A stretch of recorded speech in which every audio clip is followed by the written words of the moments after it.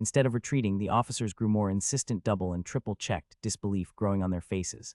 Well, this works too. I've got a higher grade than them at half their age. Even if they thought Cyrus had used elixirs to enhance his grade, that was already proof that Matt was his son. No one else could have reached that level. How old are you, boy?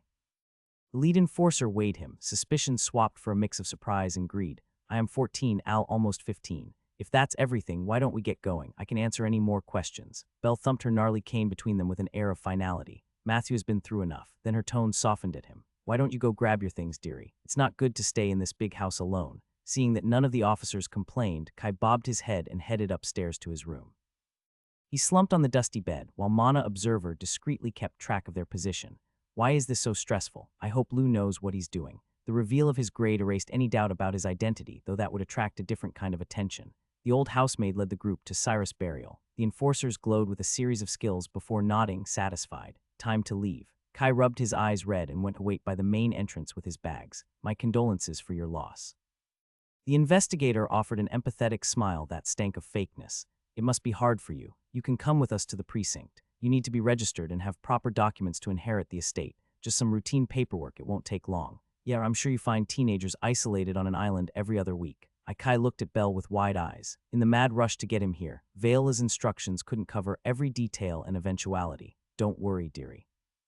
I'll stay with you till the situation is resolved. The old woman gave him a motherly smile. Perhaps put off by the state of disrepair, the officers showed no interest in the house. They headed down the dirt trail to the beach. Matt threw frequent looks back at the place of his childhood, letting himself get consoled by Belle. He was leaving behind the only home he had ever known with a bunch of intimidating strangers. How do you act like that? I can't exactly cry on command.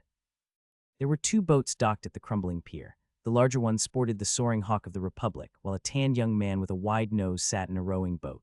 Grandma, is everything all right? Yes, I'll be accompanying young Matt to Pearldiv. If you already have passage, you should sail with your nephew. The officer barred her path. Our vessel is for official duty only. I can't let you on board. You, Matthew, can ride with us. We'll follow your boat to the port. I'm afraid that's not possible. He's an unregistered individual of considerable power. By law, we must watch him until that is rectified. The boy's still recovering from mourning his father. Belle stubbornly stood her ground. He needs a friendly face, I can't. He's an adult, I'm sure he can manage a short trip alone. The man sneered. Now I wouldn't want the situation to get more unpleasant, ma'am. Great, my granny's shield is gone. Kai stood frozen like a deer in the headlight with his bags. He had no idea if the man was speaking truthfully or making stuff up. His only notions of law were from years prior and related to his alchemy business and taxes. It's fine, Auntie Belle. He wore a courageous smile. No point in arguing when they couldn't change the outcome. After some more reassurances, the old maid threw a dirty look at the enforcers and joined her grandson. This way. Lou grabbed his bags, addressing him directly for the first time since they met. It's a short journey. Watch your feet. Kai stumbled aboard, playing up his nervousness. He was made to sit in the only cabin while the vessel glided on the waves. His feeble hopes to spend the journey in silence were dashed when the door creaked open. Oh, it's just why. Hi, Matthew. I forgot to introduce myself. I'm Officer Denul. Do you mind if I ask you some questions? Lou sat across from him, brushing his ear. They must be eavesdropping. Okay? Kai raised a questioning eyebrow but didn't get any response. Are they watching us too? I need some information about how you grew up. It'll be much easier to process your case that way. He pulled out a notebook and pen. When did you move in with your father? The question already implied he hadn't always lived there. Since my mom died, I think I was about 4 or 5. I don't remember well. Father didn't like to talk about it. When did your father decide to teach you alchemy? Lou grilled him on every detail. It was remarkably easy to recount his life when the interrogator knew the story better than him. His bulky friend scratched his stubble whenever a question presented a dangerous pitfall. The most exhausting part was having to nervously hiccup each word, though that also offered an easy excuse for any incoherent answer he might give. The journey lasted far longer than it should. They must have taken a circuitous route to wring more information out of him. Kai was relieved to finally touch land and gawked at every building and passerby on the way to the precinct. Compared to Silspring, Pearldiv maintained a rural appearance. A jumble of cozy little houses stretched along the bay. There were no large galleys or hordes of tourists crowding the port. Ale had told him the water around Catal contained the most beautiful and precious pearls in all the archipelago, and she hoped to visit one day. He didn't get to do much sightseeing before he was stuck again in a windowless room, signing a bunch of paperwork. Even without practice, his dexterity helped him create a believable signature. The puny wards protecting the building couldn't stop his skills from spying on the argument outside. Some nonsense about jurisdiction between the enforcers, Lou, and another clerk. Apparently, the interrogation on the boat helped him avoid one here. Bored out of his mind, Kai was about to tamper with the enchantments when the quarreling parties reached an agreement. His aloof friend entered together with the main investigator. Can I go now? Soon, son, the man said with a salesman's smile. It will take some time to process your registration given your peculiar circumstances. In the meantime, we can offer you accommodation here in Pearldiv. Or you could come with me, Lou buted in, still coldly professional. A generous patron has offered to represent you. She'll take care of filing your documents and inheritance papers on your behalf. You won't have to worry about anything. You'd also need to leave your home and cross the sea for an island miles away, the enforcer remarked. The military can hire a lawyer to help your case, right here in Cathall. You'll just have to sign a simple contract to keep using your alchemy. You like brewing, right? Is my acting so good that they think I'm dumb? He was about to laugh in his face when Lou scratched his jaw. Kai suppressed a groan and hesitantly asked for more information. Apart from having no social skills and being ignorant of the world, Matt was still supposed to be a genius. Spirits, spare me from this torment. An excruciating half an hour passed with the two officers pitching their proposals to the naive Matt. I want to see the capital. Are there really tens of thousands of people living there? Why don't you give this some more thought? You don't know her intention. Trust me, boy, people don't give something for nothing. He has made his choice. Lou didn't betray any triumph. The courts in High Arbor will take care of his case. If you continue to hold him, I'll be forced to file an official complaint. Kai marched outside the precinct, blissfully ignoring the enforcer's dark looks. His shoes crunched on the warm pebbles, the afternoon sun kissing his face. I'm free. Someone had gone through his luggage and had sewn a gift in the inner pocket. I don't think this is mine. He marveled at a small sheet of enchanted metal. Maybe I should bring it back. Lou furrowed his brows and snapped it into steel confetti. Just a piece of junk. How did you find it? Hey, I wanted to study.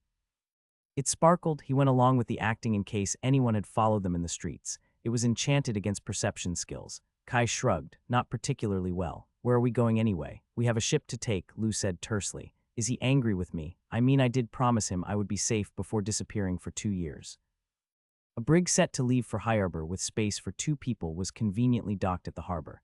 Lou paid the captain 15 silvers after a little haggling. In less than an hour, they were sailing for the capital. It's done. The crystal waters of Pearldiv left space to the darker shades of the open sea. Kai had had his fair share of doubts during the last day, but Vela knew what she was doing.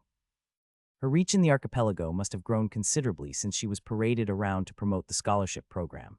Going to their cabin, Lou hurriedly hid a miniature communication cube. Can you knock, please? Yes, sorry. Kai closed the door behind him and waited for him to finish. Can we talk? Are there more sparkly pieces of metal? Nope, I check he didn't get the chance to finish. Lou lifted him off the floor in a crushing hug. How could you not tell me you were alive? I found out about you from Vela. Well, I wanted to see you face to face, but then things happened.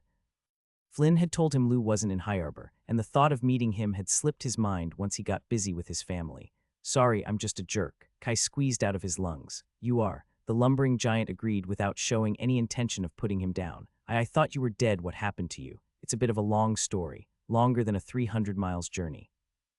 When Lou asked if sailing hundreds of miles across the archipelago would grant them enough time to hear his story, the question hadn't been rhetorical. They sat in the cramped cabin, the ship gently rocking towards their destination beneath them. It was the only place warded from eavesdropping. Kai almost regretted deciding to talk about anything aside from Zervathi. His all-clear had opened the floodgates to an endless deluge of questions. He had spoken for hours till his throat hurt, quite an accomplishment given his grade. From the geography of the sanctuary to how blood crawlers hunted and what he had eaten to survive, there wasn't a topic Lou wasn't interested in.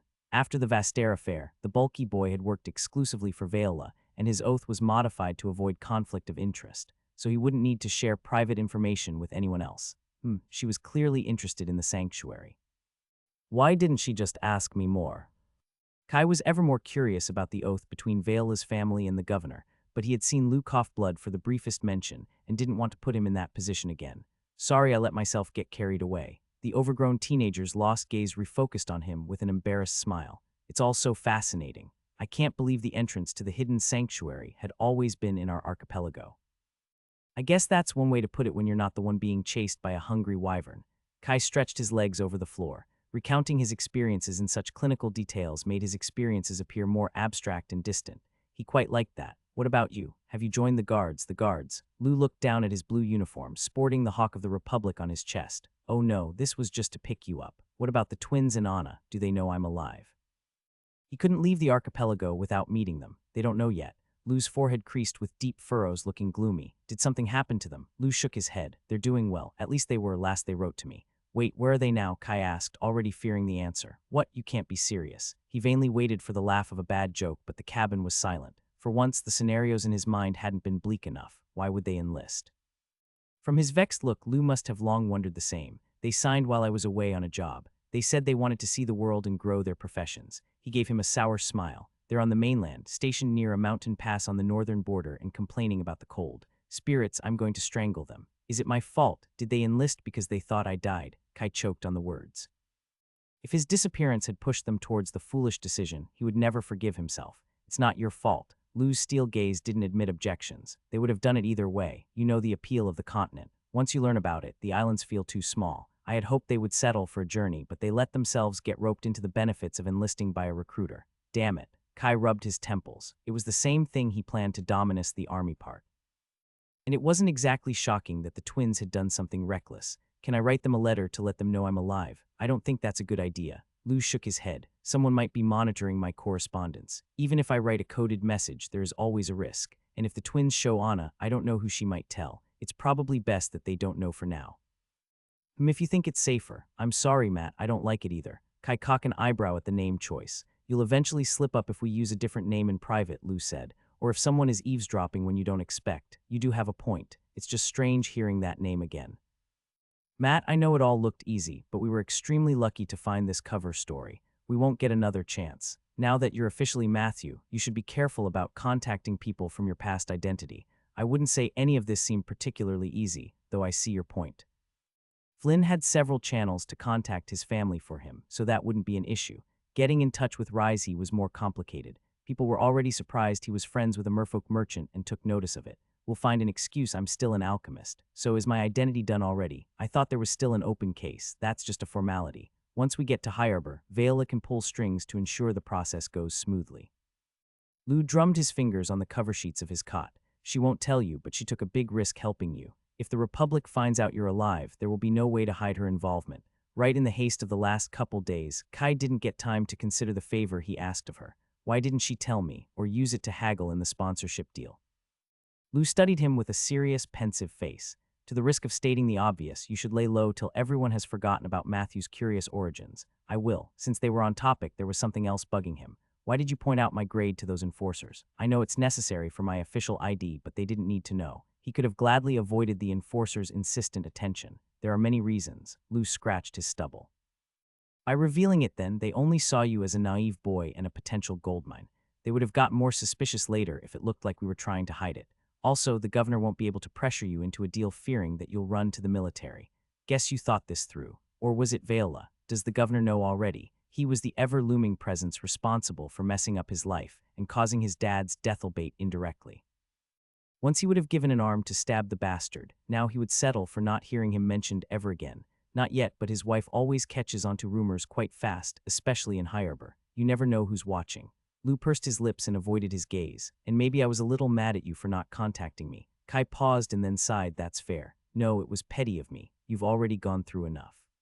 Not you too. He wasn't looking for more pity. The past was behind him. He was fine. Just because I almost died in that place, it doesn't mean I can't be blamed for anything. I can have 1,000 excuses and still be an asshole. Lou watched him with a strangely amused look. What? I said it's fine. Don't take this the wrong way, but in the end you were always a bit self-absorbed. Now look at you, all grown up. He gave him a half grin. When did they talk about me? Damn him. The salty night air buffeted his face when he stepped on the deck, the sky a vault of stars and pale moon slivers. A cluster of flickering flecks lit the coast a few miles on his right, some nameless town off the coast of Yanlan. A group of sailors laughed, playing dice and paying him little attention. Kai leaned on the railing against his apprehension. Watching the dark waters cut by the prow of the ship, he caught a glimpse of silver sending shivers down his spine. Orange Marine Beast was swimming along the vessel. Calm down, not everything wants to kill you out here. The whispers told him the fishy was only playing and had no intention of attacking, and even if the ship were to sink right now, he could easily kill it and make it to shore. Kai evened his breathing. One more day and they'd be back in Harbor. After getting his papers in order, there was nothing else holding him in the archipelago. As ready as he was ever going to be, his mind fizzed with excitement. The open ocean wouldn't be on the mainland, and the nightmares were fading too. It had been almost a week since the last, almost there. They stood before one of Vela's many properties in a quiet district of the inner city, 2 floors of bricks and stone, a small inner garden and a basalt shingle roof. Should I invest in real estate? Is inflation even a thing with gold coins? Flynn welcomed them by the door, staring straight at Lou with a toothy grin. I told you he was alive. Pay up. Wait. You bet on whether I was alive. Kai stared at both. No, Lou grumbled. Yes, we did. Flynn vehemently nodded, barring his way inside. 7 silver and a beer. You told me to look at the facts and that I was clinging to false hope. We were both drunk. I just agreed to shut you up. Flynn's grin widened. But you did. Where's my money? They actually did it. Should I be offended or flattered? Both. He regarded them both with a judging gaze, though only one of them lowered his head, face painted in a brighter shade. Once Lou realized Flynn wasn't going to drop it, he scowled and rummaged through his pockets for 3 silver coins. This is all I have on me. More than half short, but I'll amend your debt if you say. I was right and you wrong. Lou gritted his teeth. No. Flynn looked to be enjoying each moment of his discomfort. Come on, there is no shame in telling the truth. You were the one to tell me that. Lou pressed his lips together, probably debating whether to punch his way inside. You were right and I was wrong. Happy. Now move, please, come in. Flynn waved them inside with a theatrical bow. Kai stopped in the doorway, gesturing to the silver messars still in his hand. I deserve at least half that for making you win. You're shameless to rob me of my hard-earned money. Flynn stared at him open-mouthed before drying a false tear. I'm so proud of you, but I won't give you more than a third. Deal. He pocketed the coina memento of Lou's embarrassment. Hidden in the unassuming house, days passed quickly between figuring out the exact extent of Matt's abilities, reviewing his backstory and learning to brew a slew of potions the traditional way. As Vela had promised, his case also proceeded smoothly. No one came to arrest or question him. The biggest hassle had been attending the court to show he indeed existed and an audit to verify his grade. Just like that, Matthew Reese-Viernon was born, decided to keep both last names since Cyrus had never registered him. He marveled at the special piece of paper. Something so small had given him so many headaches. It's done. I'm ready to go. No type of check or control could blow his cover. His identity would be listed in all the official records and be no less real than anyone else he met on the streets. He had even sent a message to Rizhi, but decided they'd make their first contact on the mainland to avoid suspicious connections to his past identity. Flynn had already found a vessel for the continent, leaving in 7 days. It's really happening. The last thing Matt needed to do was sign the contract for Vela to sponsor him. Hi, I'm here to see Vela Hightide. He timidly looked at the men guarding the princess, estate in the upper city. Already alerted of his arrival, a maid led him inside the property. Mana became denser, and the air smelled fresher. Kai didn't need to strain himself to gawk at the curated gardens, marble statues and fountains flowing into crystal ponds with colorful fishes. The complex extended through a significant chunk of the hillside as if space was no concern. Sheltered patios and pebble pathways connected elegant buildings through the gardens. He had no idea how much of his fortune this would cost. They must have bought the land when it was worth less than a tenth of the current price. Lucky bastards. Vela's family had been rich and powerful even before the current governor took power, but he hadn't truly grasped what that meant before. This way, the maid stood by the side of an inner courtyard without meeting his gaze. The Missy is waiting for you. Kai stepped into the flowered garden with a swaying willow in the center. The branches had been sculpted in a wave to make space for a table in its shade. Vela was already waiting there, dressed in simple white gown, reading a leather-bound tome. He cleared his throat. A folder of documents lay on the table beside a tray of pastries. Today wasn't for them to chat freely. There were too many eyes and ears in the house. The terms of the contract had long been agreed, but they had to keep up appearances. Matthew, she put down the book with a warm smile. It's nice to see you again. Please sit. I hope your stay in High Arbor has been. Kai awkwardly responded to the shower of pleasantries. Lou had run him through the meeting to avoid any faux pas. Now it was like performing a stage play with no visible audience. Here's the contract we talked about. I look forward to working with you. Vela combed a lock behind her ear and offered him 7 thin sheets of neatly written paper. Please, take your time reading before signing it. He had gone through the clauses of the deal so many times he knew them by heart. A single glance was enough to confirm everything was in order. Still, he meticulously went through each line again. Mainly, she offered funds to pursue alchemy in exchange for hiring him at favorable rates. Let's close this play. His quill was already touching the paper beside Vela's cursive signature when a maid hurried into the garden, heaving for breath. The young woman leaned to whisper into her mistress' ear with no regard for etiquette. The princess paled. How did she's coming here right now? Yes, miss, the maid nodded. I came here as fast as I could. Nelia is delaying her, but Lady Cressida said she was here to see you. What do you wish me to do? You did well, Celia. Vela bit her lip. Gain as much time as you can and bring her here. Also prepare some refreshments for 3. Yes, miss. Celia hurried away. What's going on? Kai blurted out once the maid was out of earshot. Who's Lady Cressida? Should I leave? She's the governor, Irvin's wife, and no. If we try to avoid her, she'll just take it as a challenge and find a more intrusive way to get what she wants. It's no coincidence she arrived while you were here. Wait, she's the nosy wife. Well, at least it's not the governor, I guess. Never say that aloud outside a warded room, Vela whispered with a glare. There is no time to explain. Just sign the contract and be careful what you say. She'll notice any slip she's here. The princess smiled over his shoulder. 2 years in the sanctuary had gifted Kai the instinctive ability to spot any monster nearby. Mana tickled the hairs on his arms. The slight pressure in the air pushed down on him, as if gravity had become imperceptibly stronger. The governor's wife stepped into the courtyard behind him. He didn't need Mana Observer to know she must be late yellow, perhaps half step into green with her profession. Apart from a few passing mentions, Lady Cressida remained overshadowed by her husband, the only green human currently in the archipelago. She's married to that asshole. I should have expected this. The most worrying part was Vela's uneasiness. He had never seen her this apprehensive, even when dealing with the military and high officials. A kick on his shin brought him back to the present. Hey, Kai glared at the violent princess across the table with an arched eyebrow. What was that for? Vela lightly tapped the documents on the table, without ever averting her eyes from the figure behind him or letting her smile falter. Right. Matt scribbled his signature on the contract in double copy. He squinted at the princess, as if just realizing someone else had come and following her gaze to look over his shoulder. Let's see. Oh. Honey-colored curls framed the delicate features and effortless smile. The gold and crimson silk of her dress fluttered behind her like a cape. Lady Cressida glided on the pebble path as if it were a runway. The only piece of jewelry she wore was an enchanted bracelet of rubies on her wrist. Kai caught himself staring. There was something striking about her, though he couldn't quite put his finger on it. Her stature was average at best. While she was among the most beautiful women he had ever seen, that had never left him speechless. Is it some kind of skill, or just her grade? There wasn't time to think, the woman was upon them. Vela, my dear, I hope my sudden arrival didn't cause you trouble. Her voice poured sweet like syrup, keeping a note of undeniable authority. When I heard you found such a promising young man, I couldn't miss the chance to congratulate you. Great, just what I needed. It's never a bother to see you.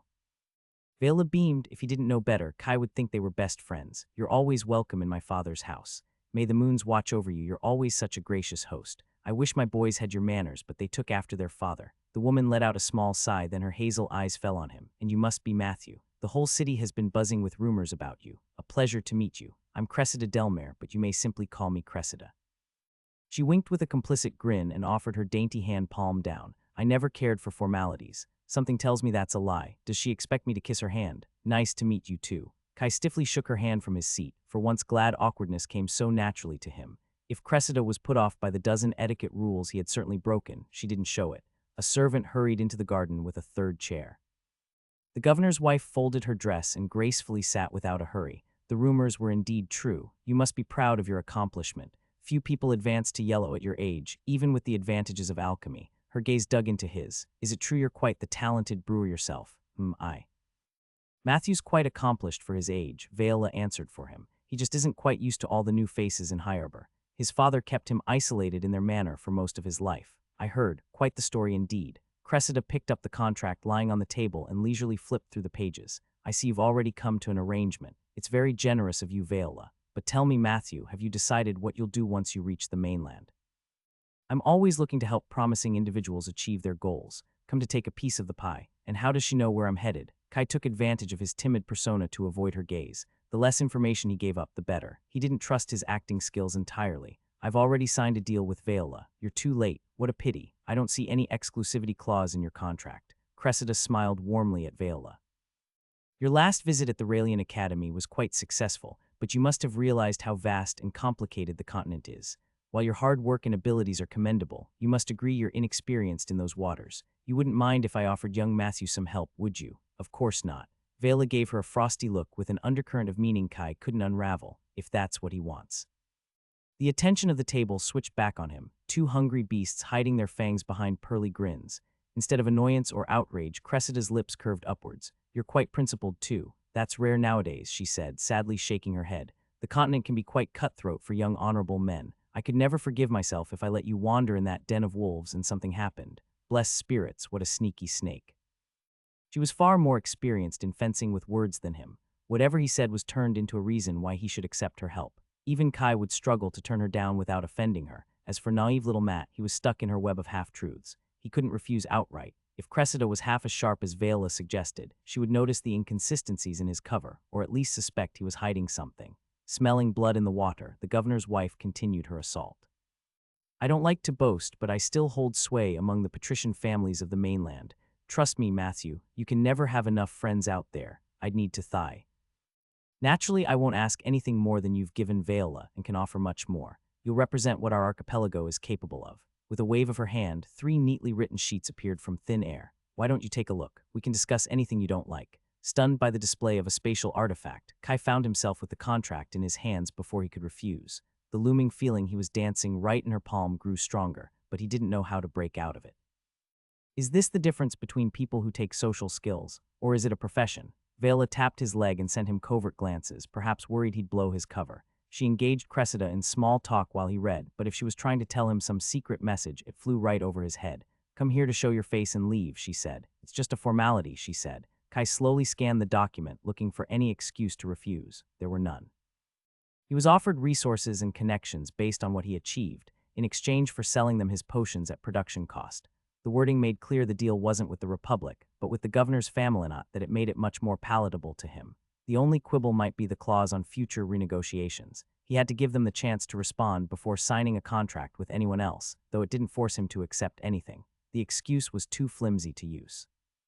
Damn it, where is the greedy line trying to steal my soul? 2 maids came to serve drinks and tarts, offering the chance to delay further. But no matter how much he looked and squinted at the words, they were squeaky clean. The contract carried an eerie similarity to the one he had already signed, so much so that he suspected it was no coincidence. Someone must have leaked it, or she has more than one version stored in her bracelet. Cressida could have gone through Vela's agreement, checked the competition, and brought out the most reasonable deal.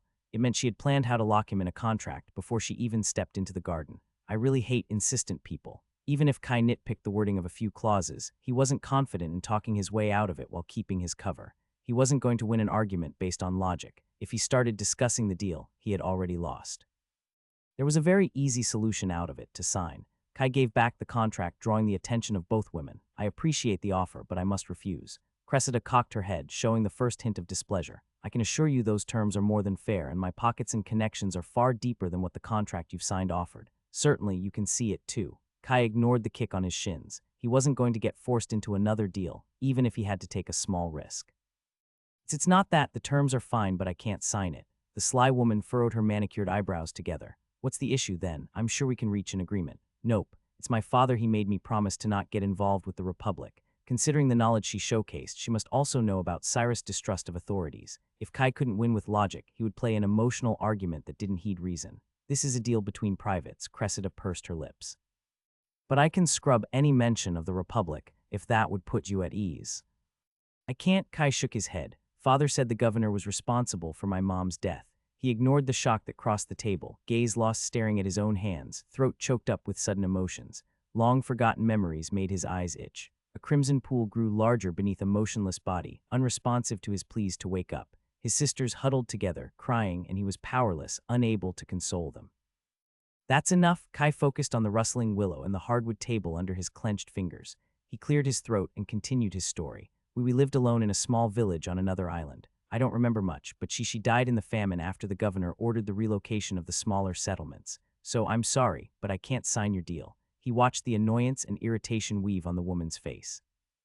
The whispers in his mind warned him to keep his cool, though the danger was a faraway breeze compared to his experiences in the sanctuary. They had kept Matt's backstory intentionally vague. People couldn't disprove what wasn't said, and the addition would fit perfectly with the timeline. Lou and Valella's complaints were a small price to get out of this. I understand it must have been a difficult time. Cressida tried to look conciliatory.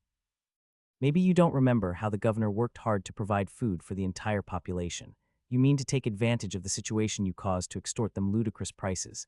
I remember the ship stopped arriving after a while, Kai muttered, getting another kick on his shin. That wasn't my fault. The sneaky snake shut her mouth, perhaps understanding that line of reasoning was pointless. When she spoke again, her voice was even, albeit lacking any warmth. You must know Vela works closely with me for the well-being of the archipelago. What would the difference be in dealing with me too? She sure is persistent, or is it just her pride? It would feel different to me. Is that your final answer? It is. Well then, I sincerely hope you won't regret your choice. I wish you good luck on your travels. You'll find out that the continent isn't as forgiving as me. Cressida downed her drink and cleaned her lips on a napkin. Any sign of vexation evaporated like mist at dawn. Viola, it's always a pleasure to see you, my dear. You should stop by my house more often. Adrian has bought you a ticket on the Serenity. Of course I'll pass by as soon as I can. Vela was about to stand up too when Cressida raised a hand to stop her. No need to inconvenience yourself. I know my way out. The governor's wife strolled out of the courtyard with the same casual elegance of her arrival. Her thoughts were anyone's guess. Bye, I'd say it's been a pleasure, but I'd be lying. Kai waited till he was certain she was outside earshot. Not yet, Vela put an engraved disc covered in anti-spying enchantment on the table, channeling mana into it. A bubble of runes sprung up around them. That was stupid, she simply stated. That bad hut, don't look smug. Cressida isn't going to forget your refusal while she draws breath. She doesn't take a no kindly. Kai couldn't find any morsel of regret inside him. What's she going to do? Probably nothing, at least for as long as you don't cross paths with her. Vela bit her lip. I admit you pulled that story off better than I thought possible. Most people immediately buckle under her. Though, Intrepid floated like a behemoth among the vessels moored at the ivory port. White sails furled around its 5 masts, and a meshwork of interlaced enchantments covered its dark hull. The runes were woven so tightly, Kai struggled to decipher anything. It was a true seafaring ship, capable of sailing the open ocean without fearing marine horrors. Offshore, the sea became a patchwork of shifting mana regions that extended in all 3 dimensions.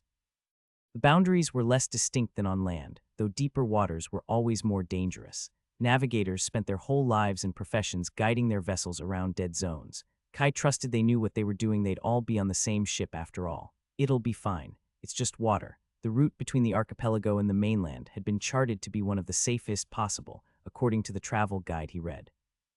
Considering the soaring hawk on the back cover, it might not be the most impartial source. There wouldn't be any tourists if people died getting here. Kai grabbed his spatial bags and joined the line of people ferried to the massive vessel. 14 years of waiting were coming to an end. He was leaving the Baquer archipelago, his whole world. While he'd miss his family, he was ready to leave. I've waited long enough. Keeping his composure against the excitement ballooning in his chest was harrowing. His muscles and magic begged to release the euphoria, but the same effort a red human would put into skipping would make him jump a meter into the air. Ready to embark, Flynn clapped his back and joined the queue beside him, carrying Hobbs under his arm. Emru. His imperial grumpiness gave him a disgruntled glare, greatly displeased he had to embark like common peasants. We talked about this. Me, would you have rather hid for the whole journey? Didn't we agree to meet on the ship? Kai glanced over his shoulder. With the crowd of people and clamor of sailors around the port, no one should be able to hear or see anything. Still better not to take risks. I've checked, no one is following you. You're not that important yet. Flynn winked. I hope you packed everything. This is the last chance we'll get to see home for a while. I've got everything. Kai fiddled with the silver ring around his finger. With the money inside and the official ID in his pocket, he could buy anything he needed even if he lost his luggage. What about you? He lowered his voice. You know you don't need to leave the islands just to accompany me. Guilt had been racking up in the last few days. Flynn had had a life before he swooped back from the dead and monopolized him with his problems. Yeah, because you are the only reason I might want to see the wider world, all its mysteries, foods, and people. Flynn rolled his eyes. Glad to see your ego is still intact, I had to ask. Kai stammered, face heating up. You've run around High Arbor to set up my cover story and organize the journey. It's already more than I could ask for. Matt Flynn let out a heavy breath, solemnly putting a hand on his shoulder. Yes, you should definitely pay me for my amazing work with exclusive access to Hobbs' fluffy fur. His seriousness cracked into a smile. And yes, again, I'm perfectly capable of telling your pretty face if I don't want to do something. While I might have amended my timeline to fit with yours, I had long planned to leave even without you. Oh well, I appreciate your help, and I'm happy to give it. Remember, I'm the big brother. Flynn puffed his chest. You'd be completely lost without me. Right. Now who's the egomaniac? A guard checked their papers at the end of the queue and ticked their names off a list. Matthew Reese Viernon, and you are Flynn Sovely pet. She gave a single glance at Hobbs before she covered a yawn. Here, have a nice journey, planning on it. Flynn grinned. Aboard the boat that would ferry them to the Intrepid, they joined families with squealing children, richly dressed merchants, and a smattering of bright-eyed young people. Have you any idea how much those tickets cost? He shrugged. A bag of silver. Maybe if you travel within the archipelago. Flynn shook his head. To reach the mainland, you need a specialized carrier. That's a couple of gold messars for each person without the extra cost for luggage. Even then, we'd have to wait months or pay 10 times that since tourists buy two-way tickets and only the fanciest cabins remain available. He sure did his research. The outrageous price barely made Kai lift an eyebrow. Does the cost matter? I can afford to pay for both of us. Rich people stay rich by not wasting their money. He lowered his tone. And you could afford it, but Matt, you've seen Cyrus' crumbling house. The man wasn't exactly good with money, and you've insisted on donating most of his assets to charity. You know I couldn't take his money, Kai said. not after he had already stolen the name. Vela had promised to use the funds to finance a school project that would provide free education for children, much better than a handful more golds to add to his pile. He only hadn't considered that Matthew couldn't freely use Kai's fortune. Flynn scratched the morose cat. I get why you did it, but it also means we can't waste our limited funds on a luxury trip. He gestured to the looming ship. Come on, I've always dreamed of sailing on a true ship. Have you seen how big it is? The Intrepid is unsinkable. Where have I heard that before? He forced a smile. Yeah, it'll be fun. A pulley carried on board the people who didn't want to climb the rope ladder. Kai stepped on the polished wooden planks of the deck, feeling somewhat reassured by the size of the vessel. Intrepid was so large, it was almost like being on land. A man with a plumed salmon-colored hat and an impressive mustache loudly cleared his throat, waiting for the congregation of passengers to pay attention before continuing his speech.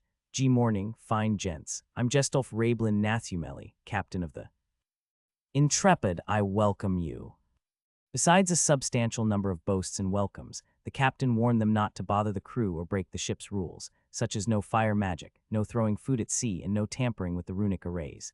Each infraction that put the ship at danger would be severely punished. Behind his affable air, the captain's words were law, jury, and executioner at sea. Where did the furball go? Kai reached through his bond but was rebuffed. Hobbs was already at work spreading mischief through his new kingdom.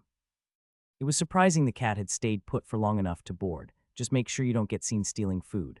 Hobbs slapped him with a wave of affront, indignant at the notion a cat of his caliber might get caught by a bunch of lowly humans. I wish you a pleasant stay aboard my ship. May fast winds lead us all to our destinations, the mustache man concluded. A team of sailors showed the passengers to their cabin to let the crew sail out of the port without hindrance. The mana grew denser while the temperature lowered a couple of degrees inside the bowels of the ship.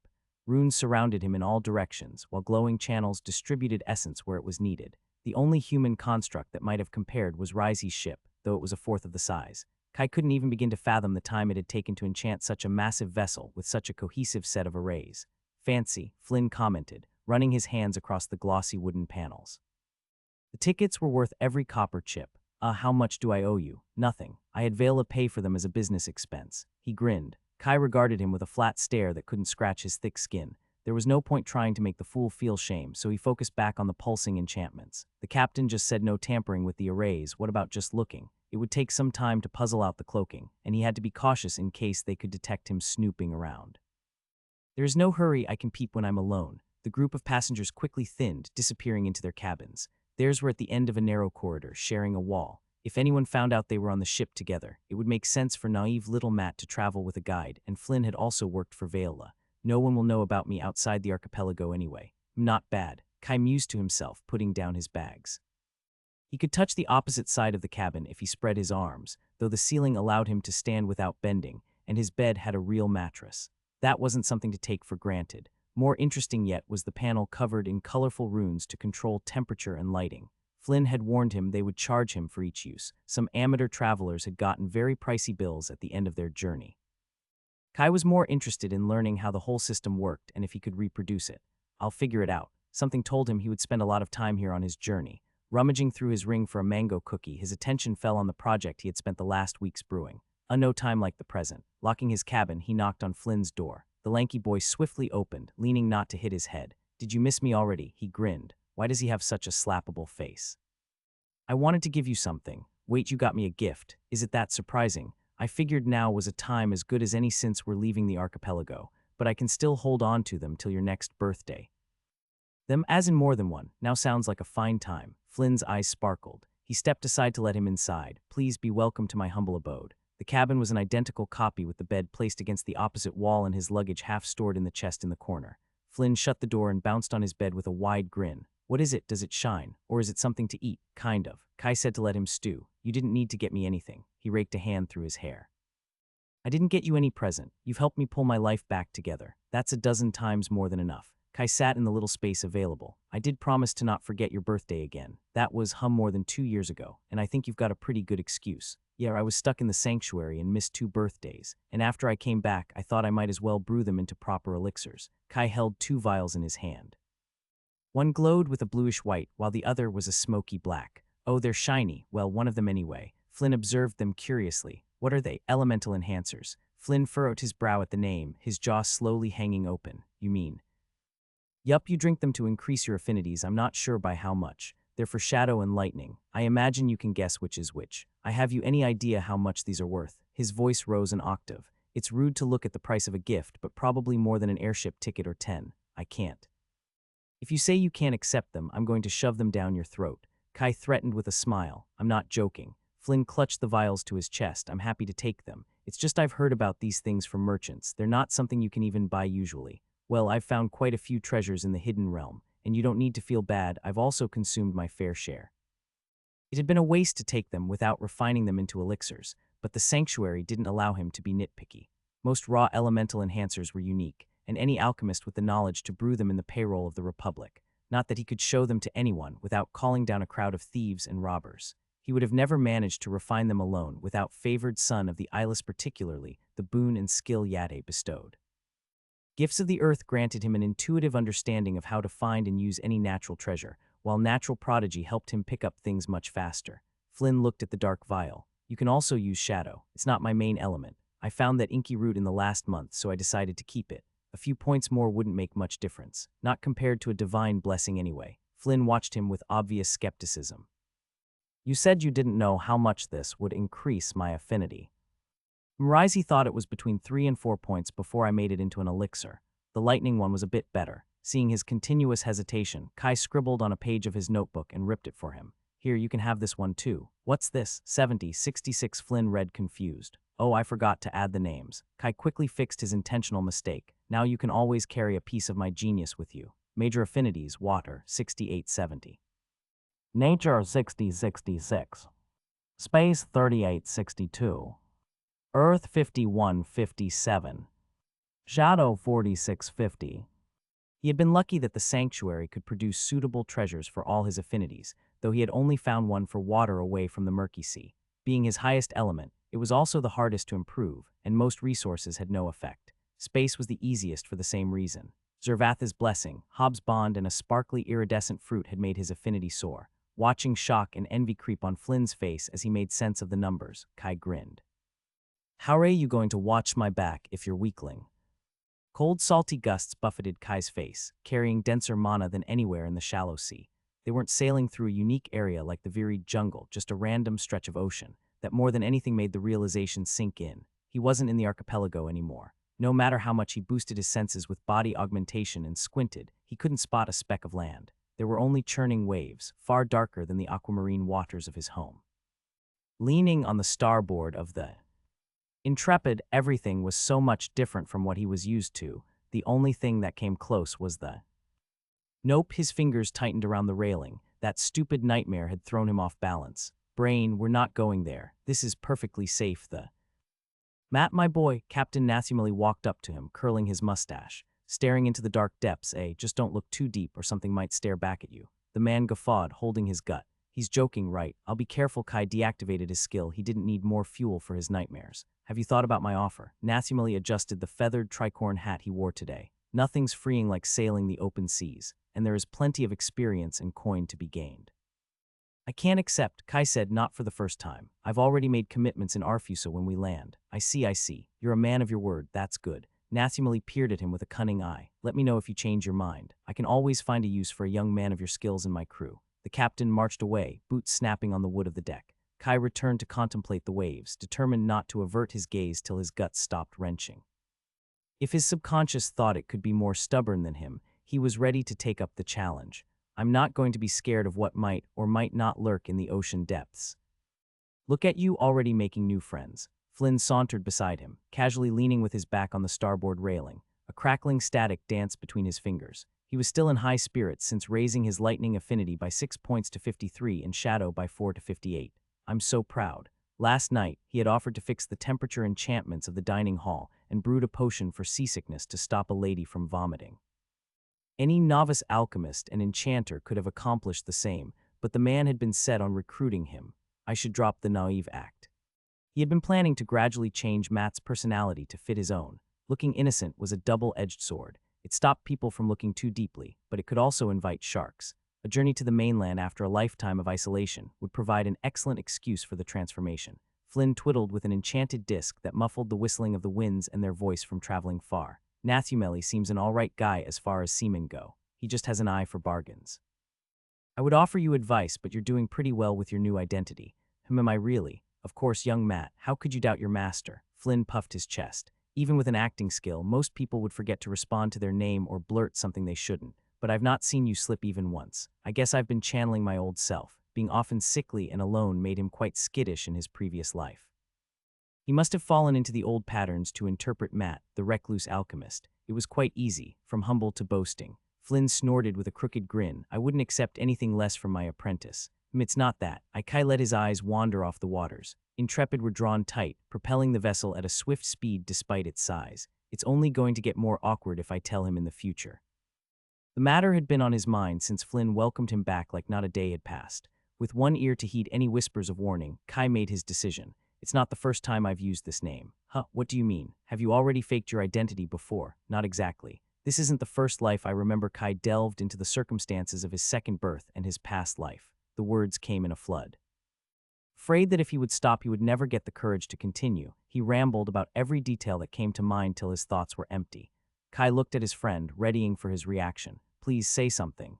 Flynn scanned him from head to toe. That makes perfect sense. That wasn't among the reactions he had considered. Kai searched his gaze for any distrustful look, but there was only his usual mischievous glimmer. Does it? Yes, he emphatically nodded.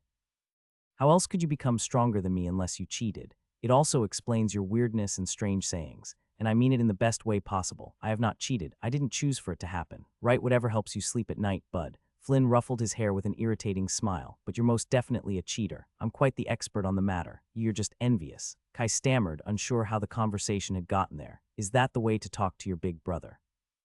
I thought I taught you better than that. He covered his eyes with an arm as if he couldn't bear to watch him. I'm older than you. Are you, though? Flynn stood up to highlight his height advantage. I'm older than you've ever grown, by maybe a few months. Kai rolled his eyes. I rambled too many details. The difference is only going to increase. Besides that, have you ever held a job for more than a couple of months? Curse at the taxes you pay to the Republic. Got a girlfriend.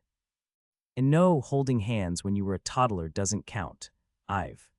Exactly my point. You've never lived as an adult, so I'm still your big brother. Flynn concluded with a triumphant grin. Understanding there was no point in arguing, Kai resigned to his logic, his worries about his confession already forgotten. Fine, but I'm not calling you that.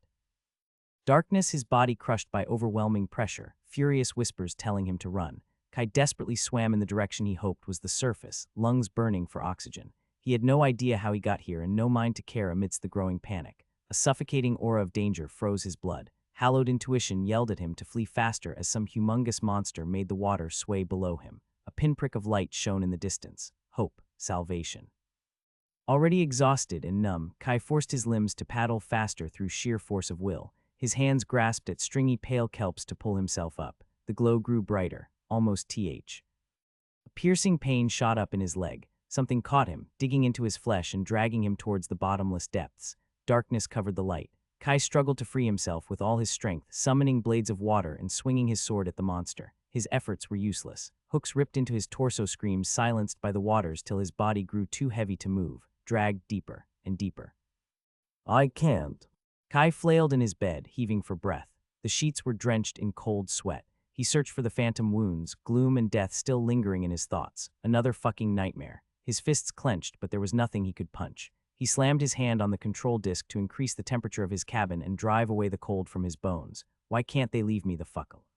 The cabin suddenly tilted, the enchanted wood of the Intrepid creaking around him. Kai slammed his hands down, nearly smacking his skull on the floorboards. The foreboding feeling in his head wasn't just the dregs of a nightmare, but murmurs of danger. Just what I needed. He quickly put on a shirt and went outside, leaning against the wall as the ship slanted in the opposite direction. The narrow corridor was filled with the cries of the other passengers wondering what was going on. Flynn stumbled out of his cabin with a head of messy hair and only one boot.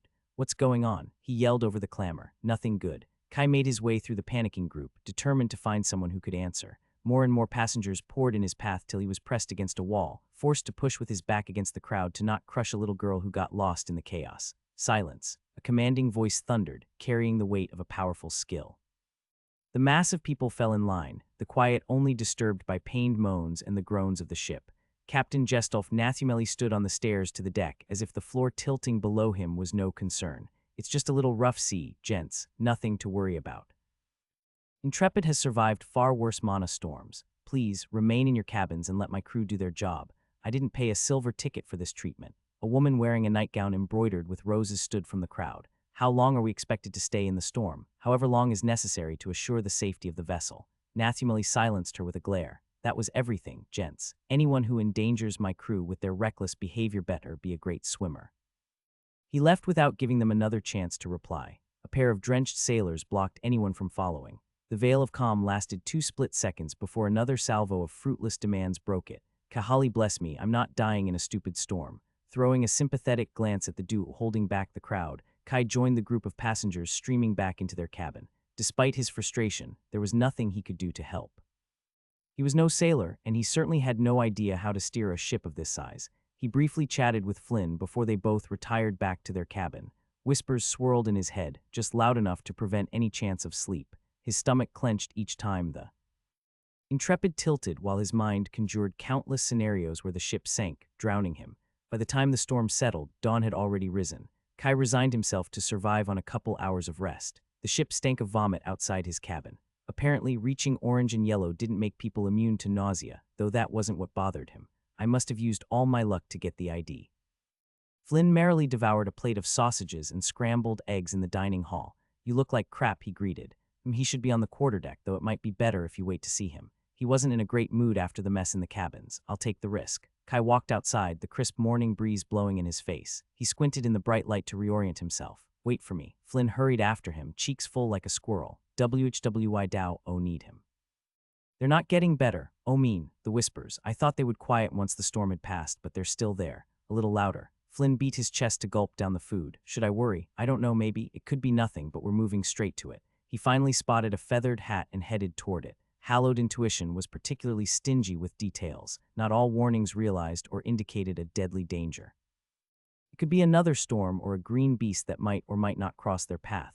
Being hundreds of miles from any land, Kai wasn't inclined to take the risk if he could avoid it. Captain, may I speak with you? Nathumali turned toward him and half softened his scowl. Young Matt, have you decided to accept my offer? No, that's a pity. His expression darkened. I'd love to chat, but the storm pushed us 2 days off course. And you must have smelled the other passengers. It will take just a second.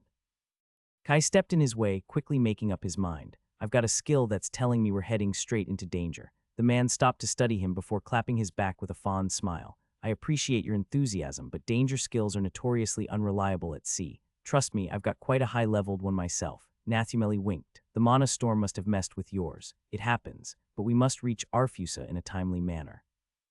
Kai could only stand there as the captain went to talk to his crew. He hadn't expected they would turn the ship around for him, not without a careful interrogation of his skill, but to be so thoroughly dismissed.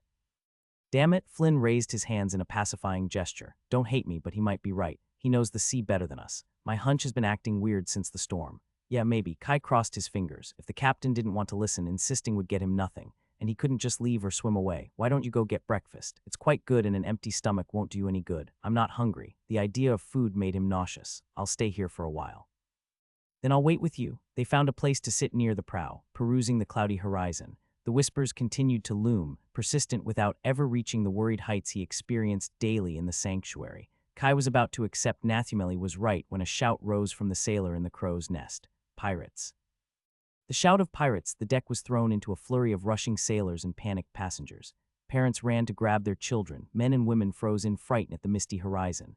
Nathumali strode out of his cabin, yelling at the spotter. Are you sure it's pirates? Aye, Captain, they fly black sails and no flag. A wiry woman shouted from the crow's nest. How did they come so close without us noticing? Some kind of shielding, Captain, but I don't recognize their ship from any of the lists. Cursed depths! Nathumali went to stand on the prow beside them and took out a golden spyglass to peruse the distance. The object lit with mana and his attention snapped on a spot. Kai squinted in the same direction, using body augmentation to enhance his sight. He could faintly make out a shadow fluttering on the far waters, concealed in the mist rising from the ocean. Safe route, my arse. I shouldn't have taken the money, Nathumali grumbled under his breath before turning to his underlings. All hands on deck, unfurl the sails and adjust our heading. 120 degrees turned to starboard. Sailors leaped and climbed on the masts following orders with the calm and coordination of a life at sea. White canvases were hoisted up the 5 masts, tightened by the wind. The ship thrummed to life guided by its enchantments. A safe and easy trip, they said. Should have known that would jinx it. The wooden railing dug into Kai's ribs when the vessel changed course at full speed. His head was pushed overboard to the dark frothing waters. Blessed spirits, why do I need to run into freaking pirates before I even land? He doubted Kahali's influence reached foreign seas. Memories of battles and flames from the last pirate raid rose in his thoughts. At least in Silspring, he hadn't been the target, just a kid on the outskirts. Every passenger to their cabin. Nathumali shut every protest with a steel gaze. No worries, gents. My crew can handle some measly pirates. And no vessel can match the Intrepid. Despite some angry mutters, people were too shaken to protest or question the man. Even the most outspoken travelers during the storm dutifully filed inside. The captain turned to him and Flynn. Same goes for you kids, go take a nap. This isn't my first run into pirates, and sure as the sea is wet it won't be the last. Can't we stay? Kai wished he sounded more confident and less pleading. My skill was right about the danger.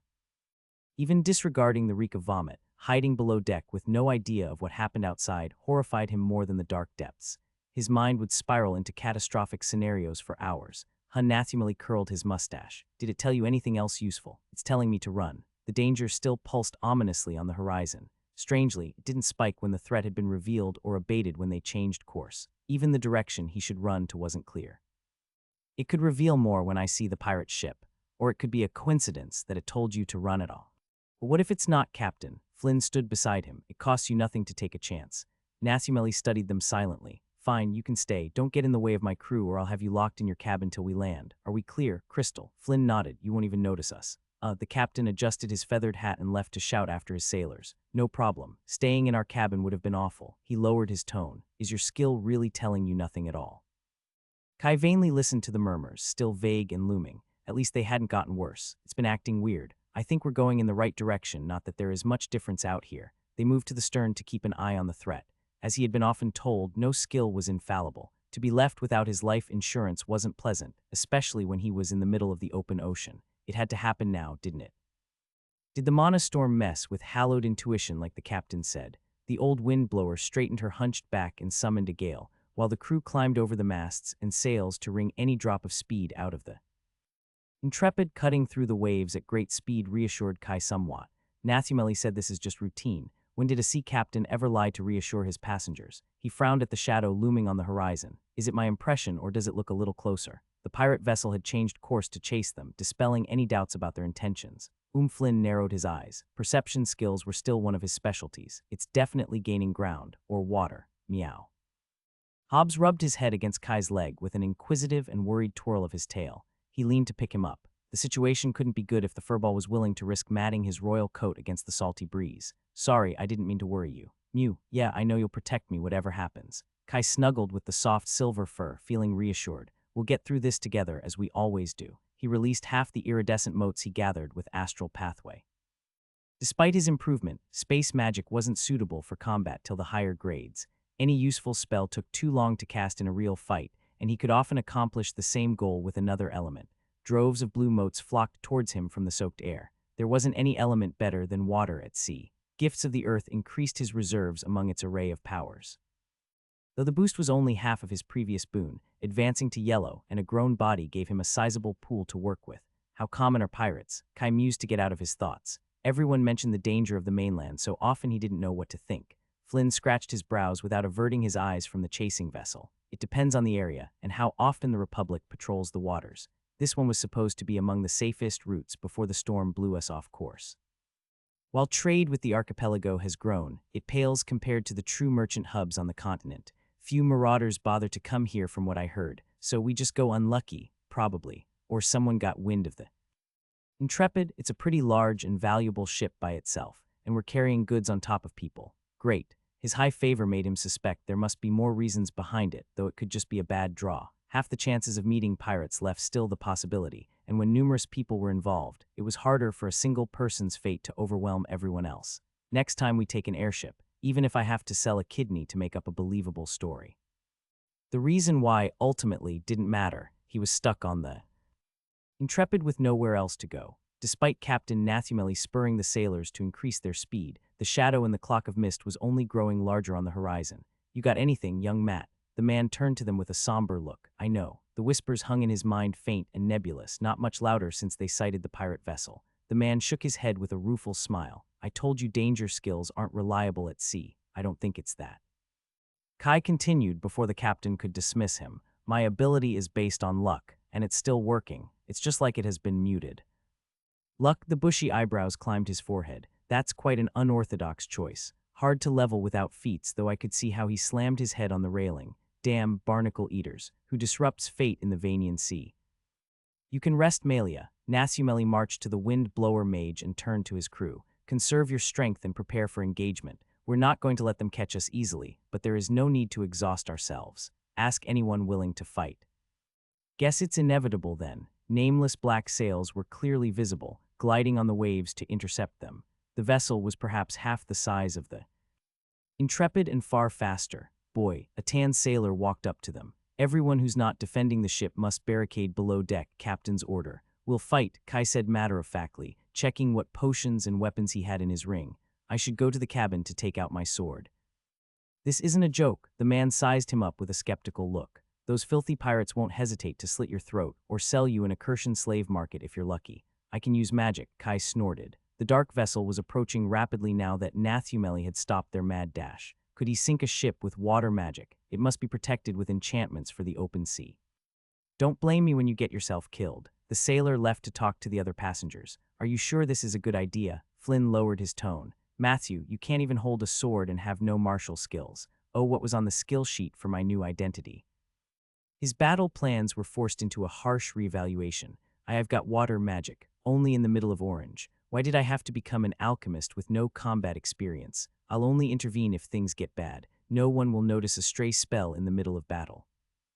Matthew Flynn watched him seriously. I know how capable you are, but talent alone can't bridge the gap if someone with a yellow profession attacks you. He waved at the sailors arming themselves with spears, shields, and bows. We must have more than double the people. They can handle it. He has a point.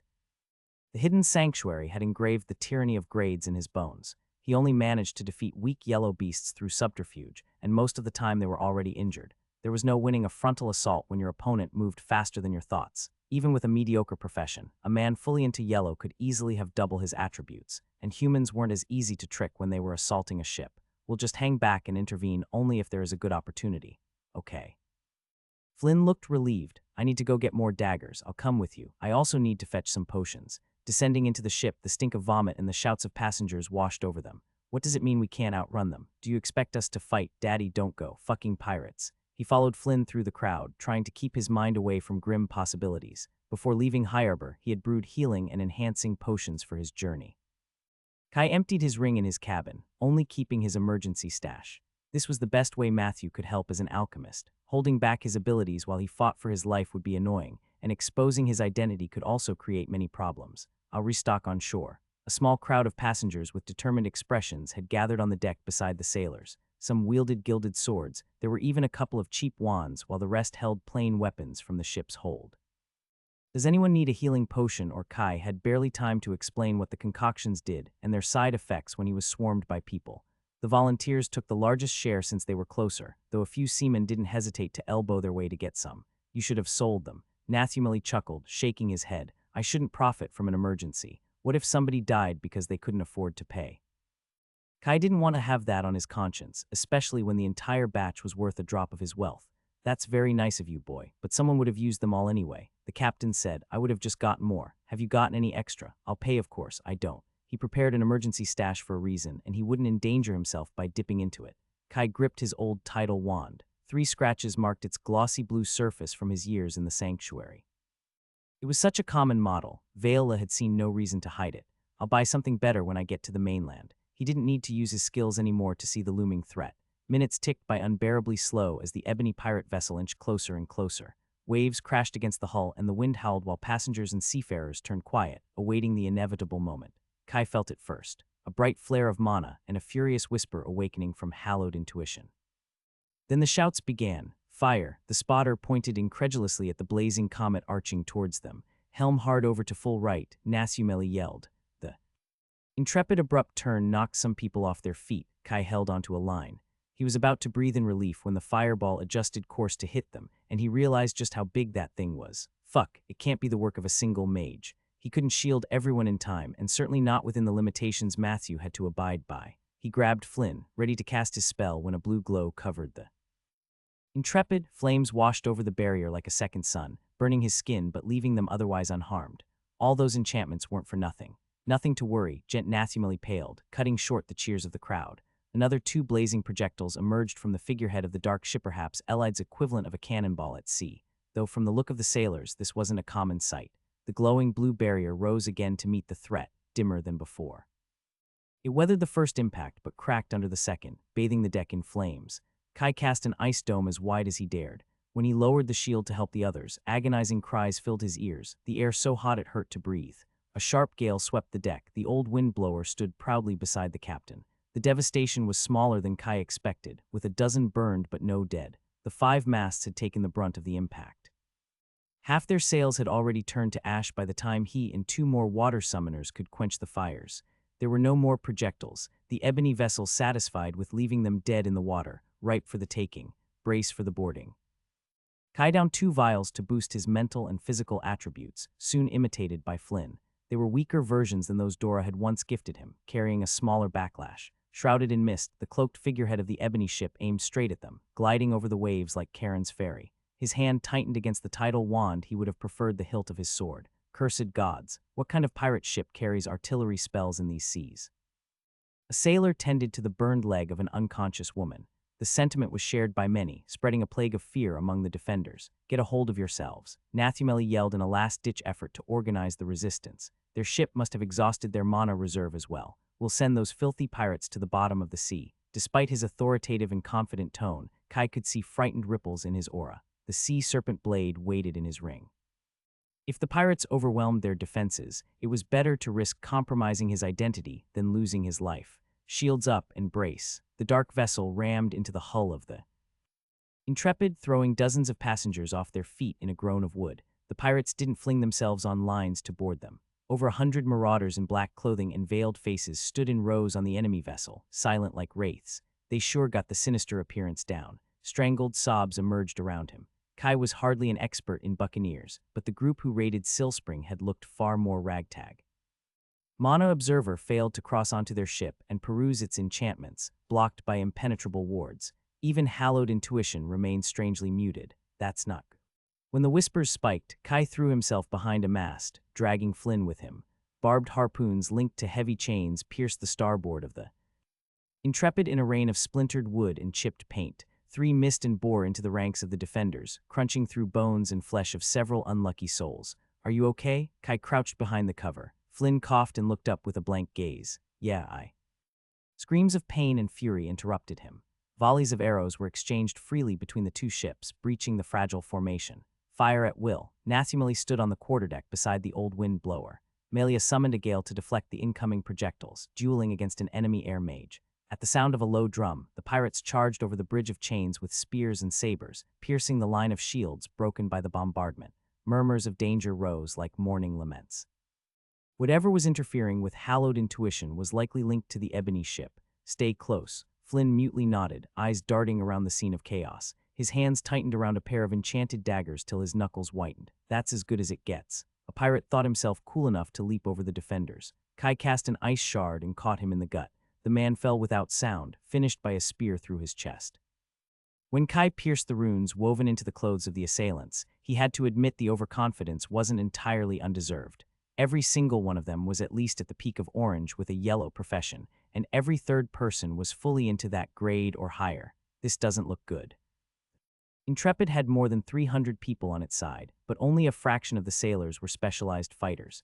The situation was even worse among the volunteers, some frozen with fear or scrambling to retreat. He exhaled a breath. I've survived worse odds. Potions flowed into his blood, enhancing his reflexes and speed. Kai delved into the rhythm of battle, mind split between the whispers, spellcasting, and the surrounding fighting. He sidestepped a black-fletched arrow and retaliated with another ice dart.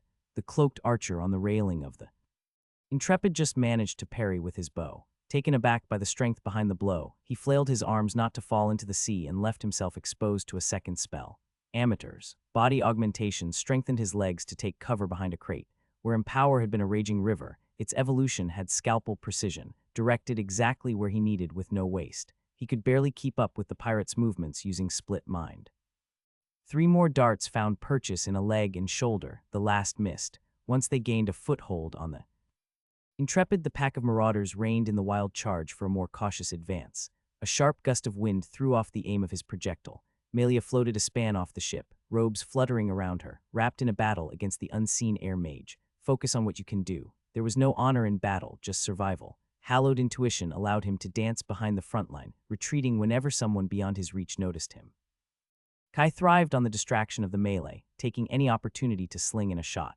There was no need for a sword or flashy magic. A sliver of ice set at the right angle was more than enough to pierce a squishy human. No one would realize the speed or sharpness of his projectiles in the midst of battle, and any proof would melt in the blood of the attackers. A whisper rose from the clamor. His muscles strained to invert his momentum as a blade whistled an inch from his nose.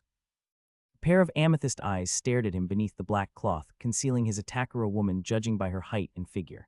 Shit, mid-yellow. The pirate's surprise at his dodge didn't stop her from dashing towards him with another slash, her dark saber little more than a blur. There wasn't time to take out his sword. All his boosts couldn't hope to match her strength, and engaging in close combat was a death sentence. Kai abandoned precision for power to cast a hail of ice. Bending at an impossible angle below the projectiles, the woman pushed against the deck to fling herself at him.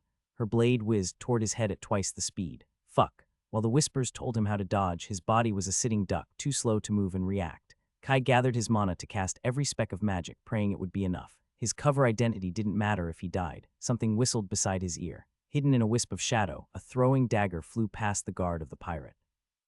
Her gaze widened in surprise, and she twisted to the side with superhuman speed, but she was too committed to the slash to dodge entirely. The knife pierced deep into her arm, forcing her to fall back. Her icy eyes glared behind him. She pulled out the dagger without a noise, ready for a second round when a spear-wielding sailor tried to skewer her. A hand dragged him behind a mast. "Are you hurt?" Flynn watched him down with worried eyes. "We agreed to stay in the backline."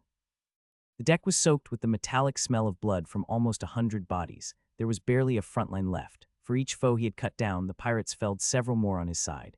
They would have already been decimated if Melia didn't hold the advantage in the air. Flynn leaned over him, growing pale at the sight. "We still have numbers on our side." Kai shook his head, just barely. Their count were much closer than when the fight began. At this pace, there wouldn't be anyone to celebrate, even if they won. And I think that woman was holding back. She could have beheaded me on the first strike if she used the speed she showed at the end. "Are you sure? Why would a pirate hold back? What's on the mind of a murderous psycho?" Looking at the battle, the strongest raiders advanced with methodical, almost bored movements through the slaughter. Is it some kind of sick ritual to let the weaker members ahead? Who are they? Kai forced himself to ignore the empty eyes of sailors and passengers, staring vacantly at the sky. He was used to watching beasts die, not people. How could anyone slaughter other human beings like this? Focus on what you can do. Each second mattered. There wasn't time to curse the skies. He was about to jump back into the fray when a thundering voice silenced the conflict. "Get off my ship." Captain Nathumeli roared, red with rage. He held old Melia in his arms, an arrow poking from her chest. Ship and captain glowed with incandescent mana. Every splinter of wood blown by the harpoons and the boards of the deck exploded at once, shredding skin and flesh. Kai summoned a water shield to protect them. While the attack was aimed at the pirates, the line between the two forces was too jagged for a clean strike. The wooden shards caught some of the defenders, though the result clearly favored them. Dozens of black-clothed pirates lay in pools of blood, moaning and crying in pain, the first sound they emitted since the fight started. It was grim to feel relieved at such a massacre, but Kai finally held some hope they'd make it through the day. Such large losses would put a dent in the raiders' morale. They might even make them retreat. "We just need to regroup." Who knew the old dog hid such a trick? A tall man scoffed, standing nonchalantly in the middle of the battlefield.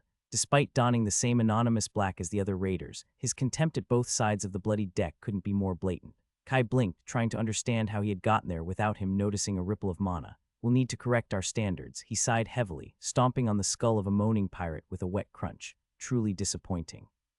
Who are you?" Nathumeli leaned unsteadily on a railing, his face emaciated after the last spell. "What do you want?" A blade of darkness severed the captain hip to shoulder. His upper body slid squelching to the ground. "That's why dogs shouldn't meddle in affairs that don't regard them."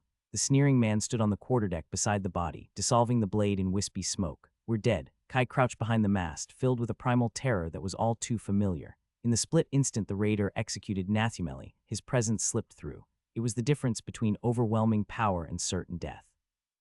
No amount of tricks and subterfuge could bridge the gap with someone standing with both feet into green. He could only run and pray they were too lazy to chase him down. "We're in the middle of the fucking ocean, genius. Do you want to swim to land? You don't even know where that is." It was hopeless. "What are you waiting for?" The monster snorted impatiently. "Finish this job before you embarrass me further." "Why?" Hallowed intuition spurred him to action with a lonely murmur. Yes, there was still a chance, a flickering hope that would soon be extinguished.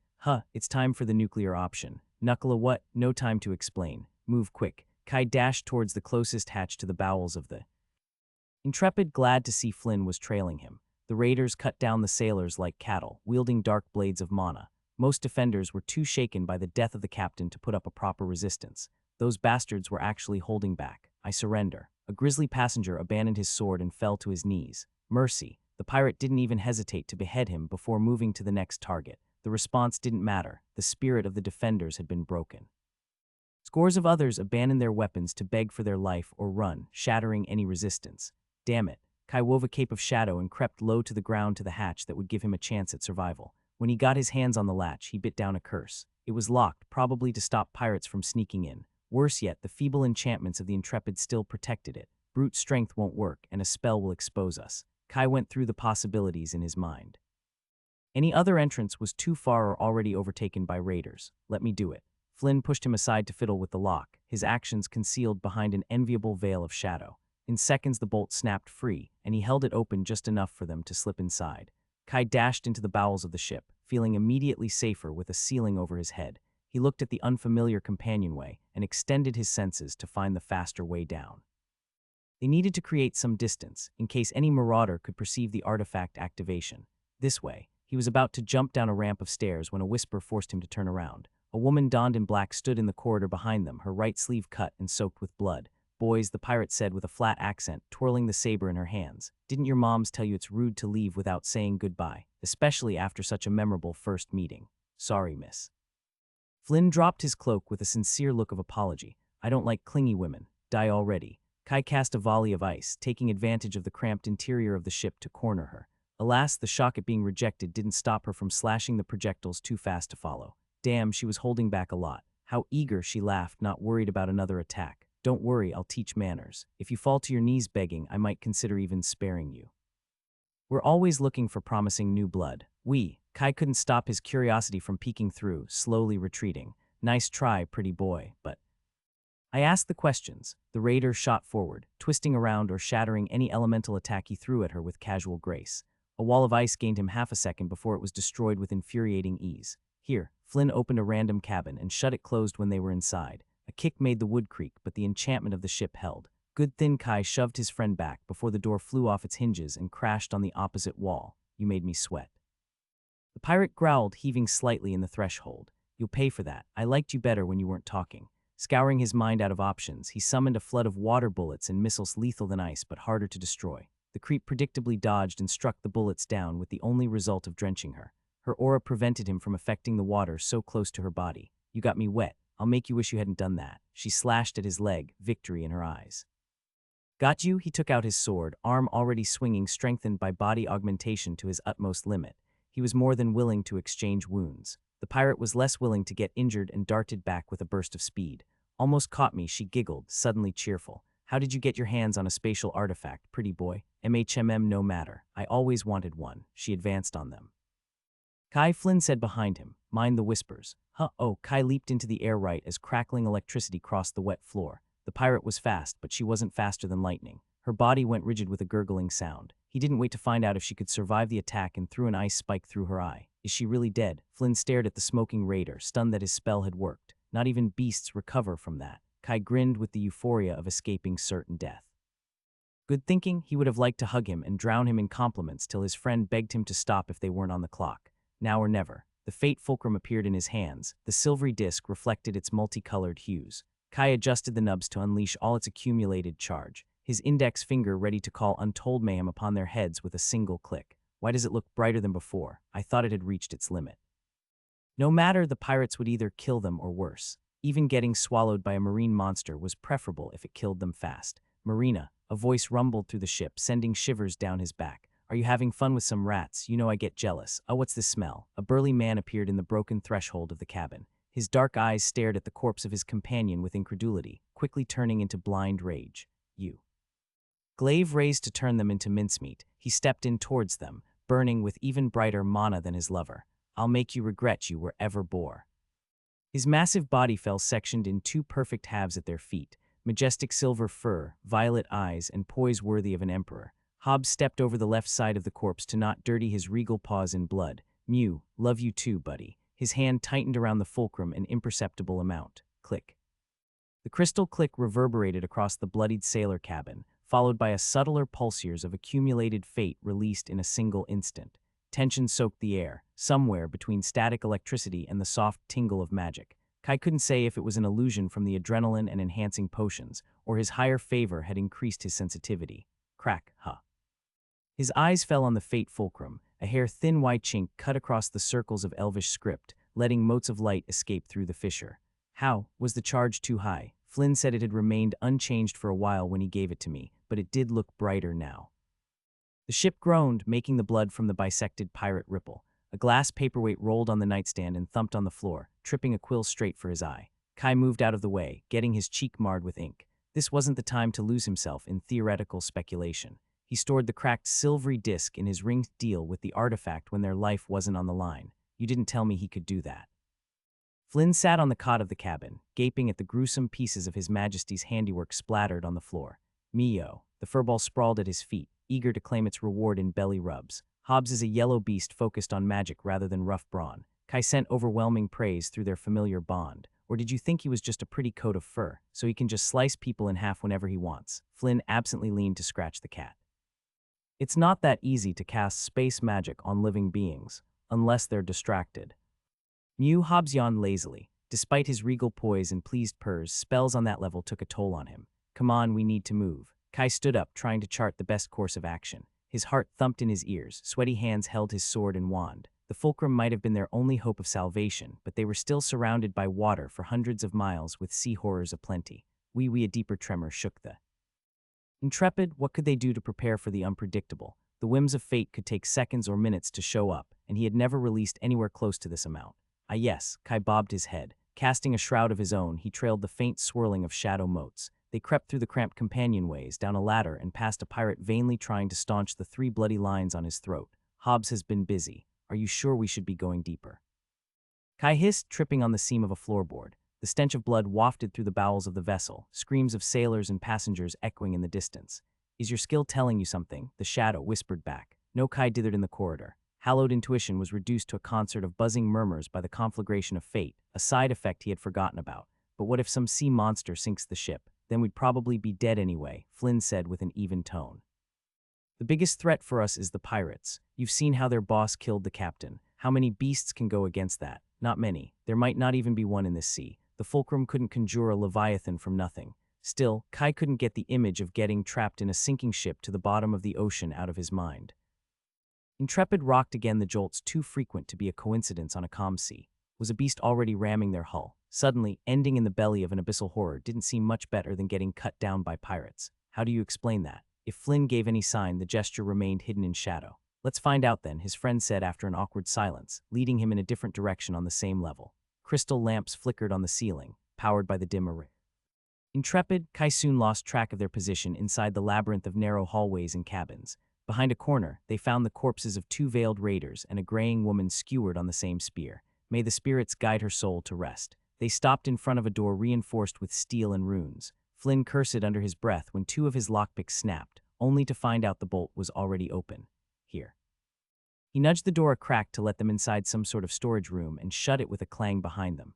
The soundproofing and lock are still working. We should be safe for a bit, unless Lady Luck decides to mess with us. From the round walls, they should be near the stern. Kai perused the planned crates and barrels with a furrow before realizing why they came here. 3 portholes filtered pale blue light near the ceiling. Flynn stood on a chest to look outside. Merciful spirits, the cloaking spell fell to show his pale face. What is it? Please, anything but a sea monster. Kai shifted his weight to climb on the same crate when the Intrepid tilted. Only a handhold of ice prevented him from kissing the floor. Mindful of any other whims of fate, he turned to gaze outside. Well, shit. It couldn't have been more than 10 minutes since they escaped the deck, yet the world had drastically morphed. Rolling waves and spotless sky were replaced by dark thundering clouds that turned midday to dusk. The frothing ocean reared meters into the air, choked with water and twirling air motes visible in spite of his low affinity. Well, it could be worse, maybe. Kai curbed his thoughts. There was no need to tempt the gods. The mana storm grew every second he watched, blowing the waves to titanic proportions. That's certainly a distraction. Flynn let out a nervous chuckle. Those bastards can't keep their ship tied to ours in this sea. Kai nodded weakly. If it doesn't sink the Intrepid first, there was no point lamenting his decision to use the fulcrum. He had exchanged certain death or slavery for a chance at survival. Now he just had to beat the odds. Should we stay hidden and hope the pirates leave and the ship survives? If the effects of the fulcrum aren't done, a storage room isn't the best option to react promptly. Though if we run into another raider, Hobbs can't always save us. From Flynn's furrowed brow, he was having the same thoughts. Neither of them was used to working with somebody else. They should have discussed water synergies with lightning long before a psycho-pirate came knocking. What do you think? Clank, the door bolt snapped open, and the crystals flickered one last time before dimming into empty glassware for good. What shitty luck. He was about to curse the fulcrum when he noticed the myriads of glowing lines crossing the Intrepid, weakened by the bombardment. Some array must have redirected the mana to reinforce the hull against the storm. Kai turned to the door. Without the enchantments, the reinforced bands of steel would only attract more attention. We should move. We can't stay, Flynn said at the same time, sharing a grin. You take the lead. Hallowed intuition isn't working well and you've got better perception skills. We should monitor the pirates' moves. From a safe distance, Flynn agreed. He was about to open the door when it swung on his own. A stout marauder dressed like a knockoff ninja stared back with equal surprise. Damn it. Kai dashed to close the short distance as sanctuary had kicked any hesitation out of him. Shadow and earth mana concealed and strengthened the serpent sword. His muscles brimmed with body augmentation and the waning effects of the potions. Despite his perfect execution, yellow attributes still trampled his efforts. The man raised his sabers and took the blow with a grunt. He parried Flynn's throwing dagger and forced them back with a pair of vicious strikes. Great, yellow again. At least he has just advanced. They had to close this battle quickly. The longer they fought, the higher the risk someone would take notice. The pirate made a sweeping strike with his right blade, keeping the left for defense. Kai circled him to take advantage of their numbers. With split mind, he cast 2 icicles from opposite directions while he lunged at his leg. A whisper of danger broke through the static to warn him to turn his attack into a sideways dodge. In a blur of darkness, a saber coated in wispy smoke whizzed for his skull. His ice shield shattered without slowing the slash. The man stepped to follow his retreat. Kai's sneer only faltered when the ship slanted and pushed his blade off course. Kai adjusted his angle to deflect the next strike. The power of the blow reverberated up his arms and threw him back. Kahali's retribution awakened to dull his pain and bolster his body. He turned the fall into a roll behind a crate, coating the floorboards in ice. That lunge had almost been disastrous. He was used to having hallowed intuition pull him out of trouble, but the warnings were too delayed to be serviceable. Instead of pressing the attack, the pirate studied them with keen eyes. Such petty tricks, he snorted and struck down a dagger aimed at his head. In a few years, you might even be a problem. Kai feared he might call for reinforcement, then he saw the gleam of derision and was reassured. This foe was too alert for Hobbs to approach. The lightning trick was also risky if Flynn hadn't stored enough mana. Guess I'll test Kahali's presence then. He let the raider come to him. Using the boxes in the room to obstruct his movements and water magic as a distraction, he deflected each strike. Kahali's retribution surged like a raging river, boosting his strength and dexterity with every nick, graze, and blow that threatened to break his bones. While the boon didn't cure the damage, it let him ignore it. Flynn's knives forced his opponent to keep one saber back and gave him a breather whenever he faltered. Bit by bit, Kai matched the pirate, though he wasn't the only one to notice. A lucky tilt of the ship let him score a hit on the bicep. Realization pierced the disdainful eyes. You little rat. Before hallowed intuition could whisper, he raised his guard and prepared his spells. Both sabers were covered in a layer of darkness that doubled their length, while an ebony armor protected the pirates from icicles and daggers. I preferred being underestimated. The added reach wiped any hope of dodging. Kai sidestepped behind a crate to the left, the pirate's weaker side, and cast 7 frozen shields close to his guard where the twin strikes would have less momentum.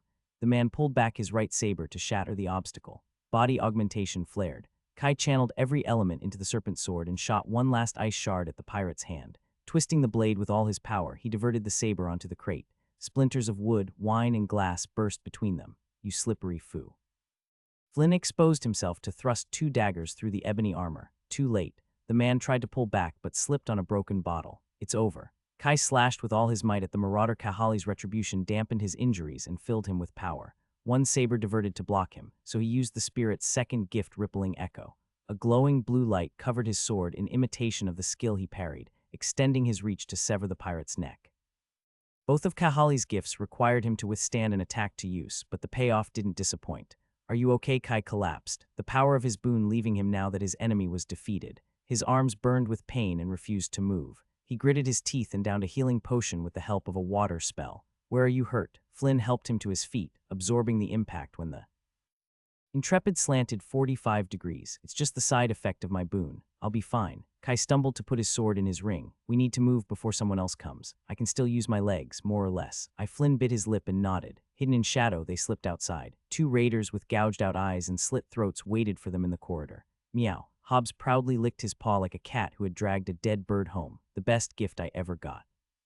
And yes, you're a better hunter than me. The furball disappeared in a silver blink. Kai cautiously crept through the corridors while the Intrepid creaked and tilted at ever sharper angles. Ander, a young male voice hissed, making them freeze. We need to go back. There is something weird going on, and this ship is going to sink at any moment. Stop being a superstitious hag, a lowered voice snapped back. I've seen Sira juggle a dozen knives without a cut.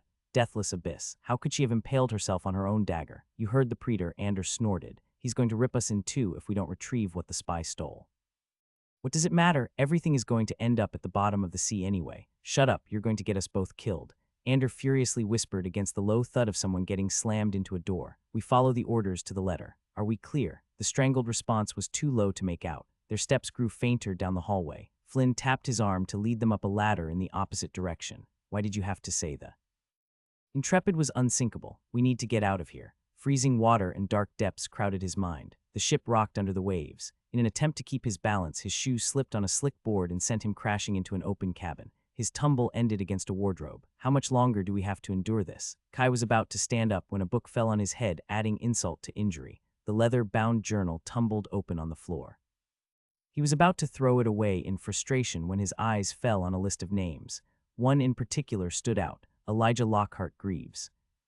It had been years since his teachers had vanished from the archipelago. Any attempt to look for them quickly ran into a dead end. The Republic might have some clue, but Kai wasn't about to show them a connection with his previous identity. Can it be a coincidence? He had never learned the butler's full name. Surely he wasn't the only Elijah out there. Leafing through the pages, the journal recounted the owner's mundane life right up to embarking on the Intrepid, his teacher, just part of a group of tourists from the mainland. Kai quickly picked up a suspicious pattern in the wording. The diary was encrypted. He might have missed it if he weren't used to breaking down arcane runes. It fell on my head while the fulcrum was active. I should have known. Are you hurt? Flynn whispered, still hidden in shadow. What's that? I'm not sure. Kai stored the journal in his ring. They'd have time to worry about it if they survived. The whims of fate didn't ensure the journal would be beneficial or even useful. Did you hear that crash? The young pirate's voice echoed from the companionway. We're in a storm, you idiot. Things tend to get flung around. Ander's grouchy tone made them freeze, but it didn't sound like furniture crashing. More like a human, the raider grumbled. Anybody there? Kai slowly stood up, careful not to step on debris and broken glass. He was about to follow Flynn into the corridor when the tilt of the ship made the door slam shut. Can I get a little more luck? That just sounded like wood to me. Do you seriously expect them to respond either way? They could be another adept of Ursula who lost their balance. Don't say his name out loud, Ander hissed. After all the ruse to not get recognized. The praetor will skin your soul if he hears you. What does it matter? They're all going to die or get captured anyway. They could have a transmitter. Those don't work in a monostorm, and we also have a disrupt. The sentence was interrupted by a slap and a low thud. Just go check, Ander growled. We need to find the spy's cabin before the ship sinks. Damn it. Gritting his teeth, Kai carefully tried to pry open the door. It was stuck. His arms were still weak, and the more strength he applied, the more it creaked. Without the soundproofing runes from the ship active, he could distinctly hear two pairs of boots moving closer beneath the groans of the Intrepid. Hallowed intuition offered no guidance. If he kicked down the door, they would chase after him. Hiding wasn't an option either. Each corner of the cramped cabin was fitted with furniture without a single cranny to accommodate him. Even if the pirates couldn't pierce his cloak of shadow, chances were they would step on him. Kahali's wrath. I prefer it when the fulcrum doesn't sabotage me. Ambush it is. While the healing potion had let him regain some sense in his arms, using a sword was still out of the question. That left his magic. The sanctuary had taught him to refill his reserves whenever he got the chance, so he had recovered a decent stash. Fighting in close quarters wouldn't be ideal, but it wasn't like he had another choice. Come on, check for your mysterious specter, Ander growled outside. The door screeched but didn't open. It stuck. The younger raider wrenched the handle. Kai crouched beside the bed, veiled in shadow, fingers clenched around his wand. With the Intrepid channeling all its mana into the hull, a porthole periodically obscured by the stormy sea was the only source of light. He'd get one shot at taking them by surprise. He couldn't fail. Flynn will know what to do. Just give it a push, Anders sneered. In a burst of splinters, the door swung open, shining light from the corridor. Now go look. A broad figure in black shoved the shorter one forward. The raider carefully squinted at the dim room, rapier in hand. His gaze briefly lay on Kai before moving on to the other corners of the room. Any rats? Ander watched from the threshold. For a moment, Kai hoped the man would throw a glance around, shrug and leave. No such luck. The younger pirate stabbed the bed and wardrobe with his rapier, body tense to respond to any attacks, while Ander cut out his escape route. The marauder was too distant for an effective ambush, and Kai didn't dare move a muscle for fear of being heard. Spirits please, no yellow grades. Delaying as far as he could to lull them into a sense of complacency, Kai was forced to respond when the shorter man was about to stab him. 7 ice shards shot forward from different angles to the limit of what he could achieve with split mind. The raider dashed back in a burst of darkness, struck down a projectile and dodged 2 more. With only his proficient yellow, he was too slow to avoid the rest of the shards. His body crumpled against the wall with an ice bolt through the heart, already dead. Should have chosen a safer career. Kai darted to the other end of the cabin, expecting an attack or an enraged scream. Neither came. The second pirate watched him from the doorway without a hint of panic or surprise. What? You knew I was there? Kai scowled in disgust. He didn't know why he felt so enraged at the betrayal of a murderer, but he did. The man kicked the body of his companion with a chuckle. He wasn't too bright, was he? Always a smartass, just like his bastard brother. He leveled a 2-handed longsword at him. I'm afraid I must kill you now. You know, dead people can't talk. Instead of replying, Kai released a volley of ice shards. His opponent was fully into yellow. If he got cornered into the cabin, he was as good as dead. Instead of pressing, the man sidestepped out of the doorway. Ice and shadow at your age. Quite impressive. He whistled. Who knew we'd find a mage line on this ship? Too bad your daddy sent you without an escort. What's up with monologuing villains? His age and red profession must make people underestimate him. Caught in a stalemate, Kai readied his spells and refilled his reserves. Maybe I should go call someone else, the pirate mused, slightly raising his voice. Lazy coward, sure. Then you can explain to them how you let the other guy die. No one will listen to dead meat, he scoffed. They don't need to believe me to spread rumors. You said the guy had a brother, right? He might be interested. I always hated arrogant brats. If you're so eager to die, let me help you. Ander spat and summoned a blade of darkness with a slash. The inky blackness moved deceptively fast, eating through the ice shield for his head. Kai cast a revolving water bubble to slow the attack, but was surprised when that stopped the attack entirely. Whom it weakens, the more it has to eat. Ander charged, wielding a blade coated in darkness. With no space to dodge, Kai covered the floorboards in ice to disrupt his footing. He was ready to flood the cabin when the Intrepid lunged at a sharp angle towards the raider. The man slipped on his spell and fell back through the entrance. The vessel continued to tilt to an almost 90-degree angle with a creak of wood. Kai grabbed onto the nailed bedpost to not plunge toward his foe. Images of sinking to the bottom of the ocean swarmed his mind. Just as he thought, the Intrepid was about to capsize. A rush of blazing mana snapped them back into an upright position. I need to get out. That was too close. Drenched in cold sweat, Kai failed to capitalize on his foe's weakness. The marauder had stabbed his sword into the wooden boards outside the cabin to not get thrown away. Cursed abyss. You're lucky. Brahi spun to swing his longsword at his back. Shadow retreated in a flash of lightning knot before leaving a dagger in his lower back. Flynn didn't waste his opportunity. Ander gritted his teeth to pull out the dagger. Fucky, he threw himself behind a toppled wardrobe to avoid the hail of ice. Body augmentation flooded Kai's legs to escape from the cabin. The pirate was faster. Ander forced him back with a slash and turned to snatch a throwing knife out of the air. Caught between 2 attackers, he slammed the broken door shut behind him. Naturally, you picked the squishy mage. With his back against a wall, Kai unloaded a blizzard of ice and water to overwhelm his opponent with the sheer number of spells he could cast. He wasn't the only one trapped in the cabin. Pathetic. The marauder sneered as a ring glowed incandescent on his finger. A shield of black flames rose from wall to devour every water spell. The man advanced toward him, holding the barrier. Die. The longsword clattered to the floor. Ander lowered his gaze to where a spike of ice protruded from his gut. How his last words were cut short when another dagger pierced his back. The black fire extinguished into wispy motes as he collapsed. Who told you I only had 2 affinities? While earth and nature were impractical to use at sea, space was just slow and unwieldy. If someone decided to stand less than 2 meters from him for a couple seconds, they could only blame themselves. He just had to teleport the ice spike a short distance past the shield of flames. Nice trick. Flynn bent to recover his daggers with a grimace.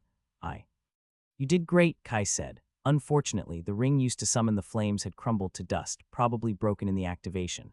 We need to get on the deck before someone else arrives. Spirits willing, the fulcrum has stopped playing tricks. Are you sure? Flynn fidgeted with his knives. There will be more of whoever these people are. Still better than here. It was only a matter of time before the Intrepid sank, and he'd rather not get trapped in the debris when that happened. you're right.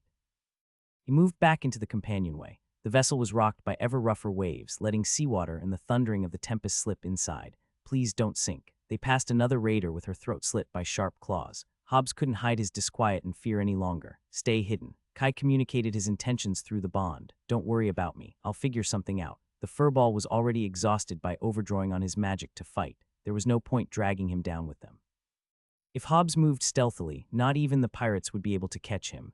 At least one of us will make it out. They stopped before a hatch that rattled as if it were possessed. Flynn threw a look back at him. Should we wait? That green monster might still be there.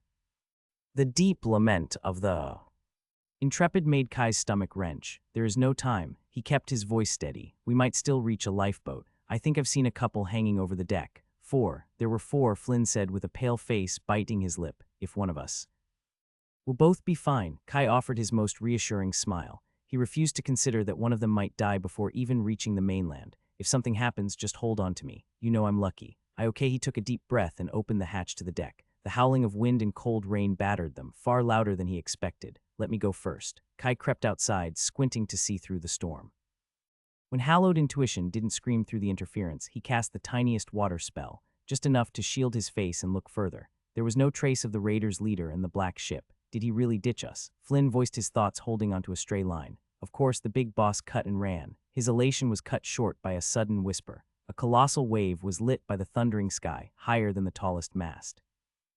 Intrepid slanted under his feet as the dark water swelled.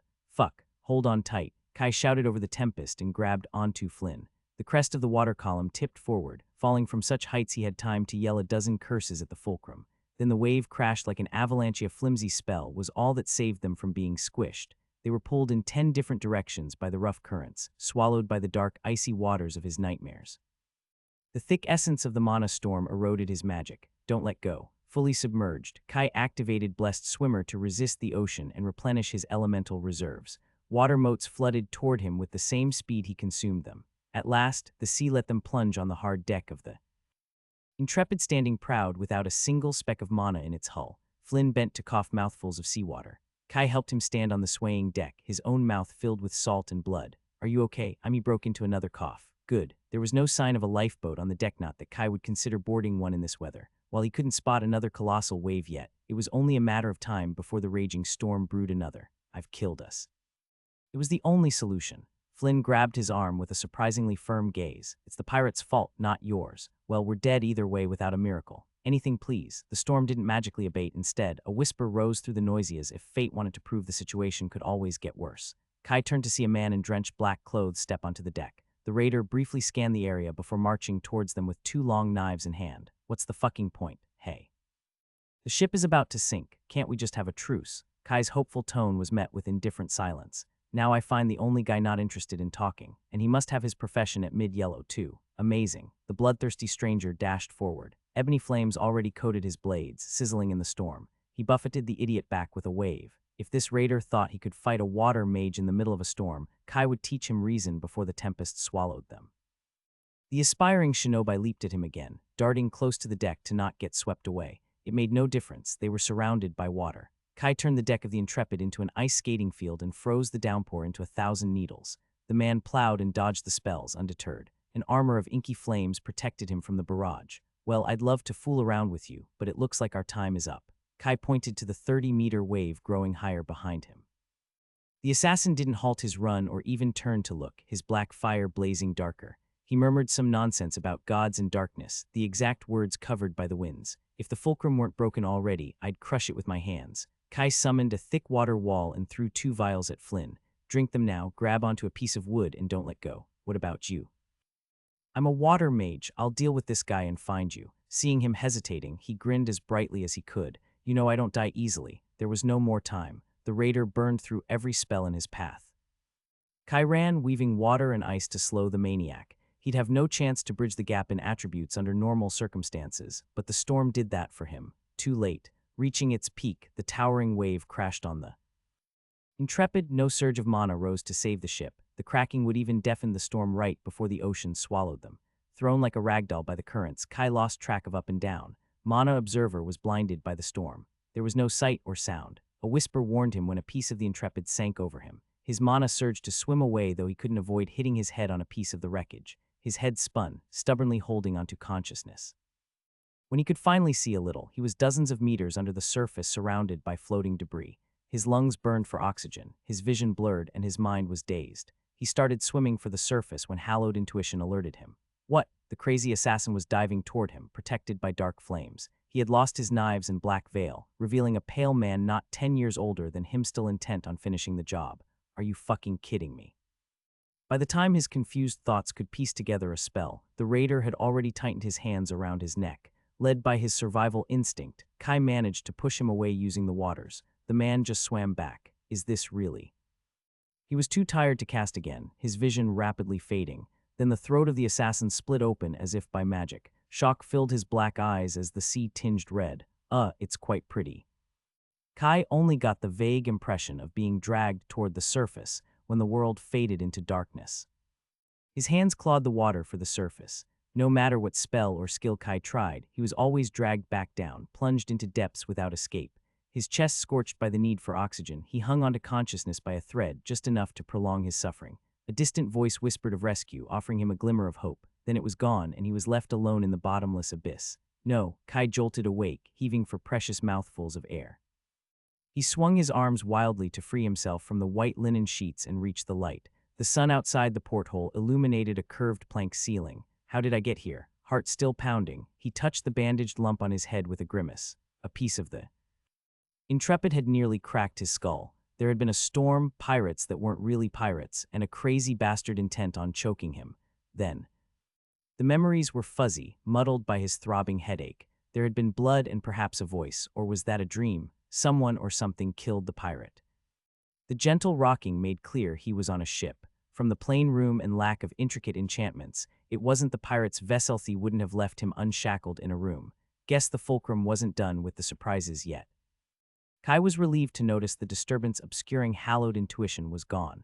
Fighting deadly duels without the skill wasn't an experience he wished to repeat ever. He wasn't going to compromise that veil of protection again, though there were more pressing issues. Where am I? Whoever rescued him must have some morals, since the silver ring was still on his finger. He was debating the risks of using Mana Observer when the door flung open. Flynn barged inside. A smile split his face. You're awake. Before Kai could fit in a word, his friend had already thrown his arms around him. You were barely breathing when they fished you out. No one could tell me when you'd get better. I'm fine, ouch. Kai grimaced when the teenager brushed the lump on his head. I'll be fine. If his constitution hadn't cured him, it must have been quite the wound. I should still have the balm from the sanctuary. Let me help you. Flynn snatched the jar from his hands. The captain was too cheap to use any decent potions. I lost most of my money when the Intrepid sank, and I had to use everything to get this cabin, he grumbled while undoing the bandages. Don't squirm so much. If you'd be a little more delicate. Kai scowled, forcing himself to sit still on the cot. Wait, where are we, and who fished me up? Oh right, this is the Melania. Flynn gestured to the plain cabin with a flourish. The apex of luxury and high living on the Vanian Sea, at least according to the captain. I think it was just an excuse to spill us of anything of value. It looks more like a retrofitted fishing vessel if you ask me. The passengers aboard. Kai cleared his throat to bring him back on track. And how did we get? Sorry, that captain just makes me. His hands clenched around the air. The Melania was sailing the coast when the captain claims she heard a cry and hurried over to help. His tone oozed with skepticism, as if you can hear a voice miles at sea. It would have been more believable to spot the wreckage, but she couldn't even bother to come up with a believable story. Kai nodded along, piecing together the situation. So there are more survivors. 53 got to the Melania, including us. There could be more who got blown in a different direction by the storm. 53, so I only killed a few hundred. Ahi. Kai jerked away from the spike of pain. When did you get so clumsy? I was trying to push the stupid thoughts out of your skull. Flynn gave him a long, meaningful look. Don't deny it. I can read them all over your face. I caused the Mana storm, and saved more than 50 people with it. If you hadn't used the fulcrum, we'd all be dead or taken by the pirates. We don't know what could have happened. Maybe the pirates would have left after they got what they wanted, or kept us alive. Do you really believe that? Flynn held his gaze. Would you do things differently if you could go back? Kai bit his cheek. Whether this was the best outcome or not, he couldn't celebrate their survival after so much death. No. Glad you haven't lost your last speck of common sense. Flynn finished changing the bandages. It will scar, but it shouldn't be visible beneath your hair. What about the pirates? Some got left behind on the sinking ship. They could have also been hidden in the wreckage. We're safe, despite being a miser. Captain Karin isn't a fool. She wouldn't allow anyone suspicious on her ship. The 5 or so raiders they found in the wreckage were all dead, probably some fluke of fate. A double knock came from the door. Sorry, I hope I'm not disturbing you. A young stranger stood in the doorway. His short hair was already white, though he couldn't be much older than him. I heard your friend finally woke up. I wanted to see how he was doing. And you are? Kai turned to Flynn since he appeared to know the intruder. His friend stared at the newcomer with a slightly stunned look. This is Orin. He was a passenger on the Intrepid and the one who pulled you out of the wreckage before Captain Karin found us. Him. I'm so happy to finally meet you, Matthew. Orin offered his hand with a polite smile. Flynn was so worried you wouldn't wake. You must be great friends. Yet Kai stiffly shook his cold hand. There was something magnetic about the teen that made him unable to avert his gaze. It was more than the fact he was annoyingly handsome, or that his pale hair reflected a blue superbly for the light reflecting off the sea. Is it some kind of social skill? Intrepid. I get that a lot. Orin scratched his neck with an awkward smile. You see, I'm not a fan of crowded spaces. I stayed in my cabin sleeping for most of the journey. It's a little embarrassing to admit, but I only realized we had been boarded by pirates when the sound wards failed. By then it was too late to do much. Flynn gave him a pat. You did the best you could. Isn't that awfully convenient? Did you see a pirate when you rescued me? His platinum eyebrows formed a small crease. A pirate? Yeah, Kai pushed through the headache to recall the nebulous details. A man dressed in black was trying to choke me. Then someone slit his throat. Was that you? Being convalescent should give me a pass on social etiquette, right? I didn't see anyone else near you. Orin gave him an apologetic look. The sea was full of debris and bodies when the ship broke. Your head was also bleeding pretty badly. Is it possible you misremember what happened? Kai wished to say he was certain of what he saw. Was he really? Maybe you're right. I don't remember everything, but the crazy murder hobo definitely followed me. Well, I should let you rest. Let me know if there is anything I can do to help. Flynn has told me some very interesting stories about you. We can talk more when you're feeling better. Orin dipped out of the cabin with an unnatural grace. What's his grade? He froze in shock, uncomprehending. What Mana Observer told him didn't make any sense. He's a pretty great guy, isn't he? Flynn grinned. He also convinced the captain to not take your ring in exchange for the bandages. I would have gone crazy if he wasn't there to listen to my rants. Orin is at the peak of yellow, Kai stammered, still dumbly staring at the door. His voice choked an octave higher. He can't be much older than you. He's 16, less than a year younger than me. Flynn said as if that were nothing special. How can he? Come on, don't be jealous. You'll always be my #1 pupil. Flynn lightly slapped his back. We knew there would be kids with high grades on the mainland. From what Orin told me about his family dramas, they aren't ordinary people. I think he ran away or something, and he most definitely wasn't born at the bottom of red. New feet thrill chaser, as if a crew of shady pirates wasn't enough. You've called upon a mana storm and still lived to tell the tale. You are awarded +3 favor. Why are the descriptions getting more impertinent? The wording of the guide should be based on his experiences and mature as he grew up. Well, it doesn't matter as long as I get the same reward. Kai rested his chin on the railing of the quarterdeck. Undulating waves tailed behind the Melania on a blessedly peaceful sea and a sky without a cloud in sight. If the pirate fiasco was anything to go by, 80 favor wasn't infallible, perhaps 100, or were the other people with high luck among the raiders? Despite years of testing and research, the workings of fate were not much clearer than the day he gained his first point. Vuria had warned him the 7th attribute was notoriously unreliable. He could enjoy the good fortune that befell him, but he should never rely upon it, lest it shall fail him when he needed it the most. Playing with fate is like asking to get screwed. He summoned his status to raise his mood. Name, Kai Tylan Matthew.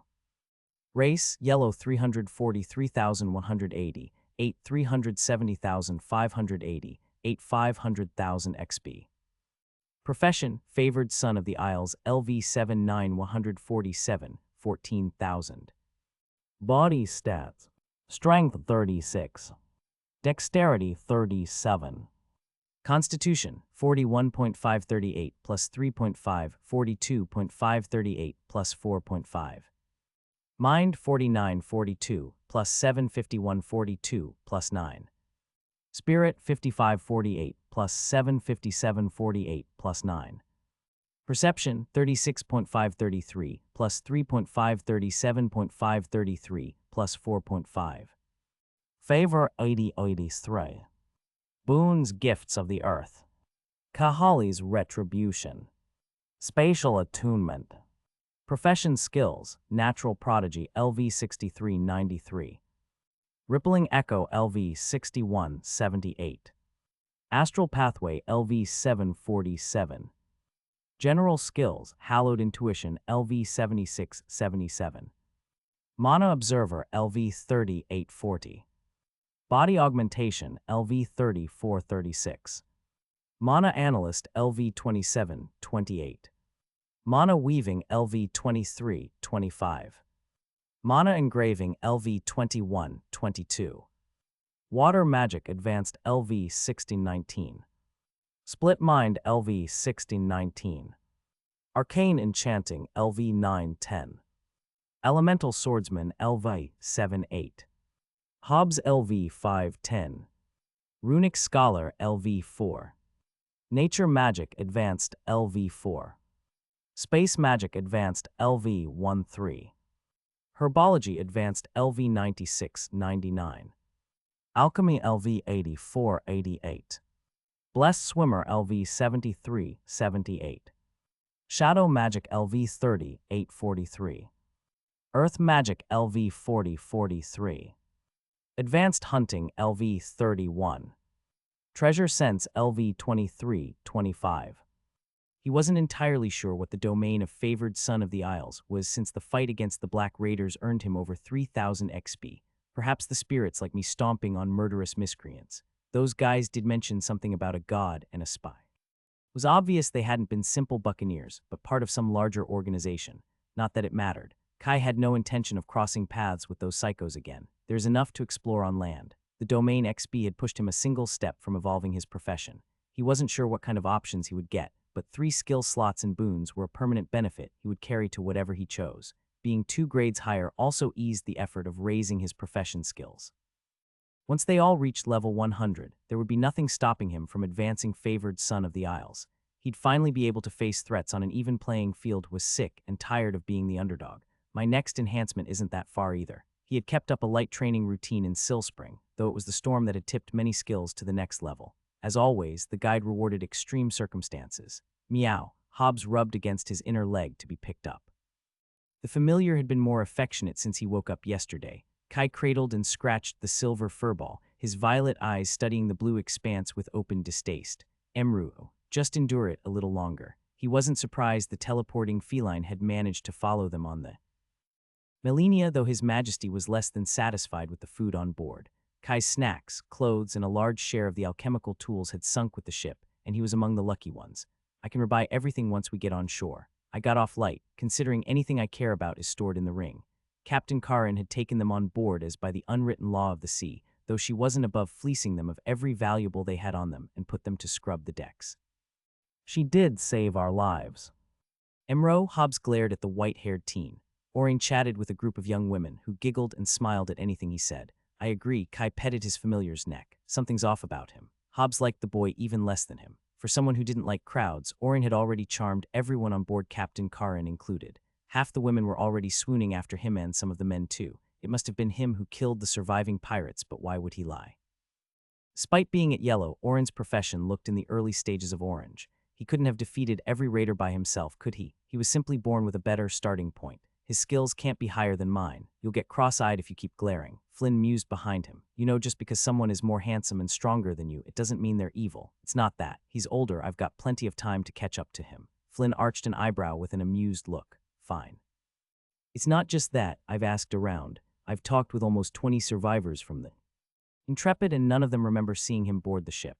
You've investigated him. Of course. Lower your voice, Kai hissed. Can't you see how suspicious he is? He saved your life. I saw him pull you out of the sea myself. And he also went out of his way to kill half a dozen pirates and lied about it. It was dark. He left you on a piece of drifting wood and dove again. Probably to save more people. Did you not see him re-emerge or where he went? Was he holding any weapon?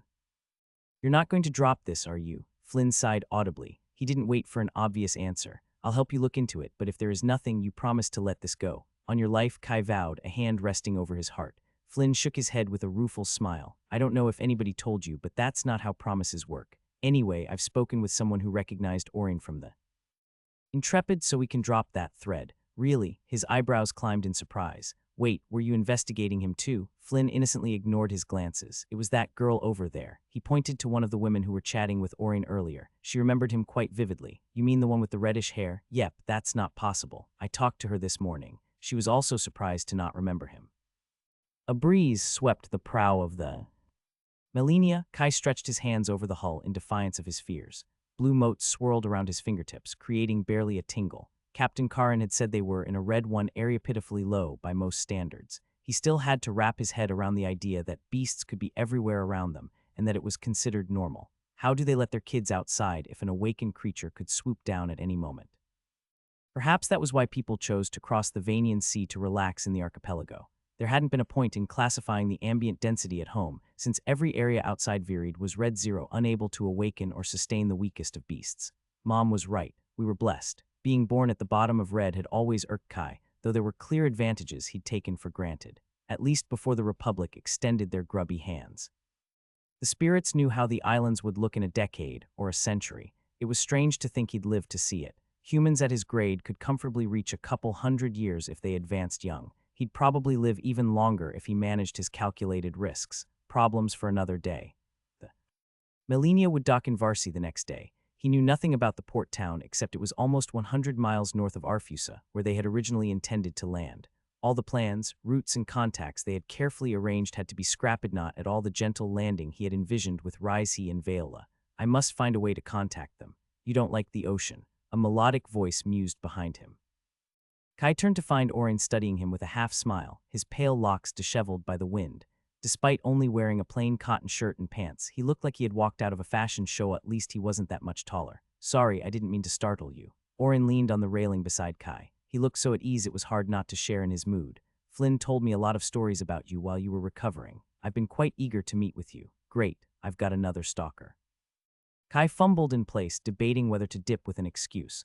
I wouldn't believe everything. Flynn likes to exaggerate. There were no whispers of warning. They say curiosity killed the cat. Does having a magical link to a familiar count I like the sea? He blurted out in response to the earlier statement, the stupidly handsome face tinged with puzzlement. You do. I grew up on an island by the beach. Oh, I didn't explain myself properly. Orin bobbed his head in sudden realization.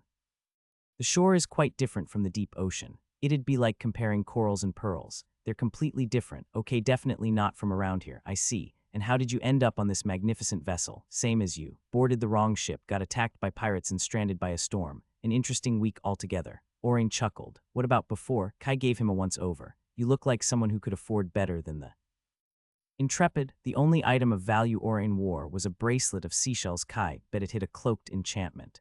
Either way, no one who reached yellow.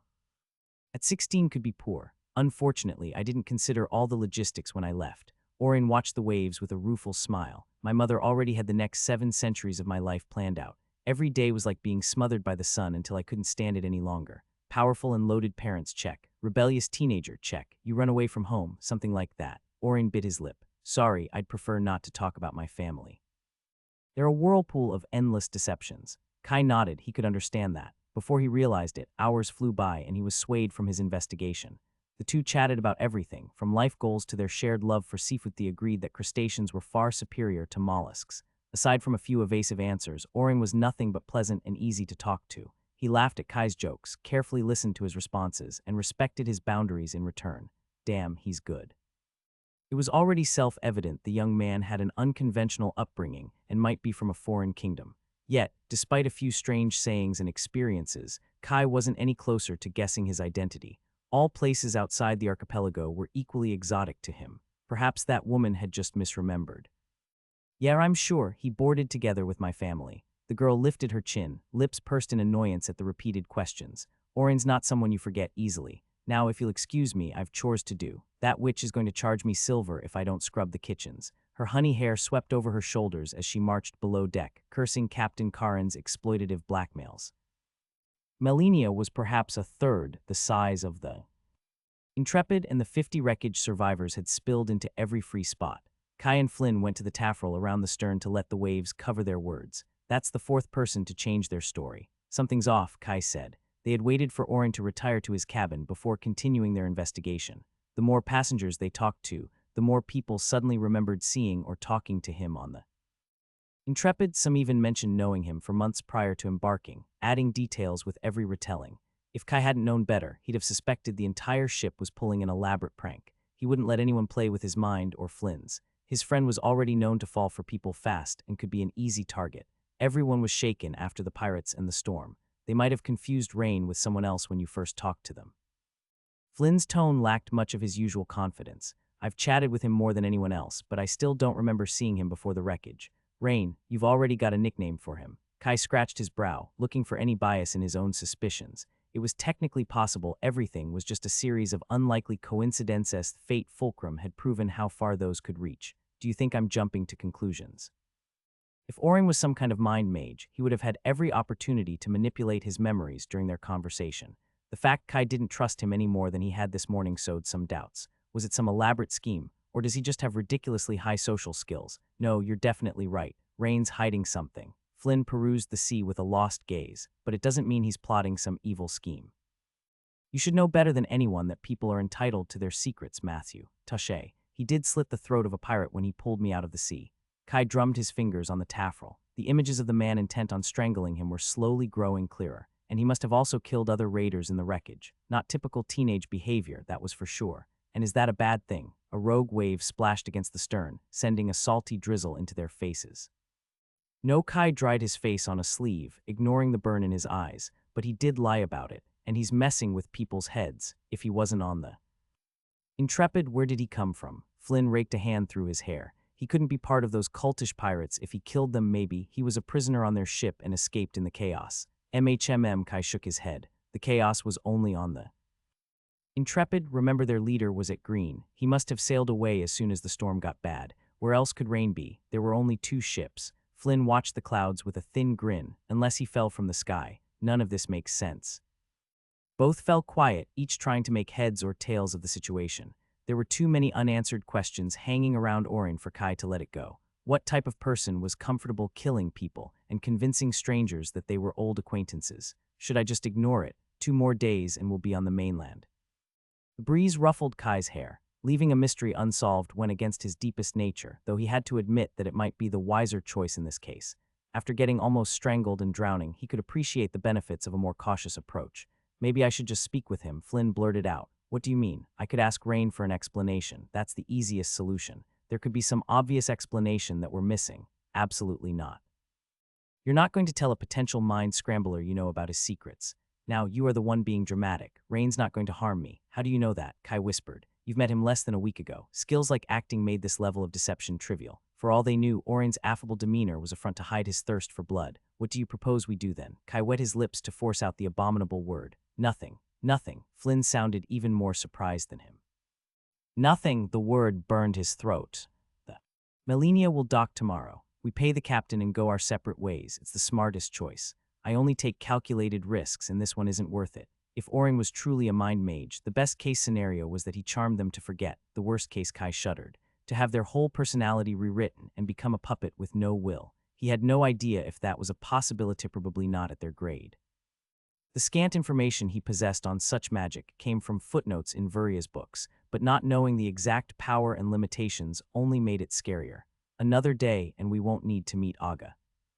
Matthew, a voice squawked, elderly but distinctly female terror of every survivor on board. Captain Karin strode toward them, her lips pressed into a severe line. A wide-brimmed hat hid her mop of gray hair and weathered face. You look chipper today. Feeling better, aren't you? A little. I've already paid for him. Flynn glowered. You've paid to let him sleep in a cabin and for his food. Transport on my ship isn't free. I've already incurred numerous costs to provide for your sad lot, to not even mention the lost opportunities for this detour. Flynn clenched his jaw, spitting fire from his eyes. I've already given you a gold messar. Such a cheap price to save 2 young lives. Karin scratched her crooked nose with 2 fingers. I've already given you all I had. I thought Flynn was exaggerating, but she really wants to milk every last piece of copper from us. I'll pay you when we get to Varsi, Kai said. I've got some family there. I'm sure they'll lend me a little money for your troubles. That was an excuse as good as any to hide his ring. Family, Karin watched him skeptically. And I imagine you're willing to put that on paper, of course. I should be able to gather 20 silvers. Just because he was rich, there was no need to throw away his money. That should be more than enough to buy a place on this ship. Do I look like a mendicant to you? The captain scowled. I'm entitled to compensation by the Republic's law. Your lives are worth at least 1 more gold. Do we look that rich to you? Kai gestured to his bedraggled clothes from the storm. You can have those messars in your hand as soon as we land. 80 silvers. 50 is the most I can do. I've not seen my cousins in Varsi in many years. They won't part with more than that. Deal. Karin spat into the sea. I'll prepare the papers. She marched off. Why did you agree? Flynn growled once she was out of earshot. She's fleecing us because we can't fight back. It's true we would have died if it wasn't for her ship, Kai said. Now we've paid our debt. When we land, we can forget about her too, and this whole cursed trip. Though, Melania gently rocked under the moons. Kai stretched his arms, yawning. The captain had turned even a simple signature into a complicated affair. He was eager to close his eyes and wake up on land. I'm not giving her a chip more. Kai stepped into his cabin, ready to slip into his dreams, when he noticed someone was already present. Hi, Orin sat on the lumpy cot. His pointy canines gave his smile a playful edge. Sorry for disturbing you so late. I've heard you've been asking questions about me. Oh, fuck. Any speck of drowsiness had fled his mind. Kai summoned water mana to his fingertips, ready to defend himself. There is no need for that. Orin looked at him, amused, as if he were a puppy who had performed a particularly difficult trick. I've just come to talk. Door stuttered close behind Kai, creaking on rusty hinges. Body augmentation rushed into his legs. He was confident in bolting outside, but where could he run? I'm on a ship miles from land. Shouting for help would accomplish nothing. Orin could simply feign ignorance. The eerie teen was far more adept at dealing with people than him. If he could convince the other survivors they knew him, he could definitely turn them on him. With one last squeak, the door swung closed, trapping Kai in the narrow cabin. Hallowed intuition was silent, though so little made sense about the white-haired boy, he didn't know whether he should trust it. As his teachers taught him, every skill had a counter. Blessed spirits, why can't I catch a breath? Orin leaned comfortably against the boards of the wall. Less than 2 meters away, it would not even take a step to cross the distance for someone at the peak of yellow. There wasn't a hint of worry on his handsome face, or a flutter of mana to show he was preparing a spell. Please make yourself comfortable, Matthew. He gestured him to take a seat. It's your room. Then why are you in it? Left without a better option, Kai sat at the very end of his cot, rigid like a block of wood. The air felt unbearably stuffy. He dried his sweaty palms on the sheet, keeping his fingers spread to avoid fidgeting. You can relax. I don't mean any harm to you. Orin smiled reassuringly. He took out an obsidian pearl speckled with gold from nowhere. Kai took a second to realize the flecks of gold were a network of minute lines and symbols. They weren't in any of the runic alphabets he knew, though he recognized the mana web that covered the room, a privacy ward the most elaborate he had ever seen. Not creepy at all. Layers of hidden functions were hidden within the foreign enchantments. He bet no one would hear a thing even if he were to scream and bang his fists on the door. I thought we'd better have some discretion for this conversation. Orin brushed it off and pocketed the pearl. The arrays of this ship are quite abysmal. Why does that sound like serial killer talk? What do you want? Just to avoid any misunderstanding. It was you who inquired about me with the other survivors of the... Intrepid, Orin bit his lip, the first sign of hesitation. I thought it'd be easier if we were straightforward. I didn't mean to alarm you. Is this all a ruse? I guess it doesn't matter at this point. Kai released his hold on water mana. If the teen had done half of what he suspected, fighting would only worsen his position. If you don't want to alarm someone, try not turning up in their room in the middle of the night. I thought you'd have avoided me otherwise. There wasn't any other place for a private talk on this ship. You can bet on it. I'm sorry I asked questions behind your back, but some things about your story didn't make sense. Kai watched carefully in case the boy took offense at the accusation. Orin sat crossed-legged on the lumpy cot and leaned forward with an amused grin. Really, I thought I did pretty well with it. No one else suspected anything. What gave me away? Well, Kai mumbled to take time. He hadn't expected the teen to confess so readily. The pirate who tried to kill me after the Intrepid sank had his throat slit in front of me, and someone dragged me away. When you lied about it, everything else was just a matter of piecing together the clues. I see. Orin furrowed his pale brows. You were bleeding a lot when I saw you amidst the wreckage. When that man tried to choke you, I thought you might not make it if I didn't act quickly. Kai blinked, once more surprised by his frankness. So it was you. Yeah, it wasn't the point that you had figured it out already. Orin tilted his head and gave him a long, perplexed look. Flynn did say you were quite odd. It's just his face burned fiercely. Why did you lie about it? I was trying not to attract attention. Orin wrapped his arms around himself, looking at the dark sea out of the porthole. It wasn't something planned. Leaving home, I mean. I just left our convoy to get a break from my mother when a current pushed me toward the storm. When I saw the wreckage, it was obvious the humans using darkness were the ones who caused it. Left his convoy? Did he just jump into the sea? Guess it's my fault for using the fulcrum. Who are you exactly? Kai asked, unable to suppress his curiosity. Orin snapped out of his stupor, perhaps realizing he had said more than he meant. It's complicated. Didn't you want to be straightforward? Kai silently cursed his big mouth. Possible explanations fluttered in his mind, one crazier than the other. Can he be? Are you also going to tell me who you really are? What? I heard you were a reclusive alchemist, but you and Flynn have also been friends for years. Orin grinned. For someone unused to social interactions, you were pretty apt at figuring me out. I don't. You've also a spatial artifact on your finger. They should be somewhat rare. Kai covered his silver ring with the other hand. How? I was only half sure before you confirmed it.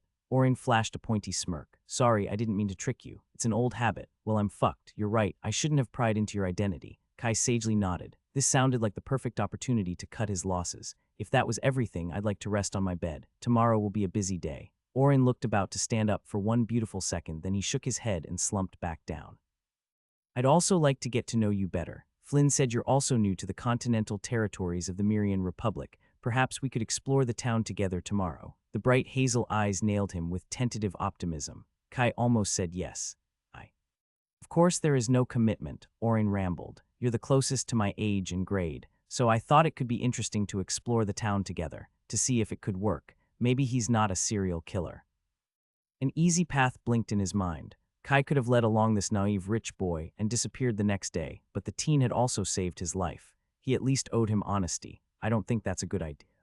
Oh, his buoyant face froze into a blank mask. May I ask why? You made other passengers believe they saw you on the Intrepid. It was the only way to blend in. He held his gaze with a hopeful glimmer. I swear it won't do them any harm. The charm will vanish in a couple of weeks. It will be like nothing ever happened, so you say.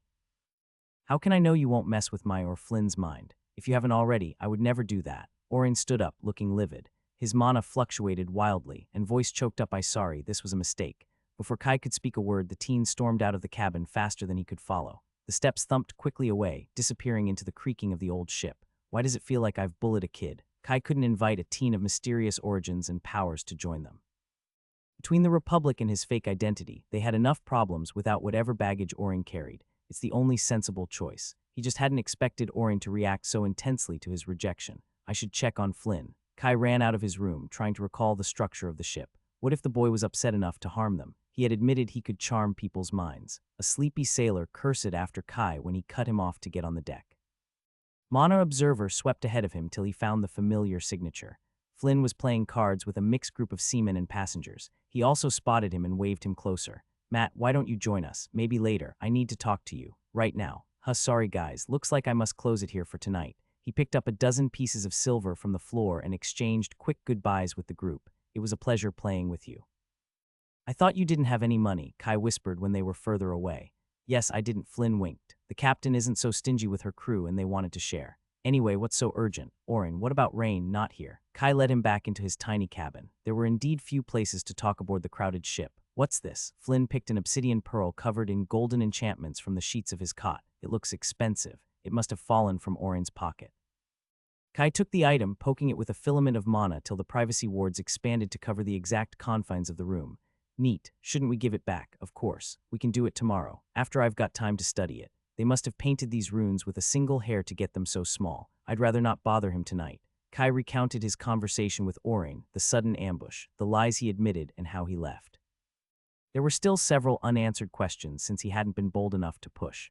I think we should keep our distance till we reach land. Why are you looking at me like that? Don't you think you were a little harsh? Flynn pursed his lips and drummed his fingers on his knee. He hasn't done anything to us except saving your life. Yeah, he lowered his gaze. But what if one day he gets angry and decides to make us disappear? Who's going to stop him? Who's going to stop you if you decide to turn me into a dashing ice sculpture and sell me for profit? Flynn mimed a pose with his face frozen in dramatic agony. That's not the same thing. Kai raised his eyes at the antics. You know me. I know you now, but you could have done much the same when we met. He raised a hand to stop his objections. Orin rid us of a group of murderous pirates and didn't harm anyone else. How can you say that when he messed with people's thoughts? And we still have no idea who or what he is. He just popped out in the middle of the ocean. His background can't be any crazier than yours, can it? Flynn chuckled. You're from another planet altogether, where people communicate across continents with a magical net and glowing boxes. The internet and phones aren't magic. Yeah, right. You can speak with people thousands of miles away, but it's not magic. Flynn raised the corner of his mouth and slapped his forehead as if that were obvious. I assume flying to your single. Moon wasn't either. They just built a tall ladder. I didn't reincarnate with a library in my head. It's complicated to explain, and that only proves you should have stayed away from me too. It doesn't change the situation with Orin. Look, Kai, Flynn abandoned his cheeky grin. I know you two aren't exactly compatible, and I'm not saying we should become best friends with him, but we could hear him out and see how it goes. Sometimes it's worth taking a chance on people. That's how we became friends. Now you're playing dirty. His newly built palace of caution cracked under the unfair assault. Flynn's reasoning might not be entirely nonsense. If Orin hadn't tried anything when Kai accused him of playing with their minds, they probably didn't run any risk by chatting. Tell me, how much of your eagerness to give? Raina chances because he's obnoxiously pretty. Flynn rubbed his stubble with a pensive look. I'd say about the same amount as you dislike him for being stronger than you. I'm 2 years younger. I'll catch up. Of course you are. The grinning boy leaned to ruffle his hair. And you also hate the idea of trusting someone without being in complete control. I'm not that much of a control freak, Kai grumbled. Am I? Flynn put his index and thumb close to each other, just a tiny bit. So do we talk to Rain to hear him out? If he does anything suspicious, we can ditch him faster than you ditch buying groceries on me. Rain rested his chin on his knees. He fiddled with the bracelet his sisters had gifted him for his 16th birthday, a shell to remind him of each of them, Marilla included. Why am I so bad at this? Everything had been going so well. He had managed to break his mother's gesh and somehow lose her guardians in the storm. He had even found someone his own age who liked him for him, and not for his family or to exact revenge for some millennia-old feud. All he had to do was befriend one more person, and still he failed. Of course, humans would be unsettled if they found he could sway their minds. They didn't know the difference between a passing charm or enthralling their spirit. Guess I proved the stereotypes right. He had done exactly what his mother taught him, swept aside an inconvenience without blinking. It had seemed so natural, easy even. Among the abyssal houses, if someone was foolish enough to be charmed or entranced, they would have been laughed off for being weak-minded. There was a reason why he left. Perhaps Ladine had been right. Swimming to the surface wouldn't solve any problem. No, that was the best decision of my life. Every breath of this sweltering air was more freeing than. Knock made him jolt to his feet, proud he didn't stumble. Despite all his dexterity, he was still getting used to their weird shape and articulations. No one should disturb him at this hour. He had swayed the captain to leave him this puny room, though he didn't feel particularly bad about her. Is that wrong? Rain, a familiar voice called. Are you awake? This time he almost tripped to open the door. Flynn, I don't know what Matthew told you, but I never. His gaze landed on the shorter boy behind. Self-mastery barely managed to keep his face from turning ruby red. I wasn't expecting you. Come in. Mother would drown laughing if she saw me. The two friends stepped inside. Flynn flashed a quick smile while Matthew admired the squalor of his quarters with a critical eye. Flynn made me realize I might not have been entirely fair when we talked earlier. The suspicious human sat on his bed with a grumpy look, so I'm giving this one chance. Kai and Flynn sat on the bed. The cabin was double the size of their own. A warm crystal illuminated a table and a chest to store personal effects. There was even an array to control the temperature, keeping the room chillier than outside. Did he charm the captain or pay for it? How do I even care? Orin slumped on a chair with his knee up. Even if he had left home without packing, his pocket change must be counted in gold. From the relaxed smile he wore, Kai would have never guessed they had been arguing less than an hour ago. I need to get some answers. Kai tapped his foot and shifted his gaze between the two teens, unsure of how to break the silence. Flynn had an innocent smile that meant he was silently mouthing words at Orin. Too late for regrets. So Rain, Kai tried to make his voice not sound adversarial and jumped straight to the point. Where are you from? The sooner he could escape this awkwardness, the better. Matt. Flynn threw him a meaningful glance. I never said I'd pick your stray without asking questions. He doesn't need to tell us everything. Kai looked at the mysterious young man. You've clearly got a complicated background, and I need to know if it's coming to bite us. Orin straightened his slanted posture. I don't think my family will bother us where we're going, but if one of my mother's guardians finds me, I'll do anything to keep you out of it. May the restless devourer consume my soul if I break this vow. He drew 3 fingers over his face. Kai had never heard of a god with such an epithet, though that wasn't surprising. Belief carried power. Despite their tolerance of the local faith, the Church of the Seven Moons didn't allow proselytization of foreign religions. Or he's playing on our ignorance, we appreciate it, Flynn said, tapping his back. Yeah, Kai bobbed his head. I gotta give a little trust to receive it. Rise, he will know if it's real. It was only fair. Orin watched them expectantly and fidgeted with the bracelet of shells. When they stared back with a perplexed look, the look deepened into a frown. It should already be obvious from what I've told you, you know I'm a siren, right? What? Kai stiffened, and his mana gathered on instinct before he settled it down. He had his slew of suspicions, from a runway royal to a shapeshifter crime lord. Still, his brain failed to formulate an appropriate response. To have someone admit they weren't human, and part of such a notorious race.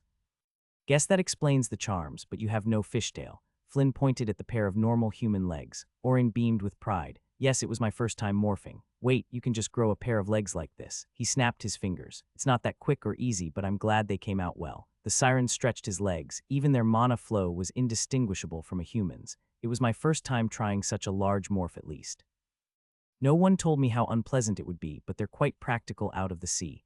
Flynn looked ready to poke them to figure out the trick. Can you grow your tail back? Can you show me? Yes, and not now. As I said, it's not a pleasant process. Oh, sorry, I wasn't thinking. He leaned back on the bed, still looking dazed. I'm really talking with a siren. As far as I know, I can show you this if you want. Orin pointed to his right brown eye. Its shade slowly lightened till the iris turned an amethyst color. How does it look? He blinked at them. That's incredible. Flynn clapped his hands. You can change anything. No, it's only minor alterations outside my tail, and removing it's always faster. You mean that's your real color? What else did you change? I didn't want to attract attention. Okay, I'm out. I've got a bit of a headache. I'll see you in the morning. Kai cleared his throat and retreated toward the door. The two barely gave him a distracted goodbye before returning to their conversation. The stripe of land and greenery in the distance made Kai breathe easier. The continent was within reach. If he dove into the waters, he could swim to the safety of shore. Farsi waited behind a ridge just a few miles away. That anonymous rocky coast wasn't where he had intended to go, but he had reached the mainland nonetheless. 14 years of waiting were coming to an end. He only had to contact Vela to get things back on track. Like the greedy fish said, enough gold can solve any problem. They must have a way to communicate over large distances. My troubles are on the ship. Welcome back among the living. Kai turned to see Flynn stumble onto the stern of the Melania with a patchy backpack. Had trouble sleeping. Morning, he yawned. We talked into the night. Rain has seen so many interesting places and people. He hung an arm overboard toward the rolling waves and lowered his voice. I don't think he's ordinary, even by their standards. Otherwise, he wouldn't be Mr. Perfect. A soft breeze brought a smell of pines and trees Kai had never smelled before. He would have liked to ring Flynn for any useful information about their fishy friend, but from the dark circles under his eyes that have to wait. When did you go to sleep? Sometime after dawn, I think. The boy crossed his arms on the taffrail to rest his head. I lost track of time. I just need a little nap. Sore, he covered another yawn. Can you? I'll wake you when we reach the dock. You're the best. Flynn slumped down on the floorboards with his bag as a pillow and dozed off in seconds. He's completely lost. Kai sat beside him to make sure he didn't roll over. This wasn't how he had imagined spending the last hours before landing on the mainland. Then again, he hadn't expected to get shipwrecked either, or to have a siren in tow. That's too much adventure for a journey across the sea. His mind still swirled to decide how he felt about their new companion. Having lived in the archipelago, Kai had heard all kinds of stories about sirens from sailors and merchants. Forbidden loves, men lured beneath the waves by songs, and crews who disappeared with only chewed bones left behind. Sailors liked to mix love and horror. He had no way to distinguish truth from myth. Sirens' growing legs were rare, but not unheard of. Kai had considered it a narrative device for shocking revelations and fixing anatomical problems in passionate scenes with sailors. He had also heard sirens would turn into foam away from the sea, which clearly wasn't true. All the knowledge on Elides was useless if he couldn't distinguish the lies. The only source he trusted was Vuria. The mage had mentioned other races in passing. Her lessons about sirens could be summarized with cunning, fascinating, and dangerous creatures overall, best to avoid if he cared for his life. Too late for thaw.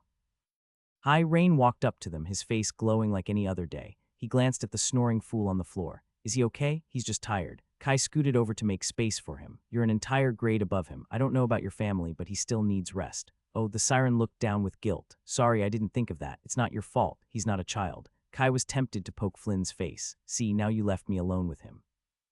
Passengers filled the deck and cheered at the closing land with eager chatter. I'll add it to your debt if you bother my crew. Captain Karin shouted. She also glanced at them but didn't approach. Bless the spirits. A thin bubble of mana enveloped them. Rain gestured toward a green shell on his wrist. It's a ward to block sound. I didn't want Flynn to be woken by the ruckus. Next time warn me before you use some magic. I will. The siren gave a pointy grin. I couldn't find my other privacy ward. Have you seen it by chance? Damn, he knows. Kai reluctantly took out the obsidian pearl. Here, you forgot it in my cabin. Even with runic scholar and arcane enchanting, it would take weeks to get anything useful from the unknown runes. Are you serious? Kai admired the delicate web of golden runes, biting his cheek. It looks expensive. No, I can't accept this bribe, no matter how much it shines. I picked it from a drawer of old trinkets. My mother didn't even realize it was gone. Here, let me show you how it works. Rain casually summoned 24 filaments of mana to control the pearl's various wards. It's a bit of a chore to tune, but quite flexible. Damn it, I'll take it then. Kai discreetly pocketed it into his ring. The explanation would prove extremely useful to decode the foreign runes. It's very generous of you. It's really nothing. Rain brushed it off. I know you'd have rather stayed without me. It's not like that. Kai decided to not insult him with a lie. There have been many surprises between the pirates and the wreckage, and I just feel as if your control is slipping away and you don't want a new unknown in your life. Yes, Kai tilted his head. He couldn't have put it better himself. Is that another of your siren's powers? Just something I was taught, Rain said with a rueful smile. Mother said I always had a knack for understanding people. Is there something he isn't good at? That doesn't sound like a bad thing. The better you understand someone, the easier they are to sway, he said. Then he snapped his head toward him. Not that I would ever do that to either of you. Oh, fuck. Rain leaned toward him, nailing him with his gaze. I know you're not familiar with sirens, but to enthrall someone who trusts you is an irredeemable sin for the deep and people alike. I would never sway someone after I offered them my friendship. Like you said, I've only your word to go off. I understand.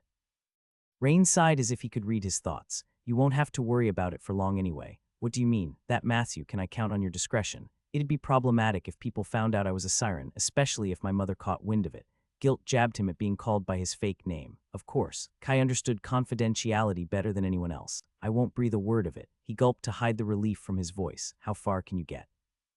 It depends on how powerful a siren is. I've never been on land. I'll be surprised if my gifts last for more than a few miles. That does make me feel better. Kai was impressed that Rain was willing to reveal such a weakness. Wait, you mean you've never been on shore before, like ever? I told you this was my first time morphing my tail. The siren chuckled to his dismay. Mother didn't want to expose me to danger before I was able to defend myself, and I just got my profession this year. You broke the second seal at 16, 4 years later than me. Sirens can have long lives. We get it pretty early among the higher races. Rain smirked at his puzzlement. The ocean isn't a forgiving place for the weak. Kai narrowed his eyes. Isn't land more dangerous to you? Yeah, but the teen stammered. He clearly hadn't contemplated this response. Kai chuckled. You prepared that line, didn't you? It's just something people say. Rain scowled and crossed his arms. You have no idea of the dangers of the deep. I kinda do. That's why I don't like it. And you have no idea of the dangers of land. Kai poked his legs. But worry not, O mighty siren. This lowly human shall protect you. Fine. Challenge accepted, young human. Rain lifted his chin, assuming the air of a haughty king in the blink of an eye. We shall see who saves who. For now, I'm leading by one. For now, Kai agreed. The next moment, the siren was back in his slanted posture and easygoing smile.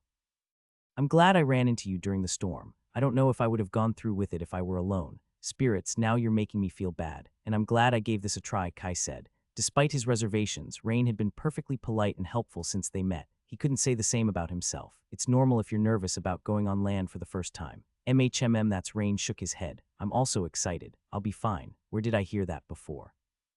Farsi was within sight. A myriad of little houses covered the better part of the bay from side to side. When they said small, clearly, they meant for the mainland standards. The town must have been around the size of Hyrber. Kai couldn't wait to set foot on land. Kai walked down the wobbling gangway onto a dock of firm gray stone likely compacted by an earth shaper. After almost 2 weeks aboard, the phantom impression of the rocking ship made him sway with every step. We really made it. Excitement thrummed in his chest. Despite the accidents, he stood on the mainland, the same place of awe and mystery he had dreamt about as a child. Hundreds of foreign faces shuffled around the dock. Only half sported the lighter features he associated with the Republic.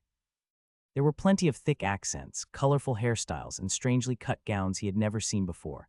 Vendors shouted the quality of their goods from the left end of the port. Dockworkers lifted crates and barrels larger than them, chattering in a slurred cadence. Across the streets, a kid pointed at the Melania before being dragged off by his mother. Kai took a deep breath to savor the moment. At Red 3, the ambient mana gave him a feeling of fullness.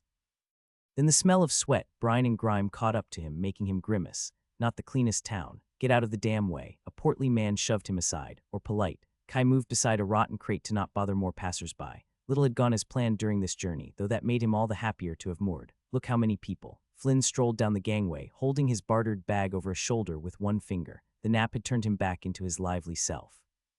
He looked over his shoulder at Rain.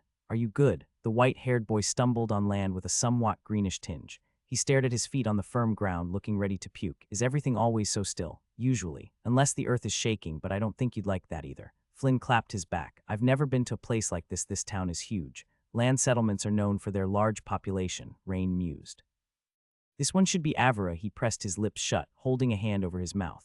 Well, let's see for ourselves. Flynn glanced at both. Do you have any preference? The siren shook his head and threw a mournful look at the sea. We need an inn to pass the night. Kai craned his neck to look around, and a way to contact Vela. I think I've heard of a place for that. Flynn strode with all the confidence of a local and all the know-how of a drunk. Come on, nothing better than some walk-in to settle in.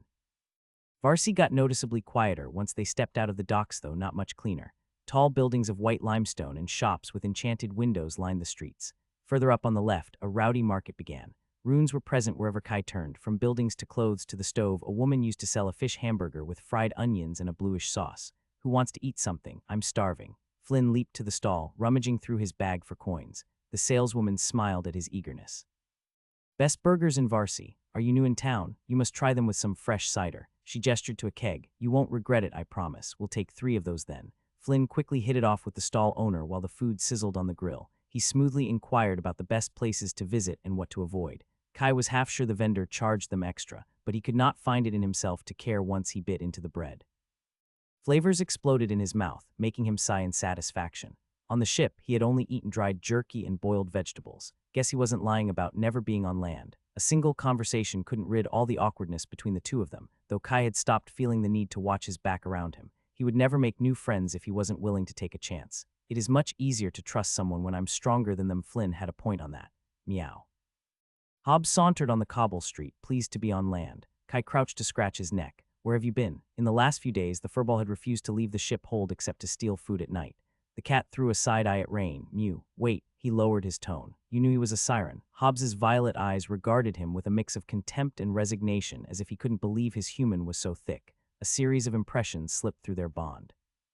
Cat had known it was better to keep his distance from Rain, even if not why. You could have told me something. Why did you come out now? He grumbled, uncaring of the judging gazes of the passers-by. I'm arguing with a cat, so what? Emru. The silver feline pushed more jumbled strings of meaning toward him. Kai used split mind to make sense of them, so he's not a danger anymore. Mew. Hobbs licked his paw and rubbed his head against Kai's hand, demanding a tribute. Fine, you spoiled little cat. What do you want? Kai picked up his majesty to not let him dirty his paws, crossing the 2 meters separating them in the stall. Can I have 1 more of those? Just the fish, please. Emro, sorry, I meant 2 of them. Only 1 cooked. Emro, all right, 3 total. The woman didn't question Kai's conversation with the furball and gave him what he wanted. That'll be 3 coppers, dear. You have a very beautiful kitty. I missed you. Flynn tried to scratch the cat, only to get his hand scratched instead.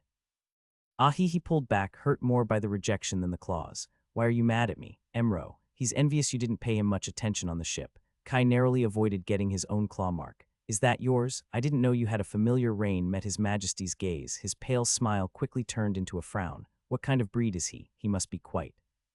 Hobbs turned to his food with a hiss, leaving the boy in a stunned silence. Pride pulsed amidst disinterest and also proved the siren was no threat.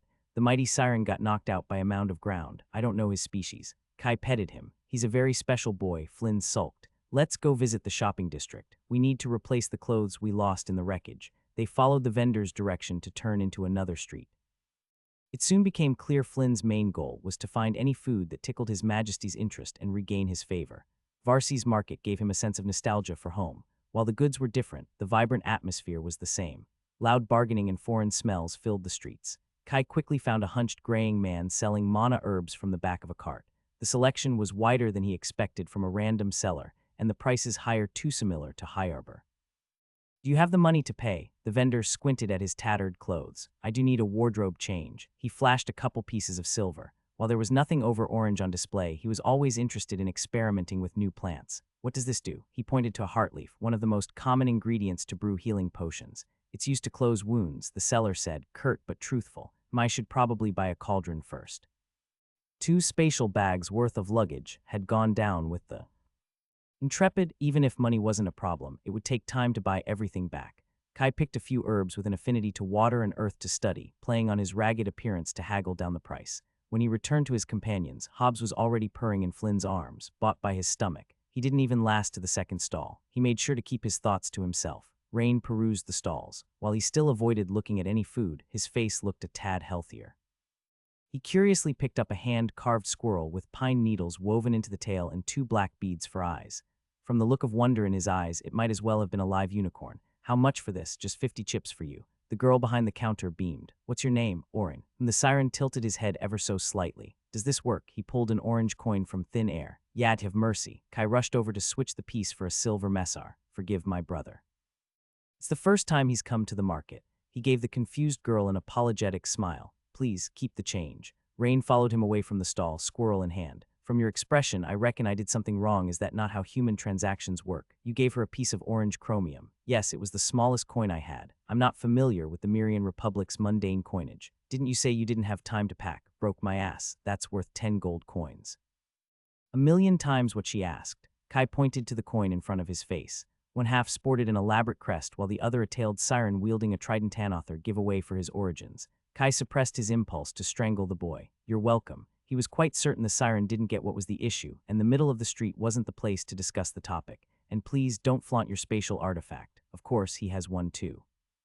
His casual demeanor morphed into a fiery glint. I'm not afraid of thieves. I can defend myself. I'm sure you can, Rambo. Kai patted his shoulder, but you'd have to reveal your powers or involve the guards. You didn't want to attract your mother's notice, right? His platinum brows furrowed, jaw clenched. I see your point. I'll try not to be so obvious when I use it. Spirits. He's going to be the death of me. Did I miss anything? Flynn deposited a slightly rounder Hobbs on the ground.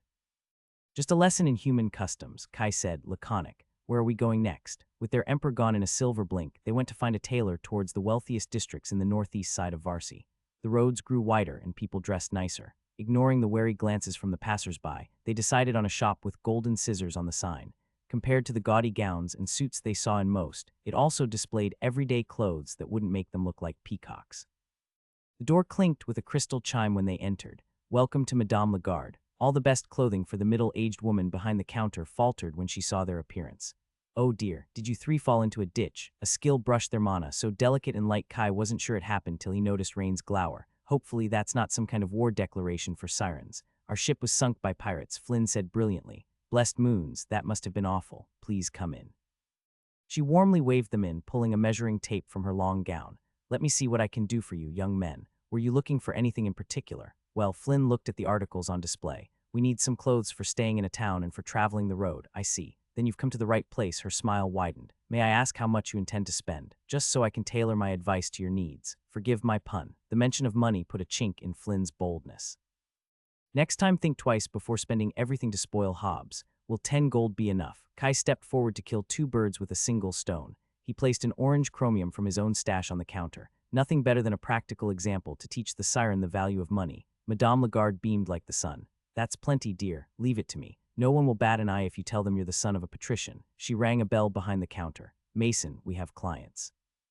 A lanky boy stumbled from the back of the shop. He gave them a skeptical look down his crooked nose, but after a word from Lagarde, he was all smiles too. The tailor took measurements of every inch of them before bringing out racks of coats, shirts, undergarments, breeches, and more pieces of clothing Kai couldn't put a name to. Madame Lagarde appeared to possess every color and type of fabric, and that was just the beginning. I don't think this is necessary, he said while the woman used a palette to see which colors suited him best. That coat already looks wonderful. Don't be silly, dear. Anything not tailored to an individual is not real clothing. She gently swatted away his hand, her face wrinkled in revulsion. What will people say if you come out of my shop wearing some old garment with fraying enchantments? Spirits, I should have just picked something at the market. Alas, hindsight couldn't correct the past. Both Flynn and Rain looked to be enjoying themselves. The human enthusiastically asked about every garment to repair from the mainland, whether what was more appropriate to journey in the wild and to go out in taverns. The siren instead was fascinated by every fabric and trinket, especially if it was worn on his own legs or feet. This is going to be a long afternoon. Aside from being a shrewd businesswoman, Madame Lagarde took pride in her work. To her, good was just another word for disappointing. She wasn't going to settle for anything less than perfect. After some not-so-subtle hints about their haggard appearance, she sent them to shower in the apartment above the shop. If she had known how to give a haircut, Kai was certain she would have done that too. The warm water washed away days of brine and sweat, giving him the will to endure 3 more hours of standing like a mannequin covered in fabric and pins. It would take a couple days to finish tailoring and enchanting every piece, though she allowed them to leave with some prototypes that wouldn't make her mama roll in the grave. I'm free. Kai stepped onto the paved road. The cool breeze of evening tickled his neck, showing he had indeed escaped to safety. Having clothes tailored to him was pleasant. He could barely feel the soft fabric on his skin, not at all easy with his perception, though he wasn't sure any comfort was worth the hours of tedium. We still need to buy boots and backpacks, Flynn mused. I also need to replace the daggers I lost in the wreckage. At the mention of boots, Rain perked up. You think there are still shops open? Please, not today, Kai growled. We still need to find a place to stay. Oh, that's not a problem. Madame Lagarde was kind enough to warn an inn we'd be coming in later. It should be just a couple streets from here. Flynn turned to see his flaming eyes. But there is no hurry. We can visit those shops tomorrow. We still need to send a message to Viola. You've already found a way? Kai said, stunned. Of course, Flynn grinned cockily. Madame Lagarde gave me the address of the local House of Mirrors. Steel blue walls and windows bordered in black made the House of Mirrors stand out from its neighbors. Walking closer, dense patterns of runes swirled and faded to dissuade snoopers. Kai wasn't sure he'd be able to crack them without seeing their physical anchor. I always wanted to visit a place founded by one of the three sisters, Rain mused. The siren had grown his land legs and regained his sunny glow. Wearing an embroidered cobalt coat with silver lapels, a silk shirt and cream breeches, he received many looks from passers-by. A couple girls even came forward to ask his name. He'd turn heads in a burlap sack. Guess a siren just can't help it. In their stroll from the shop of Madame Lagarde, it became obvious how the new outfit changed locals' perception of them from mendicant to rich tourist. The guards greeted them and stepped aside to let them pass. Kai wasn't sure how they would contact Viola and was too embarrassed to ask since even Fishboy seemed to know. There hadn't been time to gather information between catching up with his family and setting up his new identity. It wouldn't have been a problem if they had arrived in Arfusa as planned. Matthew didn't know anything either, so he could learn everything while keeping his cover. Things never go as planned. Looks like it's still open. Flynn walked up the onyx steps of the building. He had opted to wear black and gray to slip into shadow, though the fit of the fine fabric still distinguished him.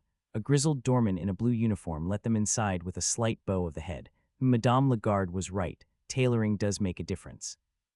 Their steps echoed into a large hall. A crystal chandelier lit the interior, keeping the same color pattern as the outside facade. Strangely, there were no mirrors that Kai could see. On his right, sets of leather armchairs and sofas formed a cozy lounge where a young couple and an old man sat reading a book. "Good evening, sirs." A young woman with raven hair and blue eyes stood behind a black marble counter. She wore a polite smile, although her gaze faltered on Rain. "Welcome to Varsi's House of Mirrors."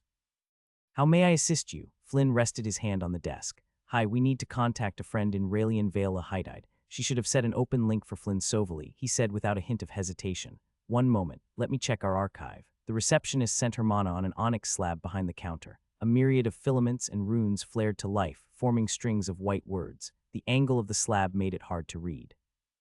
Kai realized he was leaning over when the marble pushed against his sternum. He hurriedly stepped back. The last time he had seen such intricate design was in Vuria's puzzle box. Unfortunately, he wasn't in the archipelago anymore. He couldn't use Mana Observer and hoped to go unpunished. The clerk was clearly trained in mana skills. "Spirits, she's fully into yellow. Here, Vela Hydide." The woman nodded. "I see your contact has paid to be alerted for any incoming communication." "Do you wish to leave a message, set a date, or wait to be contacted?" Flynn glanced at Kai to confirm before speaking. "We can wait. When does this establishment close?" The receptionist looked amused. "The House of Mirrors is always awake to connect our clients across the continent. Do you wish to rent a waiting room or stay here in the lounge? Of course. Please make yourself at ease. You'll be informed as soon as your recipient is available. We also offer different kinds of refreshments. Our staff is always available to make your stay as comfortable as possible." After another round of pleasantries, they sat around a coffee table engraved with a privacy ward.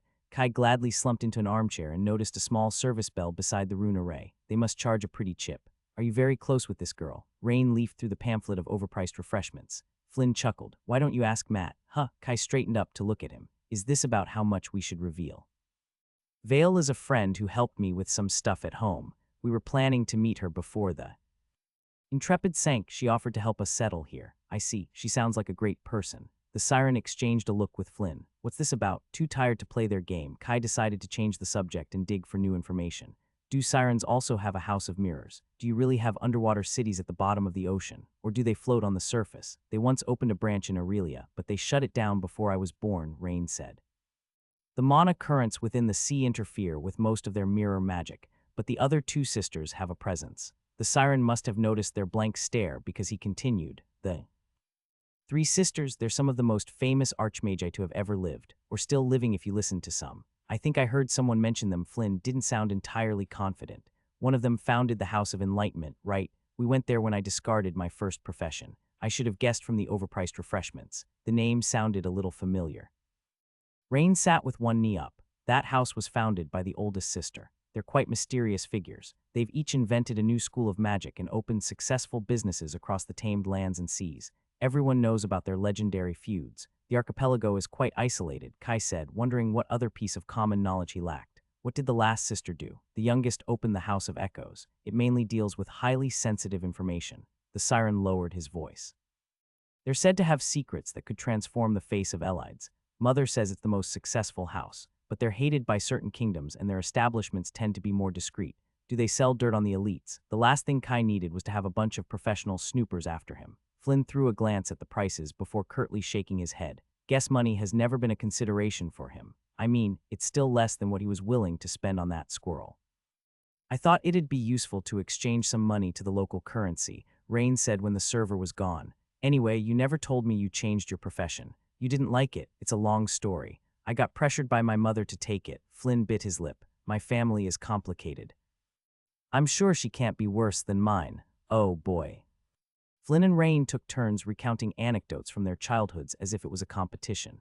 In some morbid twist of fate, both mothers specialized in manipulating others. It gave Kai a newfound appreciation for Alana and his family. I should have said how much I love them before leaving. Have I told you about my first friend? Rain chewed a crunchy tart. I was 10 when I met this kid, Pale. Our birthdays were only days apart. We were the same height and even had similar affinities.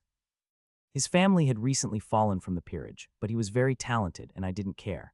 I was overjoyed to have found a friend that wasn't 10 times my age. Growing up, I was always pretty isolated because of my family situation. Pale and I did everything together. Play, study, eat, and often sleep in the same room. We kept no secret from each other. Anything I liked, he liked too. Even my obsession with collecting old Leviathan hornsnot, the whole thing, just a few shards. I woke up every day flapping with happiness. Rain's smile turned rueful. Then one day my mother gave me a shiny golden bottle. She said it was a game to test our bond. I just had to open the potion in Pale's presence and we'd both have to tell the truth till the effect wore out. It was a harmless prank. I don't remember how, but she convinced me to follow her idea. After all, Pale and I hid nothing from each other. He paused, taking a sip from a drink that was all ice. Flynn leaned on the edge of his seat. What happened next? Was he just using you? Kai asked. It was worse than that. The siren pulled both legs up in his seat. I clearly remember Pale's confusion when the golden potion covered us, and then the look of pure disgust that appeared on his face. I explained it was just a game and asked him what was wrong. Pale said looking at me made him sick. He found me pathetic and revolting. My family had ruined his parents. Rain gazed emptily at the coffee table. He only pretended to be my friend because my mother promised them mercy in exchange. I was in shock. I told him something must have been wrong with the potion. Pale laughed madly, saying that every moment we spent together was torture for him. Every night he prayed for the deep to devour my soul, and the gods knew he wasn't lying. The siren's voice turned dry. I swam away, bawling my eyes out. I was surprised no one asked me what was wrong. Every guard and servant just watched me with pity. You see, everyone but I had known what was going on for months. The siren laughed bitterly. My mother had ordered them to silence, and no one dared to disobey her for my sake. Even the people who nursed me, my tutors and mentors, the sirens who had brought me up, not a single one of them gave me a hint. I had no friends in that place at all. I cried for hours alone in my chamber till my mother came to console me. By then, I was too distraught to push her away. She said everything she did was because she loved me more than anything. It was a lesson to teach me not to give away trust so easily. People would always try to take advantage of me because of who I was. It was better to have my heart broken now than stabbed by a blade later. Spirits, that's so fucked up. Kai was frozen in his seat, wanting to say something to console him, but not knowing what. Flynn broke the silence with a long string of descriptive expletives. I'm sorry you had to go through that alone. He put a hand on the siren's shoulder. It happened years ago. I'm over it. Rain wore his usual charming smile, though his gaze still looked distant. My mother did teach me a valuable lesson. I never trusted anybody in that house again. It was better to have my heart broken than to live in a delusion. Those shouldn't be the only two options. I'll wait here. Rain nibbled one of the remaining tarts. I'm sure your friend will prefer to speak with you without a stranger. It's really not a problem. Kai was surprised to hear his voice speak up. And you're not a stranger. Okay, we won't take long. Flynn squeezed his shoulder. They followed the woman past the front desk into a corridor lit by a winding line of blue crystals. In here, she opened a black door for them. An elderly clerk with a placid expression waited inside. The square room had no windows. The only decor was 3 empty chairs and a large oblong mirror floating inches from the opposite wall. A dozen wards snapped closed behind them when they crossed the threshold. The place thrummed with enchantments and the mirror still overshadowed them. To his skill, it looked like a depthless pool of mana contained in a thin surface. The mind-bending effect reminded Kai of space magic, though he couldn't see a speck of iridescent mana. There was no sign of engraving anywhere on the material despite being obviously enchanted. It's quite mesmerizing, isn't it? The clerk looked at him pleased. Yes, Kai moved closer to study it. I've never seen anything like it. How does it work? The clerk chortled. You only wish for the biggest secret of the house. The moons know I'd kill for the answer. You don't know? I know how to make it work, the man tersely said. The connection has already been established. Tap the mirror twice to begin communication and again to close it. You won't be disturbed till you open the door. Remember, the house charges every second of use. With his rehearsed piece done, the clerk walked out, closing the door behind him. Since Flynn looked as baffled as him, Kai went ahead and delicately tapped the cold surface of the mirror. Shadows clouded the reflective surface, then faded to the edges to let color fill the center. A girl in a red and silver uniform paced in a room identical to theirs. Upon seeing the mirror change, Vela hurried over, every shade of her emerald eyes and the slight redness of her cheeks in perfect clarity. It was as if they were looking through a window just a step away. Kai, you're alive. She moved closer to the mirror till her breath fogged the surface. I was so worried. How did you get to Varsi? It's a bit of a long story. Our ship was attacked by pirates and we had to improvise. Pirates in those waters, she furrowed her brow. You must tell me everything. Were you hurt? No, we're fine. Flynn threw an arm over his shoulder with a grin and a cheerful wave. Hey, I'm here too. Were you not worried about me? Of course. She took a step back with her usual poise. I'm glad that you're both alive and well. I didn't know what to do when the Intrepid didn't show up in Arfusa. Kai's heart skipped a beat. Did you tell my family? Panic wrenched his guts at the idea of letting them go through another disappearance. Not yet. I had given you one more day to be certain it wasn't just an unforeseen delay. Vela said, her lips pressed into hesitation. There is something else you should know. It's about Kia. She might be chasing after something dangerous. Kia's in danger. Kai stepped closer to the floating mirror. He hadn't seen his sister since he got trapped in the hidden sanctuary. Spirits, she might not even know he was alive. Where is she? Can you contact her? She's always been so reckless. Vela raised a hand to calm him down or point out he was about to headbutt the mirror. I received some worrying information about her latest venture, but I know nothing for sure, so she's not in danger. He let a sliver of hope slip into his tone. I can't really say. Your sister doesn't talk to me. She thought I was involved in your presumed death and refused any attempts to contact her. I see. Kai furrowed his brow. But how do you know all this if she doesn't talk to you? Vela averted her gaze, looking at the silver borders of her coat. There is another member of her group who keeps me updated. I was surprised when the House of Mirrors contacted me since she also stopped by Varsi a few weeks ago, and I thought it might be them. And I imagine Kia doesn't know it's probably better this way. It's nothing. Vela combed a lock of hair behind her ear. I try to keep a lookout for any native who leaves the archipelago in case they need help. Luckily, your sister's not traveling alone. Flynn cleared his throat. Your love for the people of the archipelago is truly commendable. He moved closer to the mirror with a small grin. What trouble did his sister get into? Please tell us everything you know. Kai bobbed his head. I can only tell you what was written in the missive. Vela shifted her attention between them. You know, she has taken up adventuring to earn a living. Was that what Keen meant when he said she fought monsters? In any letter his mom had shown him, his sister was pretty vague on the details of her activities, mostly focusing on the city or town they were visiting and the new people she met. She wanted to hone her skills. Flynn didn't look surprised. I've heard adventuring is a common job for travelers and outsiders. Indeed, the princess nodded. Beast populations need to be kept in check around smaller settlements, so there is never a lack of work. Kendra's group mostly accepts hunting and gathering contracts. They're relatively safe as long as you're careful. Only this time they decided to take on something more challenging. Of course they did, young, brash, and eager to prove themselves. What is it? Some people have gone missing, Vale aside. The last statement I could find reported half a dozen cases, though there could be more by now. Her companion contacted me a week ago, saying one of their own had gone missing too. Shit, you think they're dead? Flynn voiced everyone's thoughts, and the same could happen to Kia. I really can't say. She fiddled with the buttons of her red coat. The friends I asked at the academy said missing people aren't too unusual. Sometimes beasts stalk close to the settlements, but they get caught eventually. If adventurers can't solve it, the Republic will intervene. That doesn't help the people who are already dead. Where is this place? Kai paced within the small room without realizing it. You said her party stopped by Varsi not long ago. They can't have gone too far. I doubt they can afford an airship. Vela hesitated a moment before speaking. They're in Limgrel. It's a small town on the Lake of Mist, east of Varsi. I don't know much about it, but I'll look for more information. Humans plan and fate laughs. Your family comes first. Vela didn't look upset, though there was a shadow in her gaze. You should also know the person who contacted me wanted to leave Limgrel. Your sister might have already left when you get there, or the authorities could solve the case. Kia never knew when to quit, especially if someone in her group has disappeared. I have to check on her. Hopefully you're right and we worried for nothing. Vela bit her lip. I'll let you know if I learn more. But Kai, you should also be cautious if you follow her there. You've just arrived. The mainland isn't like the archipelago. Traveling outside cities without an escort can be very dangerous. I'll be careful, and I'll keep an eye on him when he's not. Flynn ruffled his hair. You and Kia aren't siblings by chance. What's that supposed to mean? Kai threw him a dirty look.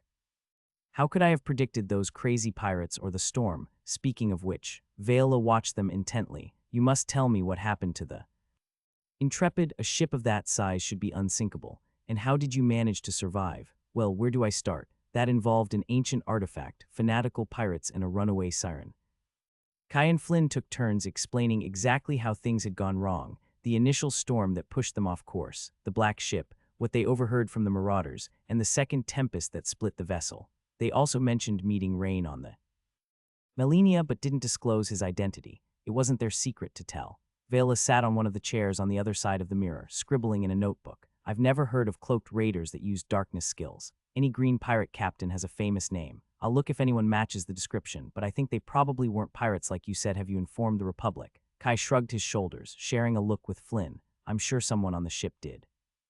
Yeah, Karin must prove we were shipwrecked to validate her contracts. The authorities will have their pick of witnesses, but you've got more information than most. Vela pointed out. How many of the survivors engaged with the marauders? There were many people present in the initial assault, Kai said. We just overheard a couple of crazy raiders below deck. I can't exactly explain how Matthew the Alchemist fought them off, can I? The longer he could avoid dealing with the Republic, the better. Those cultish pirates also seemed to care about their secrecy, so he'd rather avoid advertising what he heard. Spirits only knew the arcane ways criminals used to gather information here, just like the House of Echoes. The existence of magic and skills created nigh infinite ways to screw him over. Until he knew more, Kai'd rather not poke any beehives. Kia will already be a handful. She was always so stubborn. You're right. Vela relented, flickering the pen in her fingers. There should also be a way to get a temporary ID for your friend. The Republic offers asylum to talented individuals if they're willing to swear under oath they're no spies of criminals. Flynn beamed. That's great. Is it that easy? Kai couldn't believe it after all the hoops he had to jump through. If this boy is as talented as you say, then yes. Vela gave them a crash course in the immigration policy of the Republic. Of course, she knew that too. Taking out her pocket watch, her eyes widened at the hour. I need to go. I'll let you know if I find anything about your sister and the pirates. They quickly agreed on how to keep in touch and re-establish the connections Flynn had lost in the shipwreck. Stay safe. She lightly tapped on the mirror twice. Her delicate features and bright emerald eyes faded till Kai could only see his own reflection. He stood from his chair, stifling a yawn. The call had taken longer than expected. She was really kind to help us. He understood her guilt about the sanctuary affair, but that should have dried up when he got his new identity. This time she went out of her way for him and Kia. I should have asked how she was doing. Whatever posh academy she enrolled in must be stressful. Who would ever want to go back to school? Yeah, I wonder what could make her so eager to help us. Flynn chuckled. Not everyone needs a reason to be nice all the time. Kai scratched his head at his antics.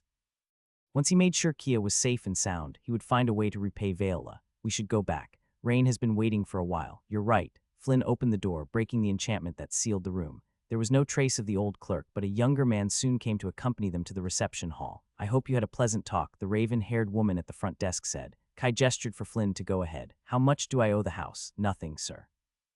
Your contact has already covered the entire fee. He pursed his lips. I didn't agree to that. It should be him to cover the tab when Vela was already helping him. Is there no way to reimburse her? I'll cover for the connection. I'm sorry, sir. That's not among the services we offer. The receptionist smiled apologetically, though you can deposit a sum in her account for future transactions if you wish. Kai struggled not to roll his eyes. Of course, they can do that. How much did she pay?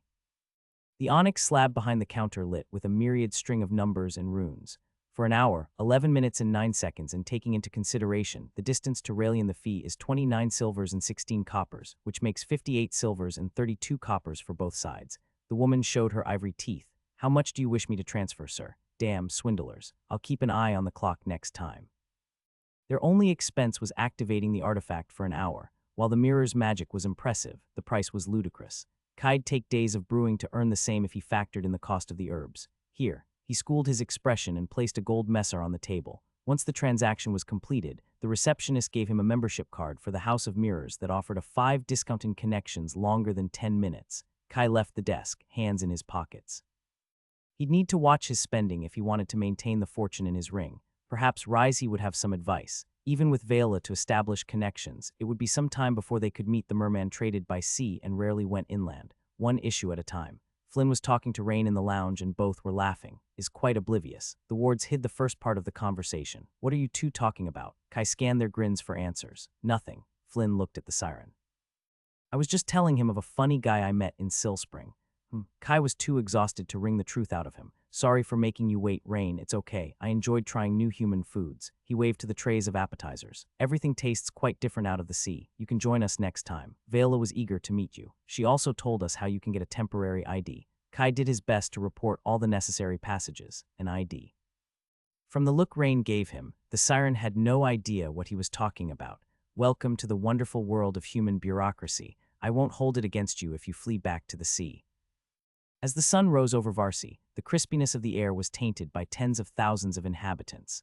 Kai was glad to stand on firm ground. He adjusted the dark green coat embroidered with a leaf pattern, waiting for his companions in the street. Madame Lagarde's clothes were the most comfortable he had ever worn, bending with every movement while keeping their shape. The tailor would need 2 more days to finish their entire order for the journey. Kai exhaled a sharp breath. Every moment he spent in Varsy, his sister could face mortal danger. Part of him screamed to run ahead, uncaring of the consequences and his better judgment. I'm not a child anymore. The sanctuary had carved the consequences of a rash action in his flesh, though patience was easier when he only had to worry about himself. I can't call Kia reckless and then do the same. She has survived more than a year alone, she'll be fine if she has to. He knew nothing about the surrounding territory, how to reach Limgrel, or the mainland in general. While it might not be the land of monsters that some islanders depicted, the dangers were all too real. Without proper preparations, he'd get himself killed and be no help to anyone. Sorry, we're late. Flynn waved from across the street. The clerk at the embassy was a stickler for protocol. We'd have taken the whole day if Rain hadn't convinced them to speed things along. She was a nice lady. Though I don't really understand the point of recording my information 13 times, the siren held a shiny piece of paper as if it were a strange novelty. Some of the documents I signed seemed quite self-perpetuating. Don't try to look too deep into it, Kai said. Are you sure you want to come with us to Limgrel? Anything is new for me around here. I don't care where we go first as long as it's away from the sea. Rain made the paper disappear into his spatial artifact. And I want to help your sister. Well then, Flynn grinned, throwing an arm around each of their shoulders. Shall we go to the Hall of Seekers? Used to the pristine squares, pastel houses and blooming promenades, Kai found Varsy quite gray and dusty. By the look of it, the only one sweeping the streets outside the wealthy district was the rain-in from the dry mud. It hadn't clocked in for some time. Well, they aren't trying to sell the idyllic tourist destination. Rumors and stories had made his expectations of the mainland balloon. He read about castles soaring among the clouds, shrouded elven forests, and sprawling metropolis of glass and magic. If the books hadn't lied, those sights all waited out there. They also say the Talthan continent is unreasonably vast. This should be it. Flynn's veiled excitement caught his attention as they stopped in front of their destination. The Hall of Seekers was located just outside the center of town, a towering building of bricks and plaster marred by the dirt of years. Despite the poor presentation, Kai was thrilled to see where actual adventurers gathered. This was the perfect place to find information about the contract Kia took and find a way to reach Limgrel. So this is where land hunters gather. Rain strode forward with the fascinated smile he reserved for human curiosities. Yup, Flynn hurried after him. I've always wanted to see it for myself. Moving last, Kai almost crashed into a bearded man with a scar over his left eye. Instead of starting an argument as stereotypes demanded, the guy apologized and went on his way, whom I almost wished he had challenged me to a duel. One of his childhood's biggest disappointments was discovering adventurers weren't a thing in the archipelago. His journey to the mainland had been more troubled than he foresaw. It was time to get things back on track. Inside the Hall of Seekers, Kai craned his neck to gawk at the warm atmosphere. It was an actual hall, the ceiling over twice the height of a normal building. Tables filled with chattering adventurers on one side, while more lined before a counter manned by 3 clerks on the other. Yeah, this is more like it. I didn't think you'd like it this much. Flynn looked at him amused. I've wanted to visit this place for a long time. He crossed his arms too embarrassed to explain Earth's fantasy tropes. I see Flynn pointed to the rowdy crowd in what looked like a bar. I'll go check if anyone knows anything interesting. Can you handle the information desk? We'll spare time by splitting up. Sure. He readily agreed to divide tasks. Making quick friendships and extracting information had never been his forte. He'd much rather deal with a professional clerk. What do you want to do, Rain? The siren observed the hall like a kid on his first outing at the zoo. I'll come with you. Kai raised an eyebrow, quickly containing his surprise not to be rude. He hadn't expected to get picked, though he didn't mind his company. Great. The first to finish can check on the other. Flynn clapped their backs and headed toward the group of boisterous adventurers. The two joined the line at the service desk. The clamor of the bar became muffled when they crossed an invisible array. No way. Kai gaped at another sight. There was an actual quest board affixed to the wall. It took all his self-control to not dash over and check it. Rookie, someone sniggered behind him. Kai couldn't care less and squinted to read. The wall was covered in square sheets of paper detailing several quests. Catching a red seagull that had been stealing food at the market, exterminating a nest of flesh-eating slugs in the cemetery, gathering 10 leaves of Sylphian kelp from the edge of the bay. There was even a notice for sweeping the main streets from the yellowing paper. It wasn't a popular task, though. If he had been born here, he might have spent his childhood doing those chores. Among the 100 or so quests, most involved the management of the town, taking care of pests, finding mana ingredients, or scouting. There was no mention of any beasts higher than the Peak of Red. Spirits. Boards must have tiers too. Where are the others? He stood on the tip of his toes, looking for a flight of stairs or a door. Considering the size of the building, there should be at least another floor, if not two. Matt, it's our turn. Rain pulled him out of his thoughts, approaching the desk. A second ward cut off the sounds of the hall to an indistinguishable murmur. I don't think I've seen you before, and I wouldn't forget your face. A young brunette woman smiled behind the counter to Rain in particular. Her red blouse seemed to be missing a few buttons. Is this your first time at the Hall of Seekers? Yes, the siren gave a smile that could light a room up. Is it that obvious? Just a little bit. She giggled. You can call me Melissa. What can I do for you? You don't look like the type who comes personally to post a task. She gave Kai a once over as if he were some sort of servant or lackey who should have taken care of such chores.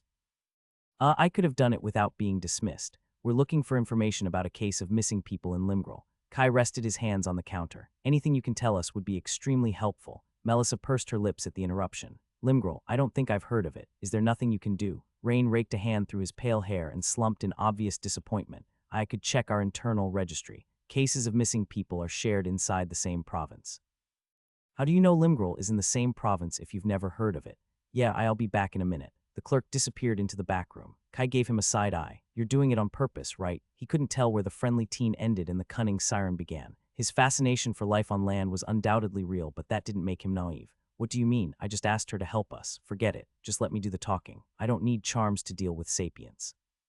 Damn siren, Kai hadn't had the chance to respond when Melissa came back carrying a folder in her arms. She placed it down on the counter but didn't let them take a look. You found it. Rain brightened up. That was very quick. Yes, she bit her lip, putting both her hands on the folder. But I'm afraid I can't share this. Contracts above read are only for seekers of the appropriate rank. Oh, I see. Can we sign up? From how Melissa promptly placed 2 forms on the counter, she had already expected the question. Please add your information. Okay. Rain grimaced, already scarred by the horrors of human bureaucracy. There were 2 pages of personal details such as name, age, place of birth, and general talents. The only noteworthy addition was the grade of his race and profession, though that was a given for an adventurer. So we just need to fill this paper to join. Kai said, there isn't a test or something. In a little corner of his mind, he had been hoping for an exam where he could shatter the expectations of the other trainees and receive the praise of an old grouchy veteran. I've spent too much time thinking about this. Just the form and a fee of 5 silver to be renewed yearly. Melissa answered, still looking at Rain. Naturally, this is only for a Red 1 license. You'll need to complete some tasks to upgrade it to Orange. It shouldn't be a problem with your grades. Guess I'll take convenience over fun. Kai almost wrote his real name before hastily turning it into a splotch of ink and changing it to Matthew. He was glad Lou had grilled him about every detail of his alias life. Quickly taking care of the formalities, Melissa offered them 2 iron badges depicting a quill over a map, their name and an identification number engraved on the back. Congratulations, you're now officially seekers. The clerk kept the folder out of his reach. Unfortunately, the case you're seeking is rated yellow. You can only check contracts 1 rank higher than your badge. Are you fucking kidding me? His heart pulsed in his ears, his fingers digging into the wood of the counter. Couldn't you tell us earlier? Rain pulled him back before he could act on his impulses to strangle her. Can't you make an exception? My sister took this contract without our parents knowing. I'm really worried about her. There are rules for a reason. She drummed her nails on the folder. The hall doesn't want to encourage reckless behavior, and I couldn't reveal the rank of this case before you became a member. Despite her words, Melissa hadn't said no. Rain also picked up on it, speaking with enviable patience. Is there nothing I can do? Given our grade, we clearly don't fall into that category. The back and forth continued for 10 more minutes before the siren coaxed Melissa to read them the file out loud, so she didn't technically break any rules. The contract had been put forth by a group of families to find their loved ones or recover their bodies. As of a week ago, 14 people had been reported missing, and the rank of the case had been raised to yellow 1. There were no clues or leads about what was happening on the field, though that wasn't unusual. Seekers rarely shared information unless they gave up on the task. Trust me, with a 5 gold reward, it's only a matter of time before someone solves the case. I'm surprised the guards haven't already intervened, Melissa mused. I hope to see you again, Rain. I don't. Despite not receiving much new information, they had confirmed that more people had gone missing since Vela had checked. It's nothing. Rain winked in a very Flynn-like way. I'm sure your sister is fine. Yeah, the hurry of rushing to find his sister bit at him again. They still had to buy more supplies for the journey and figure how they'd get there. Soon, back in the clamor of the hall, they found Flynn sharing stories and beers at a table. The teen clapped the back of another young man and excused himself when he saw them coming. See you around, Tommel. Next drink on me. He slammed a few coppers on the table with a cheer. They took one of the few free benches in the corner of the hall. Kai quickly summarized what they had learned. Did you find anything useful? A few rumors. Flynn rubbed his neck. Almost no one has been to Limgrel or has heard of it, but Tommel has a cousin who stopped there a month ago. Apparently, your sister's team wasn't the first to take the contract. And what happened to them? That's what Tommel found strange. They officially quit the task, but no one has talked to them since. Spirits, what kind of trouble did Kia get into? They're dead, not necessarily. Flynn shook his head. It's possible they simply took a caravan further north or disbanded. But the strangeness doesn't end there. After so many people went missing without a clue, the contract should have been raised to Yellow 3 according to Tommel, as if things couldn't get any shadier. Do they have any idea what's going on? Rain asked. Flynn shrugged. Everyone had a different opinion. If the culprit was a yellow beast, someone should have found the signs of a fight or the remains of its meal, so it's either other humans or something far too dangerous for anyone below green. It was the people strolling the streets of Varsi that made Kai finally grasp he wasn't in the archipelago anymore, not only for the tanned faces being sand instead of amber, but also because the average grade for adults was at the peak of orange, with every fifth person at yellow. He had climbed to the summit of a mountain, only to be shoved back down. His only consolation was that he had yet to see anyone of his own age with the same grade. The youngest one he'd spotted was a woman around 20 dressed in a heavily enchanted silk dress. From her sudden, huffy look, she'd realized someone had inspected her. He'd strolled out of the wealthy district, cold sweat running down his back. Thankfully, recognizing the touch of Mana Observer was much easier than pointing out its origin. Kai would have done anything to keep himself distracted for the last 2 days. The more they learned about the missing case, the more dubious the contract looked. She'll be fine, Kia can take care of herself. They had already bought enough supplies and equipment for the journey, and Madame Lagarde had just delivered their new outfits that morning. 2 sets of waterproof and sturdy clothes made for the wild. Kai had barely glanced at them. The last problem they had to solve was getting on the road. Limgrel was about a couple weeks on foot going northeast. The easiest way to reach it would be to join a caravan, but the town wasn't part of the main trade routes. It could take more weeks of waiting before they found something that was out of the question. Rain had proposed they post a notice for a guide at the Hall of Seekers. The clerk warned them that giving a reward of 1 gold would leave them spoilt for choice and Scammersand possibly worse. Still, it beat traveling on land alone with no experience. We just need to pick the right person. Kai turned the street to the Hall of Seekers. Flynn and Rain were already there together with a crowd of at least 3 dozen people. There were close to 40 seekers gathered, from teens who had barely gotten their profession to veterans with white beards. Given the short notice, Kai had offered 1 gold, hoping to get a handful of people interested. The prices of the central district made him misjudge how much the average adventurer earned. Like Dora always told him, nothing good came from rushing things. In his urgency to leave, they'd waste more time sorting through this mess. You live, you learn. Several pairs of eyes followed him, taking stock of his newly tailored clothes.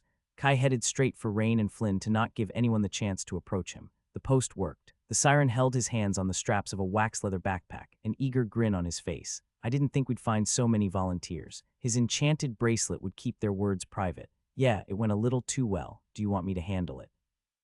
Flynn Offred had been the only one to caution him to lower the reward. We're in front of the Hall of Seekers. I doubt anyone will make a scene. Kai bit his cheek. I put my name on the posting. I'll deal with the initial selection. While he might not be a social butterfly, he trusted himself to judge people especially if he used hallowed intuition. Any preference? Flynn scratched his neck to sneak a peek at the crowd. If we pick a team, I'd stick with 2 people at most.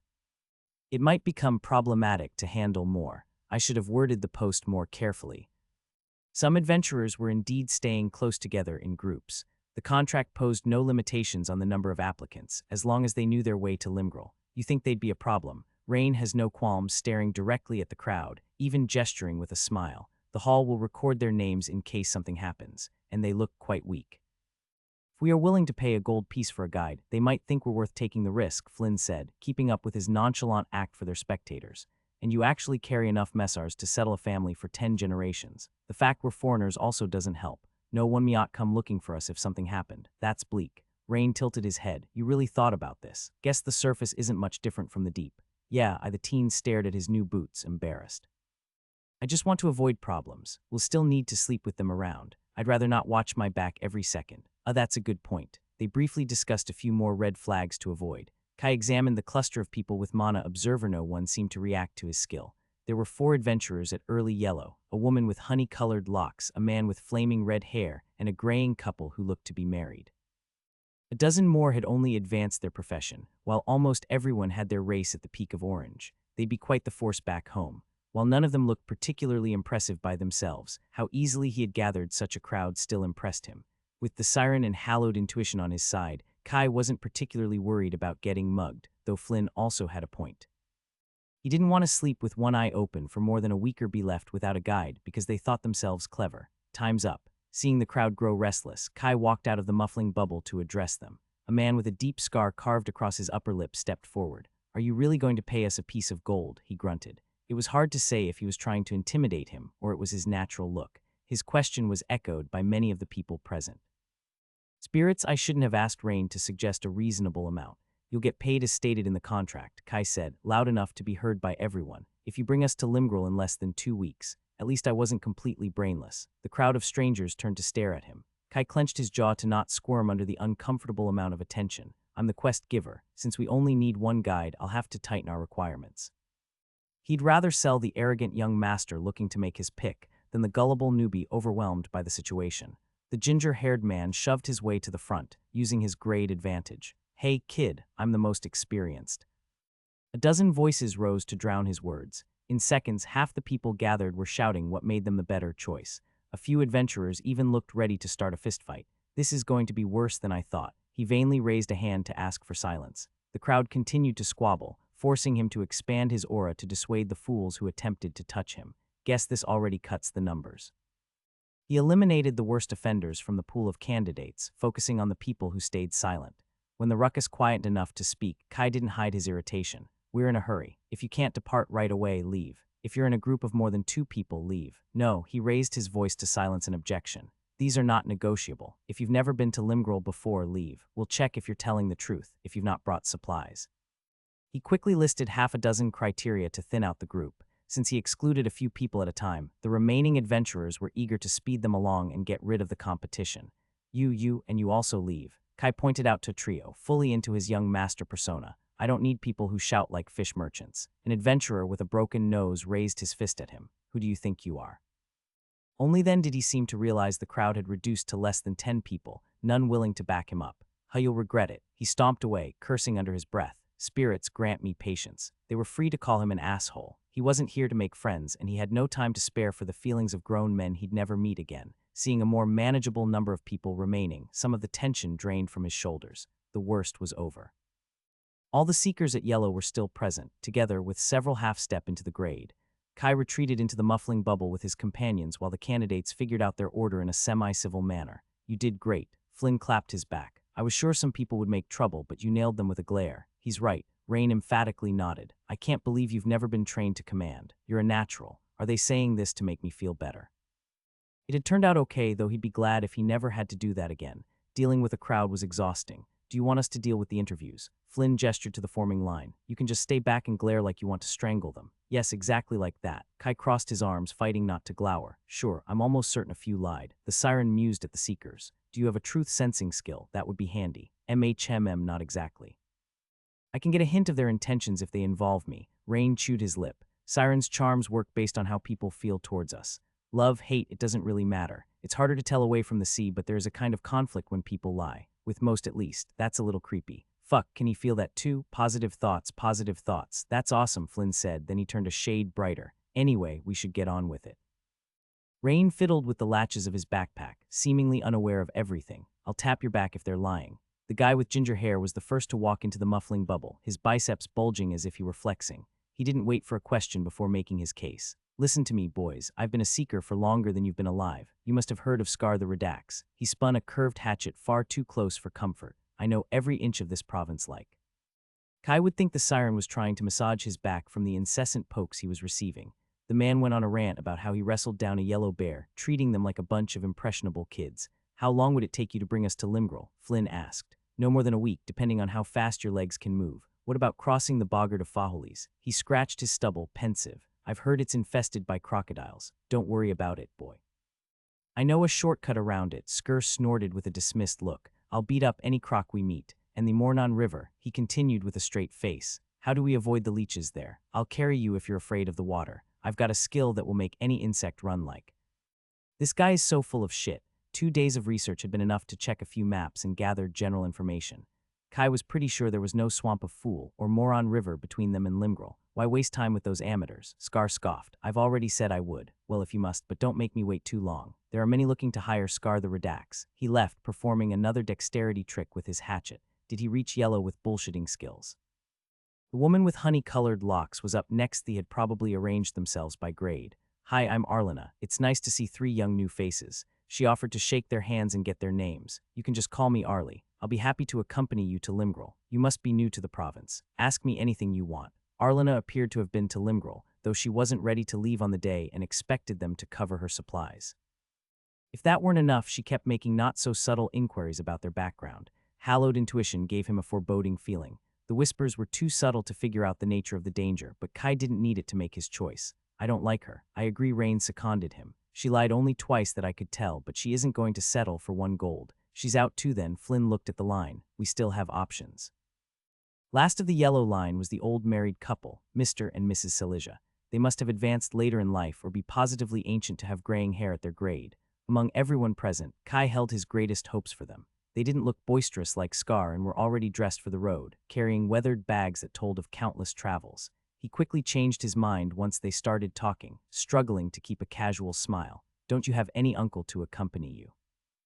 Mr. Selisa scolded them as if they were naughty children. The road to Limgrel can be quite perilous if you've never threaded it. Have you packed food and dry clothes? He squinted at the cloudless sky. There'll be rain before the day is over. Come on, Vert. They're not children. Mrs. Silesia patted her husband's arm. I'm sure these young men can take care of themselves. She gave them a grandmotherly smile. But if you want a guide, we'll be happy to accompany you.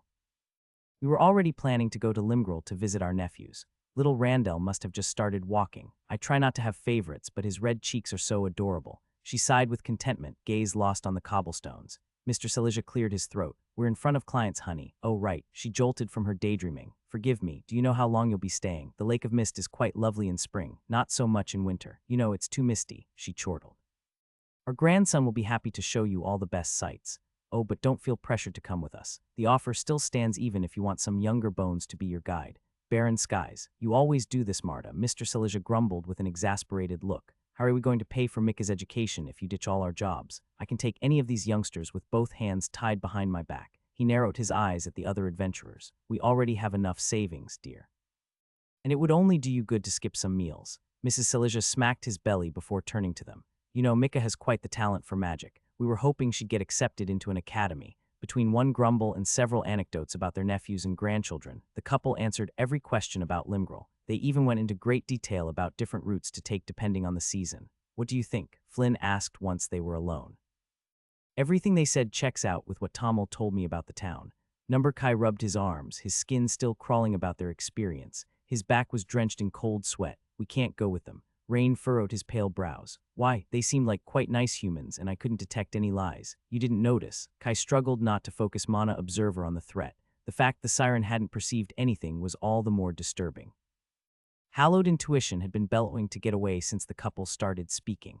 While with Arlena there might have been doubts, here there were none. If they went with them, they would never reach Limgrel not alive anyway. There had been sharper dangers in the sanctuary, but the whisper had never sounded so insidious and ominous since the marine horrors had almost ripped him to shreds. We should make sure they don't follow us. They're not what they seem. They don't just need money for all their nephews. Kai barely listened to the next interviews, too disturbed by what had happened. They might have gotten killed if he didn't have hallowed intuition. After excluding the liars and the incompetent, the candidates weren't so numerous anymore. There must be someone who's not looking to rob or murder us, right? What do you think? Flynn hinted at the remaining candidates with a tilt of his head. I cut the guy with the weasel face. He had no idea what I was talking about when I mentioned the inn in Limgrel. I don't think he has visited the town in years. Do you have any preference? There were a dozen seekers gathered, and only 6 under real consideration. They all lied to make themselves look better, but nothing particularly significant. Rain stared at a lone man with a streaked beard and a curved bow. I'd exclude the hunter. He's going to bleed us for more gold if he gets the chance. What about you, Matt? The skill you got is quite impressive. Kai cleared his mind from the creepy couple to focus on the current task. None of them triggered hallowed intuition. They don't have sinister intentions, at least not for this journey. He scratched his brow with a finger to glance at the last duo of swordsmen. I'd cut them. Even if we run into trouble, they aren't strong enough to justify the hassle of dealing with 2 people. One stranger is plenty. That left 2 options, a middle-aged ranger who spoke in monosyllabic answers and the scarred adventurer with the menacing air. Let's just toss a coin. Kai patted his pockets looking for a messar. I've got it. The siren took out a coin blessedly. It was only silver. Is it a common human custom? How does this work? Guess you can't exactly toss a coin underwater. If it lands on the hawk, we get the scarred man. The number for the ranger. Neat. Rain threw the coin a couple meters in the air. The metal glimmered in the daylight and perfectly landed in his palm. It's the hawk. Mr. Scary Mug it is. Okay, follow my lead. Eager to get moving, Kai met the gaze of the scarred adventurer with a faint nod. The man smirked, his scarred lip giving him a vicious twist. We've decided to pick Daniel, he said out loud, hoping that was his name. What do you mean, him? Scar the Redax shouted, pointing at the other man with his hatchet. But it was the old couple's silent gazes that sent shivers down his back. This has already taken too long. His friends trailed after him, not yet understanding exactly what was going on. The bustle of the hall washed over them, mixed with laughter and clinks of beer despite the early hour. Kai headed toward the counter to finalize the contract, avoiding Melissa's line. How did such a simple task turn into a deadly affair? Risey had warned him revealing his wealth might attract the wrong crowd on the mainland, but he had gotten cocky with his rapid advancement. This wasn't the archipelago anymore. Here he was just another fish in the ocean. All his spells would do him little good if someone stabbed him in his sleep or ambushed him in numbers. Luckily, the blunder only cost him entertaining a crowd of rowdy adventurers a cheap price for the wake-up call. What do you need? The clerk curtly asked, doodling on a piece of paper, to register this. Kai placed the contract on the desk, glad to see Daniel standing beside him. They quickly added their signature on 3 duplicates, a copy for each party and one for the hall to enforce it if it were necessary. The sum has already been paid, the board clerk muttered, focused on his blotchy artwork. You can cash in your reward in the hall in Limgrel, and that's done as well. Is it that bad? Flynn stood in front of him, noticing his nervous glances.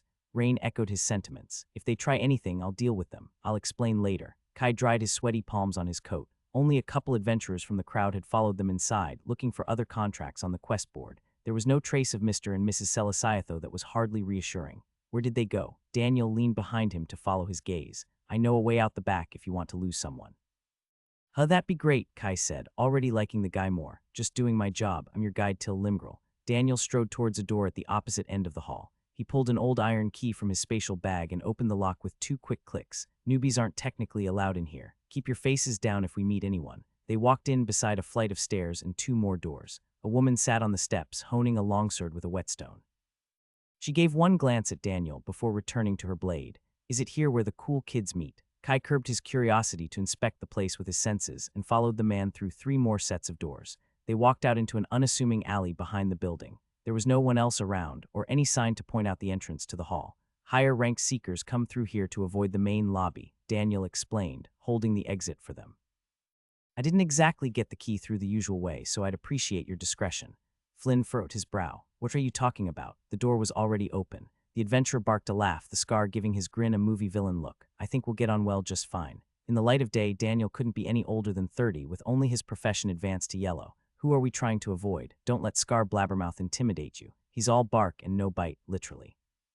I've seen him back out of a brawl with a kid half his age. It's the elderly couple. The Selijas, those frail bags of bones. He chuckled. Are you sure? I'm certain. Kai nervously paced. Can we move? The last time I perceived a similar level of danger was from a green beast. I'd rather not stay here to find out. Their incredulous looks shattered against his seriousness. The threat had hinged on choosing to go with the old couple, but a little extra motivation never hurt. This way.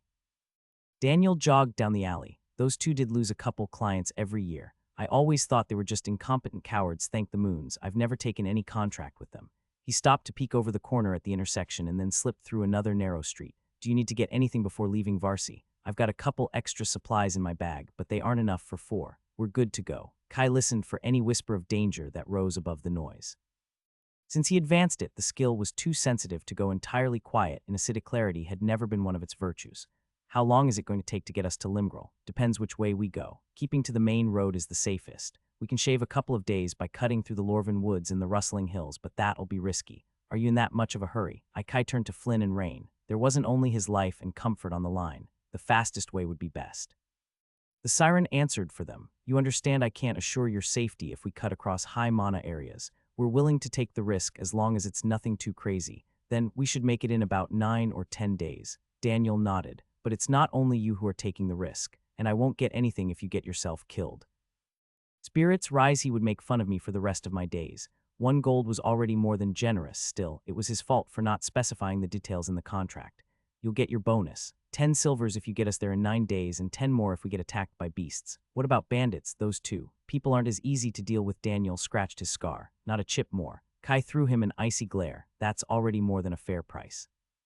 The adventurer raised his hands in a pacifying gesture. You can't blame me for trying, boy. You've got yourself a deal, deal. He shook his rugged hand. Now get us out of here without getting followed. Today counts as the first day. Yes, boss, try to keep pace. Daniel followed a long, meandering path across the outskirts. By the time they reached the western gate, Kai had seen more of Varsity than in the previous 3 days combined, crossed 3 markets and an unknown number of neighborhoods. A stone wall enclosed the city, taller than the highest buildings and over 4 meters thick. No one else seemed particularly taken in by the sight. The guards chatted amongst themselves, distractedly checking the line of people flowing in. They joined the column of carts and travelers leaving. Kai craned his neck to stare at the vaulted ceiling of the bulwark as they passed through. It must have taken an army of earth mages to build this thing. They emerged on a wide dirt road leading into a series of winding slopes of grass and golden wheat.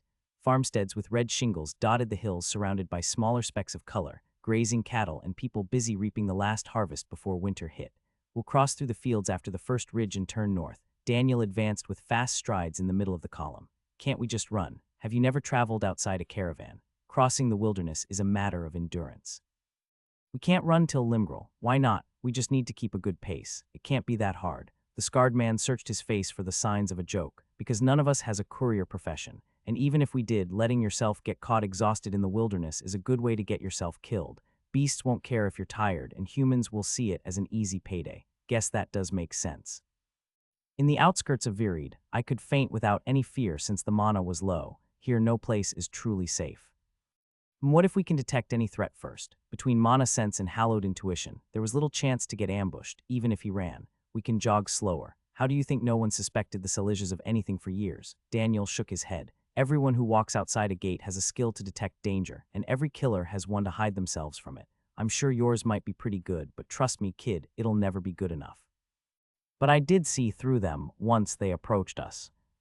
Is that why Hunch didn't react at all? Flynn cursed under his breath. Is there no way around that? That's how the world goes. You have to look for other hints. Some people are so confident in their skill they betray themselves with words. Daniel listed the dangers of the road, enjoying the attention.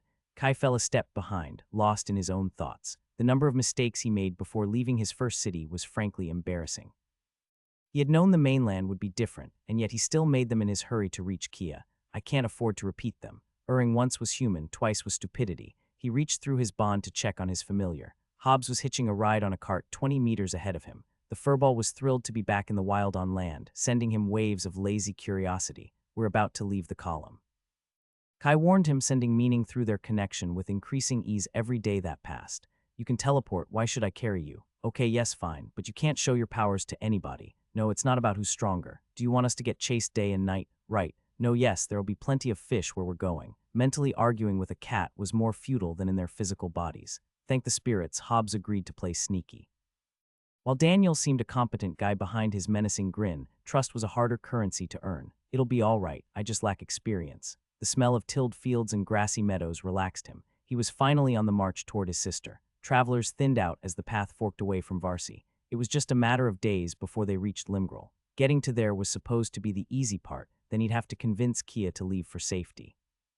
They had just cut across a field of rye when a murmur rose to brush his thoughts. Nope, I must have imagined it. The pulse came again, growing higher like a wave with the rising tide. Fucking jerks. At the third whisper, there was no doubt someone was following them. They had left the main road to wade through the fields, heading northwest for Limgrel. Kai had hoped the diversion would quiet the whispers, and it did for a handful of minutest. Then they came back, ominously murmuring. The direction and nature of the threat were too vague to deduce anything. Either the source of danger was weak, or some other skill was interfering with hallowed intuition. Given how widespread such skills were according to Daniel, the odds leaned toward the latter. Is it the creepy couple or some other disgruntled guy I sent away? With all the adventurers that gathered for his contract, there were too many candidates. Varsity had made clear how much he still had to learn about the mainland. He'd rather avoid a confrontation with an unknown foe if possible. We might still lose them in the fields. The ears of rye swayed and rustled in the wind, tickling his face. From a distance, Kai hadn't realized the height of the crops. It'd take considerable effort to achieve the same with nature magic, but he doubted mages were responsible. He had never considered what mundane jobs like farmers might achieve in the higher grades. They could have also modified the seeds before planting, or used some kind of magical GMO. Years ago, he had read about professions that could induce beneficial mutations in Vuria's library. The book had focused on cattle and poultry, though it should only be easier with plants. Keep low. Daniel opened a way through the rye ahead of them. Farmers don't like it when you stomp through their crops. Some can get pretty mad. How mad are we talking? Flynn swatted an ear of rye out of his face and hunched forward. His height put him at a disadvantage. Well, it depends. I got shot with a bow twice when I was 16. The man chuckled, lifting his sleeve to show a round scar on his bicep. I did also steal some apples that time. Usually they just unleash their guardian beasts against you. You just have to sprint when you hear the bark. Flynn stumbled on an uneven patch. What do you mean by beasts? Just watch your feet. Daniel ignored the question with a smirk. If they're well trained, they'll stop at the edge of their master's plot. They walked on the free terrain along an irrigation canal, keeping between rows of wheat that had yet to be harvested. Everyone was ready to dart at the shout of an enraged farmer or their pet. No matter how far they meandered, the whispers kept tugging at Kai's thoughts. Here's where hope becomes self-delusion. We're being followed. Daniel stopped by a 2-meter ditch. Are you sure? Yes. He spread his senses over the golden ears of crops, vainly trying to wring more information out of hallowed intuition. I don't know who it is, but they don't have good intentions. The man cursed under his breath. They must have waited for us by the gates or have someone with a yellow tracking skill. His fist clenched around a dagger strapped to his leg. Blasted fates, we have to pick up the pace and hope to lose them when we reach the Lorvan Woods. Wouldn't it be easier to just wait for them and deal with it? Rain shrugged, not looking particularly worried. None of those men would be a problem. You're presuming they didn't bring any friends. The scarred seeker scoffed, already marching through the fields. The prize from 3 patrician kids without an escort will push many people to less savory activities. Any of those men could have also sold the information to one of Varsi's gangs. Where is my luck when I need it? We aren't patricians. Kai augmented his legs to keep pace. He only had a vague understanding of what the title meant. Differed from a rigid caste system since it wasn't endlessly heritable and anyone could attain it, but he had never learned all the legal details and benefits. The governor's family was the only one with that status in the archipelago, and he had avoided them like the plague. Who else throws around gold and reaches yellow at your age? Daniel threw them a skeptical look. If you wanted to keep a low profile, you shouldn't have worn clothes worth more than a year's wage. Yeah, anyone with a brain can tell. Going to Madame Lagarde might have backfired. We really aren't, Flynn protested, and I'm not yellow yet. The seeker gave him a once-over with a look full of silent implications. Maybe you have a different name for it where you're from, but money and privilege smell the same. The fact that you're foreigners just makes you better targets since there is less fear of retaliation. Always rob the tourists, only more violently. I thought anyone could raise their social status in the Republic, Rain mused, unaffected by the awkward mood. You just have to advance to green, or be born in the family of someone who had. Yeah, that's what the senators love to say in their speeches. We're all given an equal chance, you just need to work hard. Daniel spat with obvious bitterness. How many people born at the bottom of red reach that grade? 1 or 2 in a million. I don't know your story, but here, the patrician families hoard gold and opportunities to keep their status. I'm here, you know. You're 1 in a million role model limited edition. Kai considered arguing his case. The science-born surrounded by riches and tutors had been the bane of his existence since Vuria had told him about the wider world. Now that he had clawed his way up from the bottom of the rung, being mistaken for his nemesis was quite vexing. What are the chances that he believes me? According to canon, Matthew was born at Orange. We're technically from the Republic too. Kai gestured to himself and Flynn, from the Baquer archipelago. The islands were annexed. 61 years ago, his friend helpfully provided, between one breath and the other. The governor threw a celebration for the 60th year in High Arbor. It was last summer, while you were still living with your father. Not that you missed much, apart from the free food. The Baquer archipelago, Daniel scratched his scarred lip, running the long way around the shed on a hill. One of my previous clients tried to use a ticket there instead of paying. Said it was a steal. Fine beaches, crystal sea, and well, maybe I should have taken it. Is it as nice as they say? Way better. Flynn threw himself in a detailed description of the scenery and food while they jogged through the fields. Ranting about their respective governors also helped relieve the stiff atmosphere. No beasts, anywhere. Daniel appeared to find the notion as strange as Kai found having awakened animals everywhere. They had run into a chubby mouse chewing on a row of turnips. The beast skittered away when it heard their steps, quite a different behavior from what he was used to. They doubled back around a farm when a woman spurred Daisy to chase a flock of awakened sparrows, the howling bark following them for miles. The farmland stretched with no end in sight, and so did the murmurs relentlessly prod his thoughts. Winding their path around the cultivated slopes made no difference to their stalker. Are you worried about the pursuers? Rain jogged beside him, closing the line. The muffling ward bent to cover just them, while letting the outside sound pass through. I thought it'd be more relaxing if we didn't have to watch our words. Yeah, Kai tersely said. I'm fine. He's trying. Don't be an asshole. I'm worried about my sister.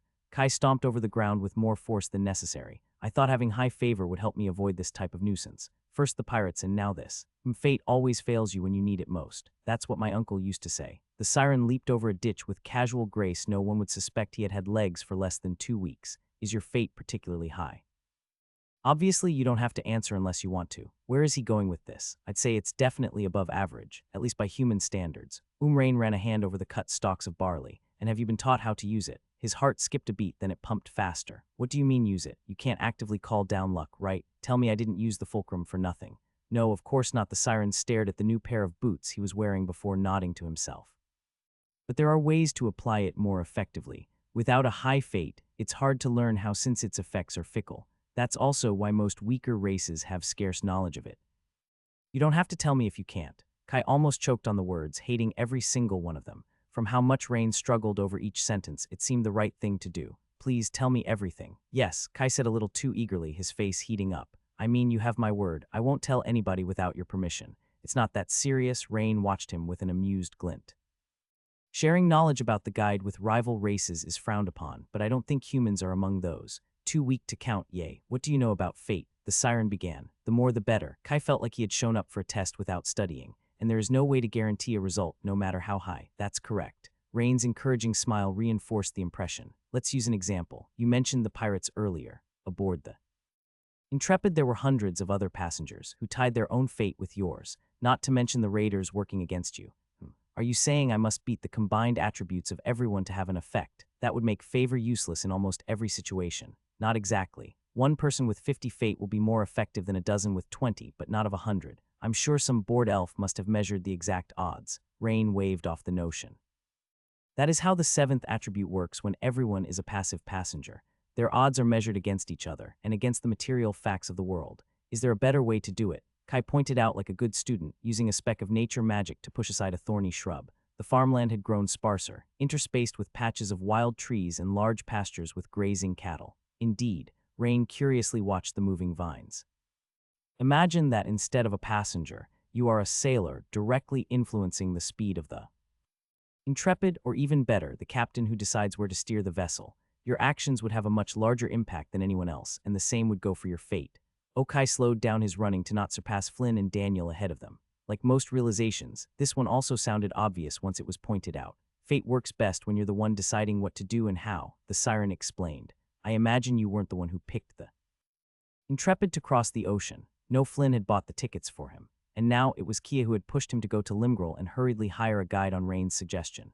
So we'd have a better chance to lose our stalkers if I were the one leading. Yes, our odds would be better. Though you also have to consider Daniel's skills and knowledge of this region. He turned to gaze at a grazing cow. If you piloted a ship with no experience, you might lead it straight in a storm. Luck is never a certain thing. Kai mutely ran, lost in a sea of possibilities, hundreds of choices that might have led him on a different path.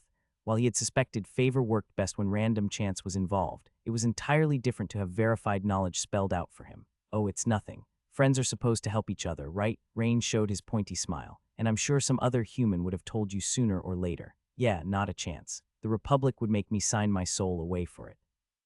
MHMM Vuria must have known. Damn her and her experiments. It means a lot to me. The 7th attribute was one of his biggest assets. Now he finally knew how to make better use of it. I won't forget it. They marched without stopping for lunch or rest across ever sparser fields. The strips of untamed terrain grew wider between isolated farms, till the signs of human habitation disappeared completely. Throughout it, all the whispers continued undeterred, weak and constant. The sun had descended on the western horizon at their back, quicker than he was used to in the archipelago. Kai noticed the shift in the ambient mana before his eyes spotted a dark tree line over a ridge. Daniel stopped with a mix of relief and apprehension. He dried the sweat off his brow on a sleeve. Those are the Lorven Woods. Come on, we must lose those bastards before dark. Spruces, elms, and oaks soared like ancient wooden pillars, letting scant rays of light through their wide canopies. The air smelled of pine and resin. There was a sort of tranquility in being back in the wild that Kai couldn't quite explain. The Lorven Woods carried little familiarity with Viridor, the lush jungles of the hidden sanctuary. The dense mana leaned more toward earth and nature, while water was sparse. Even the creaking of wood sounded drier. Dark green ferns, entwined weeds, and wildflowers dotted the underbrush among fallen leaves and branches. Kai threaded at the tail of the group, stretching his neck to take in his surroundings. Mana Observer had already spotted a patch of pseudo-mana herbs and a red viper nestled in the shade of a bush. Guess we'll spend the night here. Let's move. Daniel rested a hand on the hilt of his knife, carefully prodding his way down a slope. We need to find a place to camp while we still have light. Are you sure they won't follow us? Kai stepped on gnarly roots jutting out of the ground. Aside from the eerie vibes, there were few other deterrents. Yes, only madmen would venture inside a mana zone at night when the predators come out to hunt. The man stated like it was elementary knowledge. And I'm not just talking about packs of orange creatures. Yellow beasts also stray from the inner regions. If you call attention to yourself, it will be mutually assured destruction at best. Am I back to the sanctuary? Kai opted for a diplomatic nod. Most humans struggled to defeat beasts at their grade, and he would also be put to the test if it were a particularly strong species. Some awakened animals grew positively massive at yellow, or worse, learned to use their innate magic. I'm not alone. I can't just flee if we run into a wyvern. People could be an asset and a burden. He had done some light sparring with Flynn when they were in Silspring, but not enough to prepare them for real life and death struggles. That didn't even consider the other two members of their groups. Daniel had been hired as a guide and was unlikely to risk his neck for them. As for Rain, the siren would be unpredictable in a fight in terms of power and teamwork. Guess we'll figure it out on the go, or die trying. Kai was growing a fond appreciation for Dora's old insistence on doing things in the proper order. A single jump ahead had quickly devolved into a series of dubious decisions. We'll be all right. Rain gave him a reassuring pat on the shoulder. I've never been to this place before, but it doesn't look too dangerous. The siren strolled through the woodlands, running his fingers along the bark of a birch as if it were a live exposition. He picked up a pinecone with fascination, smelled it like a flower, and added it to the stash of land souvenirs in his backpack. Moons have mercy, Daniel grumbled under his breath. We must pick up the pace while there is still light. The adventurer guided them around an owl napping in the hollow of a tree and a mole rat burrowed under a mound. Both beasts were in the middle of orange. The steady rise of ambient mana sank a little cautiousness in Kai's mood. Entering the Lorvin woods had barely slowed the pulsing whispers. The constant prodding at his mind was starting to get on his nerves. Will they follow us right up to Limgrel? He almost wished the wannabe bandits would catch up to them to get rid of the nuisance. How strong can they be? Trekking into the woods, the sun became a soft glow among the treetops. Dark shadows grew between shrubs and crannies to herald the coming darkness. Daniel took out an enchanted light covered by a sheet of iron that illuminated a single direction.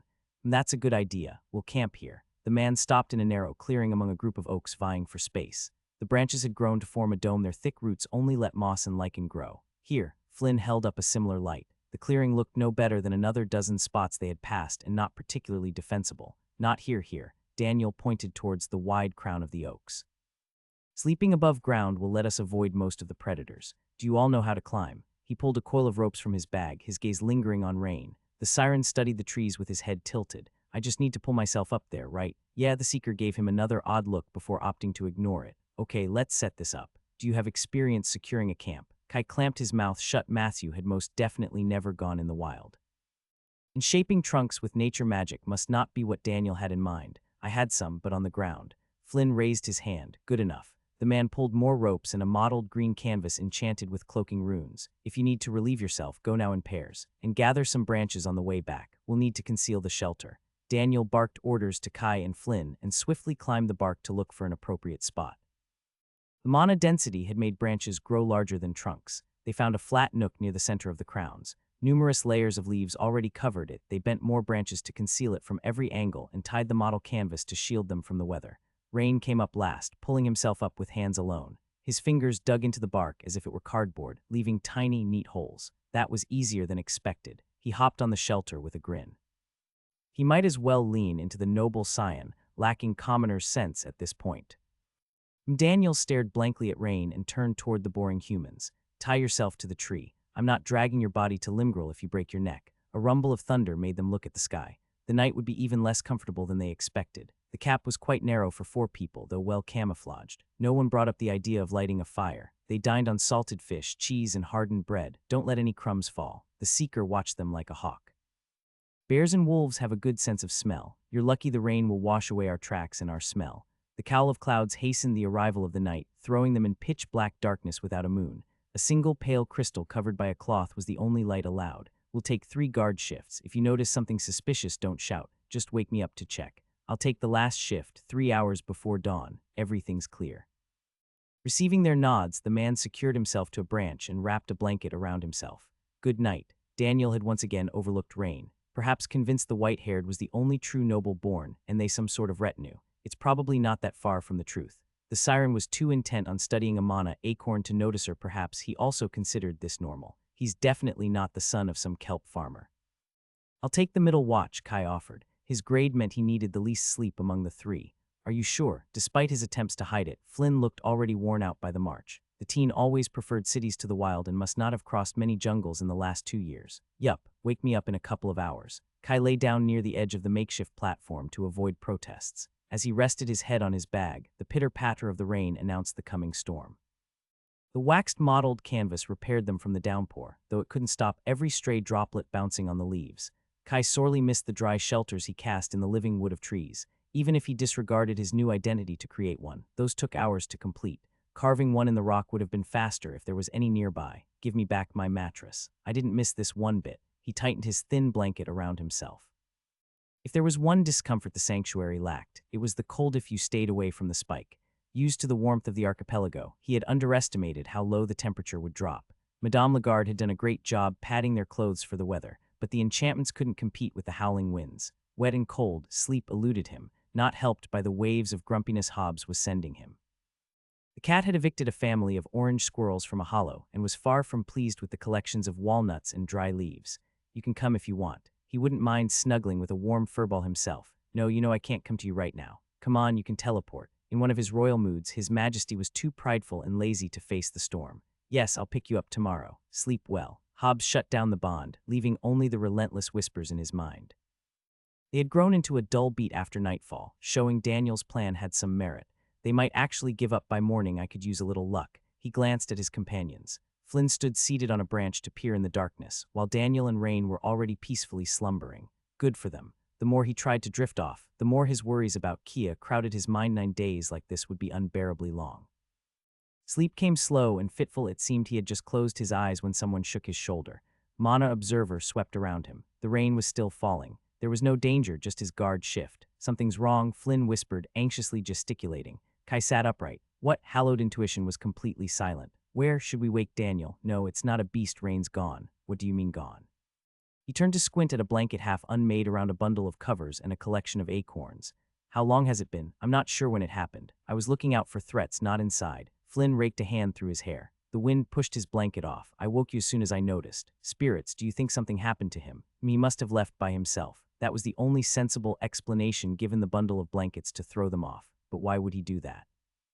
Do you think he changed his mind about coming with us? He seemed to be having so much fun. Calm down. Kai threw a wary glance to where the adventurer was sleeping. I'm sure he's fine. The storm covered his words. Could Rain have decided the land wasn't for him and run off without a word? It wasn't the most far-fetched theory. What even passes in the head of a teenage siren? His spatial bag is still here. Flynn pulled it out of the bundle. Why wouldn't he take it with him? That was certainly strange. One of the shells in the siren's bracelet was a spatial artifact, but why leave all his food, clothes, and random souvenirs he had gathered? It would cost him nothing to take both. And if he's planning to come back, why sneak off without a warning? Did he just go for a stroll in the downpour? Unless. Kai focused on hallowed intuition. The murmurs hadn't just quietened, they were entirely gone. They had still been pulsing when he fell asleep. Did their pursuers decide to give up in the middle of the night? Damned siren, I'm supposed to be the one who takes calculated risks. He massaged his temples. It left him little choice. I'll go look for him. I might know where he went. What? Flynn quickly put together the clues. I'm coming with you. No, someone must stay on guard.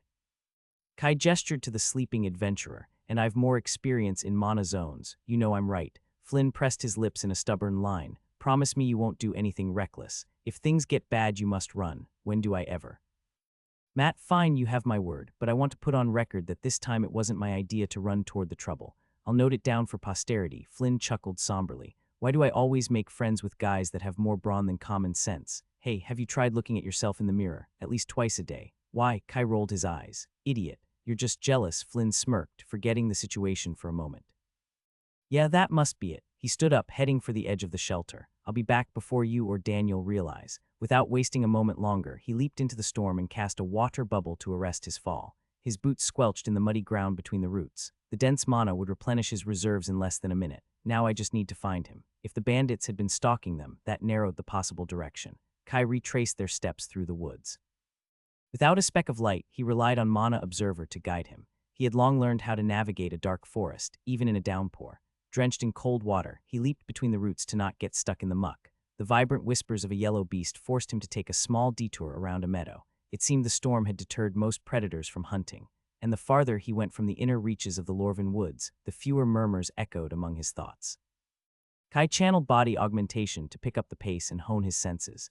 How could he be so brash? Going against an unknown number of enemies with unknown grades and skills would be reckless, regardless of personal power. Professions were too numerous and varied to prepare for everything. A single mistake was all it took. Where has he gone? Kai was quickly nearing the edges of the woods and about to double back when hallowed intuition pulsed. It was faint and directionless, as if hampered by an arcane skill.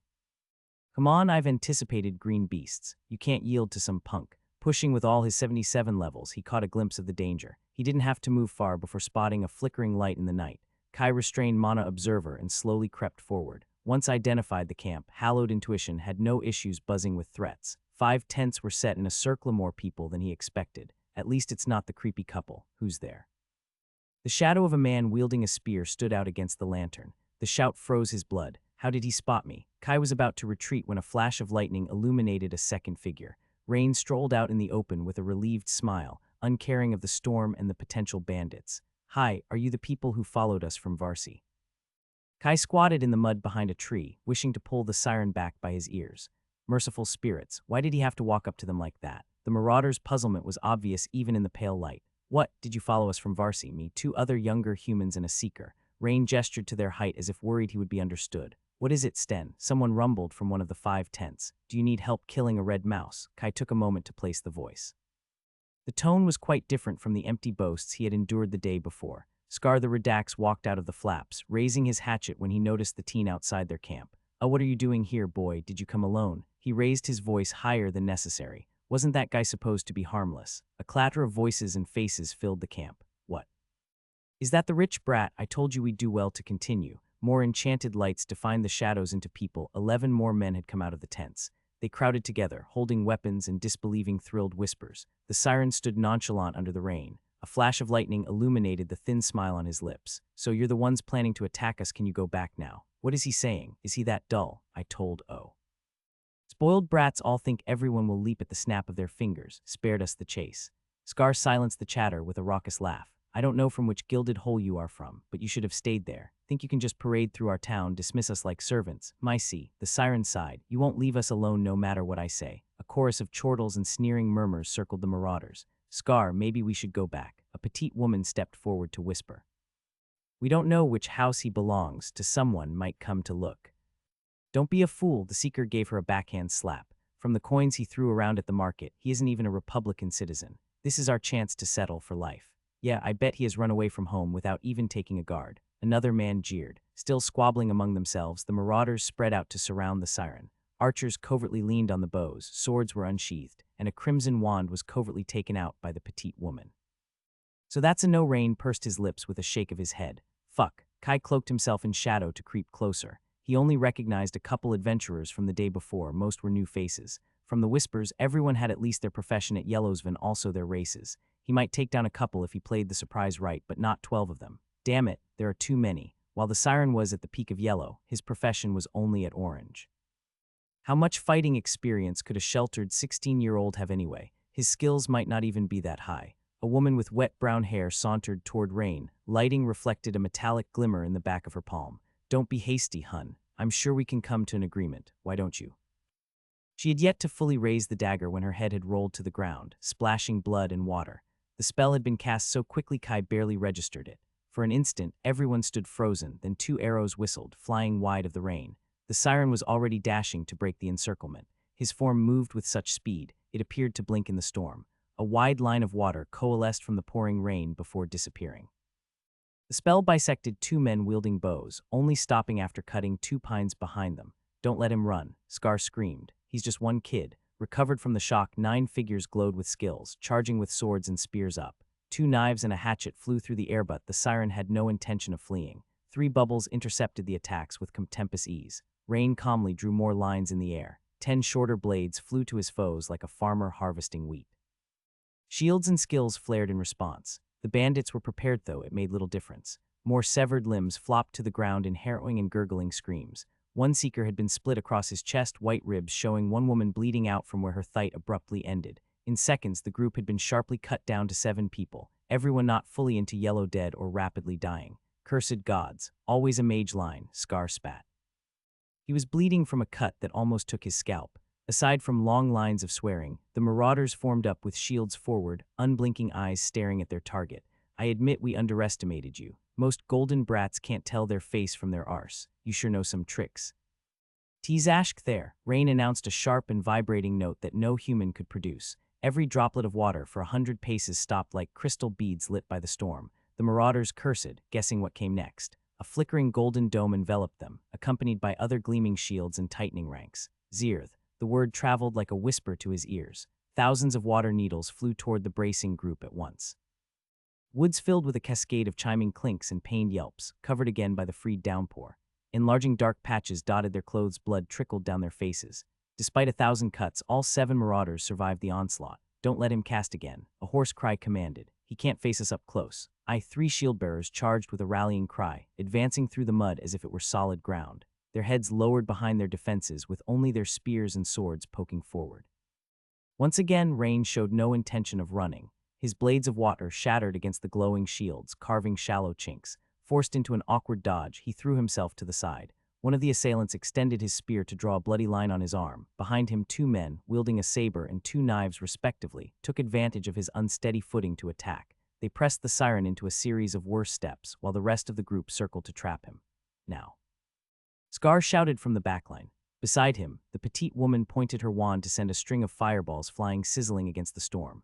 Boxed in by 5 fighters who took cover behind the shields, Rain couldn't run anywhere without exposing himself to a stab. A dense bubble of water swiftly condensed around him before the bright flames burst. The night turned into day. Hidden 40 meters away, Kai felt the mud drying and cracking on his face. The cloak of shadows also weakened under the direct light. Thankfully, no one was looking in his direction. He had been studying the marauders for a chance to intervene, but he hadn't anticipated the battle would escalate so rapidly. Shit. Dense steam rose from the bubble, obscuring their vision. Is he dead? A man asked with undisguised glee. He peeked over his shield long enough to have a water blade shorten his head, his brain scattered among the weeds. Rain stood in the middle of a flimsy bubble, alive though not unscathed, judging from his reddened skin and his scared grimace. Scar lunged from the backline, a hatchet in each hand. Finish him. Damn it, this is definitely reckless. It was now or never. Body augmentation swelled his muscles and senses. Kai crept closer, about to abandon his cover for one last-ditch effort to save the siren, when hallowed intuition howled at him to stop. What? None of the bandits appeared to have noticed him. The time his head jerked to check, they were already upon Rain from 3 different directions, too fast and far to stop them. Fuck. Suddenly, the world slowed. The descending blades hesitated in their assault. The eagerness of their wielders turned into incomprehension. Bodies sank into the mud, the weapons falling short of their target. The ground itself bent into a concave around the siren as if. Gravity, before the marauders could regain their bearings, Rain cast 3 crescent blades of water, any trace of fear and pain gone. The spells whistled toward their targets with sharp efficiency. Scar threw a glowing red hatchet to intercept, twisting in midair to avoid the spell. 2 of his companions weren't so lucky. The man with the saber was neatly cut across his upper body, while the fellow with the daggers lost his left arm near the shoulder before he jumped behind a shield. His screams and gushing blood overwhelmed any other sound in the night. 4 left. Kai's brain was still trying to catch up when the mud squelched upward, no longer weighted by gravity magic. The siren also stopped his relentless assault for the first time to take a breath. Don't stop, he's out of tricks, Scar shouted, throwing another hatchet from safety. One of the remaining shield-bearers thrust his spear, the tip gleaming with a silver light aimed at his heart. Rain bent under the hatchet and used a water bubble to redirect the pole, turning the fatal strike into a bloody cut across his ribs. Before the spear could retract, he grabbed onto the shaft, lowered his center of gravity and dug his heels into the ground to yank free the weapon. The shield-bearer scoffed at the attempt, tightening his grip to accept the contest of strength. His contemptuous smirk turned into a strained scowl when the spear stood tense between them, and then into fear when his feet slipped on the muck. Nuo, the remaining defender, left Scar to run to his aid. From their same dark hair and eyes, they were probably related. The man falling toward the siren slammed his tower shield down but couldn't stop his momentum. Rain swung his free hand. A steel-blue trident appeared in his grip. He pierced the skull of the marauder with a wet crunch and spun the weapon to meet the charge of the surviving shield-bearer. His boots slid on the drenched ground, too busy avoiding another spear to regain his footing. Die, you monster, the petite woman shrieked. Another string of fireballs, even brighter than the first, flew from her wand. Yes, Avi, burn him. The shield-wielding attacker was too enraged to worry about his safety. A golden glow covered him. disrupted a forming water bubble and pressed the attack to pin the siren down. Unable to disengage, Rain cast a half-dripping bulwark. His trident caught the spear, though that only tied him down. The searing bolts had already crossed the halfway point, promising to incinerate friend and foe. Nope, a volley of ice shards intercepted the Marauder's spell. From what Kai observed, the fireballs were a profession skill-rigid and predictable. He couldn't compete with their sheer power, but he could tick them. His theory was proved correct when the flames exploded in a chain reaction that swallowed the battlefield before their target, wild and uncontrolled. Kai dove back into the mud and cast a layer of ice to cover himself. By the time the inferno died down enough to see, Rain had broken the shield-bearer's spear and scored a thrust on his shin. His hand flung a spell to finish off the one-armed bandit, holding onto a knife. Scar stood with half-burnt clothes, lingering a moment before lunging at the siren's back with his hatchets. Fucking brat. Gnarly roots and vines sprouted from the ground to entangle his legs, regrowing as fast as they were cut. The man realized too late that someone else had joined the fray, his gaze vainly searching for a shadow. Kai shot 3 icicles at each of the 3 marauders. The shield-bearer, busy fighting Rain, collapsed without a sound, while the half-mage interrupted her next cast to dive on the ground with a yelp. Already ensnared by the creeping plants, Scar managed to shatter 2 and took one in the shoulder. Cursed gods. His hatchets blurred in a flurry of red, hacking the nature spell apart. He turned to run without a glance at his fallen comrades. He didn't take 5 steps when Rain's trident pierced him through the stomach. The siren flicked his wrist to call back the weapon and shred Scar's intestines. With a see-through hole in his abdomen, the boasting seeker breathed his last. Rain spun the trident to get rid of the gore and turned toward the last bandit. No, please, I don't want to die. The petite woman fell begging into the mud, vainly trying to get away. Didn't want her head join the rest. The siren surveyed the battlefield with a detached look, a hand firmly onto the harpoon. The downpour washed away the blood from his cold and handsome features. Come out. It was an order, not a request. Whispers warned that running would be a very bad idea. Kai lowered his cloak of shadow and stepped in the open with his hands half raised. It's just me. Oh, Matt, how the siren made his trident disappear suddenly, just an awkward teenager. I didn't know you could use shadow. What are you doing here? Kai glanced at the gory remains of 12 humans and the boy's bleeding wounds. I came to save you from getting yourself killed. Bodies lay strewn around the battlefield, illuminated by eerie crystal lights. The downpour covered the stench of blood and insides, though it couldn't hide the listless eyes and severed limbs. Everyone dead in just over a minute. It's over. With the tension of the fight dissipating, the cold water made Kai shiver. His clothes were drenched and covered in mud. A water and earth spell made the worst tickle out of his trousers before he turned to the siren. You can't go on a suicide mission without telling anyone. What would have happened if I didn't come? I had everything under control. Rain said with a harumph. Did you? Kai arched an eyebrow, actually curious about the answer. The last volley of fireballs had looked pretty close to turning him into a grilled fish. The boy chewed his lip, staring at his boots. I'm not used to fighting on land. I didn't think I'd be so clumsy, if you call that clumsy. A jumble of mixed emotions tugged at him. Kai threaded toward the siren, ignoring the butchered bodies. Let me look at your wounds. What you did was foolish and reckless. Spirits, is this how I look from the outside? It's nothing. Rain looked to examine his cuts and blistered skin with a slight grimace. I always heal fast anyway. Kai poked the boy's ribs where a spear had split his jacket. The shirt beneath was already drenched in blood.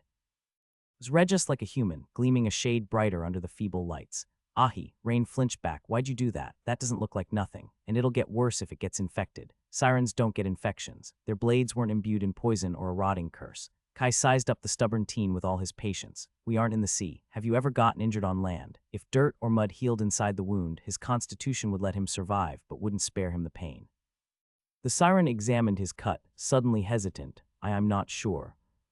Do you want to take the chance? Kai waved a hand to redirect the freezing downpour away from them. If it gets infected, we'll have to open it up again. Your right rein shifted weight between his feet, and I'm sorry for leaving without a word. I thought I could make it back before anyone noticed, but I got lost in the woods. How do you orient yourself when trees all look the same? That is not the issue. Experience. He replied tersely and pulled back his wet hair. What were you thinking coming here alone?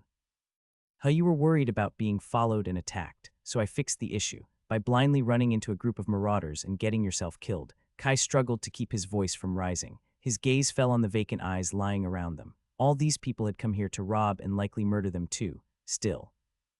Part of him wondered if there could have been another way. Rain was seemingly unaffected by such a dilemma, paying the corpses no more attention than the rocks and weeds. I asked them to leave. They wouldn't. If you let your enemies live, they won't fear retribution and ambush you when you're weakened. That's quite bleak. Kai recognized the tone used to repeat a learned lesson. It was easy to forget that behind Rain's naive curiosity and friendly smile there wasn't a human.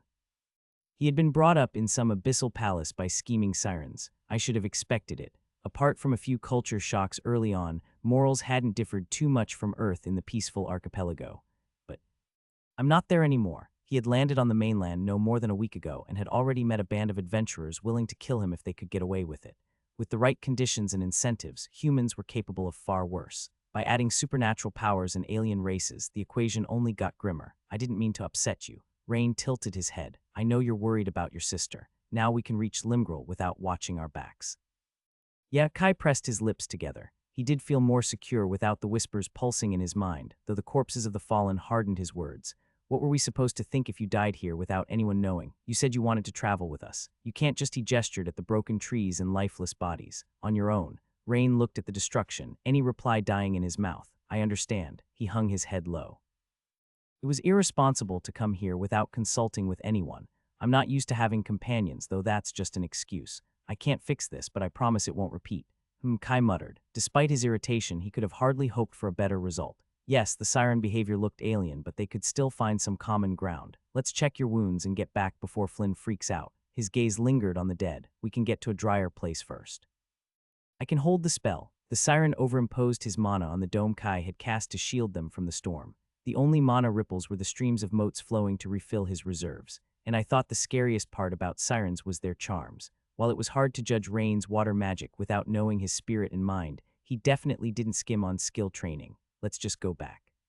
Kai walked around a severed head, headed for the thicker woods for cover.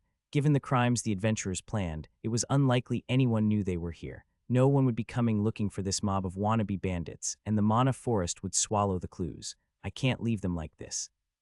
Mana Observer spread over the ruined meadow. Vibrant green and brown moat flowed toward his fingers in preparation. There were 12 bodies and more spare pieces that complicated the task. Once he had locked onto everything, Kai released the spell into the ground. Roots and earth writhed to bury what had been breathing humans just minutes before. Those empty eyes would find rest beneath the earth. It was probably better than they deserved. He doubted they would have given them the same mercy. Rain knitted his pale brows at the scene. You're really good with multicasting. Do you use mind construct or parallel thought? Is this what it means to have been born among the elites? To hope the siren had missed any of the spells would mean deluding himself. Kai stopped beneath a young elm and shaped the branches into a makeshift umbrella to protect them from the rain, the roots rising to make 2 stools. I use split mind. Oh, I've heard that one's good too. Rain tested one of the gnarly chairs with a curious look. One of my tutors had it. She said it was a chore to learn. Yeah, Kai hovered to take a look at his wounds. All but the one on his side had already stopped bleeding. It was quite deep, ending just before it nicked the bone. And can I ask you a question? Sure. What grade were you born at? Yellow, Rain said as if it was nothing much. My father believed any higher would be detrimental and lazy. What the fuck? Kai halted, watching the siren unblinking. Being born at the grade he had spent most of his life reaching, his mind went blank when it tried to come up with a response. It wasn't like the thought had never crossed his mind, and yet, how could someone draw their first breath at yellow? It was unfathomable. Not only that, Rain's phrasing also implied his parents could have aimed for higher. That must be why they're called higher races. Once his thoughts reconnected, strangely, a weight had been lifted off his chest. What was the point of being upset when it had never been a race to begin with? They were sons of 2 different worlds. Any comparison was pointless. You were born at the beginning of Orange, right? Rain said, in an obvious attempt to fill the silence. I know I was born at the bottom of Red. At this point, keeping up obvious lies would be more counterproductive than useful. No one liked to be treated like an idiot, and expectations of trust were more likely to be repaid. Flynn told me I must have misremembered. You didn't. He was trying to keep my secret. Brewing is one of my main occupations, but I'm not the son of a hermit alchemist. Rain's inquisitive gaze showed no surprise. You don't have to tell me anything. I know. Kai used water and earth magic to clean his wounds and offered him a balm.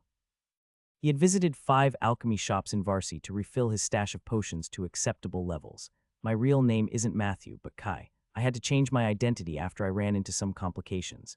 Rain finished dressing the wounds. His eyes went wide before he turned his expression into a blank slate that hid 1,000 thoughts. Come on, he sighed. Ask me what you want to know. The boy didn't hesitate. Are you the son of someone important? Is that why you are on the run? His eyes glimmered with intrigue. Did they try to kill you to steal your inheritance? Do sirens also have tropey stories? He gave him a wry smile. My family is as ordinary as it gets. I was lucky to find some really good teachers when I was young. The rest is just training. I see. Rain rubbed his chin like a detective assembling the clues of a crime. Did you find some kind of treasure? It could also be some secret knowledge that a cabal of powerful sorcerers wants to keep hidden at any cost. Were you forced to fake your death and run before they silenced you? Spirits, that was a surprisingly accurate description of what happened. Is my life some sort of telenovela? Rain drew 3 fingers over his face in a solemn gesture, his intense gaze thrumming with excitement. You have my word. I won't speak even if they torch my soul. That sounds a little extreme. Kai placed a hand on his shoulder with an equally earnest look. I appreciate it. Now we should probably go back. Flynn must already be losing his mind. That finally pierced the siren's daydreaming. I should apologize to him too. He leaped to his feet, taking a step toward the dark woods before stopping. Do you know how to get back? And how did you plan to come back alone? The storm had quietened to a drizzle. He retraced his steps by following the higher mana density and a good dose of luck. A pack of howling wolves battling some other beasts forced them to take a detour before spotting the oaks where they had built their shelter. Thank Yade, both Flynn and Daniel were still there. It would have been a nightmare if his friend had come looking for them. If he's the responsible when we've crashed past the bottom. They silently climbed to not wake their guide who had somehow managed to sleep through it all. Flynn was chewing his nails raw, standing on guard, and noticed them first. You're alive. He pulled the siren onto the narrow platform and into a hug. He lowered his voice and awkwardly stepped back for how the branches allowed. What happened? I'm sorry, Rain said with a downcast look. I acted without thinking. He briefly repeated his apologies and oath. You took so long to come back. I was going crazy. The teen raked a hand through his hair, more pulling than scrubbing. Are you okay? Yeah, it was quite the distance. I wouldn't have gotten away so lightly if Matt didn't come. The siren still looked a little forlorn, but now it's all resolved. It's nice to be appreciated. Flynn turned to stare at him. You didn't do anything reckless, right? Of course not. Kai patted his back and gestured to the sleeping seeker. You've stayed up far beyond your guard duty. We should all go rest. There will be time for explanations in the morning. His eyes narrowed. I'll stay up to guard, Rain quipped, already sitting in position. Kai was all too glad for the distraction. That's not necessary. It's the least I can do. And it won't affect me even if I skip sleep for a few days. Spirits, is there some advantage you don't get if you insist? He threw a thin blanket over himself and grew a vine to tie himself to the tree. Good night. With his most pressing worries solved, Kai slipped into the restful emptiness in seconds. It was far too soon when dawn forced his eyes open. He rubbed his arms to warm himself, shaking the dew off his clothes and cover. The smell of wet greenery and a chill breeze swept any remnant of slumber from his mind. Kai stretched his arms and legs. Sleeping on the tree branch had left him sore, nothing that a little stretching couldn't fix. The sky had cleared to a piercing blue. Kai did a quick head count. Everyone was already up. Flynn and Rain were chatting on a branch, their words and faces blurred by the siren's wards. Daniel was retrieving his mottled tarp from the shelter, throwing the dew at wary looks. Morning. Kai sat up. The seeker jolted and almost fell from the tree. Morning, he grunted, acting as if nothing happened. We should get moving. We're losing daylight. What's up with him? Daniel quickly distributed tasks to dismantle the camp and get them back on track. We'll eat on the way and move toward the outskirts. Just because most predators hunt at night, it doesn't mean we're safe. Throughout the morning, the man never mentioned their pursuers. He must have either woken up last night or deduced what happened from Rain's light bruises. While Madame Lagarde's travel clothes had been enchanted for minor self-repair, the cuts from the fight were still evident, some blessed quiet. Hobbs joined them at noon to get his dose of scratches and mount on his backpack like a king on his palanquin. Without the whispers plaguing his mind, crossing the Lorvin woods and the rustling hills seemed more like a fun, if rushed, excursion. Kia waited for him in Limgrel. I hate traveling on foot. Flynn slouched his arms forward to counterbalance his backpack, his boots tiredly crunching on the pebble road. With an orange race and profession, he had been hit the hardest by the forced march. Meow, Hobbs agreed, sitting on Kai's shoulders and grooming his backside. The furball freely roamed the mana zones and came to get carried once he got bored. The shamelessness. Kai was careful not to let his thoughts slip through their bond. They had pushed the pace to reach Limgrel in 8 days. The temperature dropped lower each night as they fared northeast. Mana zones also interfered with the seasons. The verdant woods had been painted in the orange, brown, and reds of fall within a week. Evergreen pines and spruces stood out amidst the empty canopies. I can carry your backpack, Rain offered, sprier than the day they left Varsy. A bundle of leaves in all shades dangled from his bag together with a hawk feather and a pinecone. It's fine, Flynn pulled on the straps of his backpack as if he could lift himself up. We're almost there, right? Yes, Daniel grunted, his scarred lips giving him a somber air. Since the night they got rid of their stalkers, the man had fulfilled his role as a guide with admirable zeal and cut down on his curt ways, especially if the siren was present. We should be able to see Limgrel beyond that ridge. The cobbled path winded through 2 slopes covered in lush weeds, with no plant higher than a shrub far different from the rustling hills they had left behind. Kai had seen enough swarms of rattling beetles and snakes for a lifetime. Crossing through mana zones had saved them considerable time. Daniel steered away from any mana zone higher than Orange 3, and hallowed intuition let them avoid any stray yellow beast. Almost there. She'll be fine. It had been over 2 years since they last spoke. Someone should have informed her he was alive, though there was no way to tell how she'd react. Was it too much to hope she'd leave Limgrel and abandon the case of the missing people? Being on the mainland should have made her more cautious. Close to his goal, his mind played out all kinds of unlikely scenarios. She won't stab me before we speak. The sooner they reached Limgrel, the sooner he could put his mind to rest and figure out his next step. Perhaps he could open that alchemy shop or visit one of the mystical places he had read about. Traveling would be much more pleasant if they didn't have to march at breakneck speed through the wilderness. Everything would work itself out. Damn it, I jinxed it, didn't I? It should still be fine. Hallowed intuition hasn't. Flynn clapped both his shoulders. Stop thinking and relax. There's no point worrying until we know the situation. If only it were that easy. Yarahi. Kai twisted his neck to glare at Hobbs. The cat had nibbled on his ear with too much enthusiasm. Emro, two violet eyes watched him as if that were his fault for being foolish. You can walk by yourself if you bite me again. Miyu, the demonic furball, licked his paw. Spritz, how did you get so spoiled? Their combined efforts had got him out of his head. The road was rising on the slopes, the sky covered by puffy clouds. A chill gust ruffled his hair, smelling of heather, moss, and myrtle. Climbing over the ridge, Kai saw their destination, Limgrel. A pale wall enclosed a smattering of houses poking out of a dense mist. The town size was unknown, though further beyond, crystal blue snippets of the lake of mist and green islets peeked out of the fog. He would have called it picturesque if the current circumstances hadn't already tainted his impression into eerie. There's your destination, Daniel said with a labored breath, hands resting at his sides. It should clear a little if the sun peeks through the clouds. Oh, Rain and Flynn gaped, mesmerized by the sight with almost coordinated expressions. Let's go, shall we? The seeker gestured at the winding path down with a pleased smile. I'd very much like to have a warm meal and a real bed. Not to get paid, Kai mused. A smirk pulled at his scarred lips covered by a dark stubble. That too. We arrived a day earlier than promised. Are you not satisfied with my services? While not the most personable guide, no one could deny Daniel was competent. His knowledge of the terrain had saved them days of wandering. He spotted where to safely set up camp at a glance and recognized the markings of dangerous beasts. You'll get your bonus. Kai took the path toward the town. Flynn and Rain were already running ahead.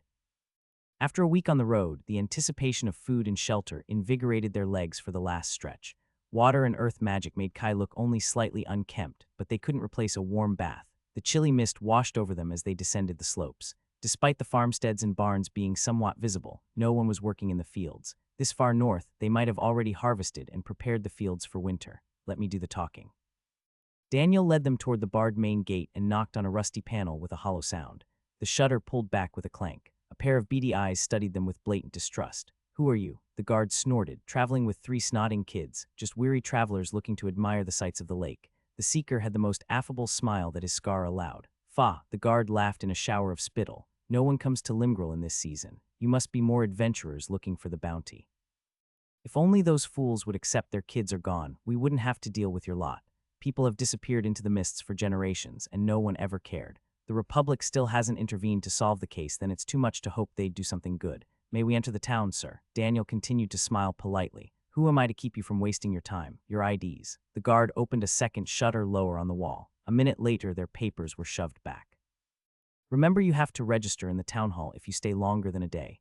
The shutters closed and a door creaked open beside the main gate. Such a warm welcome. Flynn mused once they were out of earshot. No wonder they don't get any visitors. Did we have to get treated like that? Rain narrowed his eyes at the guard post. Standing guard at the gate of a town with no visitors is often assigned as a punishment. Daniel dipped his head in apology. It's just faster to go along with it. This guy wasn't that bad. Trust me, inside the gate, the streets were just as deserted. Kai would think Limgrel was a ghost town if he hadn't seen people and lights moving inside the buildings. 3 alleys in, the first passersby threw them wary glances and whispered among themselves. What a lovely place. It was more pleasant the last time I visited, Daniel grunted. Where do you want to go? His companions were both looking at him, expectantly. Kai bit his cheek. While Limgrel didn't have more than a couple thousand inhabitants, running into his sister would take considerable luck.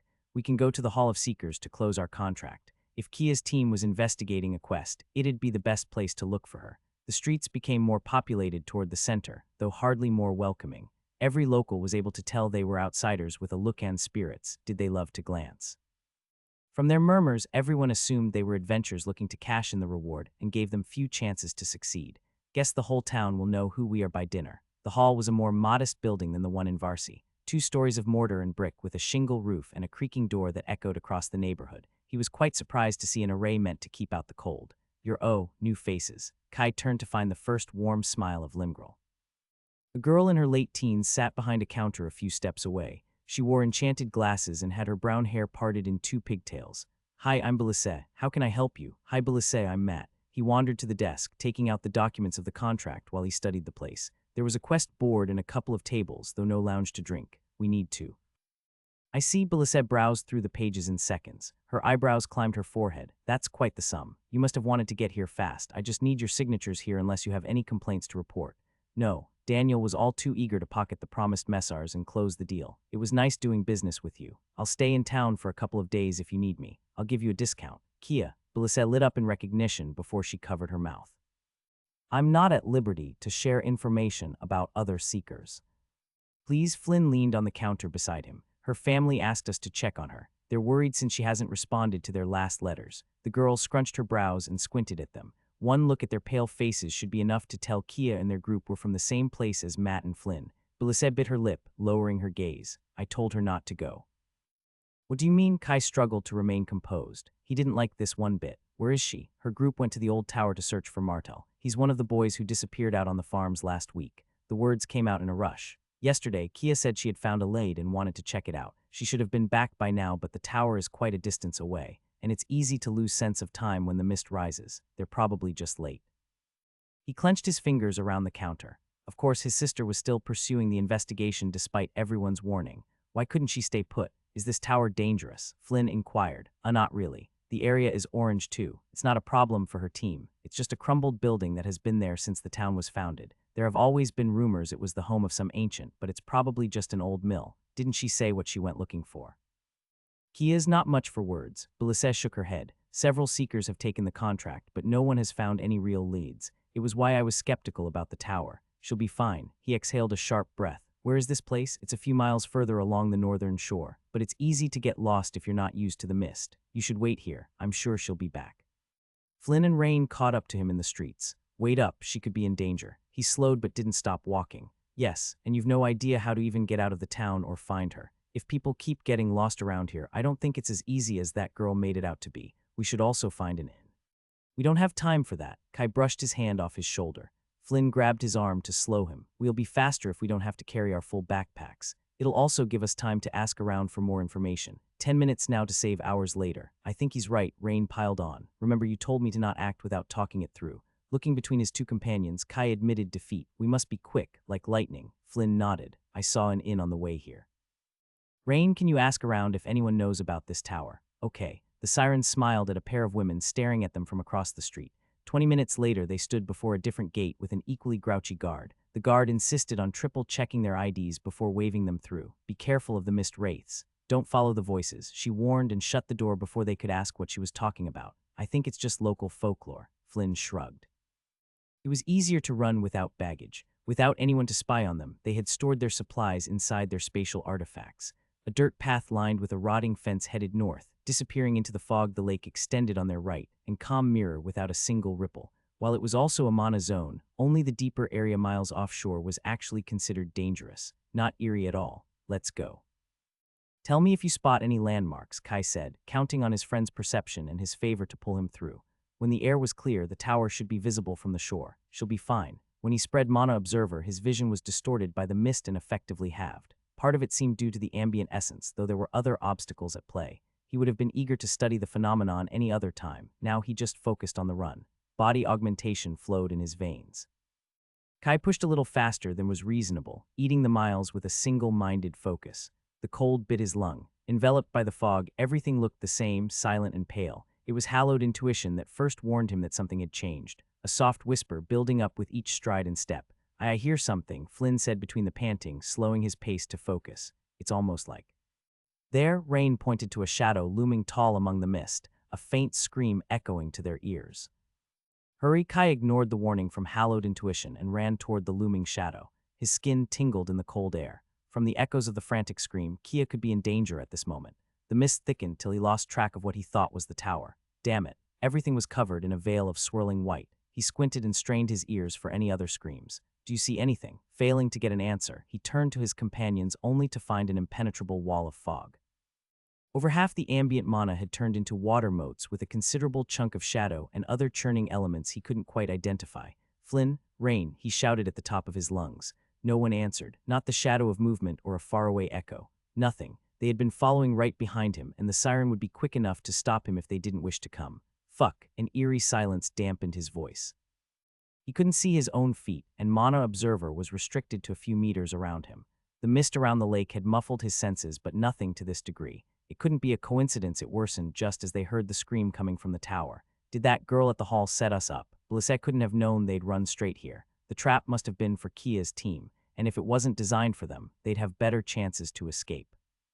To tell the truth, he had no idea who or what had arranged it. It could even be some kind of magical phenomenon of the Lake of Mist or the mist wraiths that guard mentioned. And that's why you look for information before acting. Not that foresight would have made him behave any differently. Kia's group had come here yesterday. There wasn't time for an extensive investigation. Can anyone hear me? His calls were answered with silence. Kai tried to run in a straight line for 5 minutes. His surroundings remained unchanged. While hallowed intuition's whispers lingered, they offered no clue as to how to get away either. Great. He crouched with a sharp exhale and lay his palm on the wet grass to scan his terrain with a pulse of earth magic. He furrowed his brow at the result. The spell expanded a little more than 5 meters before it fizzled out, devoured by the ground itself. If it was some kind of mist creature, how could it also affect the ground? Even a stray yellow beast from a higher area shouldn't be capable of something like this. Hallowed intuition would have gone crazy if that were the case. Channeling more motes into the ground slightly increased his range at the price of consuming several times more mana. There was no way to brute force his way through with an orange skill. What do I do? Even his bond with Hobbs was somehow muted as if he had moved 1,000 miles away. Kai meandered aimlessly through the swirling mist, hoping to lure out the entity responsible for the trap. If the mastermind was watching, they must have decided to wait till he exhausted himself. The potential danger to his sister pressed his thoughts. Fine, you aren't the only one with tricks up their sleeves. Kai waved his hand through the chilly fog. It was nothing more than water vapor. Clenching his fingers, he ripped a chunk to condense it.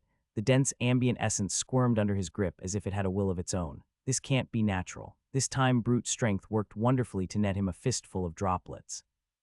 His triumph was short-lived when the fog rushed to refill the empty spot with no noticeable change.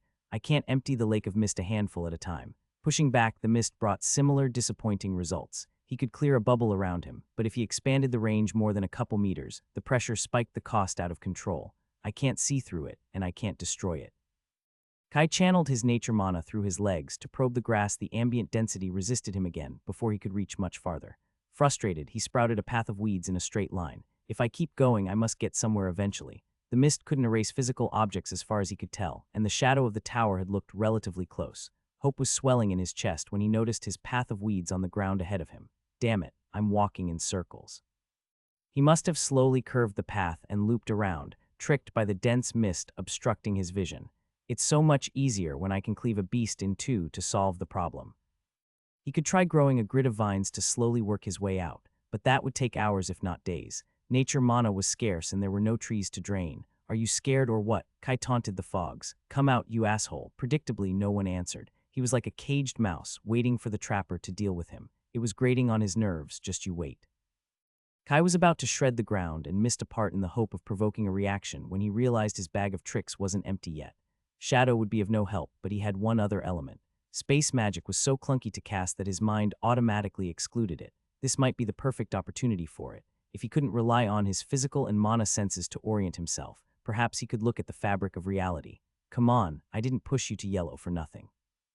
To teleport an object, he couldn't always aim with sight alone. Closing his eyes, Astral Pathway made the iridescent motes beneath the veil of reality flicker to the forefront with neon colors. There were no spatial disturbances. He could detect whatever created the mist worked on different principles. Now for the hard part. The guide called spatial attunement an instinctive understanding of the cosmos, while Zervathi called it a crutch for his lacking intellect. With every other element, Kai could use his knowledge from Earth to cast more efficient spells. Space magic was different. He stopped trying to make sense of what he perceived and grasped his position with more dimensions than his brain was built to understand. Fixing a random point in the distance, he took a step forward and then another. He fought down his impulses to open his eyes and trusted his boon. His body told him he was turning too much to the right and then to the left in a twisting path. This better be. chorus of whispers rose. The dense mist swirled in a vortex in front of him. Kai reopened his eyes right when a nebulous shape flew for his head with a shriek. He took out his sword and leaped back, mana surging into his legs. Something slimy and sharp clacked against the blade, cutting into his fingers before he flung his sword away in a panic. The bulbous shape disappeared into the fog. His right hand was bleeding and covered in a greenish mucus. One whiff of the rotten substance was enough to make him retch. Kai cast a blob of water to wash his fingers, praying it wasn't poisonous from the burning tingle. His chances weren't good. He searched his ring for an antidote. After scouring every shop in Varsi, he had realized how extraordinary Dora's universal cure had been. Unfortunately, he had consumed every vial in her parting gift to survive in the sanctuary. Fuck. Without knowing the nature of the toxin, or if they'd actually work, he uncorked 3 vials with his teeth and downed them. The alchemical concoctions burned his throat. The murmurs soared again without a distinct direction. Kai pushed the mist back for 2 meters around him. Outside, everything swirled in white. Just as he wondered if he had scared the thing off, a puffy cloud flew to his face with a howling scream. His blade clinked against something hard that carried more strength than its small figure suggested. Unable to slice through, he used his sword like a baseball bat to swing the creature away. Mana Observer couldn't glimpse the monstrosity hidden inside, though from the brightness it was firmly into yellow. Just my luck. His injured hand was going numb in spite of the antidotes. The tingling had climbed up his right arm. He had one good hand left and no idea how to kill the beast. If it was soft and slimy, it can't be all armored. The shrieking cotton ball shot for his back. You're getting predictable. Kai pivoted to slash and his arms swelled with body augmentation.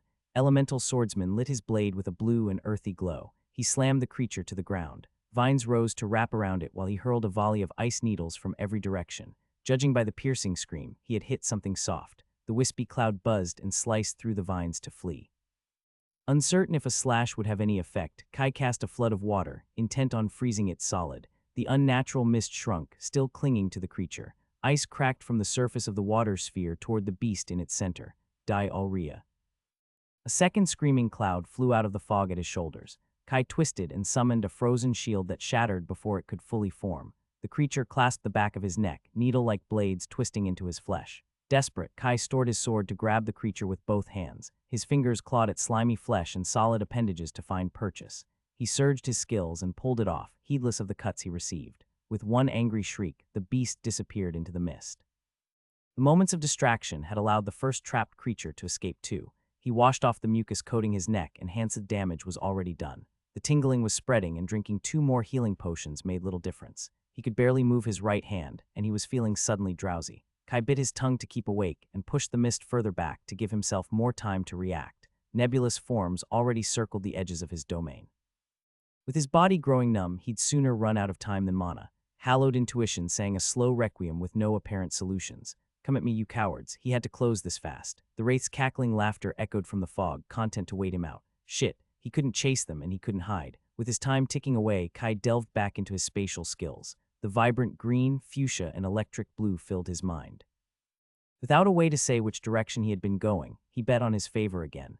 Moving as fast as he dared, his mind split between guiding him and keeping spells ready at his numb fingertips. The mist wraiths suddenly changed their tune to a screech, unhappy with his decision. Kai gave a weak smile, his lips unresponsive. The aimless whispers swelled before 2 wicked cotton clouds came at him from opposite sides. He dove to the ground and cast a water bubble above him to trap the creatures. The impact splashed his spell. He struggled to keep them contained, while crackling ice sealed the prison. A furious buzzing shook the bubble as the stronger beast broke free. He held onto the weaker one but couldn't finish it off before the other came back. Kai flung away the spell. He was about to dive back into spatial attunement when the stronger wraith came howling at him. Still on the ground, he pushed his elemental mana downward to summon a wall of earth and swinging vines. Retreating, his back hit something solid and coarse. Massive stone blocks rose and disappeared into the fog. He had found the tower. There was no entrance that he could see, and the mist beasts were unwilling to give him the chance to look for one. Both angry clouds came, joined by a third to shred his wall of plants. Shoulders to the wall, Kai wove his elements to reinforce his defenses with earth and ice. He had lost any feeling for his entire upper body and his vision blurred. Almost there. Mana Observer crossed the thick walls of the building but failed to find an entrance. There wasn't time to circle it. Even through the adrenaline, his eyelids dropped, called to sleep.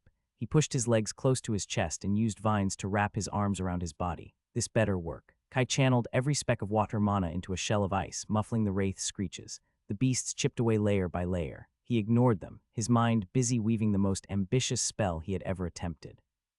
Space magic was finicky at the best of times. The largest object he had tried to teleport was a boulder half his size that lost a good chunk somewhere along the way, though losing a limb was still preferable to whatever the mist wraith would do to him. Come on, Hobbs does this in his sleep. How hard can it be? Kai was surprised when the cat reached through their bond. There was no time to wonder how. A jumble of meaning flooded his mind to correct him. I don't understand. His ice shell cracked to signal the wraiths were almost through. Kai abandoned his attempts at interpretation and let his instincts guide the magic construct. Without giving the rational side of his mind time to mess things up, he released the spell. There was no build-up. Iridescent lights flashed in his vision. 1 second he was watching 3 eldritch monsters chew through his defenses. The next he stared at a wide space with a gray stone ceiling. His body was too numb to say if he had lost any limbs. As the tension left his muscles, darkness crowded his vision, soon joined by 3 human shadows. Muffled voices stirred Kai awake. Shadows and lights danced beyond his eyelids. He was lying on a cold stone floor. Despite his dazed head and heavy limbs, he had all his fingers and toes. Whatever toxin he got injected with, it wasn't lethal, or the potions had an effect. His familiar sent back a regal acknowledgement, their bond still working. The furball paced outside the swirling fog, less than 500 meters from him. Perceiving the magic in the mist, he was hesitant to come closer. Don't worry, I'll be okay. I'll reach you once I fix this. A rock was digging into his back. Kai reached to dislodge it when something sharp brushed his neck. Don't move. The face of a girl about 18 with delicate pale features and sharp eyebrows came into view. She stood over him with a rapier pointed at his nose, her dark hair tied in a ponytail. Did you follow us here? Stop that, Kaylee. A male shadow with the wavy brown curls typical of the archipelago walked behind her. He's just a boy.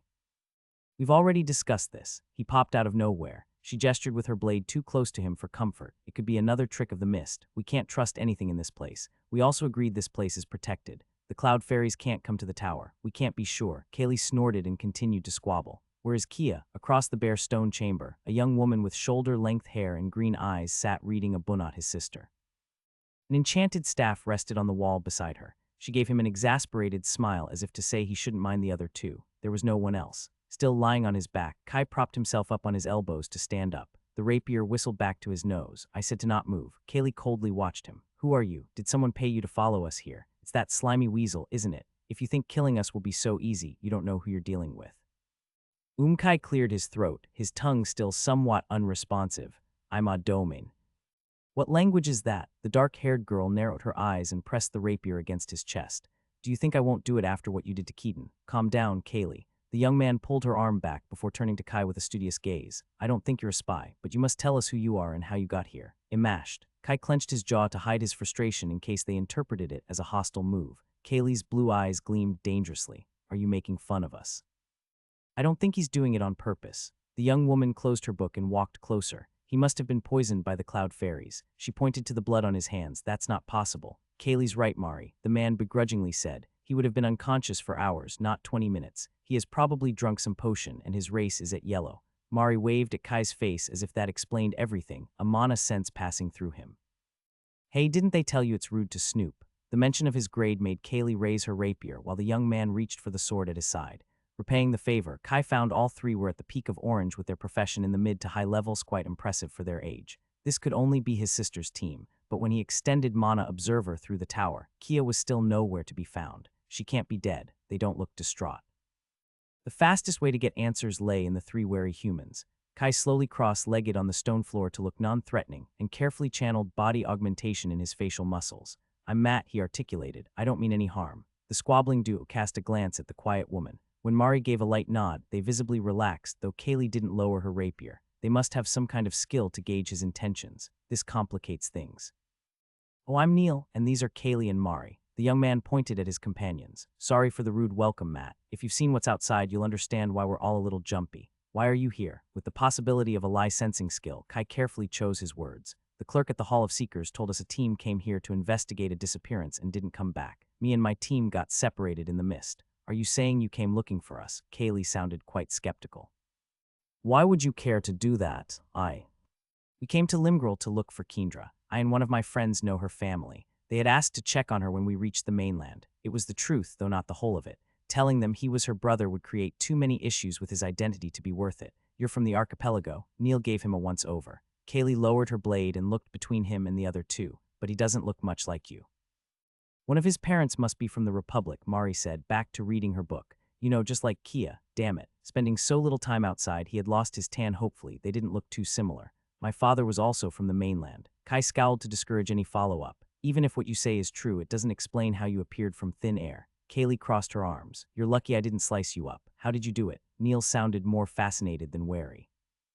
It was like you teleported. Well, I did. Kai bit his cheek. I was cornered by those mist abominations and I couldn't find the entrance to the tower. It was my last resort. Can you get us out of this trap? The man's gaze glimmered with hope. No, I only crossed a few meters. And it's not something I can repeat. Not without Hobbs' last assistance and all his favor. Space magic was too rare to pass unnoticed, and it wasn't something Matthew should know.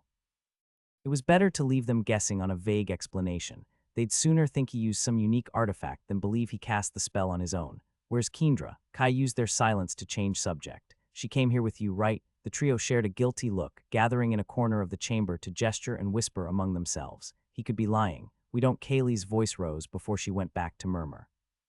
Coming to some sort of agreement, Kaylee stood nailed in the corner, lips pursed, and Neil stepped forward. Kia's outside. Kai blinked. What do you mean outside? He stared daggers at them. How could they be so calm if she was with those monsters? The man had the grace to look ashamed. We tried to stop her, but we couldn't follow her. She's the only one with the skills to hide from the cloud fairies. She thought she could find a way out to call for help, and we know she's alive. Mari has a skill for it. Of course, she ran into the mist like a reckless maniac. He took a deep breath to sort through the information. It was just what he expected from his sister. But he wasn't too late. As long as she's alive, I can find her. The stone chamber of the tower had no features except a ramp of stairs leading up and one buried entrance in the floor. It must have sunk like the ruins on the archipelago. Even if he escaped the mists with spatial attunement, he had no way to find his sister. He needed more information. I assume the door is up there. In his panic, he hadn't thought to look up when he was attacked by those creatures. Yes, there are 4 more floors with openings to the outside, Neil said, though the last one doesn't have a roof. How do you keep the mist out? A pile of stone shouldn't be able to stop a magical phenomenon. This floor is protected. Mari looked up from the book she was scribbling in. It must be some ancient enchantments that everyone has forgotten about.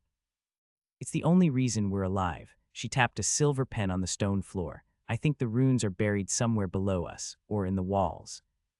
Is that why my bond with Hobbs works again? You called those creatures cloud fairies. I had no idea how those slimy beings could be mischievous sprites. The more he made them talk, the less he would have to reveal about himself. I thought they were wraiths. And more importantly, how do I kill them? Mari scrunched her nose. People in Limgrel call any creatures that live in the fog a mist wraith. If they were truly wraiths, we'd already be dead. Cloud fairies are usually harmless scavengers until you go poke them. They almost ripped me apart, Kai tersely said. Mari puffed her cheeks. That's because someone trapped them here. They live far deeper in the lake of mist where the mana is denser. They're just scared and angry, so someone really set a trap for them. Kai wanted to know what was going on, but his sister took precedence. He'd untangle this mystery once they were all safe. How do we get away from here? If we knew we wouldn't be stuck in here, would we? Kaylee grumbled, sitting on the stairs with her rapier. We're not fools or cowards. My bad. Kai raised his palms to pacify her. Will the mist dissipate if we kill those fairies? Now that he knew their abilities, he was confident to squish them. MHMM from what I read, yes.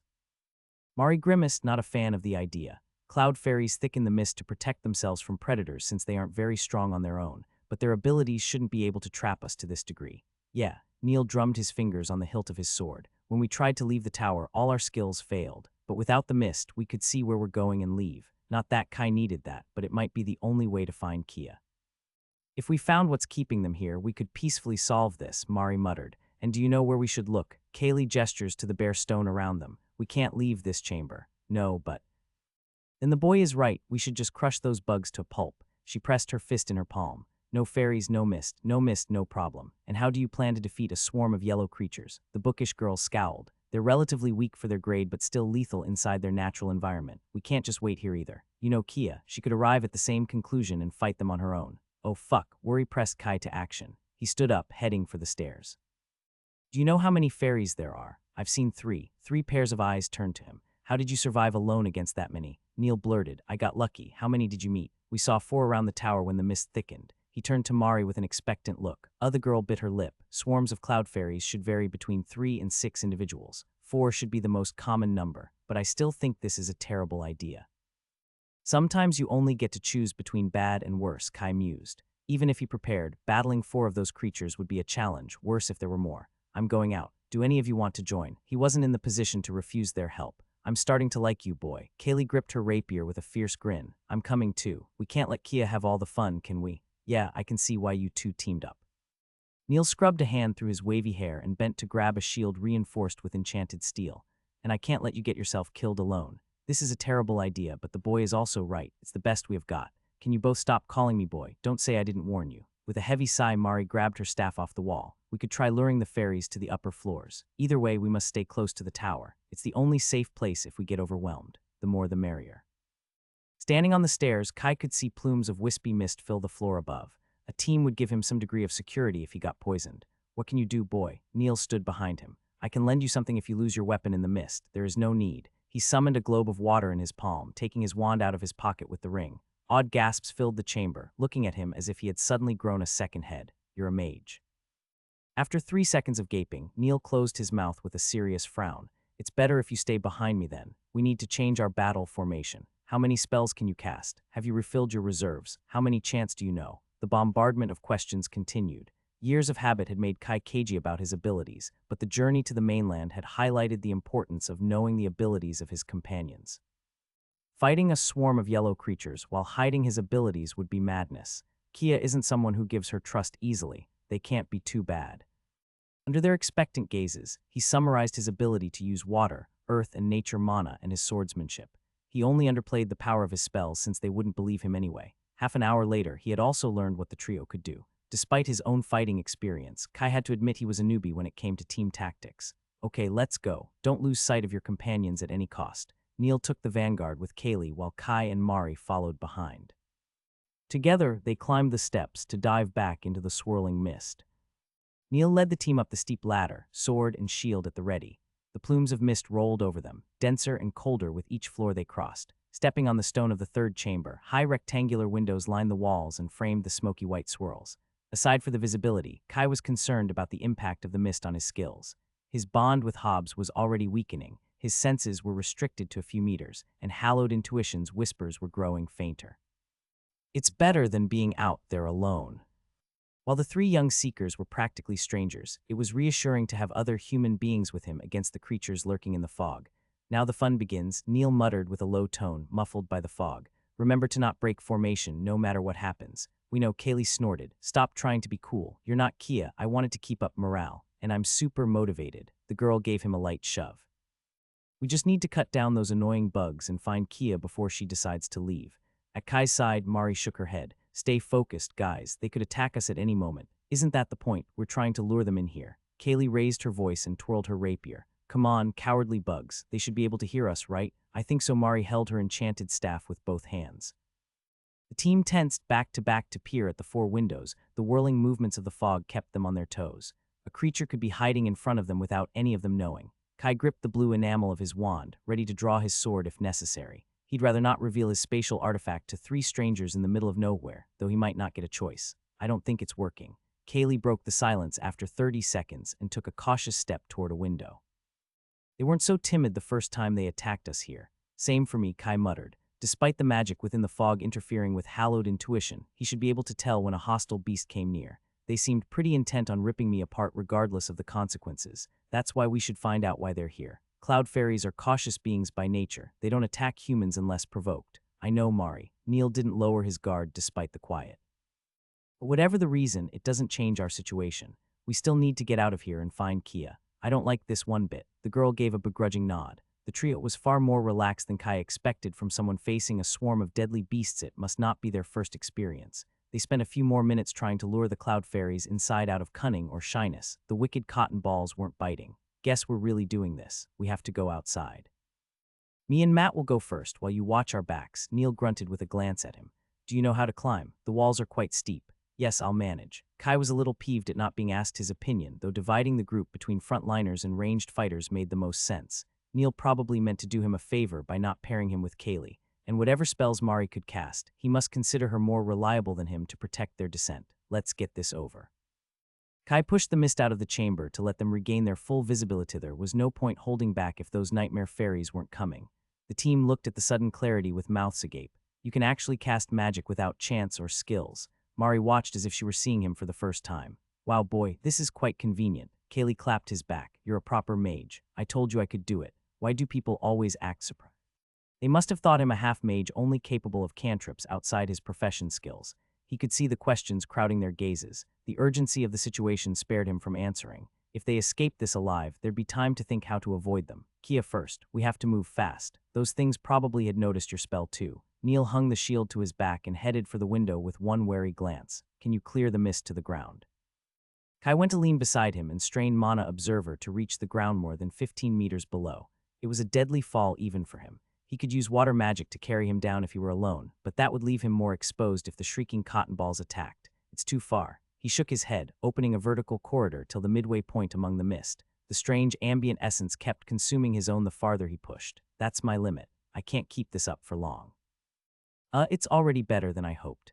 Neil gave him a curt nod and swung one of his legs outside with surprising nimbleness, soon followed by his whole body. Watch my back. The young man climbed down, grasping the seams between the boulders that made up the tower-own hand still holding the sword.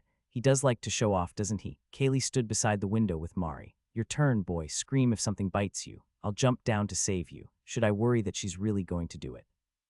He descended to the halfway point when the girls watching were swallowed by the fog. Then the whispers brushed his thoughts. Shit. Danger buzzed louder each second. Kai wanted to scream a warning, but if those creatures were cunning enough to ambush them at the most vulnerable moment, a shout might call them down sooner. His spell had cleared a cone of mist to the weeds below. Almost. The murmurs spiked, leaving no doubts. They're here. What Neil watched him with a frown, his head jolting toward the mist. Fuck. The man threw a measuring glance at the 7 meters separating them from the ground. Jump with one front covered by the tower. Kai released a fan of ice needles at the mist, hoping luck would skew the odds in his favor. He channeled more mana into body augmentation to reinforce his body and loosened his grip. Neil was already falling with no need for further encouragement. His body glowed with a skill while the shield on his back scraped the tower to slow the plunge. The ground was almost upon them when 2 fluffy clouds shot out of the fog. Kai knew he'd never make it. Perhaps believing him an easier target or holding a grudge, they flew to intercept him. Cautious beings, my ass. 2 meters above the ground, Kai summoned a horizontal wall of water and ice to arrest his fall. The abrupt stop rocked his insides and blackened his vision for a moment. The metallic taste of blood filled his mouth. The shattering of ice and hard crash below him soothed his pain. I don't fall for the same tricks twice. The fairies could pack quite the punch when they dove, but they weren't very agile and struggled to regain speed once stopped. Channeling water mana through the wand, he turned the broken shield into a flood of freezing water to carry him down together with the dazed creatures. One fairy whizzed away with an erratic pattern, though the one that had slammed into the stone failed to escape the deluge. The impact on the ground almost shattered the spell. Kai gritted his teeth and slammed the trapped creature against the earth. Sharp roots grew to stab the fairy from below while blades of water slashed from every other side. He had to finish it before. Another whisper soared among the chaos. The second fairy flew for his head with an enraged scream. Fuck. The water prison and the tower at his back restricted his ability to dodge. He was about to redirect his defenses when Neil stepped between them. I've got it. He stood low to brace for impact. A layer of shimmering ice coated his shield. Kai only heard the cracking impact and a grunt. His attention went to the captive misty cloud thrashing beneath his spell. Foreign mana pushed against his to rip away the control of the water construct. That's mine, back off. Neil struggled to keep one engaged, too slow to hit the fairy. He could only tank blow after blow. More murmurs rose to herald the arrival of the rest of the swarm. They wouldn't get a better chance to finish one off. If the fairies assembled, one nick from the slimy beasts would be enough to incapacitate them, and there was no way to climb back into the tower. Kai disregarded the warning and bore down his skills in a battle of wills. The trio had come outside because of him. He hadn't realized what he had asked them. Unleashing the resolve he had honed in the sanctuary gained him the upper hand, but the yellow creature fought with an equal desire to survive. The cloud fairy drew its wispy cloak flutter tighter, perhaps conscious it just had to drag the battle out to win. Kai stripped the mist layer by layer to reveal the monstrous shape hidden inside. 4 serrated limbs like a mantis and paper-thin wings flailed within the water. The bulbous body was covered with segmented plates up to a deformed human face jutting with needle-like teeth. The cloud fairy brought no resemblance to the dainty ivory body Zervathi had been trapped in. He retched thinking one of those had dug into his flesh when the whispers warned him of the pressing danger.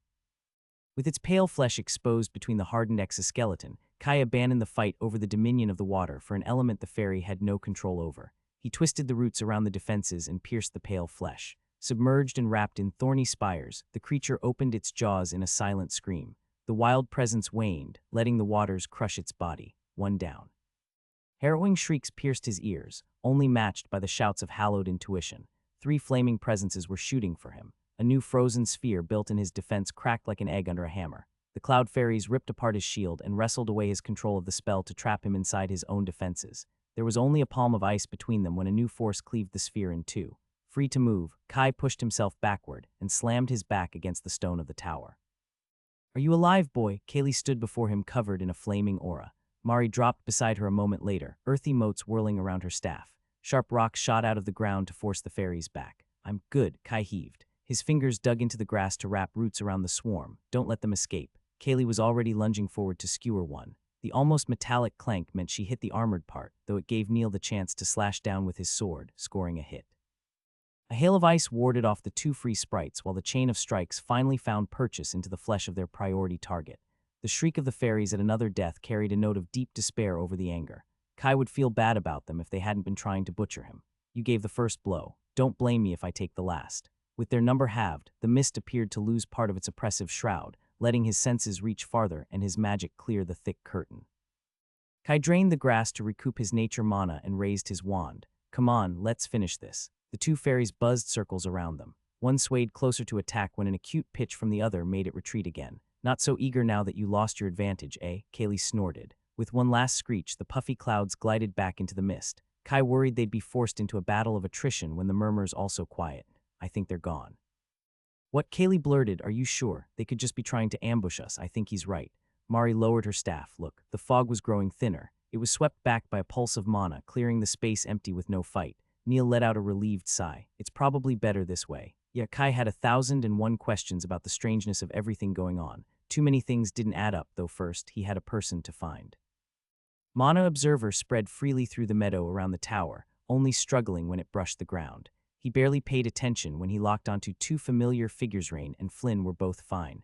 A silver blink at the corner of his vision announced Hobbs' arrival, striding ahead of the group. "I told you there was nothing to worry." Another signature appeared in his range. Despite 2 years apart, Kai could recognize every nuance of her mana veins. A tall girl ran out of the mist with a drawn bow and cautious eyes. Kia still wore the same pixie cut with a new pair of sapphire earrings, her delicate features hardened by the sharp line of her pressed lips. "Are any of you hurt?" She was about to head toward Kaylee when she noticed him and froze on the spot.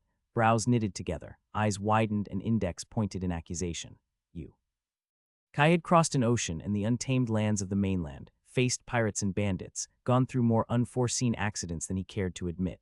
With his sister standing before him well and alive, it had all been worth it. "I made it in time." He stepped forward, arms raised, about to run towards her when he became conscious of all the eyes on them. There'd be already plenty of cracks to fix in his cover. The journey to the continent could explain many changes in Matthew's personality and skills, but he couldn't change his acquaintances from the archipelago. I wish Mom could have explained her the whole situation. Woken from her stupor, Kia abandoned her bow and strode as if she intended to march over him. She stopped in her tracks within arm's length and studied him with an unblinking gaze. Hi." Kai reciprocated the look, trying to recoup the changes he missed in over 2 years. "I'm Matt."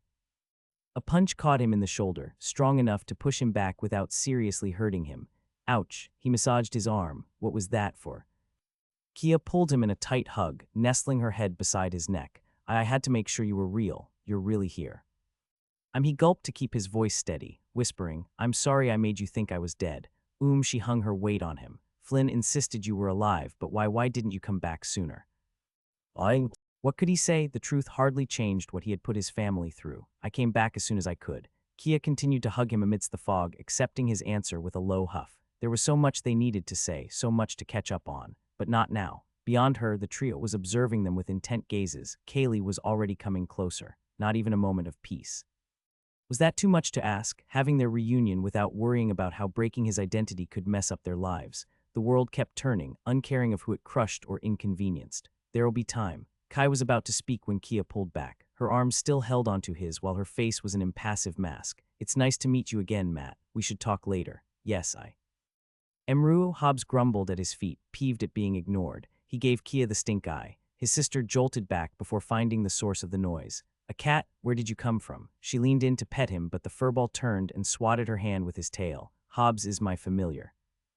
"Is he really yours?" Kaylee lost any interest in them upon seeing the fluffy silver ball. "Here, kitty kitty." She extended her hand, palm up, with a baby voice. From the height of a domestic cat, Hobbs managed to look down on her. His violet eyes weighed what punishment befitted such impudence. To think he had to move to get scratched simply preposterous. Kaylee giggled at his grumpy face, then raised her head to glare at Kai. How could you bring him to such a dangerous place?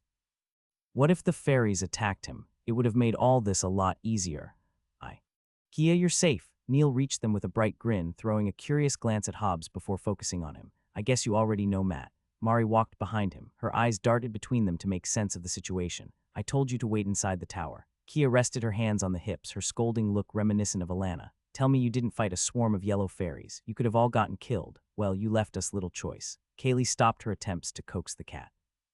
We're gone for hours. What were we supposed to do? Did you find a way out? Kia crossed her arms with a harumph. I was getting close. Actually, it was my fault for convincing them to go out. Kai rubbed his neck. His sister pursed her lips and shook her head. These three should have known better. How do you know each other? Neil peered at them. Don't take it personally, Matt, but I was half convinced you lied. Kia never mentioned you. We're more like acquaintances. It has been a while since we last met. Really, it didn't lose. This book's true home is on another platform. Check it out there for the real experience. Matt, two more figures approached through the thinning fog. Rain stayed aside, taking in the scene with a furrowed brow. Flynn hurried closer to scan him for injuries before turning to Kia with a relieved smile. Thank the spirits you're fine. You made us all worry. Why didn't you reply to our letters? Sorry, I've been busy, his sister muttered without her usual edge. You didn't have to come here.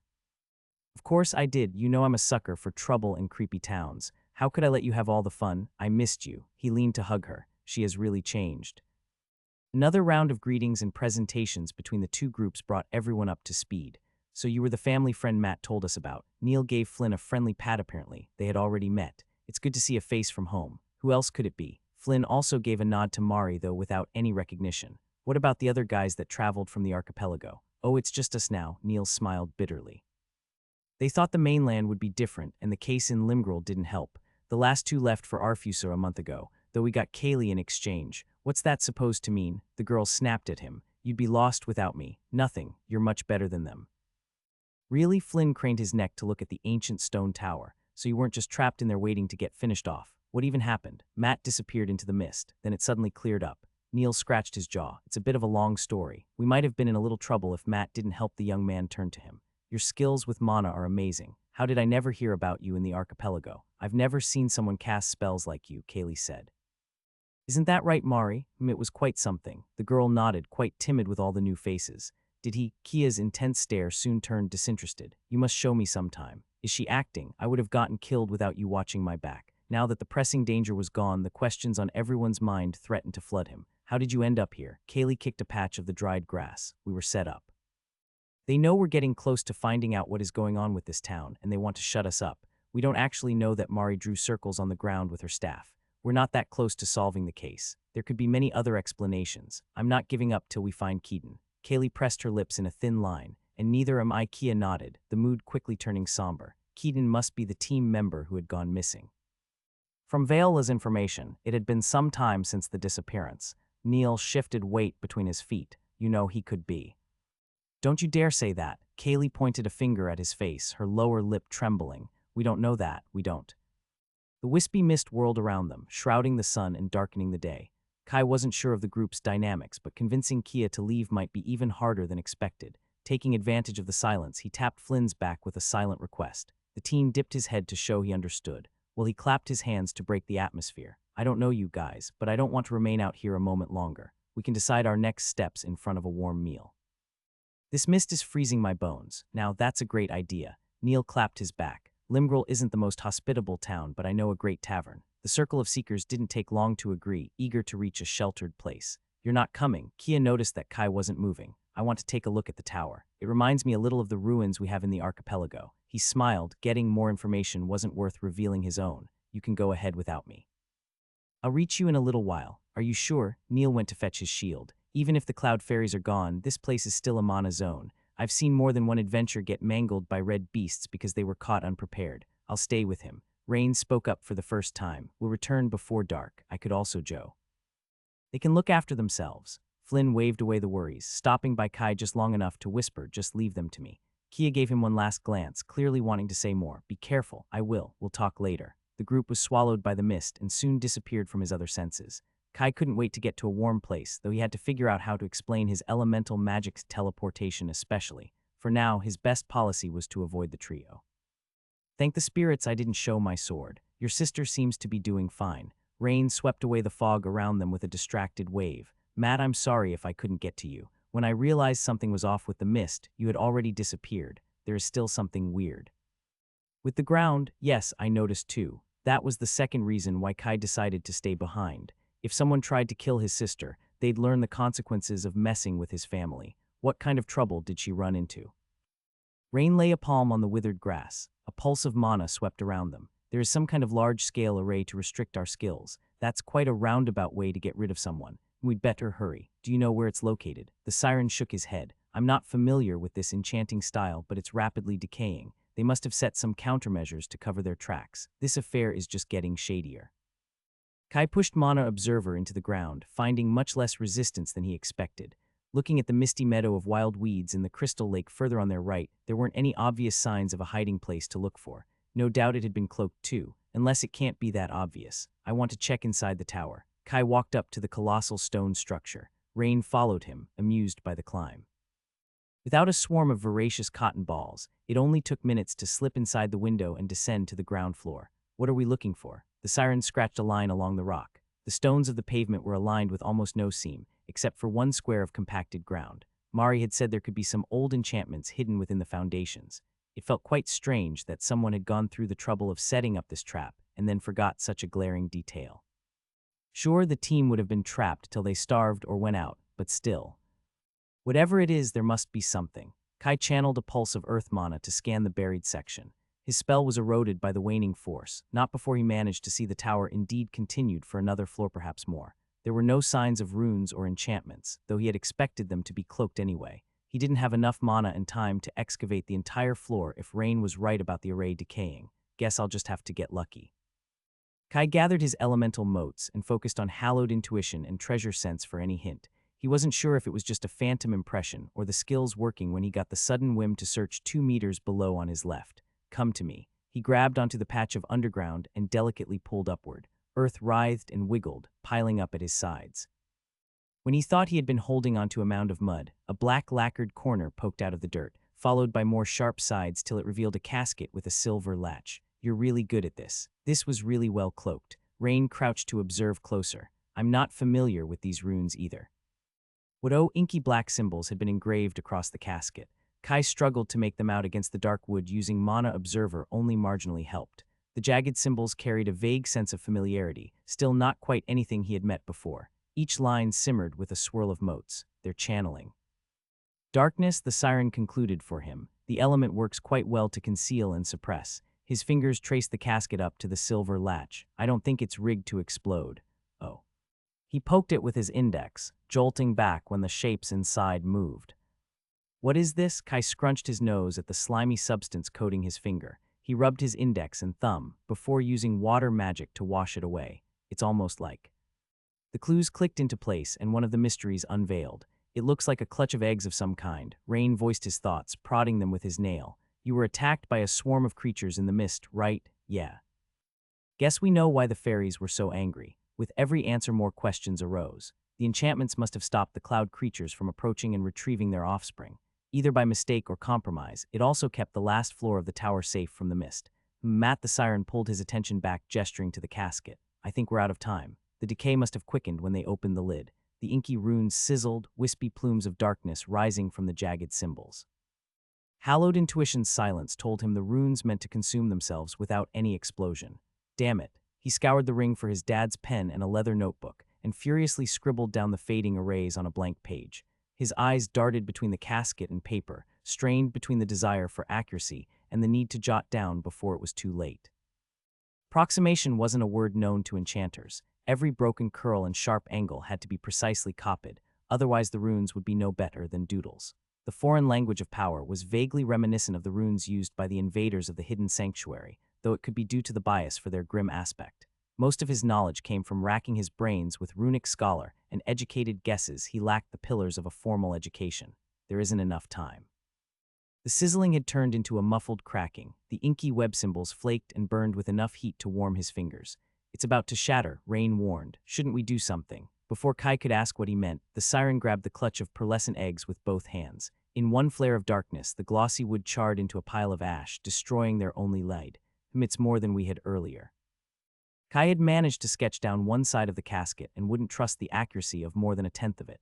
He glanced at Rain. What do you mean to do with those things? The siren looked like a child who found an injured bird in the garden. Only instead of a cute sparrow, he was holding a slimy glob of bubbles with a tiny opaque form of horror fairies floating inside. I couldn't let the decaying enchantments kill them. You sure would have if their bloodthirsty parents had chased you. From their glow, the clutch was equivalent to an orange-grade ingredient. While Kai preferred working with herbs, the novelty might net him an extra level. It was worth getting over his squeamishness. I could dry them first. No, Rain held the eggs closer to his chest, narrowing his eyes. We're not killing them. They're babies. Did he have to grow fond of a bunch of alien eggs? We can't walk back to Limgrel with them in hand. Unless adventurers probably sold infused material. They might also fetch a good price. And we're not selling them either. The siren broke his dreams. I've got enough money. If you keep spending with no income, your coins are going to eventually run out. From the stubborn look the boy leveled at him, he wasn't swayed.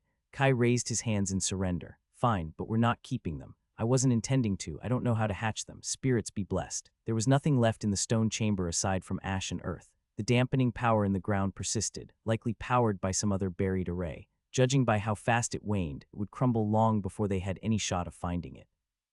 Kai pushed the dirt back into the hole and compacted it till it was indistinguishable from how he had found it. If whoever set the trap came to check, they wouldn't suspect anything. The idea of waiting in an ambush floated in his mind. According to the wisdom of detective TV shows, culprits often return to the scene of the crime, though that might take days, and he had no idea how strong this mastermind was. No reckless actions. This still feels off. We should go back before they close the gates, Kai said. Tired of climbing up and down, he was tempted to cut a hole in the side of the tower. It was almost certain the walls contained no enchantments, though the old building might collapse on their heads. He turned to see the siren whisper to the creepy clutch of eggs. Yes, I'm coming. They took the stairs one final time. Upon reaching the windows on the third floor, Rain stepped through the stone opening and smoothly floated to the ground on a bubble of water, still cooing at the gooey eggs. While Kai could also easily do the same, his reserves were strained by the battle. With the strangeness going on, he opted to spare his mana and climbed down like a lowly human. A veil of feathery mist hung around the green slopes where the tower was located, cloaking the sky in white. Rain looked at the eggs in his hands with a furrow in his pale brows. Have you decided what to do? Please say we sell them. The siren slowly nodded. We should give them back. Without further explanation, he strode toward the shores of the Lake of Mist. Spirits, tell me he's not going to chase those fairies. Kai groaned and hurried after him, almost slipping on the wet weeds. Wait for me. The waters were only a few hundred meters away, a mirror-like surface that extended to the misty horizon, only broken by a thicket of silvery reeds and a smattering of isles further in. Its tranquil appearance was a deception, the mana in the waters too dense to be peaceful. Spreading his senses, Kai quickly spotted a group of red eels hidden in the muddy bottom and a pike swimming further in. May the deep enact their judgment. Rain lay the pearlescent clutch of eggs on the still water and cast a gentle wave to push them away. His gaze grew morose as they drifted away, their gleam soon concealed by the mist. Okay, we can go. He turned to head toward the town. What Kai stood rooted to the loamy shore, relieved to be rid of creepy embryos and vexed that his payday was floating away. He ran to catch up with the siren. You know they'll probably get eaten by a beast, right? Yeah, the siren didn't look too upset. The survival of each creature means the death of many more. I can only give them a chance. The words carried the weight of a learned lesson, and there would likely be little point arguing about it. I still would have taken the money.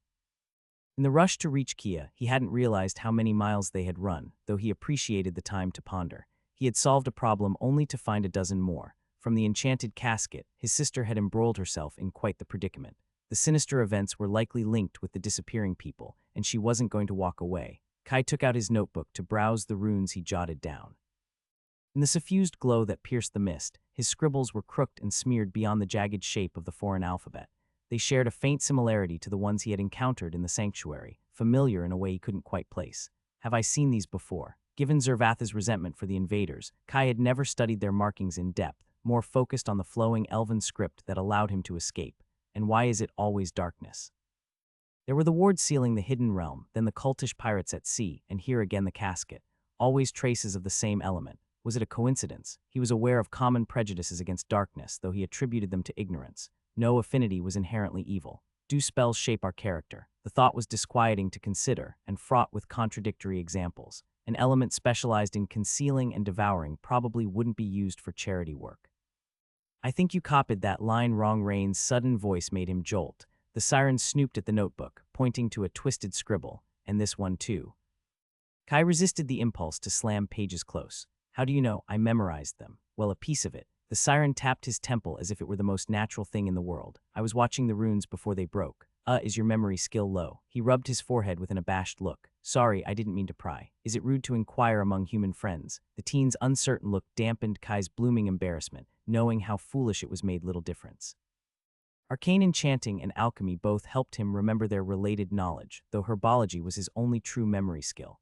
And Kai was quite sure Rain referred to a more general ability. I don't have one. Oh, none. The siren showed no mockery, only perplexity. Then how do you remember the subjects you learn? Headaches and sleepless nights. I didn't have a formal education, Kai muttered instead. The last true lessons he received had been at the estate when he was 11.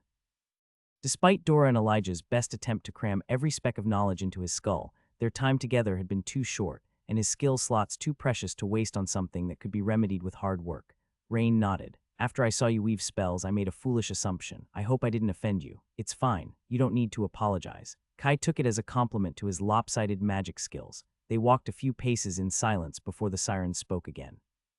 If you want, I can go over your notes with what I remember. Rain peered at the journal with the subtle smile he reserved for land curiosities. Once he studied the binding and smelled the paper, he took out a quill with a coral handle to draw without slowing his steps.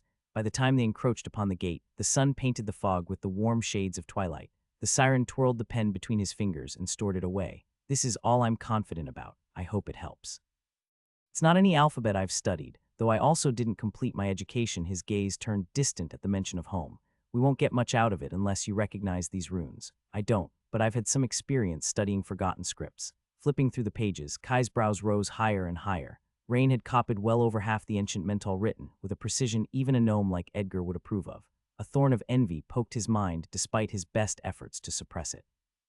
The circumstances of their birth were so different, there was no point drawing comparisons. Still, controlling his thoughts wasn't that easy, at least till another idea struck his mind. While lament the tutors who followed the siren since his gilded crib when the teen seemed so willing to share. I have to stop whining and start using what I have. The same guards at the gate recognized them and easily let them through with a smile from the siren. They strolled across the eerily empty streets for the inn where they had left their bags. A conversation with his sister was long overdue, though it might be hard to get her away from her team without attracting suspicion. Knowing she was safe had relieved his largest worry. For today, it was best to let Flynn handle them and see where their hearts stood. The boy would know how to patch up his official identity. Inside the Weeping Heron where they lodged, the hostess greeted them with a scowl. Your excursion went well, I reckon. How many nights do you plan on staying? I'll give you a discount if you pay ahead. Did she hope we wouldn't be back for the bags? Do you have anything to eat, madam? Kai ignored the look and ordered roasted eels, stew, and rye bread for both. He hadn't eaten anything since morning, and healing potions always left him starving. They sat on a stool in the common room of the inn. Kai studied the notebook while they waited for food. He couldn't begin to guess how the runes worked, but there were more universal elements he could judge. Spacing, composition, and the density of the patterns. Whoever inscribed these was quite good, perhaps around his level. Tell me. Kai drummed his finger, smiling. What do you know about enchanting? Any other hobbies you have? Kai fiddled with the rusty latch of the window. The pane creaked open and let the brisk morning refresh the stale air of his bedroom. Dawn hid behind the houses, and threads of airy mist hung on their slate roofs. The scene might have looked ethereal and beautiful if most locals didn't seem ready to stab him in his sleep. What a charming little town. A chilly gust bit his cheeks and made him shiver. The temperature was colder than it ever dipped in the archipelago, and it was only going to get worse as winter approached. Women wrapped in dark shawls and sluggish boys wandered the streets on early errands, their steps stilted by the wind. The town appeared lethargic, with most of the activity confined to the moors, where fishermen rode their dinghies on the icy blue surface of the lake. The orange one density for a mile around the settlement should be relatively safe for adults, though Kai wouldn't trust any of those boats to face a beast. Even at a lower grade, aquatic creatures could bridge the gap in their home environment. They must have skilled professions for that. A knock woke him up from his musings. We're going to get breakfast, Flynn spoke through the door. You coming? I'll reach you in a minute.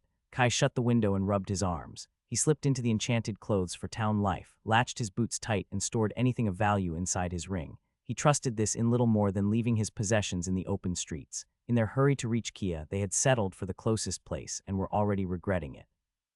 All night long, every time someone stood to use the restroom, snored or grunted, the sounds echoed through the thin walls of the Weeping Heron like bells. He just managed to close his eyes because most of the rooms were empty. The lumpy mattress was better than sleeping on a cot of leaves and rocks, though those didn't cost him half a silver each night, food not included. For how small the trickle, his pockets would eventually run dry if the coin only flowed one way. I should start practicing what I've preached to Rain. His steps squeaked on the old wooden boards to get down the narrow staircase to the common room.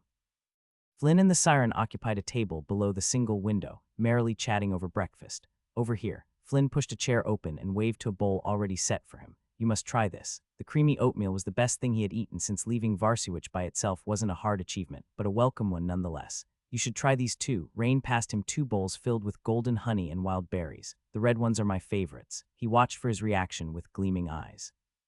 Adding a handful of tiny strawberries, Kai made sure to savor and show his full appreciation. They're great. His own problems suddenly looked far more manageable. The siren nodded satisfied, back to perusing the assortment of colorful berries. What do you call these? Those should be blackberries. Flynn threw one in his mouth before scrunching up. Not quite ripe. Kai idly ate his breakfast, happy to quietly listen to the 2 boys chat about the local food. He had got his fill of talking the day before. Sat at the same table, Rain had quickly understood the goal of his inquiries and been happy to discuss his education. In the yet unnamed Abyssal Palace, he had learned over a dozen forms of magic. Aside from spellcasting and fighting, his lessons had focused on identifying runes, elixirs, and rituals, their strengths and limitations, rather than practicing them himself. His experience with enchanting had been for his own entertainment. When you were almost assured to live for centuries, it was only sensible to take a few decades before committing to any path, and he did not need to craft any item for money. Perhaps more surprisingly, were all the subjects not related to magic and skills. From the languages and history of the races that dwelled on the coast and depth of the Talthan continent, to etiquette, music, bestiology, and more he wasn't allowed to discuss. Definitely high nobility, or whatever the siren equivalent is. If I were him, I would probably know the name. The conversation highlighted his ignorance, but also his strengths. Their education stood at opposite ends. While Kai couldn't hope to compete with his comprehensive knowledge, Rain hadn't received much in the way of practical experience. Every lesson had been delivered to him, taking for granted they would continue for decades more. Are you still with us, Matt? Flynn tapped his empty bowl. You must have been starving for decent food. Neil has told me about some good taverns if you want to check them out. Perhaps later. Kai scratched his ear, trying to recall the last bits of the conversation lingering in his mind.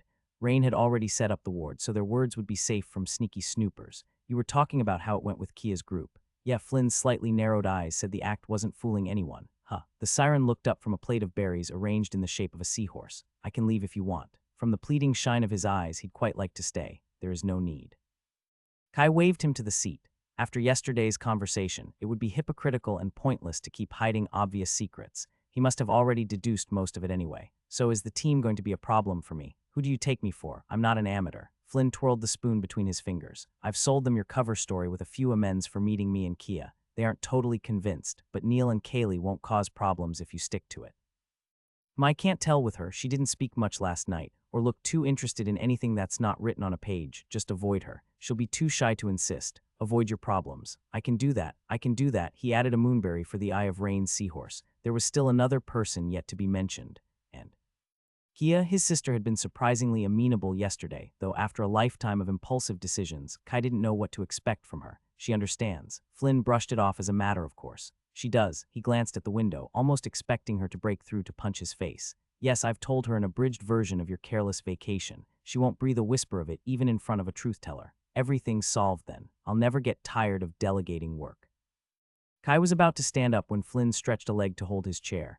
Wait there. We still have to discuss the changes to your story and how to move forward. Even my genius has its limits. I can't sell a bucket of salt water to the same people twice. We can't afford another slip. Do we have to do it now? Flynn gave him a flat look. Are you going to see Kia's group today? I see your point. He plopped back into his seat. What did you have in mind? The discussion quickly turned into a one-way street where Kai dutifully listened and ate the tail of Mr. Barry's seahorse. Rain occasionally offered suggestions to liven the story, usually including long-lost siblings, secret cults, and improbable romances. Halfway through, he suddenly stood up and covered his ears. Don't tell me anything. I'll discover the mystery by myself. Leaving the sound wards behind, he ran away to his room. Kai shook his head. He's quite odd. Well, he's still miles from reaching your level. Flynn chuckled. An hour later, they had run through every combination of unforeseen questions that might arise and how to respond. In most cases, it was best to give only ambiguous hints and let people come up with their own lies for him. The less he spoke, the lower the risk of contradicting himself, though they also prepared a few detailed key points in his backstory since being too vague would also be suspicious. I'm free. Kai reread the address of where Kia was staying. Armed with the knowledge to throw off track the 3 nosy adventurers, he had already thought of a few excuses to talk to her alone. Good luck with your sister. Flynn tiredly grinned, standing up. Do you want me to accompany you? It should be fine, didn't you say? She understood. Yes, that doesn't mean she has forgiven you for being a reckless dummy. Great, how much have you told her exactly? Flynn stretched his arm behind his back. Only the truths you've shared with your family. And I'm so screwed. To be fair, he was glad he wouldn't have to tell the story himself. This way, Kia should already have time to cool down. Do you have any advice to convince her to leave Limgrel? That would rid him of any other problem in one fell swoop. The teen shrugged. My wisdom doesn't reach that far, but if anyone can, that's you. You've always aimed for the moons. The words would have felt much more encouraging if they weren't delivered with a crooked grin. Let's get this over with. Leaving the inn, the rising sun in the clear sky had vanished all but a thin veil of mist. Kai rubbed his hands when a sharp wind swept the street. He had often lamented the humid heat on the islands, and now he'd eagerly exchanged that for the frigid air. It's true, you never know what you have until you lose it. Ice spells weren't going to help, and his fire affinity was too low to be of help. I could work on that. If he zeroed in Mana Observer on a flame and let the world fall into shadow, he could glimpse a few fiery motes. Nothing that could help him battle, though perhaps enough to warm himself. That might be enough of a reason to try. Kai craned his neck to read the ceramic plaques for Willow Street. He turned a corner when a wary figure almost ran into him, staring at him with fierce eyes. Kia, I was just looking for you. His sister stepped back and arched an eyebrow with a skeptical look. Were you? Of course. Kai raised a hand to touch her shoulder before awkwardly lowering it. We need to talk. Maybe later. She moved to sidestep him. I'm busy. Among all the responses and contingencies Kai had prepared for, this one wasn't one of them. He stood stunned till his brain rebooted and he ran after her. Right now? Can it wait? Is this some sort of punishment? Yes, some of us have responsibilities. We can't all aimlessly loiter wherever we feel like, disappear for years, and come back expecting nothing to have changed. Ouch. Kai sucked in a breath as if he had been punched, though a punch would have probably hurt less. I'm really sorry, and I forgive you, she said with a flat tone. She checked beyond a corner before entering another alley toward the outskirts of town. Now let me be. I've got no time to spare, Matt. What's so important? Kia sighed, glancing over her shoulder at him as if hoping he would have disappeared into the mist. I need to find Harry Rickman. She spat the name like a curse. And that's the guy who sold us the information about the tower. Blissett told me someone has seen him in the Grindstone Quarter. I need to find him before he disappears. Kai raked a hand through his hair. Let me get this straight. We're blindly running after the guy who has already sent you into a trap. Shouldn't we alert the guards? He was the last person who wanted to turn to the Republic, though it seemed like the most sensible option in this case. There is no we, Kia whispered through gritted teeth, and the only result of going to the guards would be getting myself arrested. The whole garrison would sooner let the town burn than admit that anything is wrong. Before giving him the chance to reply, she slipped back among the alleys, forcing him to run to keep pace. Damn it. He had yet to make his case to leave the shady affair behind, and his sister dove deeper into it. From the stubborn set of her jaw, there was no chance that she would listen to him right now. Shouldn't we at least bring your companions? Flynn and Rain can also help. Kai struggled to keep his voice under control. Going alone against the guy who almost got you killed seems a little hasty. There is no time. That treacherous weasel will run if he sees us coming. I've got the best stealth skills in my group. She stopped at the intersection of a dingy street that stunk of mold and pointed a finger to his chest. Leave. This isn't about you. I won't forgive you if you ruin this. Blessed spirits. For a beautiful moment, Kai considered shoving her into a barrel and carrying her back to the archipelago. Unfortunately, the guards checked all the cargo coming in and out. Fine. I'll come with you to find this guy. I want to ask him a few questions too. That's not what I said. You can't come, she stammered, fist pressed at her sides. This is dangerous, and you don't have the skills for this. Kai wrapped a veil of shadow around himself at the snap of his fingers. I'm sure I'll manage. Didn't you say there was no time? Her mouth soundlessly opened before pressing into a thin line, eyes squinting to make him out. You must do anything I tell you, and stay behind me, as you say, sis. Better to ask for forgiveness than permission. And be quiet. We're almost there. She pulled a hood over her head. In seconds, her figure seemed to merge with the mossy stone wall behind her, her mana signature becoming indistinct like a nebulous cloud. Even more bewildering, he saw no trace of shadow mana around her. How does that work? Perhaps hoping to lose him, Kia slinked into a narrow alley without a word of warning. Her camouflage was good, though not quite good enough to trick Mana Analyst once he knew what to look for. The squelch of her steps on the muddy street also wasn't entirely covered. 5 minutes of chasing later, his sister stopped in front of a slanted 2-story house with a rotten timber frame. The only people present in the street were shadows lurking behind broken windows. This is the place. Kia hissed, and whispers rose to tickle his mind. Instead of charging straight into the house, Kia shielded herself behind the entrance of the cramped alley to study the building. The camouflage blended her features in the shadow of the worn boards behind her. I can check if he's in the house with Mana Sense, Kai said. Hallowed intuition buzzed among his thoughts, the danger mild and indistinct. Don't, Kia snapped toward him. The abrupt movement highlighted her figure before her skill could reassert itself. This is my investigation. If he notices you, he could destroy any evidence or run. I'm not an amateur, Kai pressed his lips. He won't feel a tickle unless he's a yellow mage. There are wards to detect perception skills. Can you get through those? Her skepticism made clear it was a rhetorical question even before she deactivated her skill to arch an eyebrow. I probably can. While exploring the ruins of the hidden sanctuary, he had often run into arrays that reacted to mana observer sum even to the weight of his gaze. He hadn't been able to get past them, but when being detected was the difference between survival and the ravenous jaws of a beast, he had quickly learned the art of subtlety. Still, he couldn't be completely certain to pass unnoticed without knowing his opponent's abilities. Every skill has a countermeasure. His sister would be rightly annoyed if he swooped into her affairs and acted on his own. It wasn't the best foundation to restart their relationship after 2 years. Okay, I'll follow your lead. Kai exhaled slowly before lowering his veil of shadow enough to show his face. What's the plan? We must get inside. And I imagine you don't mean by knocking. I didn't know where he lived before today. We must catch him inside where he has no way to run. Breaking into a creepy house to interrogate a slippery thug. What better way to start the day? Don't worry, Kia softened her look. The guards never come to the Grindstone Quarter. And if they did, Harry would rather jump into a pit of vipers than talk to them. His profession is focused on information gathering. His intel was usually good. Sounds like he's a model citizen. Any question would have to wait for a more opportune moment. Okay, stay close to me. Kia turned to check the house again before fixing her eyes on him. And I mean it. You've not been on the mainland as long as I have. I've seen many people at your grade die in an ambush. I wasn't the one who needed saving from the mist. Kai swallowed his observation. Being around his sister was bringing out his smart-ass side. I'll be careful. Her curt nod was barely visible as she reactivated her camouflage. They slinked out of the alley toward the dingy 2-story house, circling past the rusty front gate to look for a secondary entrance. A tarnished copper drain ran the rim of the slate roof, flakes of brown paint that must have once been red peeled off the walls. It must have been a nice family house in its heyday now. It looked like it could topple over at any moment. Kai drew shadow tighter around him to balance the rising sun. The stink of rot and waste soaked the air. No sound came from inside. This neighborhood was even quieter than the rest of Limgrel. He carefully extended Mana Observer around the building. There were indeed arrays embedded into the walls meant to conceal, detect intrusion, and other effects he needed time to decipher. The runic patterns were woven more intricately than he expected from the house of some washed-up criminal and stopped him from prying deeper inside. Why does this guy live in a dump if he can afford to enchant his home like a fortress? There was no back door, and every window had been boarded up with an abundant number of nails. The seemingly gruff method didn't leave a chink to peep through. Breaking the wood would alert anyone inside, and probably the whole block in the misty silence.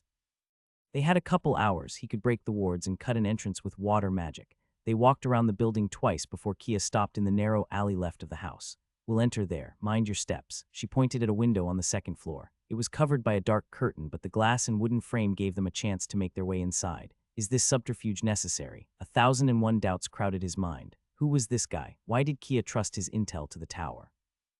How was he linked to the investigation and the people who disappeared? Breaking into a building without having a grasp on the situation filled him with disquiet, but Kia was already testing a moldy board to see if it could withstand her weight. She threw a look back at him before pulling herself up. Kai could think of several ways to enter using magic, but spells were much easier to detect than Mana Observer. He could also jump to the window if he channeled body augmentation, though it probably wouldn't be quiet.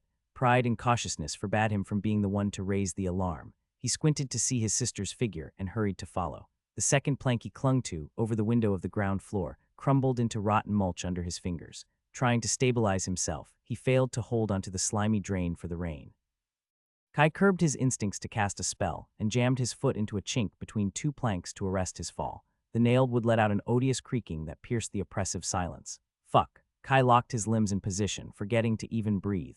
His ears perked to pick up any sign that they had been discovered. Kia stood frozen just above him. He could feel her glare burrowing into his skull despite her camouflage. They stayed in position for over a minute no one was coming.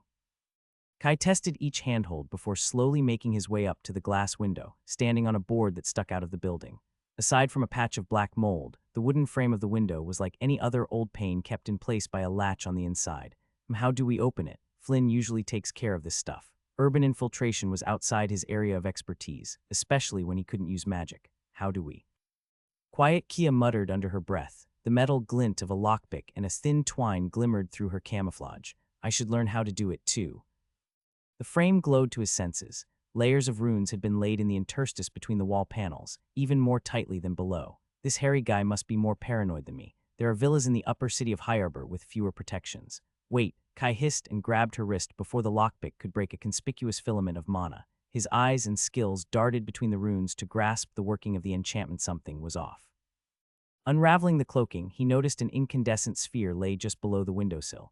It's rigged with fire mana. Damn lunatics. Who puts a booby trap in their windows? What are you sure? Her tone was tense, though she didn't comment on his use of a perception skill. Yes, there is enough mana to blast us into the next building. What was more disturbing was that hallowed intuition had barely reacted, still pulsing with a monotone buzz. Since the danger came from an inanimate object, there must be more wards that interfere with fate inside the house. What the fuck is this place? Cold sweat slicked his back. He couldn't take one step in this damn town without running into some death trap. It would have all been much simpler if they had brought the team to the front door. Kia stood so still her face became indistinguishable from the mottled boards. We need to find another entrance. That's not necessary. I can deactivate the trap, Kai murmured. Returning with their teammates might be wiser, but he wouldn't rest easy till he found out what was going on. His sister watched him straight in the eyes. Are you sure it won't blow us up? Yes, it's not my first time. He had spent months breaking down the Vastair runes in the sanctuary. You can wait below out of range. Kia didn't move a palm. The foolish show of faith brightened his mood more than he cared to admit. Okay, give me a couple minutes.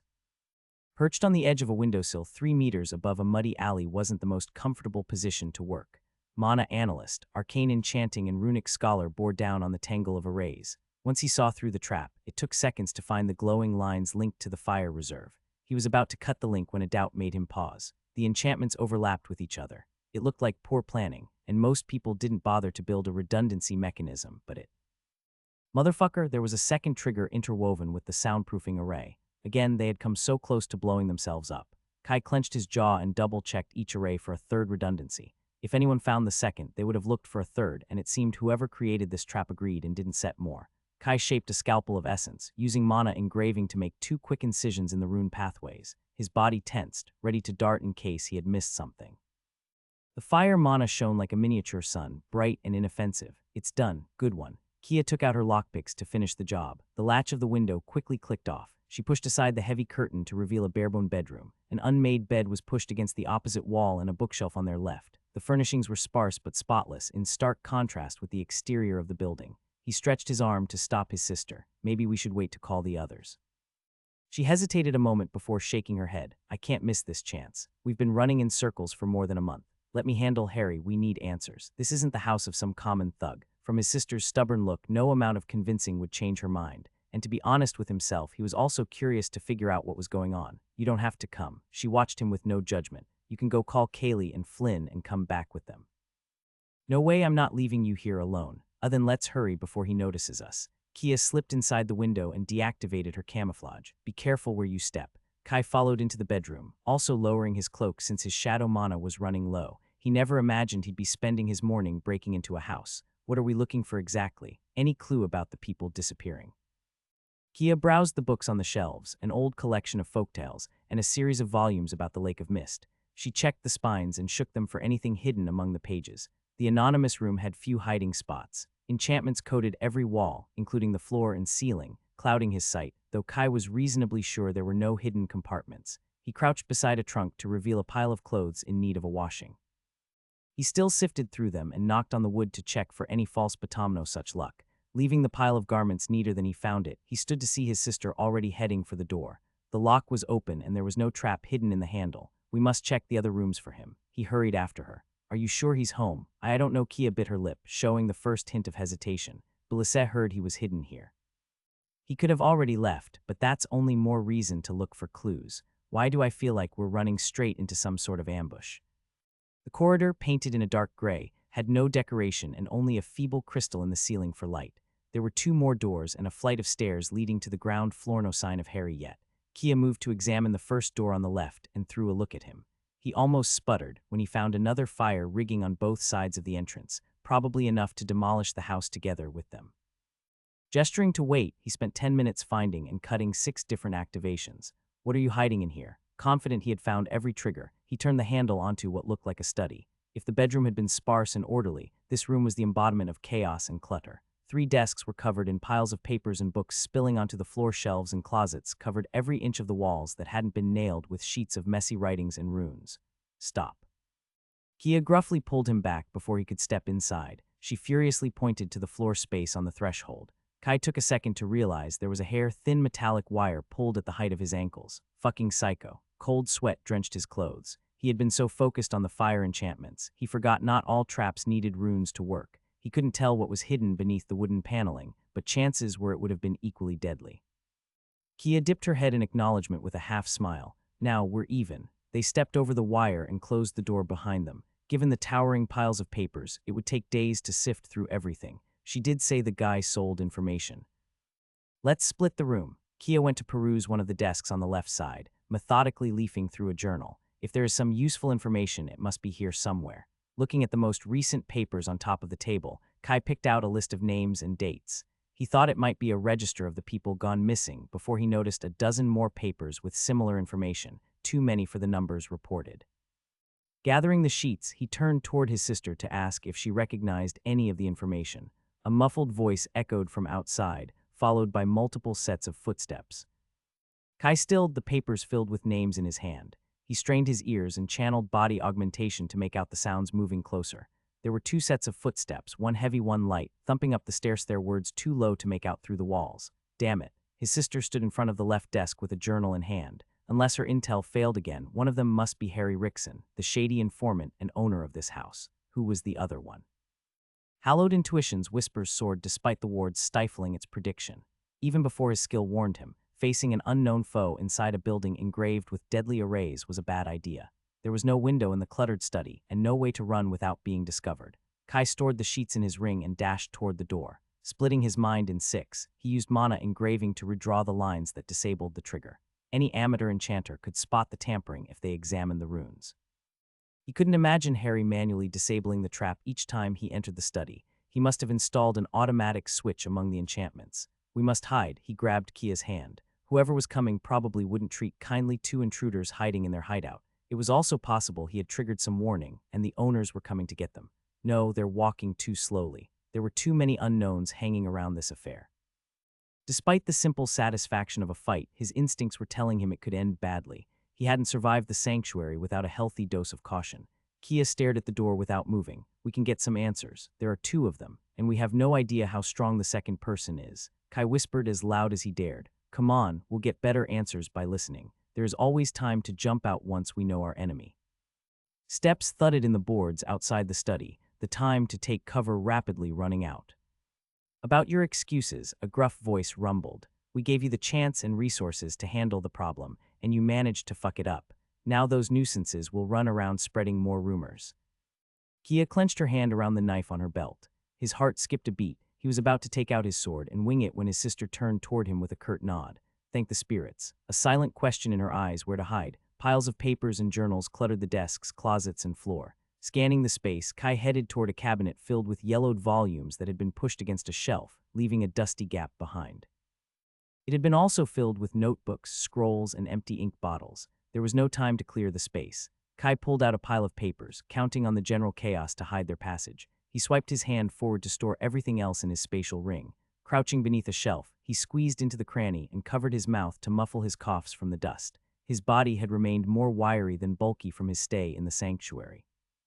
Kia watched him. Stunedge was the only person in his family who had yet to learn about the ring.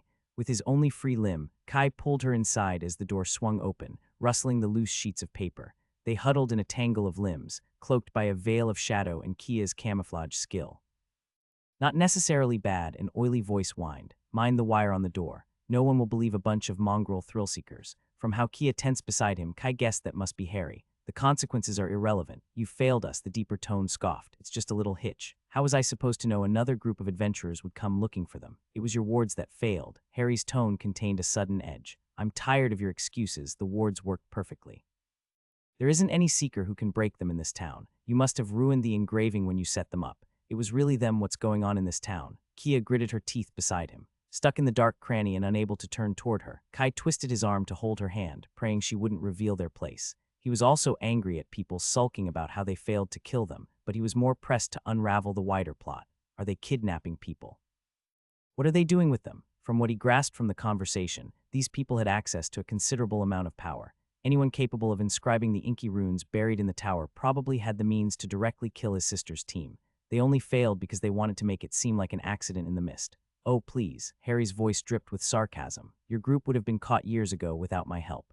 Fa. The gruff laugh was followed by the low thud of a fist meeting flesh.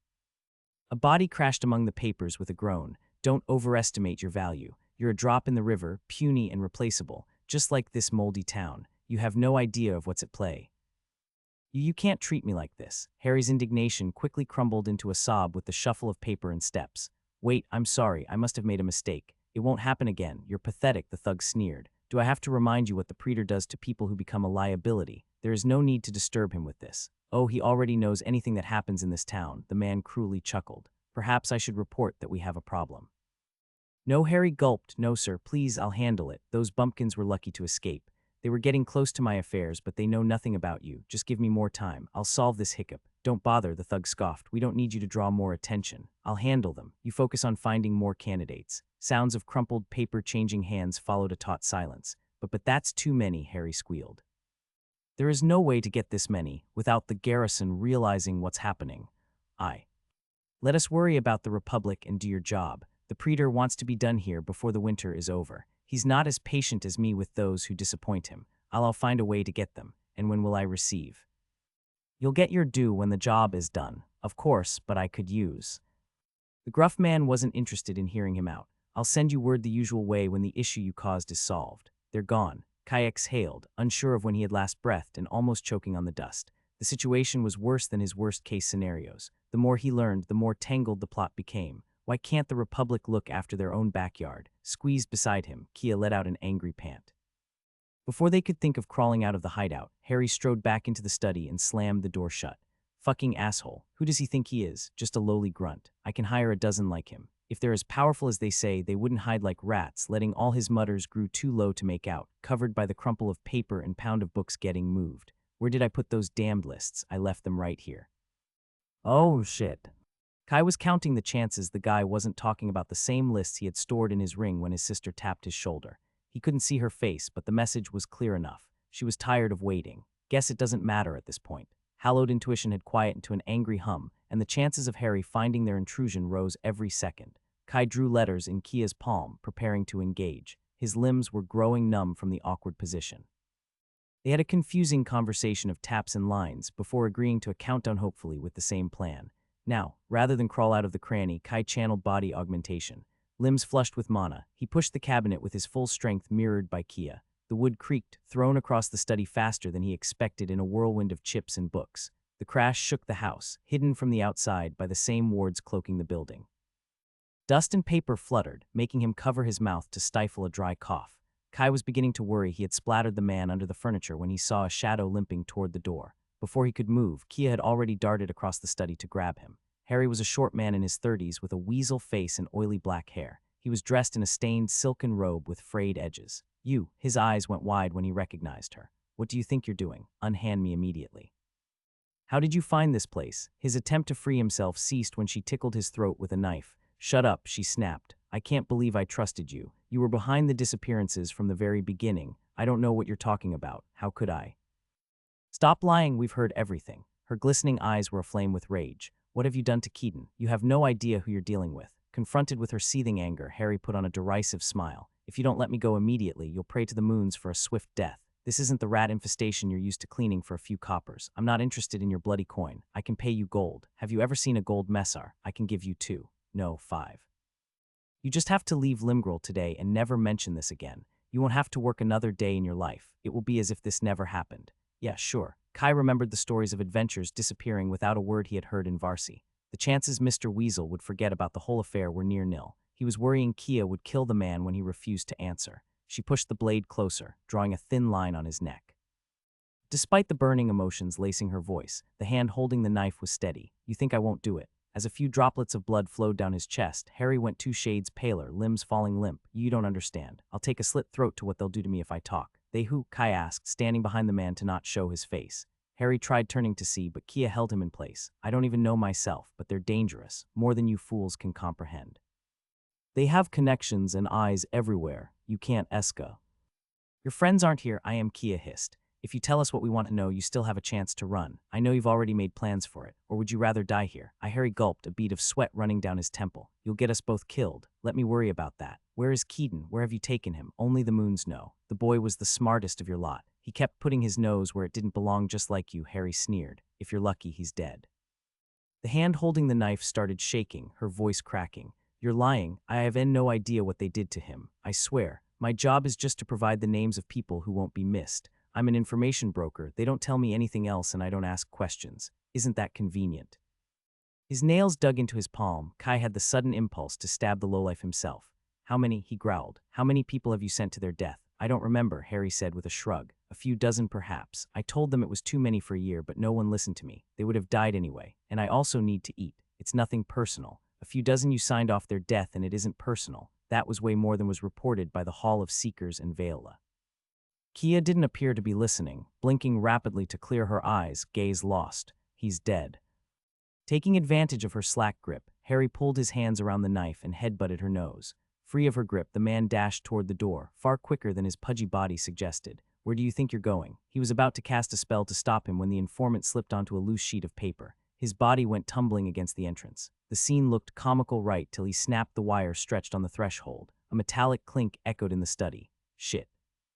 Hallowed intuition spiked past the monotonous buzz. Kai didn't wait to see what kind of trap was set in motion.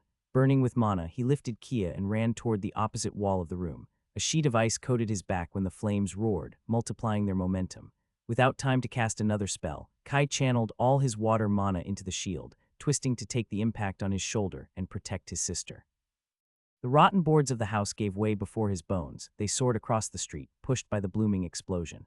A thin sheet of ice just formed around them when they smashed into a nearby building. The crash forced the air out of his lungs. Gritting his teeth, he held onto Kia and reinforced the shield as he plummeted toward the ground. The mud softened the fall. Behind them, the house was devoured by a sea of flames. He suppressed a grimace, holding his ribs. Are you okay? Kia watched the fire, dazed.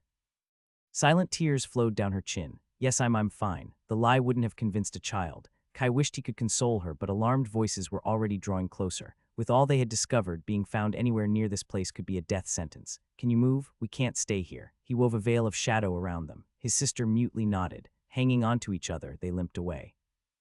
A series of successive fires blasted the burning house. Harry Rickson had been nothing but thorough with the defenses of his house. The explosions showered their backs in heat and shoved them forward. Kai leaned against the grimy stone wall of a building to not lose his footing. His right ankle sent a piercing pain up his leg. He could still move his foot, so it was just sprained. A modest price for jumping out of the second floor of a burning building. Damn lunatic. Couldn't even blow himself up alone.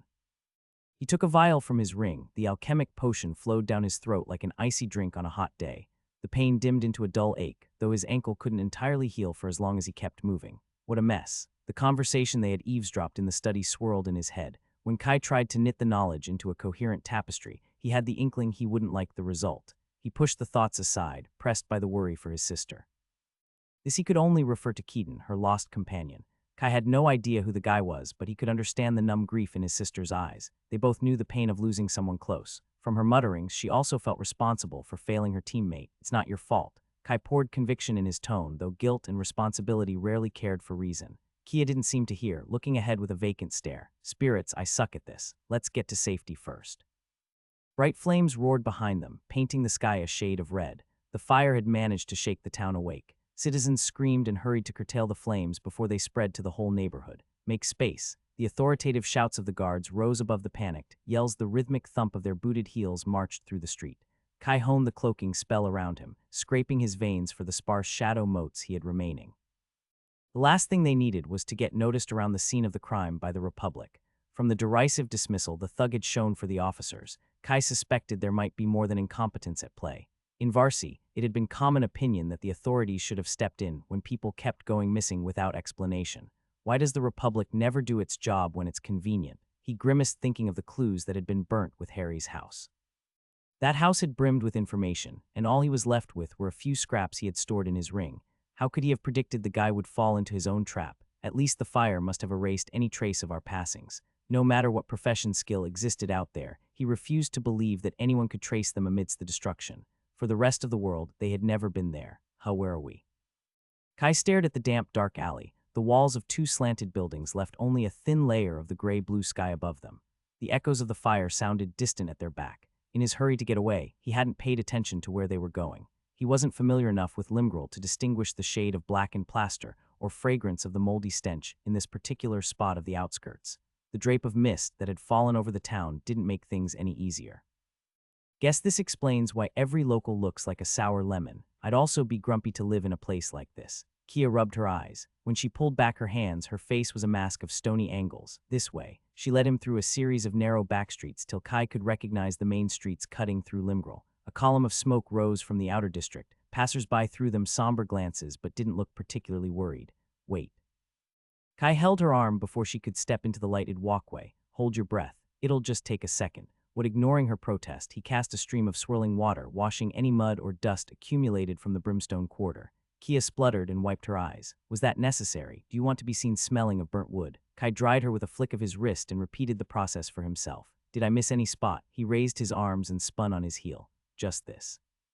She removed a wooden chip from his hair. You're good. Next time you use magic on me, warn me first. Duly noted. What's our story if anyone asks? Lost talking in the alleys. No, that sounds too suspicious. Let's say we were at the Hall of Seekers. The place is always empty, and Blissett will confirm our story if I ask her. You trust her? Yes, Ikea gave a vehement nod. She was the one who told me about Harry's house. What would she gain from that? You do have a point. Whoever was behind the missing people would have no reason to risk them spreading the news. While the building had been a death trap, Harry and the thug had been none the wiser of their presence. How did she learn of that place? From the layers of enchantments, the paranoid informant should have carefully guarded the location of his house. How would a common clerk chance upon that information? Blissett was always good at gathering rumors. I think she has a skill for it, Kia shrugged. And the town is not that big. Maybe you're right. There was still much to discuss, but his elemental reserves were running dry. Kai checked that no one was watching before letting his shadow veil fizzle out. After you. They strolled into the main road in more or less pristine condition. A child with platinum hair pointed a finger at them with mouth agape. Kai had learned that getting some glances was to be expected. Few strangers stopped by Limgrel. He wanted to go warn Flynn of what happened, but he couldn't leave Kia alone when she was obviously distraught. The thug at the house had said he would take care of them. Whatever his ominous intentions were, the man had been pretty intent on keeping a low profile to not call attention to their activities. With the house of his associate blowing up, he would likely take time to reassess his plans. We should be safe for a few days. Speaking of people who wanted to hide their identity, Kai recalled another bit of information. The thug had mentioned a certain praetor to intimidate Harry. Where did I hear that before? A blade of darkness aboard the Intrepid flashed in his mind. The memories of that night were fuzzy after the wreckage, though he was pretty sure the pirates below deck had used that same title to refer to their captain. It must be a coincidence. Maybe I misremembered. Unfortunately, the name wasn't the only clue. The trap in the ancient tower had shared the darkness element beloved by the pirates, and the wards at the house had interfered with hallowed intuition, just like the black ship did at sea. Three coincidences formed a compelling argument that couldn't be denied. Despite his desire for some peace, fate had other plans. You're supposed to be on my side, not screw me over. Why can't I get a break? Are you okay? Kia glanced at him with a worried frown. You're looking pale. It's nothing. I'm just not used to the cold air. Kai put on a weak smile. Is there a place where we can talk? We're almost there. Walking past a square with the statues of a Mirian hero mounting a unicorn, they entered a residential district lined with discreet family houses. Kia stopped in front of an iron fence surrounding a 3-stories cottage. We're renting the second floor. She soundlessly opened the gate and strode up a ramp of stairs on the back of the property to a tarnished green door. The others are out. She removed a hair-thin thread from the hinges of the entrance, probably some kind of signal. Should we go looking for them? After what happened, Kai would understand if she wanted to check on her friends. We'd just risk missing them. It's easier to wait here. They'll come back. We agreed to always move in a group since Keaton went missing. Her voice trailed down, looking away to hide her expression. That sounds like a wise idea if you follow it. Just a couple hours ago, he had found her on the way to Harry's house alone. It probably wasn't the right time to point that out. Can we go inside? Yes, she opened the lock with 3 quick clanks. Sit wherever you like. I think we have water and cheese in the kitchen.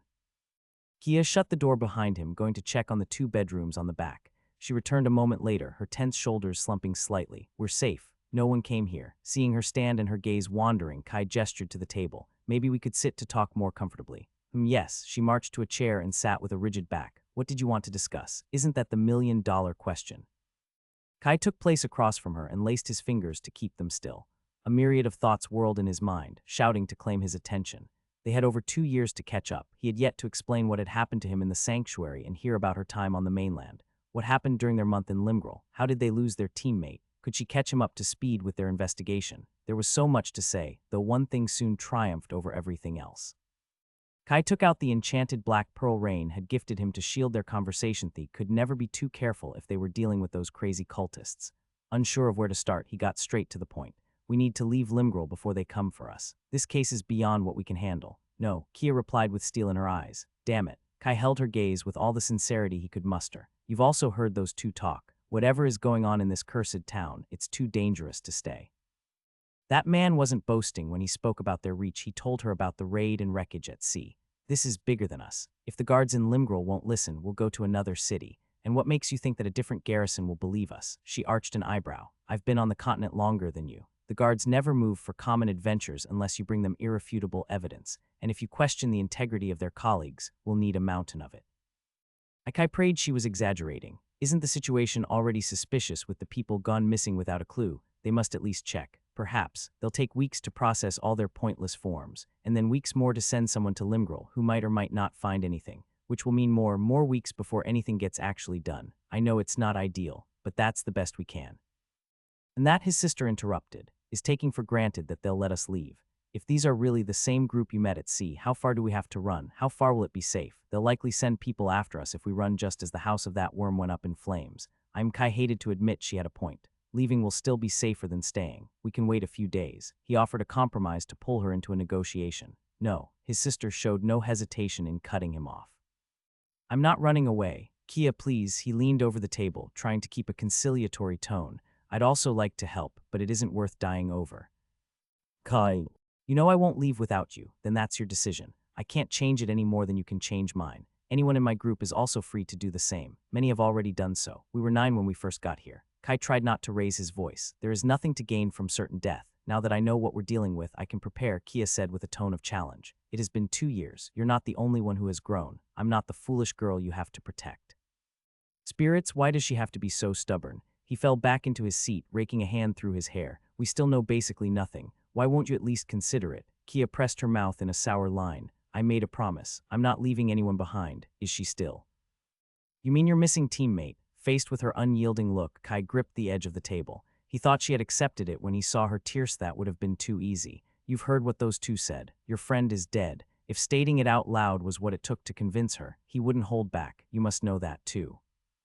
Harry said he didn't know. These guys had him for a month. Why would they need to kidnap more people if those they took weren't dead? Kia crossed her arms, glaring a hole through his skull. You've said yourself that we don't know much of anything for sure. I'm not running till I see Keaton's body and bury him. The note of finality in her tone hung between them. He'd have a higher chance to reverse the tides than to change her mind, and he couldn't leave without her. Now, the question was how to face this death trap. Kai moved to the cupboard above the sink. Resting his hands on the counter, a tired sigh escaped his lips. He closed his eyes, distractedly taking notice of the runes engraved on the piping and the burrow of a red mouse below the house. This wasn't the archipelago any longer. There was so much he had yet to learn, from common appliances to the highest levels of power and magic he might encounter. Fascinating and dangerous, the mainland had brought the challenge he craved. What he hadn't foreseen was the slim amount of time he would get to gain his footing.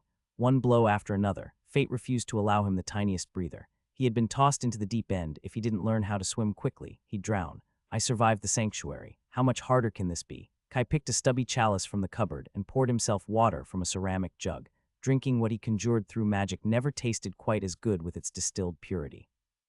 His finger tapped on the glass. A thread of mana chilled the liquid out of habit. Do you want some water? He broke the awkward silence without turning. Okay, I can do this. Kai down the icy glass with a pleasant shiver. Burying his frustration, he marched back to the table and settled in the chair across from his sister. What do you know about the missing people? Any suspicion and suspects? Don't leave out any details. Her lips pursed at his curt tone. She opened and closed her mouth as if going through several possible answers. I should ask the others before telling you everything. We've been working on this contract for a month. The information isn't only mine to share. It was a sensible, albeit vexing objection since her team didn't know they were siblings. Are they going to say no? We've survived that fire together. That should be enough of a reason. Huh, fine. I guess they'll understand. Kai blinked, unsure if he had heard that right. Did his sister just concede something with barely a fight? What? She snorted at his stupefied look. Time is of the essence. I'll talk with them when they're back. Your help is welcomed, but this is our investigation and livelihood. You must promise not to act on your own. I understand. Kai dipped his head in acknowledgement. That wasn't a yes. MHMM, she has gotten smarter. I swear I'll warn someone of your team before taking any drastic action.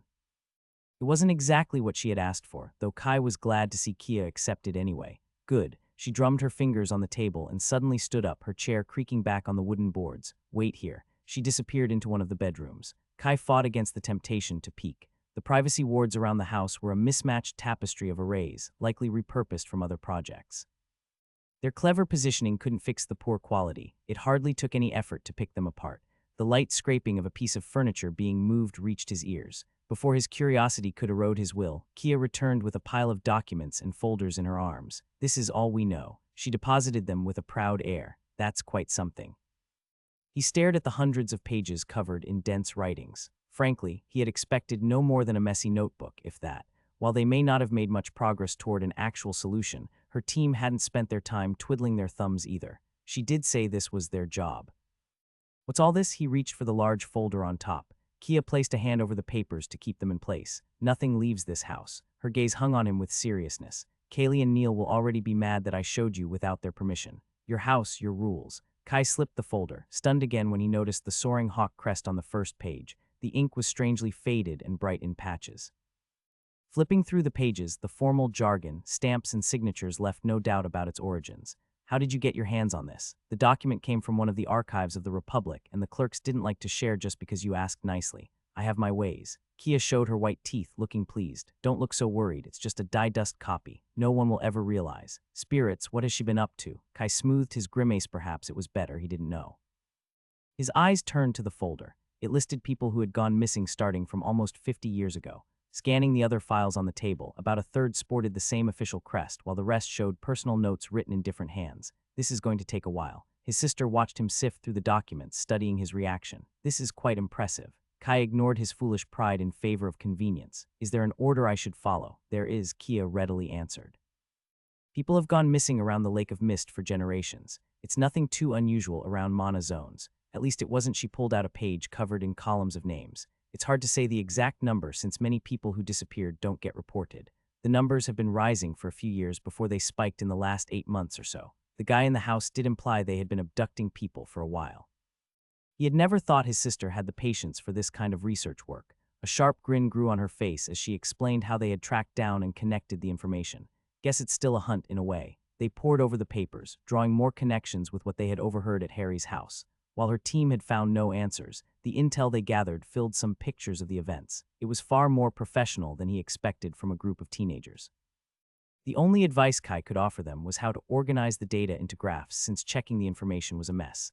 I'll offer to show her later. The people abducted had been all young, the oldest at 29 and the youngest at just 11, with an even mix of male and female. Over half lived in the farms and villages around the Lake of Mist, and the cases in Limgrel proper came from the impoverished neighborhood on the outskirts. Is that why there are no people on the streets? Kia clenched her jaw. Harry probably helped pick the targets. The guards don't bother searching if the parents aren't yellow professionals. Yes, he bit his cheek. There must be a lot more cases from how those two spoke. Aiming at the fringes of society, there was less chance of someone taking an interest or being taken seriously. The Republic's laws only protect those they consider worthy. He had been a toddler in Whiteshore when his mom taught him that lesson, but those words still held true. Wait a second.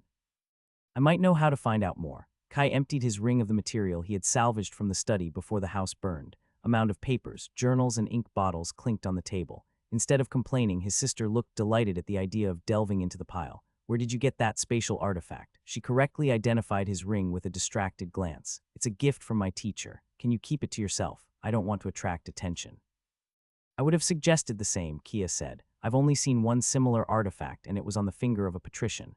Does Flynn know? Yes, this should be it. Kai pulled 5 sheets of paper from the pile, the ones he took directly from Harry's desk. Do you recognize any of the names? She leaned over the table to read. Yes. A few, her brows knitted together. She dug through her own files to confront the names. There are dozens of people here.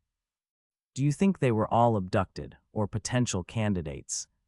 The more they grasped the true scale of the plot, the grimmer the picture became. From the 9 officially missing, they found 24 more. Spirits knew how many still evaded them. We should really tell someone, Kai muttered. The scope of this plot kept escalating and their forces remained the same. We can send an anonymous message to the precinct and the Hall of Seekers. Someone must do something. Kia shook her head. Messages can be traced.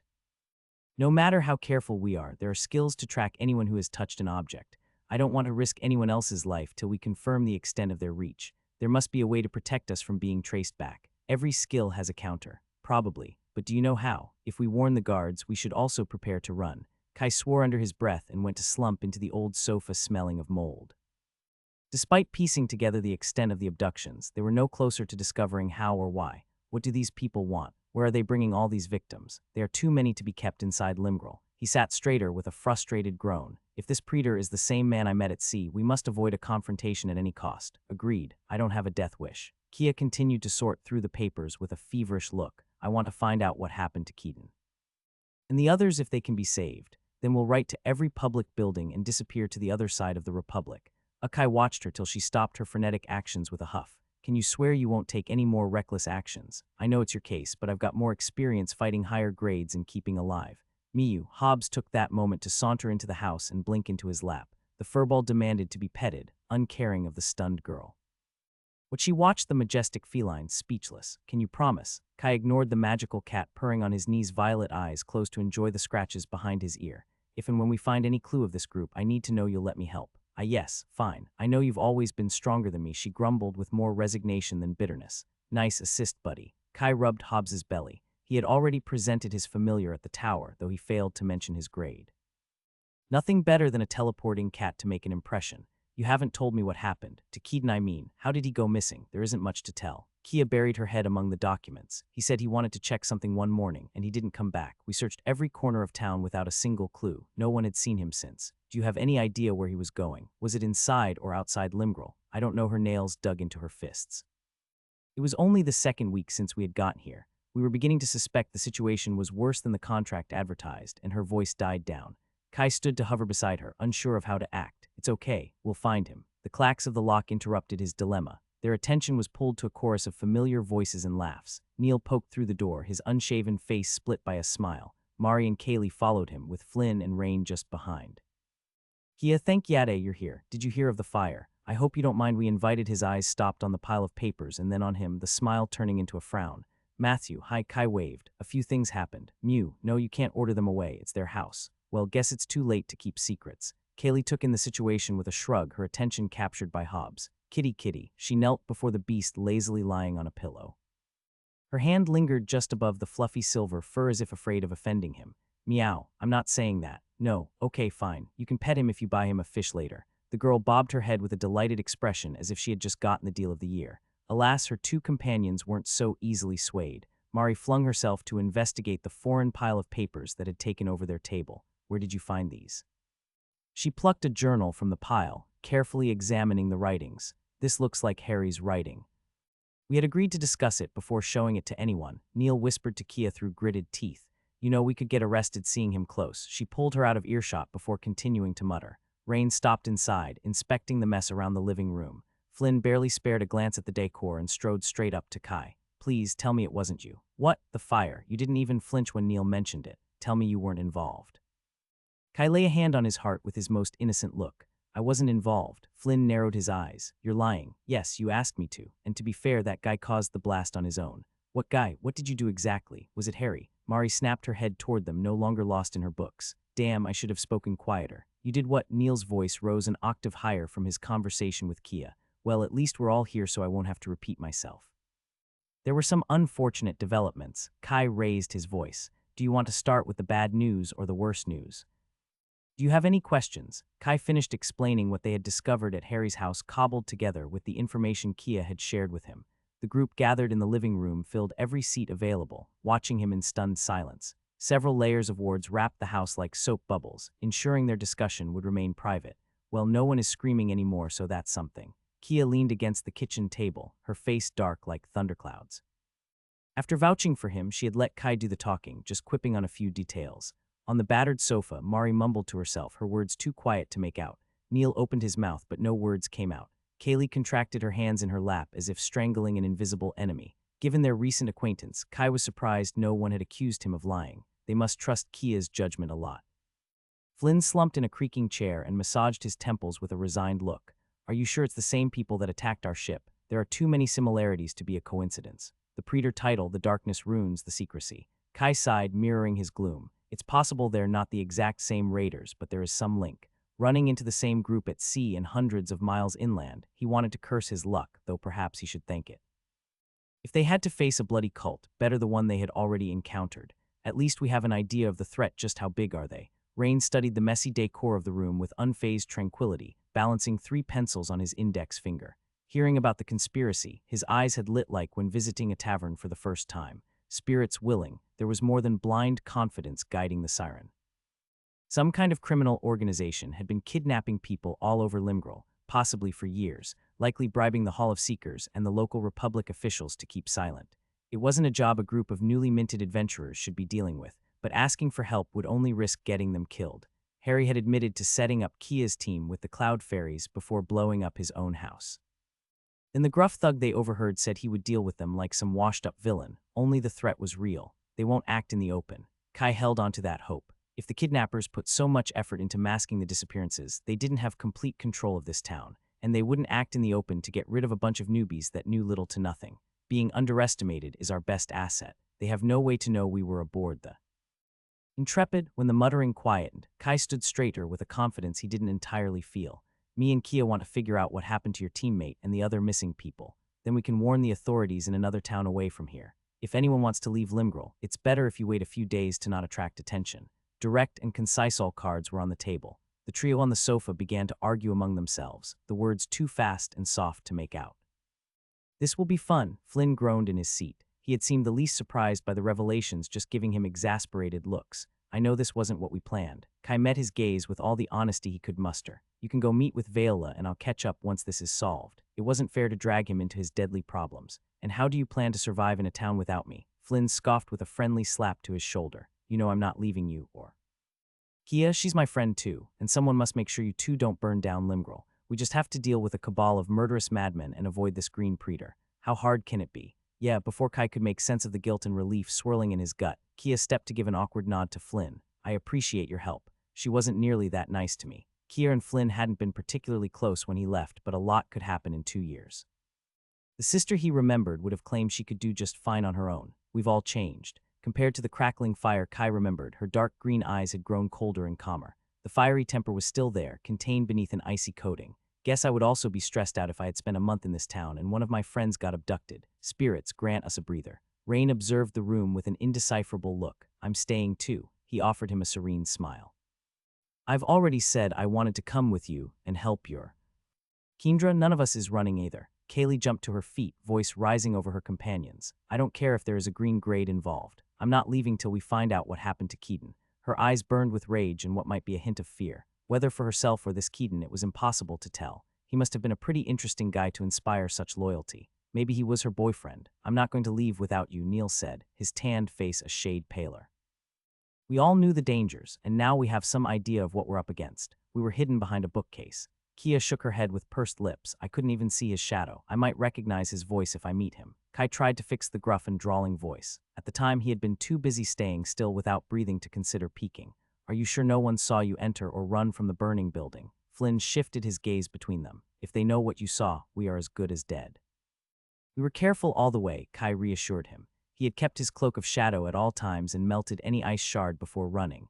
Once the fate wards woven into the house burned, hallowed intuition would have warned him if someone was tailing them. We should go through everything from the beginning. Mari scribbled on her leather journal. There might be some details you missed or you thought unimportant. Kai considered telling them about his skill to save Tim. Enough people knew already. All right.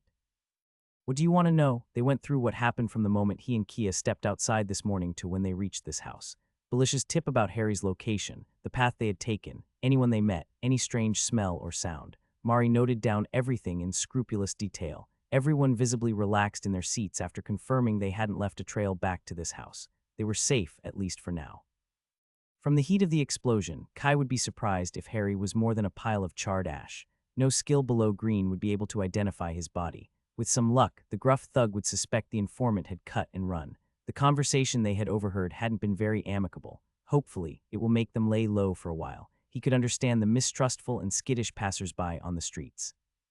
Rumors spread like sea breeze in a small town. People must know something wrong is going on, if not exactly what. You could have waited for us to tell Matt. Kaylee grumbled at Kia, her eyes on the documents spread on the table. Copying papers from the archives of the town hall would land them in a military prison if discovered.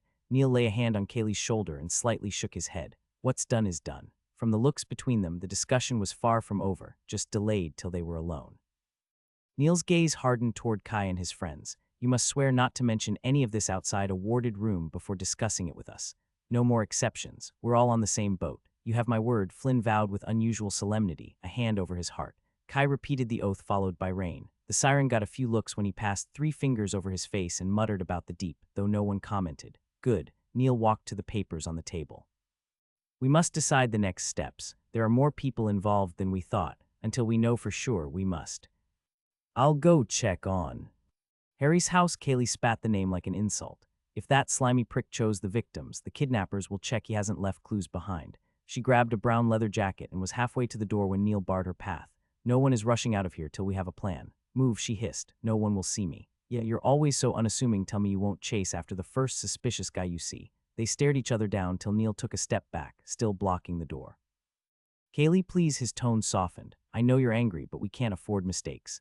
Subtlety was never your strong suit, Mari quipped in, still intent on her journal. Kaylee snapped toward her like a growling drake. We can't waste this opportunity. It's the first actual lead we have. They're right, Kaylee. We aren't even supposed to know that it was Harry's house, Kia said, silencing everyone else with a look. We can't draw a connection between us and the fire. I'll go. What? No, that's not what I was saying. Neil clenched his jaw. I'll just give a quick look and be back. Kia shrugged as if the conversation was over. It's worth a try. We've combed this town for over a month. It would be weird if none of us checked on the fire. You know I can blend in and keep my cool. Kai observed from the sidelines to not act overbearing toward his sister. He expected to hear more protests, but her group accepted the words with a little reluctance. She can't go alone. I'll come with you. No. Kia raised a hand to anticipate his protests. You're too eye-catching with your grade and skills. If anyone senses your mana skill, they will look into you. I'll go with her. Flynn stretched his legs, hopping to his feet and offering Kia his arm with a theatrical flair. Just 2 old friends catching up who went to check the commotion. I'm good at judging people and overhearing rumors. We'll pass unobserved and be back in an hour. Flynn gave Kai a reassuring smile over his shoulder and grabbing their coats. The door clicked close behind them. Damn it. With danger around, his chest clenched, letting his sister out of his sight. He took a few shallow breaths to relax his tension. She'll be safe. I can't always watch over her. He never thought he'd become the overprotective brother, but the idea of losing her scared him like little else despite their rocky relationship. They had just started to mend their relationship, and she ran into danger. The clam calls the oyster stubborn. The house turned silent enough to hear the scratching of Mari scribbling. Rain studied the faded embroidery of a dog on a pillow, also indifferent to the atmosphere. Well, we better figure out this mess. Neil broke the silence first and gestured to the documents on the kitchen table. A new set of eyes could catch something we missed. More dusty papers. Just what I needed. Kaylee scowled but followed his lead. Where are the ones you took from that traitorous weasel? Kai leafed through the piles of documents to find the lists of names. Here, joined by Rain and Mari, they delved back into the pages to untangle the conspiracy. They narrowed down the number and locations of abductions, far higher than what was officially reported, but names and places couldn't tell them why or where those people were being taken. Kia and Flynn returned about an hour later. The guards had cordoned off the site of the fire, stopping anyone from coming near. If that wasn't strange enough, an old lady could swear she had seen a hooded figure rummage through the charred rubble. So the guards are traitorous bastards too. How surprising. Kaylee scoffed, her hands crumpling the paper she was reading. They should all get executed. We don't know how many are involved. Neil tried to pacify her with a grimace. They might have just been bribed to let someone slip through. They're either corrupted or incompetent. I don't see much difference. Let's focus on what we can do, Kia said, her tone not less icy. If we can pinpoint their next targets, we have a lead. The discussion, theories, and shuffle of paper continued well into the night. It was like trying to complete a blank puzzle with 2/3 of the pieces missing. Grasping at straws for a plan that wouldn't get them killed, they took turns sleeping on the old sofa and the bedrooms till the sun rose again. The rush only stopped around mid-morning when Flynn drew back a window, letting in a blinding ray of light. Come on, we've already gone through everything thrice. A 4th time won't help, and it's starting to smell of dead bodies in here. He scrunched his nose. Someone will get suspicious if we hide longer. It's too late to feign we're not working together, but we shouldn't make it obvious either. I don't know you, but I'm starving. Anyone wants to grab a bite. I need to pick up some things I left at the inn. I'll come with you, Rain yawned, looking fresh despite not having slept a wink. I also left a few things at the inn. Good, we should always move in pairs, Neil chipped in. Keep to the main streets and don't mention this case even if you think no one is listening. He liked to organize people, though Kia and Kaylee never failed to remind him he wasn't in charge. The 2 women paired together to stretch their legs and buy groceries. Hopefully, they would keep each other in check. Leaving only 3 of them inside, they wrapped the sensitive documents in a hidden compartment of one of the bedrooms. Kai was tempted to offer his spatial ring again. It would be far more effective than the jumbled arrays they used for a safe. They seem nice enough, but I don't really know them. Mari had already pulled out a tattered black tome in place of her notebooks. The golden filigree of the title was too worn to make out the words. She raised her eyes from the page to look at them. I'm happy to stay. Someone must keep an eye on things or leave a dead body if they break in. I'll try to write some clues with my blood. She spoke with such a flat tone, Kai couldn't tell if she was joking or being serious. I wanted to visit the hall. I'll accompany you, Neil said with an awkward chuckle. Are you sure you're fine being alone, Mari? Instead of answering, she raised her book to cover her face. Okay, stay here till someone comes back. Neil offered him an apologetic look and strode to the door, holding it open for him. They had crossed 2 semi-deserted streets before Neil asked the obvious question. Why do you want to go to the hall? I want to check the contract. Maybe they have finally updated it. That was part of the reason. Amidst all the unknowns, there was one piece they hadn't probed: Belisse, the friendly clerk of the hall, who somehow got her hands on the location of Harry's house. Kia had insisted Belisse had always been good at gathering rumors. Coincidences did happen, especially when favor was involved, but Kai had the inkling there was more to it. Hallowed intuition hummed in the back of his mind. The sound was soft, a thread of fate pulling him toward a potential lead. Are you all right, Matt? Neil peered at him with a slight frown. They left the residential neighborhood, crossing the town center toward the Hall of Seekers. Stark glass windows opened on empty shops, apothecaries, tailors, runesmiths, and bakers, the shadows of the owners fluttering inside. Kai stopped fidgeting with the buttons of his coat when his boots splashed in a muddy puddle. Focused on hallowed intuition's humming, he hadn't paid attention to the uneven cobbles of the road. Yeah, why wouldn't I be? It's just, Neil made to pat his shoulder before letting the arm fall back down. Look, it's normal to be shaken after what happened. You almost died. This situation is more than anyone can handle. Is he worried about me? Kai blinked, studying Neil back. The dark circle under his eyes and day-old stubble made the man look older than his 20 years. He still maintained the friendly air of the guy next door, always willing to lend a hand. A buff guy next door, trying to act like the responsible adult. Appearances could be deceiving, but the man hadn't given Kai any reason to suspect him. He caught himself just before saying, fine old habits die hard. I'm good, not much better, I'm just tired. Your sofa was quite lumpy. It came with the house. We never thought we'd stay this long, Neil chuckled with more gloom than mirth. They crossed the main square and turned into Hayes Street, sharp gusts buffeting them forward. The few passersby hurried to their destinations wrapped in shawls and cloaks. It was like the whole town was holding its breath. You know, I've always wanted to leave the archipelago. Neil broke the silence, hands in his pockets to conserve warmth. When I was a child, I used to sneak into taverns to listen to sailors' tales of wild and mystic lands. You know, Wildcliff was so dull, and I wanted excitement. He let out a bitter laugh. Now I would pay silver to listen to the waves crashing against the cliff. He closed his eyes and breathed in, shaking his head. Sorry, I'm rambling. What I was trying to say is that I know the mainland can be overwhelming, especially here. His friendly wave at a duo of fishers across the street gained them a scowl. It must be much more than you bargained for, more than anyone could, really. It's very brave and kind to stay just to help us. I didn't really wait. Is he suspicious of my story? With all the questions, dread, and confusion after escaping Harry's house, Kai hadn't paid enough attention to his cover story. A shadowy cult, corrupt officials, and unexplained abductions were more than an old acquaintance would be willing to face. Revealing his true relation with Kia would be harmless by itself, but once the first lie came out, the others would follow in a domino.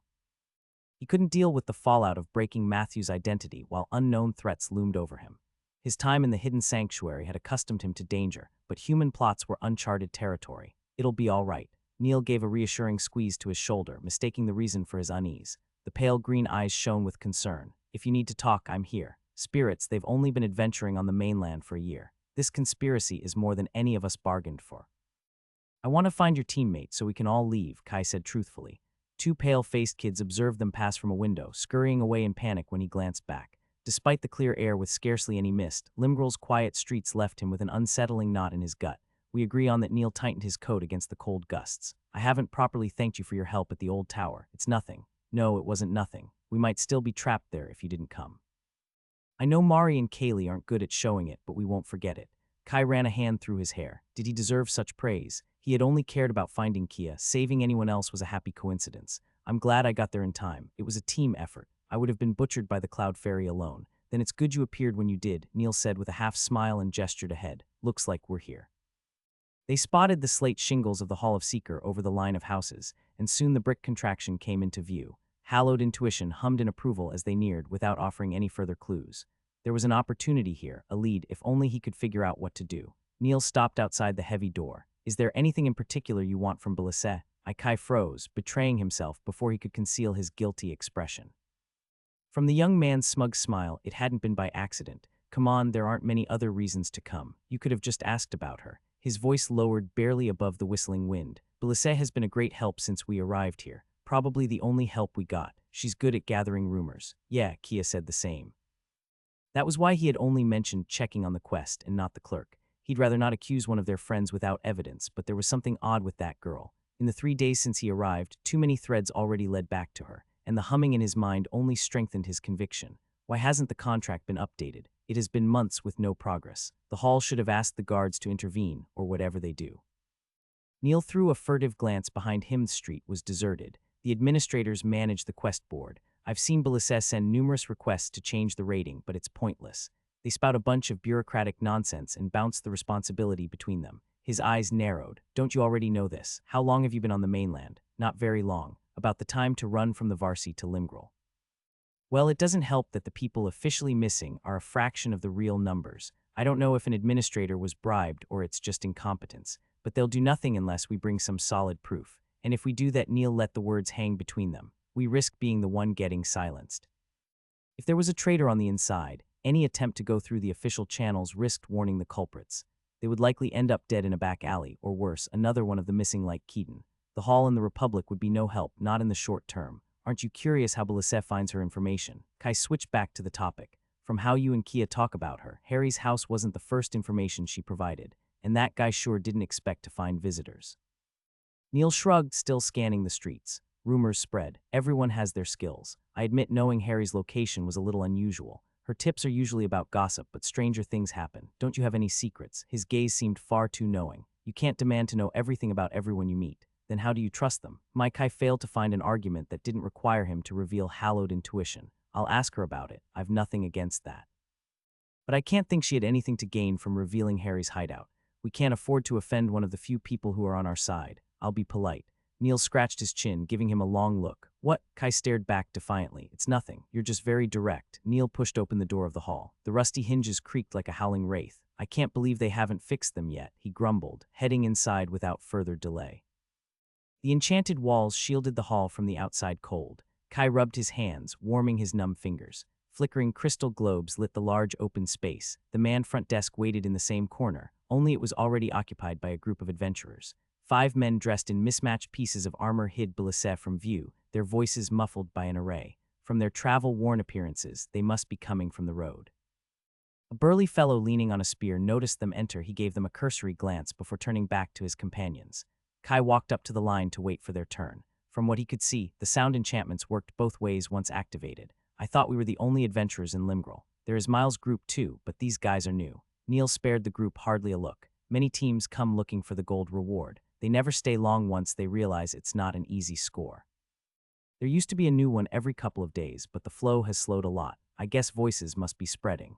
Yeah, I've heard something similar in Varsity. Kai caught himself before he could check their grade by habit. If they noticed his touch, there wasn't anyone else to blame in the empty hall. What are the chances one of them is a mage? Channeling body augmentation to enhance his sight, he studied their equipment with Mana Analyst. Despite their bedraggled visage, they carried many enchanted pieces. The swords and spear sported intricate runic engraving, likely mid-yellow. Their grades can't be much lower to afford those.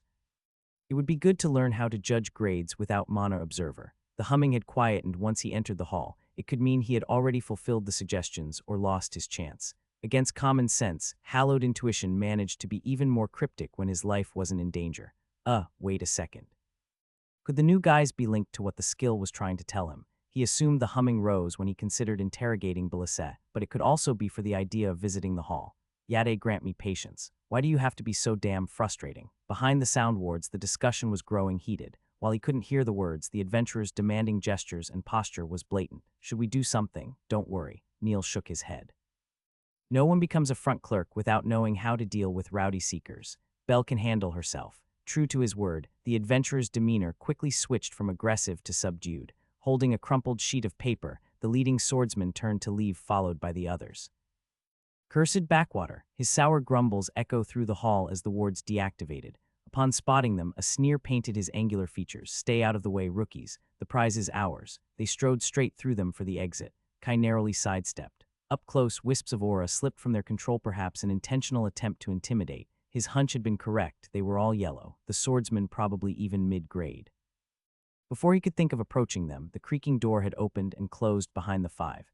Kai exhaled with relief when the faint humming barely waveretzy weren't the focus of his lead. Oh, Neil. Belisette waved them closer from the desk. Her smile made a dimple appear on her cheek. She cleaned her enchanted spectacles with a silver handkerchief and neatly folded it in the sleeve of her blouse. I was happy to hear you had all returned safely. Oh, that was nothing. I could tell he was an honest guy.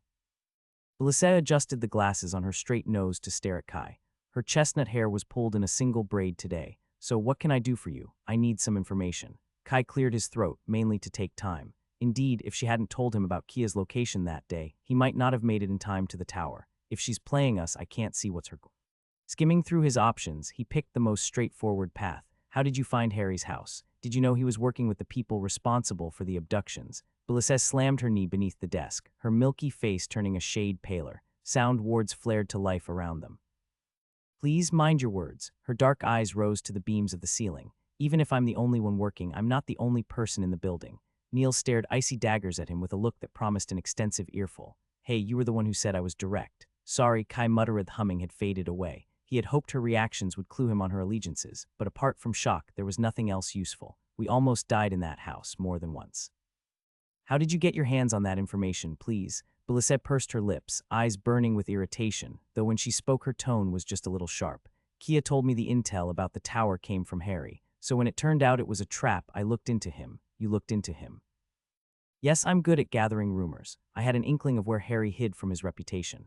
Then 2 days ago, someone saw a hooded individual matching his description run into that house. I imagine when his trap at the old tower failed, he panicked and slipped. Obviously, I had no idea he was involved with the missing people, if he really was, or I would have never told Kia. She looked up at him with puffed-up cheeks. Now, tell me something, Matt. Did you burn down his house? That fire nearly swallowed the outskirts. I swear he did that all on his own. Kai pulled back, suddenly feeling his face heat up. He had been so sure this teenage girl was hiding something. Was I wrong? Her explanation sounded awfully reasonable. Maybe it was all a coincidence. After all, she was good at gathering rumors.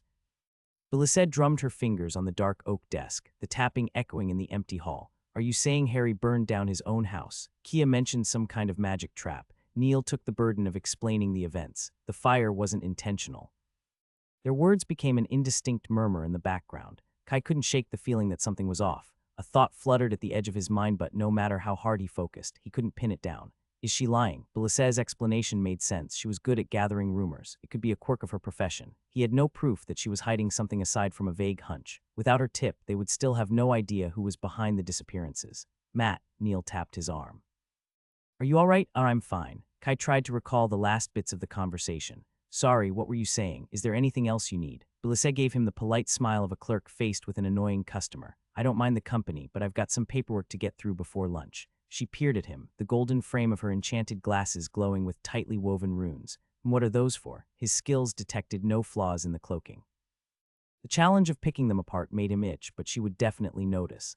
Now's not the time. Stop getting distracted. Kai chewed his cheek. What should he ask? Hallowed intuition had gone silent without another hint. He might see a payoff weeks from now, or have missed what he was supposed to do entirely. Damn, say something before this gets more embarrassing. Did the contract for the missing people receive any update? He returned the affable smile, trying not to stare too intently. Yes and no. One moment Belisette bowed behind the desk, shuffling some papers. She almost hit her head when she stood up holding a file. I can't tell you the details of the contract. What do you mean? Is it revenge for my questions? Does nobody read what they sign anymore? Belisette tugged her braid with an exasperated huff. Crouching behind the desk again, she pulled a heavy tome from a drawer with a groan of effort. The weathered leather cover thumped on the desk with a puff of dust. This, she heaved and wiped the dust from her nose, is the Seeker's Codex. Contrary to what people say, Seekers do follow rules. Even if the code of conduct isn't enforced any longer, our members should know the basics. Kai glanced at the yellowing pages. With the preserving enchantments on the spine, this copy must be positively ancient to look this worn. Oh, you mean my Seeker rank? He took out the iron badge he got in Varsity. The metal was shaped like a shield, sporting a quill over a map, something to do with the founding history of the Seekers. Yes. Belisette nodded, looking pleasantly surprised. Members can only check contracts up to one rank higher than their rating. You're a red seeker with no quests completed. Why don't you show it to me then? Neil leaned on the desk, offering her a polished copper badge. There were 3 stars carved above the crest. The map was engraved with meticulous details that showed a region of the Republic, unless the contract has been raised above yellow. That's Belisem muttered something about the spirit of the rules and pursed her lips. Okay, fine, just this once. The administration refused to raise the grade of the contract, but there has been another update. She opened the file on the desk and flipped it toward them to read. The bounty has been raised to 20 golds. 20 gold messars, Neil almost sputtered. That's the rate for a contract at the peak of yellow. Yes, the reward and fee were paid yesterday. I've no idea how those guys already knew.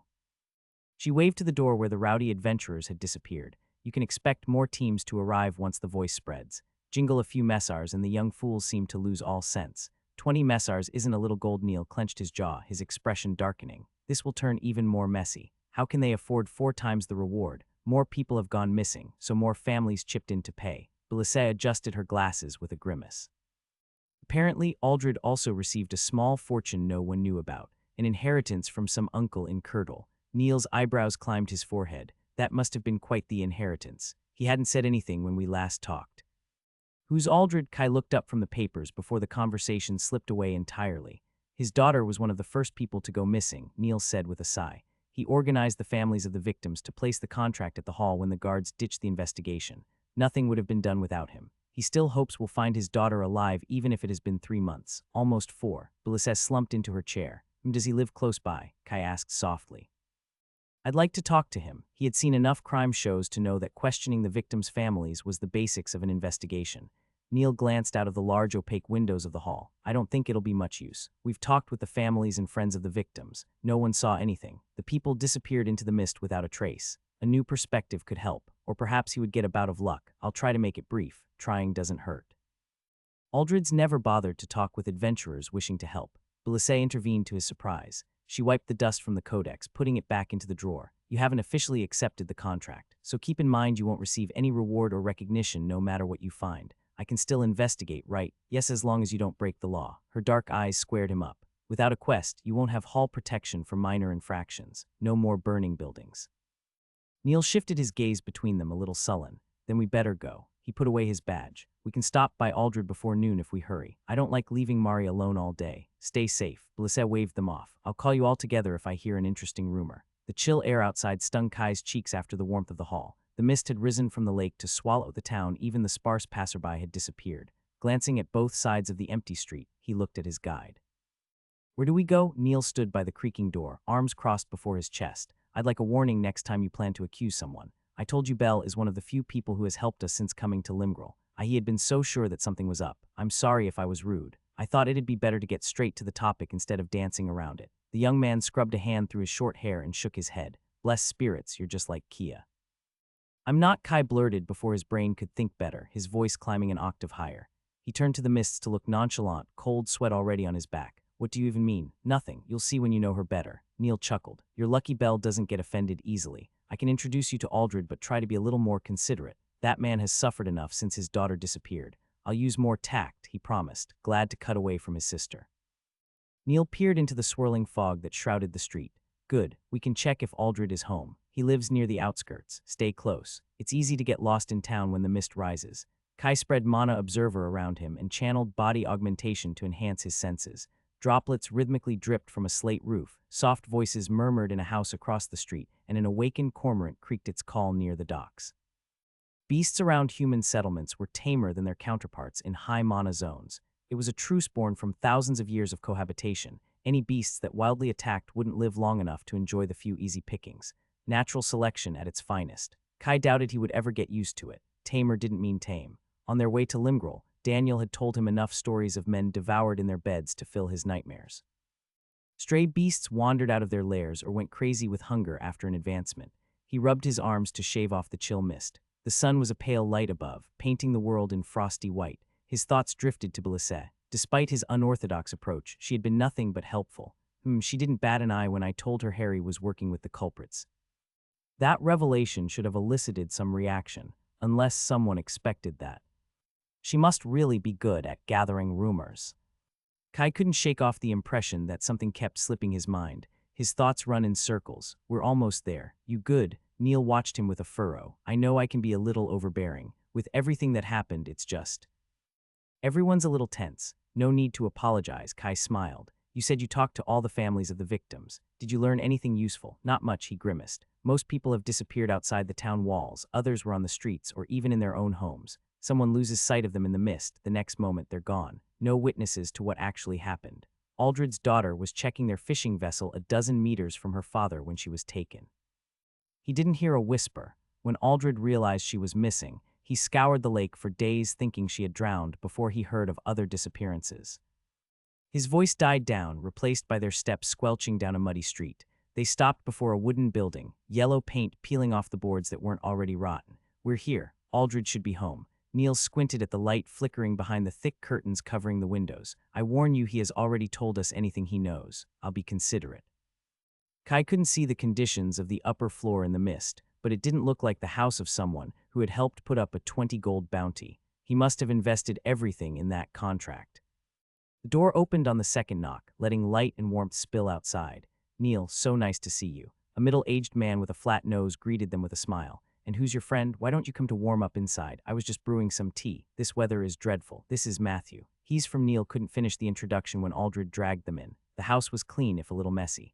Fishing nets, rods, and hooks hung from the walls, speaking of a lifetime of use. A fire crackled over an iron array, giving the space a homely feel that contrasted with the bleak outside. Please sit. Aldred strode to the stove in the kitchen angle, a teapot already whistling. He grabbed 3 chipped mugs from a cupboard, stretching to reach a jar of tea leaves. I imagine you have heard of the increased bounty. Everyone contributed what they could with a little convincing, he chortled, holding his belly. Hopefully, we'll get someone who can find my Lily. You know, most adventures don't have the patience if they don't get immediate results. Not like you lot. He turned to them, gaze lit by a quivering hope. Tell me, did you find anything new? We're following a new lead. Neil pressed his lips. It's too soon to say. I'm sorry, we can't do more. Oh, don't say that, my boy. A glimpse of gloom was hidden behind a laugh. You're doing good, very good. I'm sure you'll save her. And everybody else, yes, she'll be fine. Aldred busied himself with the teapot, his mumbles growing too soft to make out. I'm afraid I'm out of honey. Aldred rubbed his balding head. I hope you don't mind. I prefer it without. Kai used a few specks of water mana to not scald himself and took a sip. The floral blend didn't contend with the richness of the merman's brews, but with the cold that had seeped into his bones, the warmth was all he needed. It's perfect. It's all right, kid. No need for flattery. The man gave another booming laugh and clapped his back with enough strength to rock his bones. The market is quite scarce. You know, people prefer to remain indoors with what's happening. Hopefully we'll get another caravan before winter. Kai smiled, taking another sip while Aldred continued speaking. The man seemed to have no problem holding a conversation with a few prompts from Neil. Spirits, it was much easier when they were just numbers. His gaze stopped on the lifelike portrait of a young woman standing on a maple cabinet. The silver frame shone with a recent polish, making it easy to guess her identity. She was pretty if not beautiful, with golden hair and bright purple eyes. That's my Lily. Aldred followed his gaze, plucking the picture with delicate fingers. She took the beauty from her mom, you know. He gently brushed the already sparking frame with his sleeve, his smile growing strained. She will be 22 this winter. I want her to marry, but she insists she already has everything she needs. She was stubborn like that since she learned to talk. She always knows what she wants. It's never a bother. Neil put his cup down. Matt wanted to ask some questions about what happened that day. When they left the house an hour later, the cold felt sharper. The mist had grown denser, the sky darker despite being close to noon. While Aldred had been eager to recount the events with rehearsed practice, Kai couldn't pick any useful details. As Neil anticipated, Lily's disappearance happened in a moment of distraction near the docks, not a sound or hair left behind. The same went for the other missings that the old fisherman knew about. Some of them disappeared inside the town. Are they still here? How is it possible that no one noticed anything? I guess it could be magic or a combination of skills. He got a headache considering all the possibilities the guide created. We better get back to the house before the others worry. Neil scowled at wispy plumes veiling the streets, shoulders slumped. He had grown gloomier hearing the stories of the other people abducted, probably reminded of his teammate. Damned ancestors, I can't believe someone's doing this. What do they even gain from abducting a bunch of random people? We'll find them. Kai was surprised by the conviction in his voice. Keaton, Lily, and all the others. What he couldn't promise was that they would be alive. It's nothing. Anyway, how was he? Kai asked to stave off the oppressive silence as they headed back toward the center. Keaton, everyone keeps mentioning him. Neil stayed quiet long enough to make Kai doubt he would answer at all before finally speaking. Well, he was great. You know, those people who are annoyingly good at everything they do. But you can't hate them because they're also nice and humble. Well, he was just like that. It felt that no matter what happened, he always had the solution to everything. We were barely scraping by when we joined teams and chased contracts together. It's strange, we traveled together for only a few months, but it feels so much longer, Neil said, his expression shrouded by the ghostly mist. I miss him, though it's not as bad as for Kaylee. They were in a relationship. He muttered, confused. Oh no, nothing like that. Keaton is Kaylee's brother. I thought someone would have told you. He was closer to Kier in that way, even if they would have rather drowned than admitted anything. Kai grimaced as the cold air stung his face. Before awareness fully returned to him, his senses scanned across the empty room for threats. He was pleased with how quickly the habits he developed in the sanctuary returned. The arrays he had scribbled on the windows and door showed no sign of breaking or tampering, though he knew that wasn't always reliable. Mana Observer spread through every inch of the newly rented house for any sign of intrusion. Separated by a thin wall, Flynn slept, buried in pillows. Rain was missing from the adjacent bedroom and had already moved to the living space. He sat at the center table, browsing his growing collection of carved animals. When the skill brushed him, he tilted his head and waved through the wall. How can he always notice? The warmth of the bed enticed Kai to lay 5 more minutes and forget about the world. He considered relenting, then his worries crushed the temptation. Hallowed intuition thrummed, low and ominous. The sign was so subtle he wasn't sure when it had begun, sometime in the 2 days since visiting the hall. Demanding more clarity from the skill would be like asking a fish to recite poetry, utterly pointless. If he focused his mind, he could brush a sea of tangled murmurs. Danger loomed near with no indication of its nature or when it would strike. Kai suppressed a shiver when his bare foot touched the cold stone tiles. The day prior, an apprentice tanner had gone missing, dispelling any hope that Harry's fiery death had rattled the abductors into hiding. The girl lived in the northern outskirts. There were no witnesses or traces of struggle, just 2 heartbroken parents worried for their daughter. If our numbers are right, there are over 30 missing. They must have left a clue somewhere. Where do they bring them? The abductors moved like wraiths, coming and going with the mist. A long sigh escaped his lips, creating a fleeting fog in the cold air. I need to get some heating arrays. The Red 3 density could sustain enchantments that would have required manual recharging in the archipelago. And empty houses for rent were another thing the town wasn't lacking. Kia's place had been too small to host them permanently. They found a nearby building that should be visible from across the street. Kai drew back the frayed brown curtain. Airy plumes of mist swirled outside the glass panes, an ever-changing pattern of monotonous white. It had been less than a week since they arrived at the Lake of Mist, and he could swear each day was colder than the last, an ever-present nuisance as if to remind him he wasn't welcome here. Don't worry, the feeling is mutual. He slipped into proper clothes, pressing his lips when the icy shirt touched his skin. The fabric had been enchanted to shield him from the cold, but only once he wore it. Before coming to Limgrel, he had never wished that his fire affinity were higher satisfied with his Lotno that was becoming an everyday occurrence. Training was going slow. With his meager talent for the element, it might take months to cast the most basic cantrip. I'll just buy some heating enchantments. There was an enchanter shop near the square. He already had too many side projects to engrave arrays himself. Studying the jagged runes he recovered at the tower and the diary from the Intrepid took precedence. There were also dozens of places and missing people to check on top of the list of names they took from Harry. The tasks kept piling up with little reward. Morning, Kai walked into the living room. Morning, I made you tea. Rain perched on a high stool, wearing an unbuttoned half-sleeve shirt, unbothered by the cold. He proudly gestured to a steaming cup already set with an underplate and a spoon. The siren grinned with expectant eyes, immune to Limgrel's gloom.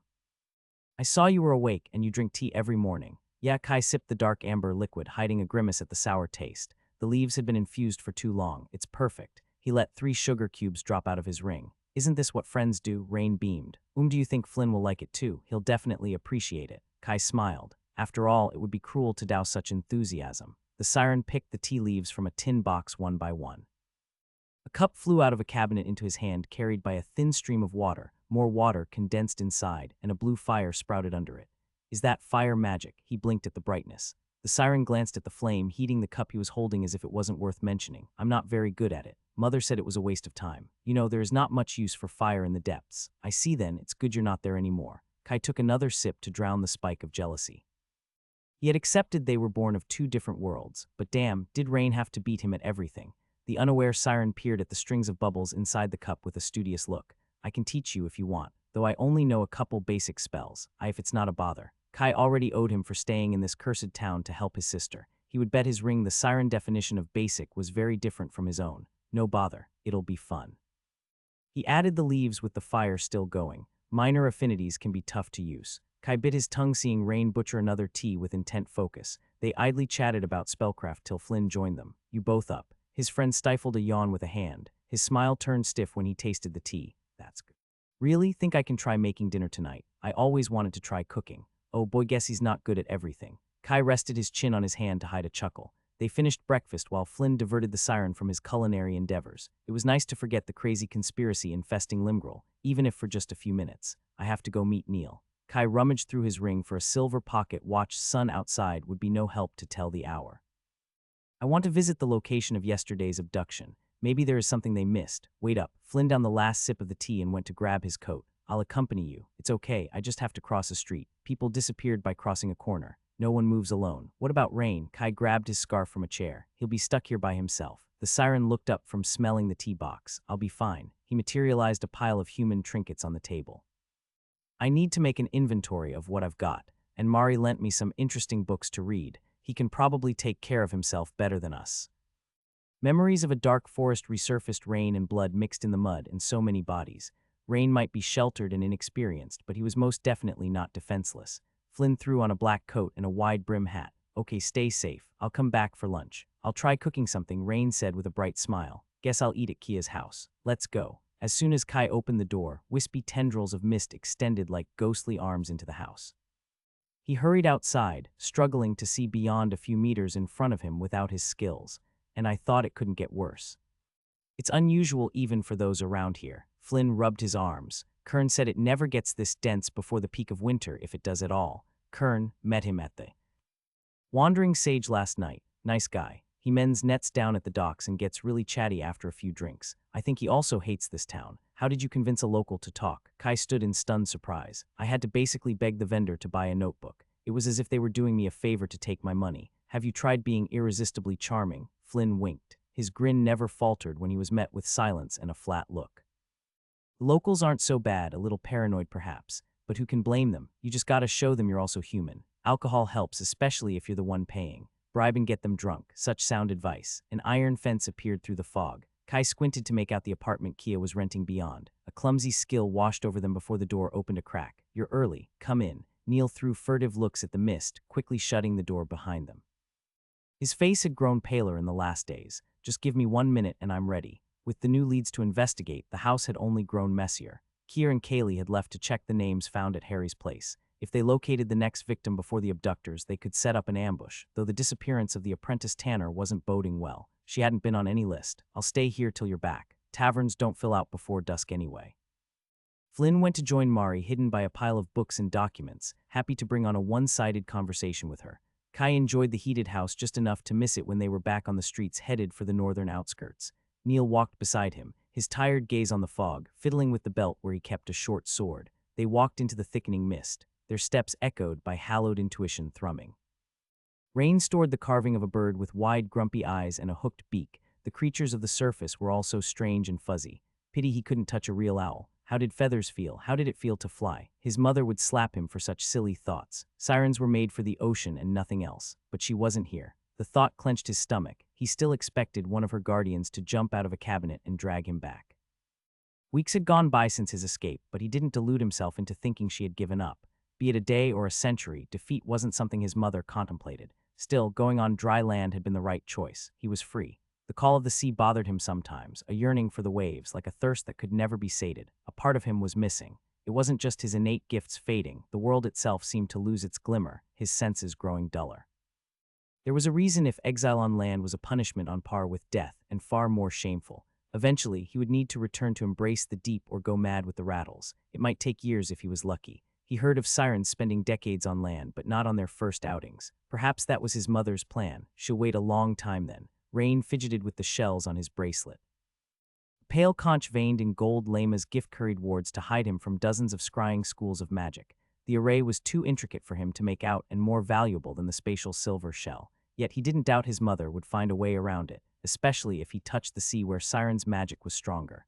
Rain shook his head. He was being silly. What was the point of leaving the sea if he still lived in her shadow?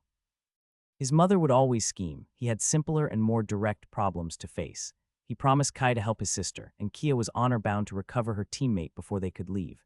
Are they making a move? A presence had been spying on them for the past day. Rain hoped they would get hasty and strike if he were alone, but they kept their distance. And now the spy was gone entirely. He waited in case it was some kind of test, leafing through a bestiary of land-bound creatures. A dozen pages later, he was sure the presence wasn't coming back to target him. Pity. What are they waiting for? Villains always attack the protagonist in novels, and half of the stories he read were old reports of actual events. Why were these abductors so incompetent? Should he go out into the mists? There had been disappearances inside houses once the target was alone. Depth. I should have expected some deviation in real life. Shady conspiracies and cults worshipping fallen gods were another subject he had studied, be it in stories or from eavesdropping on his mother's private meetings, though he never thought they'd be quite so frustrating to flush out. The pesky presence refused to commit to a proper assault. Could they know it was a trap? No, he had been careful not to reveal any hint of his skills since coming to this gloomy town. If the prey wasn't taking the bait, he'd just have to find another way. The fog was growing denser outside, but vapor was just water. Only fools would use water against a siren. Rain glanced at the empty cups on the table. He had said he'd stay in this shack till they returned, but he needed to leave if he wanted to help Kia and keep his promise. I'll come back before they do. He pulled the teacups in the sink. Something had gone wrong brewing with the tea, though he wasn't sure exactly what. Both Kai and Flynn had lied to save his feelings. That was odd and nice in a weird way. Strangeness seemed a persistent characteristic of land creatures and culture. Don't get distracted. Rain pinched his cheek. He had a mission to accomplish. Marching to his room, he laid his land clothes on the bed, those they bought in Varsy and a few he found at the market. Everything here was so cheap. How many should I wear? I should have asked. The air outside was warm compared to the depths, but humans had strange taboos about going around naked. He wanted to wear an appropriate number of layers to not call attention to himself. 2 shirts, an enchanted leather coat, and 3 scarves should do it. Maybe a hat or 2. Kai often complained about the cold. Better to exceed. At most, I'll store them in a conch. Donned into an appropriate number of layers, Rain tightly tied the laces of his boots. It had been a week since he tripped himself, and he intended to keep his streak.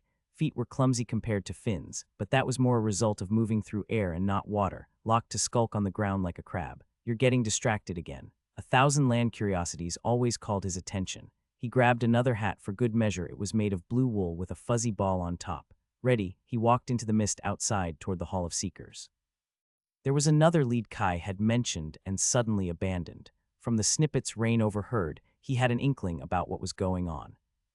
Door to the Hall of Seekers swung open with an odious creaking that made Rain cringe.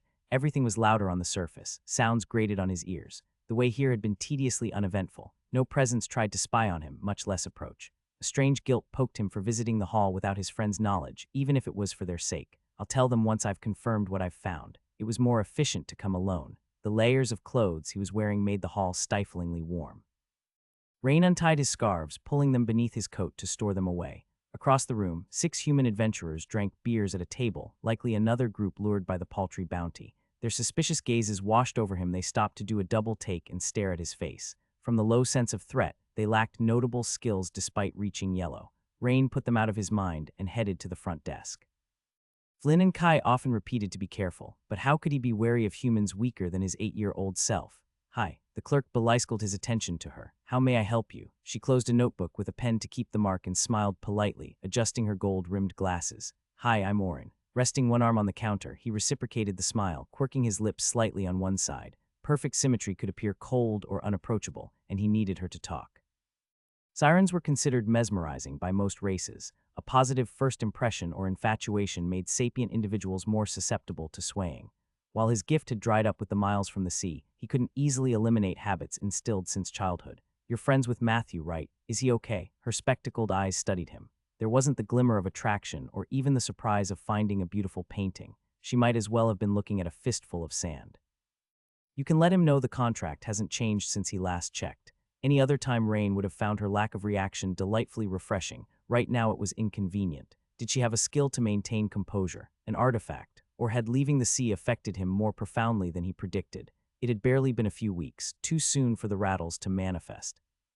The impulse of pulling out a mirror swept him in panic. No, I'm jumping to conclusions. He wrestled his thoughts back under control. Something else was going on. The last time he had visited the hall, he hadn't spoken with Belisée, though he had gotten the impression her behavior was off, and he was becoming ever more certain. Matt's fine. I'll make sure to tell him about the contract. Rain fidgeted with the shells on his bracelet. I came to talk to you, actually. It was more direct than he had planned on being.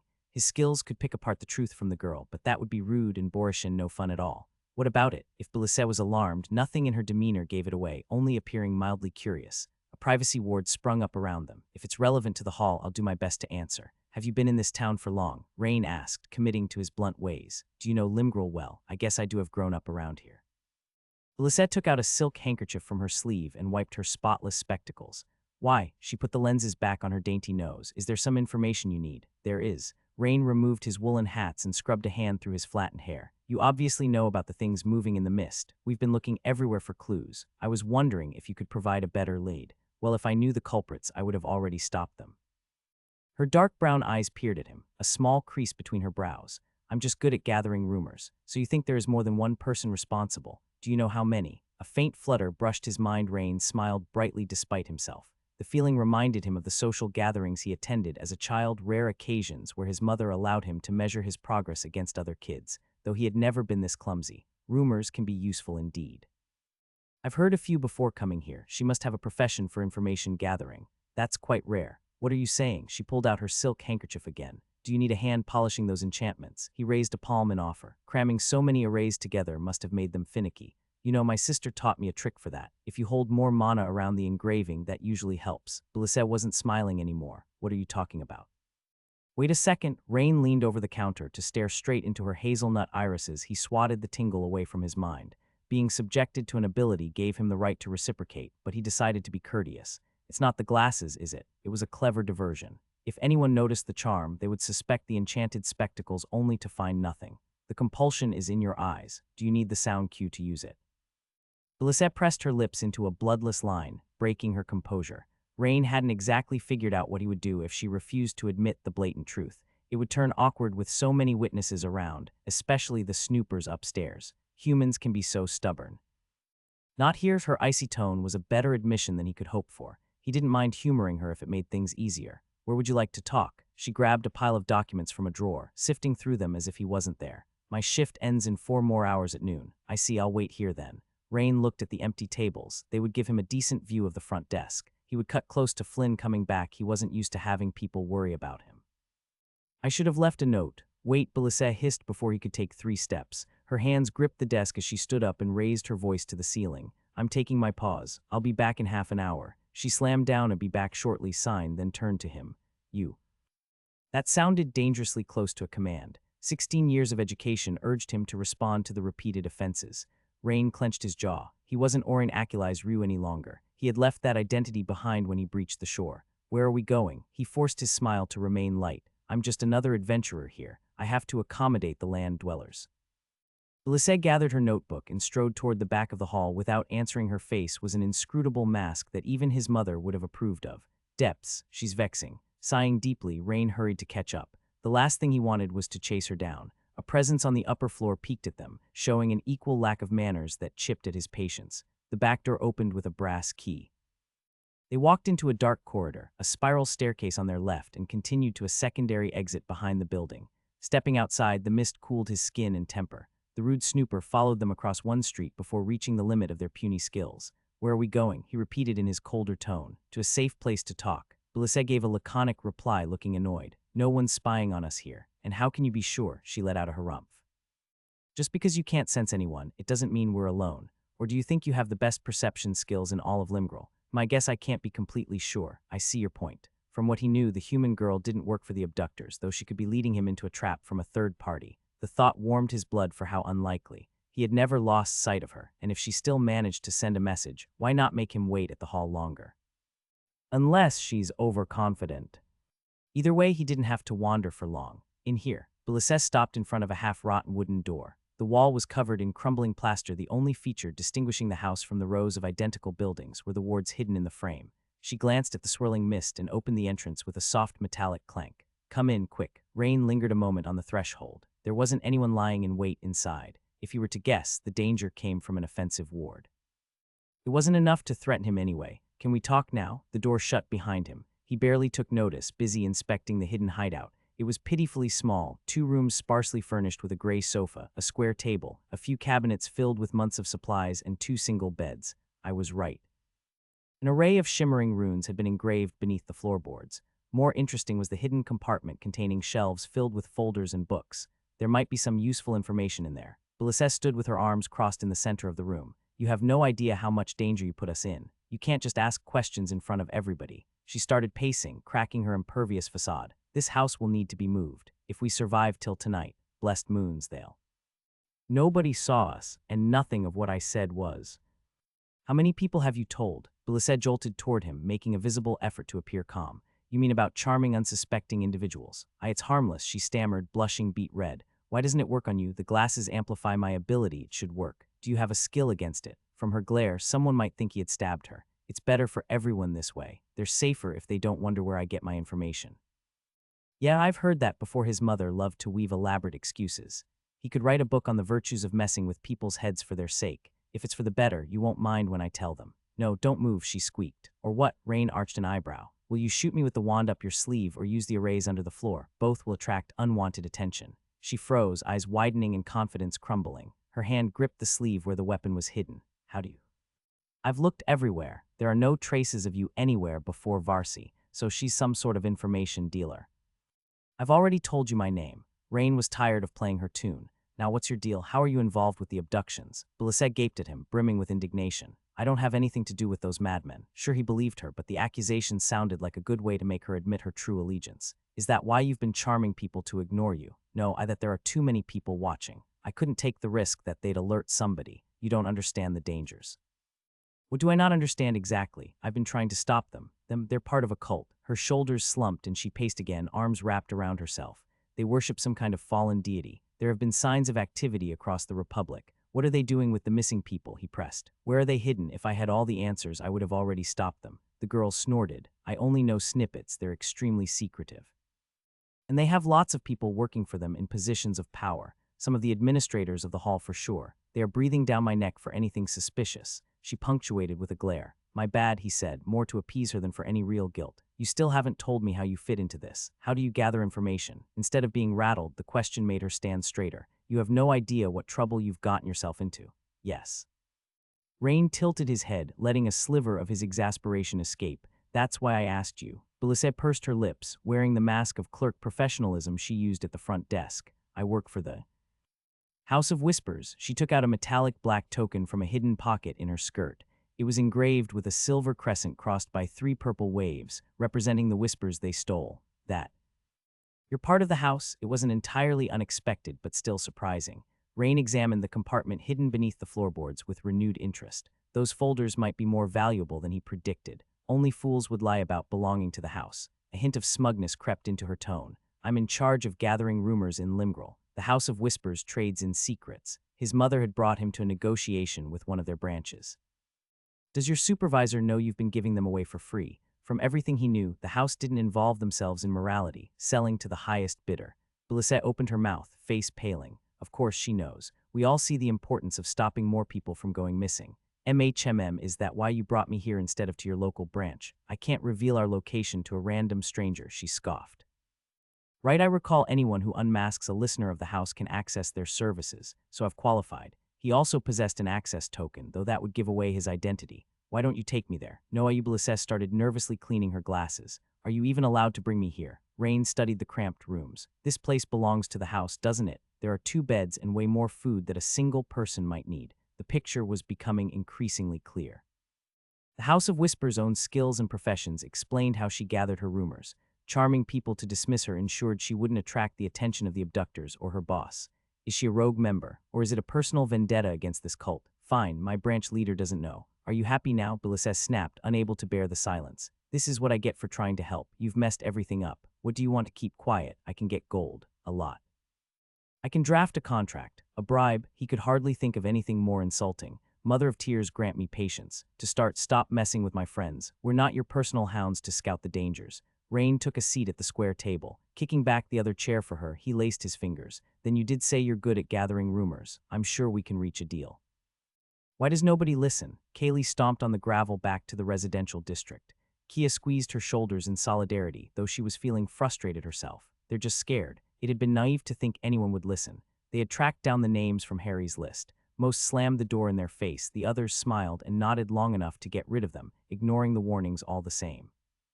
2 strangers speaking of danger didn't encourage trust in Limgrel, especially when they failed to explain why. That's the best we could do for them. They couldn't let the kidnappers discover her involvement at Harry's house for each person on the list. They talked with 2 random others. Initially, Kia thought she could ambush the culprits, but who should she guard? They recovered dozens of names, and she had no idea who would be the next target, if any at all. The last girl to disappear wasn't on the list. A moment of distraction had been enough for the mists to take her. Damned cowards. There must be a way to catch them. The more she tried to wrestle the situation under control, the more it slipped away. Her nails dug into her palms. She hated feeling powerless, and she hated this rotten town. A headache pulsed behind her eyes for the lack of sleep, and she couldn't say when it started. He would have found a way, Kaylee muttered when they turned into the street of their rented house. He was like that even when we were children, you know, the perfect son. Always so insufferable, she said with a somber chuckle. I would have never escaped our family if it wasn't for him. There was no need to say who. Keaton's shadow hung between them like a void that couldn't be filled. When they first met, Kia also found his effortless self-assurance annoying, how he seemingly had an answer for everything. She had wanted to best him so badly. Without anyone realizing it, he had become an integral part of her team and disappeared before she could figure out her new feelings. Today had been a month since he went missing. What had those madmen done with him? Had he been harmed, tortured? Was he alive? Each day was harder to keep the flickering hope alive. You promised you wouldn't die till I beat your smug face. We'll get him back, Kia stated to encourage herself as much as Kaylee. Her friend mutely nodded, not meeting her gaze. Opening the iron fence, they climbed the ramp of stairs to the apartment. Kia raised a hand to cut the monofilament inside the lock. A trick an old adventurer taught them to check for intruders. Only the filament was gone. Panic choked her thoughts, blood pumping as her body tensed for action. Had the cultists been here? Were the others hurt? Had someone else been taken? It's on the hinges, Kaylee grumbled behind her. Your friend changed the alarm yesterday, remember? Less chance it'll get spotted there. Oh, her heartbeat slowed and embarrassment flushed her cheeks. Right, the hair-thin filament was still woven around the iron hinges, just out of sight. Kia cut it and turned the key with more strength than Necessarish could hear Mari and Flynn breathing inside. They're safe. I'm just distracted. She had yet to digest the shock of Kai's reappearance when her brother started lecturing them on how to place their wards in arrays. Entering the living room, she replaced the filament on the hinges with a burning irritation. They had spent a whole year on the mainland, and the moment Kai arrived, he started changing things. He's just trying to help. Kia reminded herself his suggestions did make sense. She should be happy that he was alive. If only he wouldn't be so. You've come back early. Flynn stood up to greet them, cheerful and kind despite having been dragged into a mess that had nothing to do with him. Mari sat with her nose buried in books behind him.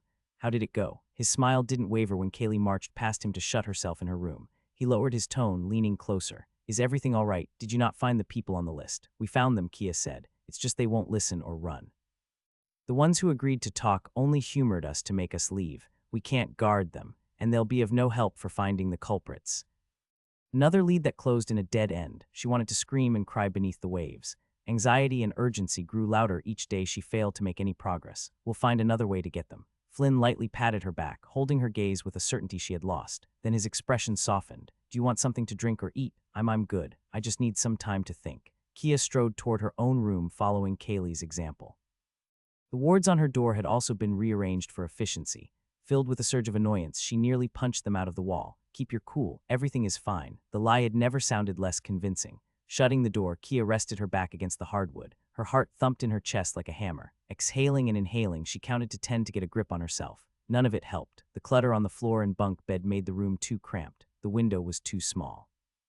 She felt like drowning, each breath shallower than the last, no matter how much air she drew. I can't do this. It was all falling to pieces. Her team expected her to find a solution and keep them safe. Soon they would realize she had no idea what she was doing. She wasn't like Keaton or even Kai. She couldn't pull miraculous solutions from Etha. Why had she come to the mainland? Mui had warned her of the dangers. I'll fail them. They're going to die like Dad. Keaton is probably already. She froze the thought before the admission shattered her. Taking a single step forward felt like swimming for miles. She collapsed on her bed. Her head sank into a pillow while her hands grasped the sheet to stop her body from shivering. Determination had never been an issue for her. The spirits witnessed she had tried her hardest, but perhaps this time her best wasn't enough. They were no closer to a solution than the day they arrived. If anything, they were probably further away without Keaton and the two who left, scared by the mists. This book's true home is on another platform. Check it out there for the real experience. No, nothing was fine. The convictions that always pushed her forward cracked under her fingers. Kia kicked off her boots and curled beneath the blankets, her body shaken by quiet sods. She buried her face beneath a pillow, wishing the world would forget about her. Why did I come here? Minutes later, no more than half an hour, a knock from the door jolted Kia from her stupor. She hugged the pillow tighter. Perhaps if she ignored the sound, they would go away. Leave me alone. 10 heartbeats passed before another knock came. Kia croaked and cleared her throat to speak. What is it? Can I come in? Flynn said in a steady tone. Why can't I get some peace? Kia considered yelling at him to leave. Knowing him, he would wait outside till she came out on her own. Come on, pull yourself together. Give me one moment. She wiped her cheeks on the wet pillow and turned it over so it wouldn't show. The room was a mess of clothes and discarded equipment. Order had never been among her priorities. When did I let it get this bad? I'm such a mess. She kicked a bag beneath the bed and straightened the quilted blanket. A silver mirror hung on the opposite wall. She ran a hand through her hair. Her eyes were swollen, but there was no fixing that. Come in. How are you doing?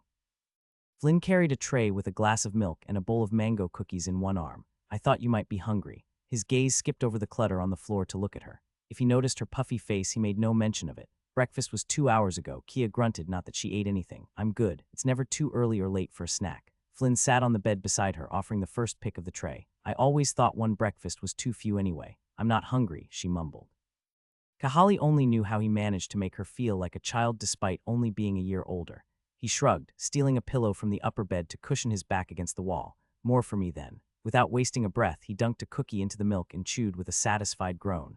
They're still good. I miss the flavor. It's almost like being back home. Kia examined the golden speckled cookies in the bowl. She had never seen mango sweets on the mainland. They are from the archipelago.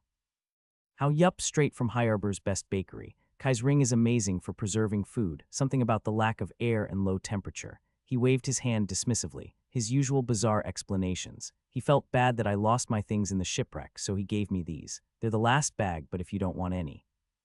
Give me one already. Kia stretched to reach the tray, slapping his leg when he used his longer arms to keep it out of her reach. Ouch, why did you choose violence? A please would have sufficed. Please, can I have a cookie? She rolled her eyes at his antics, finally reaching the bowl. Whatever occult magery controlled Kai's ring, the pastry was a little dry, though that improved the pairing with the milk. The bits of chewy mango filled her with memories of home. Suddenly famished, she reached for another and raced Flynn to clean the bowl. You're welcome. Flynn didn't mention her reaction. He looked at the empty bowl with a morning look for the missing snacks. So, are you going to tell me what's wrong? Of course he noticed. That kind of patience and planning would have made him a great hunter, though she wished they'd enjoyed the moment in silence. Do I have to? No, but I would be glad if you did. Sometimes talking helps. No one can handle everything on their own. I've seen people try. Flynn stared at the mist beyond the tiny window and shook his head. What if it's not just one thing? Kia chewed her nails. What if everything's going wrong? Well, you pick one to start. I've heard divide and conquer is a good strategy. He chuckled. Divide and conquer, she liked how that sounded. It's an old saying Kai mentioned. Quite neat, isn't it? Yet Kia crossed her legs on the bed, sitting straighter. Where to start, though? She most definitely didn't want to discuss Keaton. And if Flynn had any idea how to find the cultist, he would have already shared it. What did that leave? There was one person to be exact. Yade, protect me, this is so embarrassing. She heaved a sigh, holding the pillow in her arms to rest her chin on it. It's kinda silly. I'm an expert in silliness. I promise not to make fun of you. Flynn waited for her to continue, the usual teasing grin absent. She probably wouldn't share it with anyone else. Flynn, well, it wasn't the first time he had listened to her rambles, and this time she wasn't even drunk. Spirits, I'm really doing this. It's about Kai, she said. Once the name was out, the words flowed freely. He was gone for 2 years without a sign. Mui, Mom and Ale, we mourned and buried him. I wanted to believe he was alive like you said, but I didn't have the same certainty. It had been so long. Kia couldn't say when she had lost hope. It just happened. Months added into years, she stopped expecting Kai to reappear and made offerings to the ancestors to help him find rest on the crystalline shores. After landing on the continent, she even prayed to the 7 moons in case he had followed Dad in the sky. Then he came back, Flynn muttered. And then he came back, she echoed. Like some ancient spirit out of the mists, he reappeared with no explanation and a sword in hand. Taller and harder than the brother she buried, but still himself despite changing his name. I know I should simply be happy to have him back. And I am, it's just. How could she say it without sounding like the worst sister on the Talvan continent? You're angry. Flynn put together her thoughts better than she could. Yes, I'm angry. I know I should get over it. I really wish I could. Kia clutched the pillow hard enough to throttle a person angry didn't begin to describe it. He reappeared after 2 years as if nothing happened and we should all accept it. Only it wasn't nothing. I was there when Mom and Alec cried every night. Mui gave up hunting for months, and I. She squeezed her eyes shut before the flood of painful memories overwhelmed her. There had been enough tears for one day. I understand he was stuck in a forgotten realm on some mythical quest, that it wasn't his fault and he came back as fast as he could, but I still can't forgive him. The realization hit her with painful clarity and self-loathing. She hesitantly peeked at Flynn, relieved when she found no judgment on his face. I'm a terrible sister, aren't I? If you're terrible, then so am I, Flynn said. I also wanted to punch his nose when he knocked at my door out of nowhere. What, but you knew he was alive. I chose to believe. It doesn't mean it was easy or pleasant. Flynn wore a rueful smile. He hurt you. Even if he didn't mean to, that didn't make those 2 years suck any less for your family. Mkia bobbed her head. Don't you think being angry at him while we're hunting a shadowy cult is stupid? I should focus on saving the missing people. Maybe so, but we're all human. Anger is no more stupid than any other emotion. He stretched and crossed his legs on the floor. We can't control how we feel, only our actions. If you had refused his help because you're pissed at him, now that would be foolish. I did wish to throw him out of a window a few times, Kia said. He has been here a few days and has already taken charge of how we do things. Flynn offered her an empathetic look. He doesn't really get boundaries, does he? Especially when he thinks he knows best, which, let's be honest, it's almost always. Yeah. The worst part was how reasonable his suggestions were. Her teammates already listened to him. She had spent a year adventuring on the mainland. She should be the veteran teaching him the ropes. Instead, it was like nothing had changed from when they were children. He kept ahead regardless of her skills or efforts. He's Kai. Comparing yourself to him is pointless. That had been the sourest lesson she ever had to swallow, still needing the occasional reminder. Likewise, her anger continued to cheerfully crackle, though now she wasn't afraid to drown in it. For what? You know what? Oh, Flynn widened his eyes at his reflection in the silver mirror. You mean about being a handsome genius, wiser than the vast seas. Don't worry, it comes naturally. You don't need to thank me for that. Kia shook her head, smiling despite herself. Idiot, that also comes naturally. He gave her a toothy grin and winked. If you promise to not spread the secret, I can teach you for a small fee. I'll even give you a friendly discount. You're always so kind. She scooted closer and rested her head on his shoulder. His arm gently squeezed her. Her problems were still there, but suddenly looked more manageable. I'd like not to get disturbed again. I'm sure you understand, the heavy-set man said with a grimace. His wife watched with reddened eyes from the doorway. Of course. We'll do all we can to find your daughter. Neil stepped back as the courtyard gate slammed in their face, the wooden frame rattling with the impact. His arm rose as if to protest before flopping back down. The couple had vanished into their house and locked the door with 4 sharp clanks. It's okay. Kai smoothed his disappointment into a stoic facade.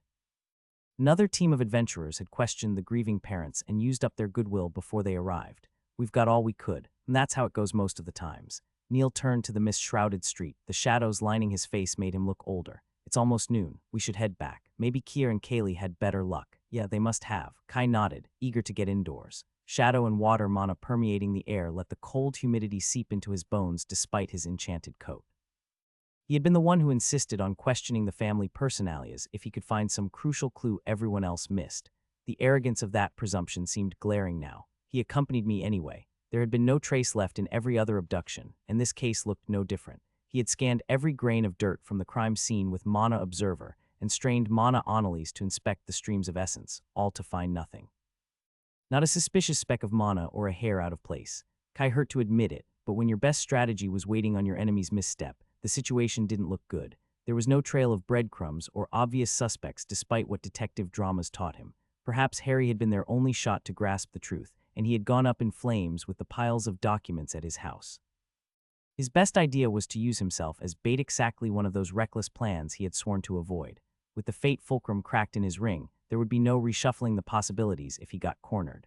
Among the people gone missing, some had reached yellow and still left no sign of struggle. The culprits must have a way to incapacitate their targets, and he didn't yet know how many there were. Superior skills couldn't save him if he got ambushed by several foes with obscure abilities. Positive. I'm sure Kia has found something. Since opening his eyes in Whiteshore, he had always tackled problems by himself. This time he wasn't investigating alone. Kai wrapped the blue woolen scarf tighter around his neck. The fabric provided a pleasant warmth, though it made him itch, each prickle heightened by his perception. This cursed mist doesn't help. Dense swathes of fog had rolled up from the lake of mist to engulf the town. No living soul walked the streets. He could barely make out Neil's shadow ahead of him, heading into another dirt alley. In the ghostly silence, hallowed intuition's soft thrumming sounded like the beats of a drummer. Each day spent in this creepy town was one too many, but he couldn't let discomfort guide his actions. Hasty choices got people killed. The danger breathing down his neck brought back the lessons from the sanctuary. There were times to be daring and times to be cautious. Picking wrong would cost his life. I've been careless.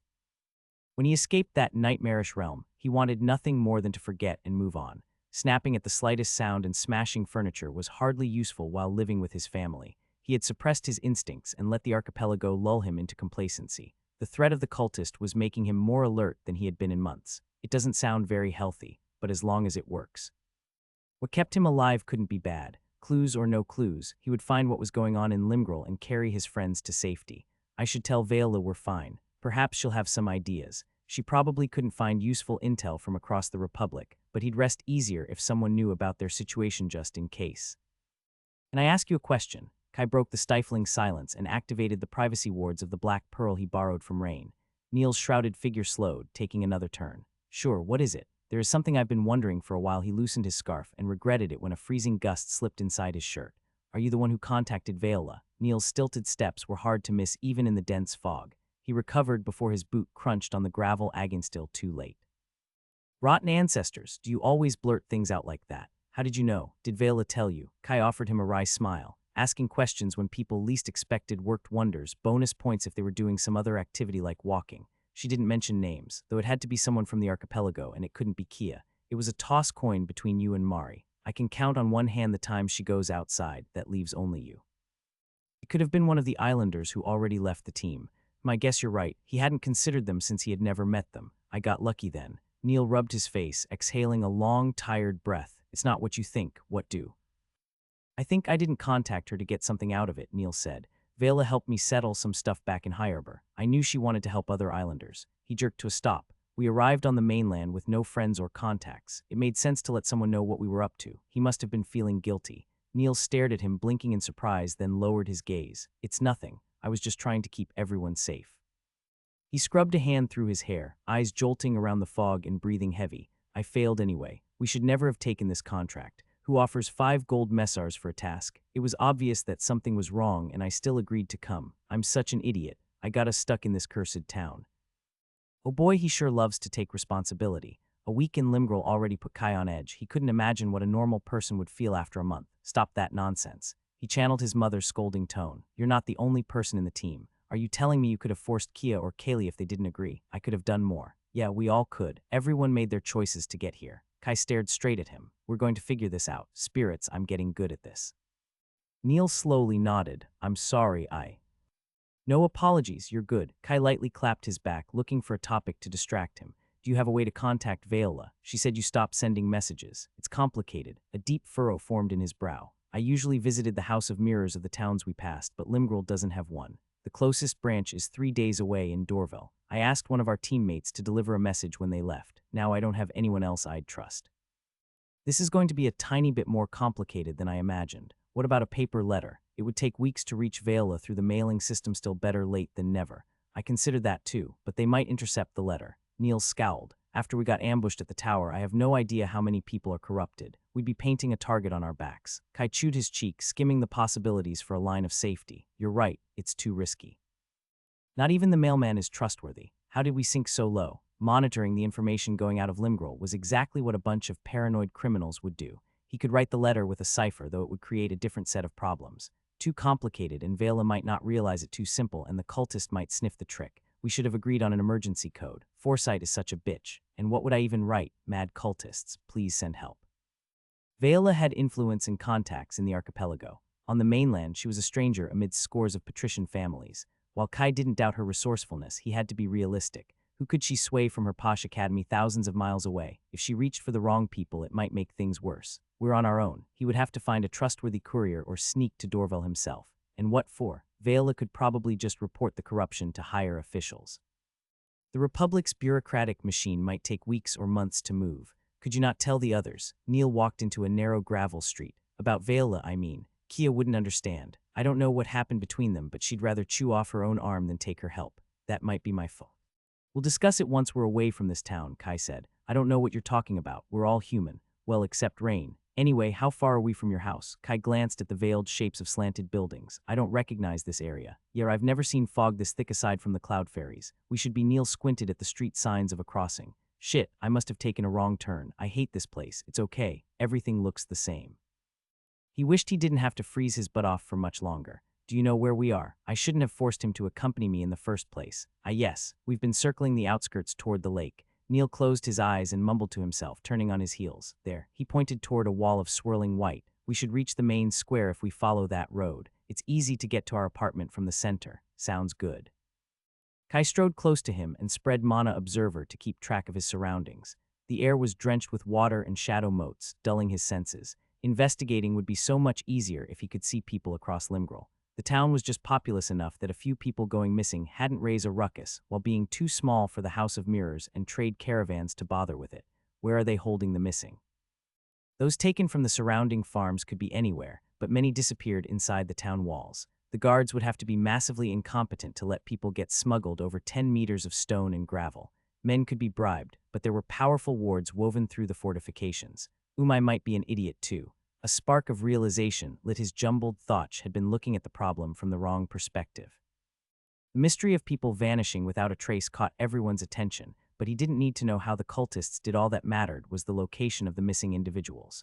Dozens had been abducted. Humans who would need space and food to survive. Logistics were the key. Follow the supplies. Where are they holding them? The town was too bold. Limgrel wasn't that large, and half the missing lived out on the farms anyway. The logical location would be outside the walls, but relatively near. The question was, how did they get them there, unless every missing person is dead?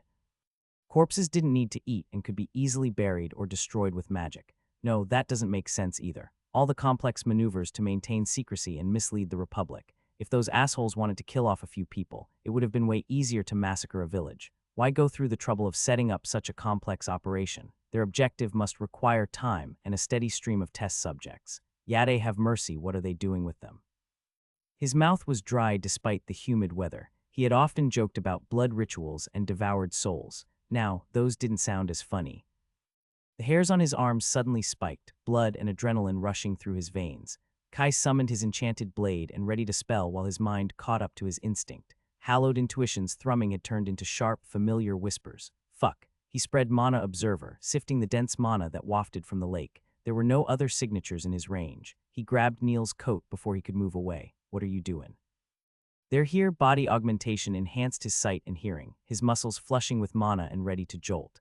The privacy wards from Rain's Pearl still enveloped them, so he didn't have to worry about being overheard. What, are you sure? Neil fumbled to unsheath his sword, voice growing frantic. There are two of us. They only attack people alone. Guess they didn't get the memo. He didn't move his attention from their surroundings, eyes wide to not blink.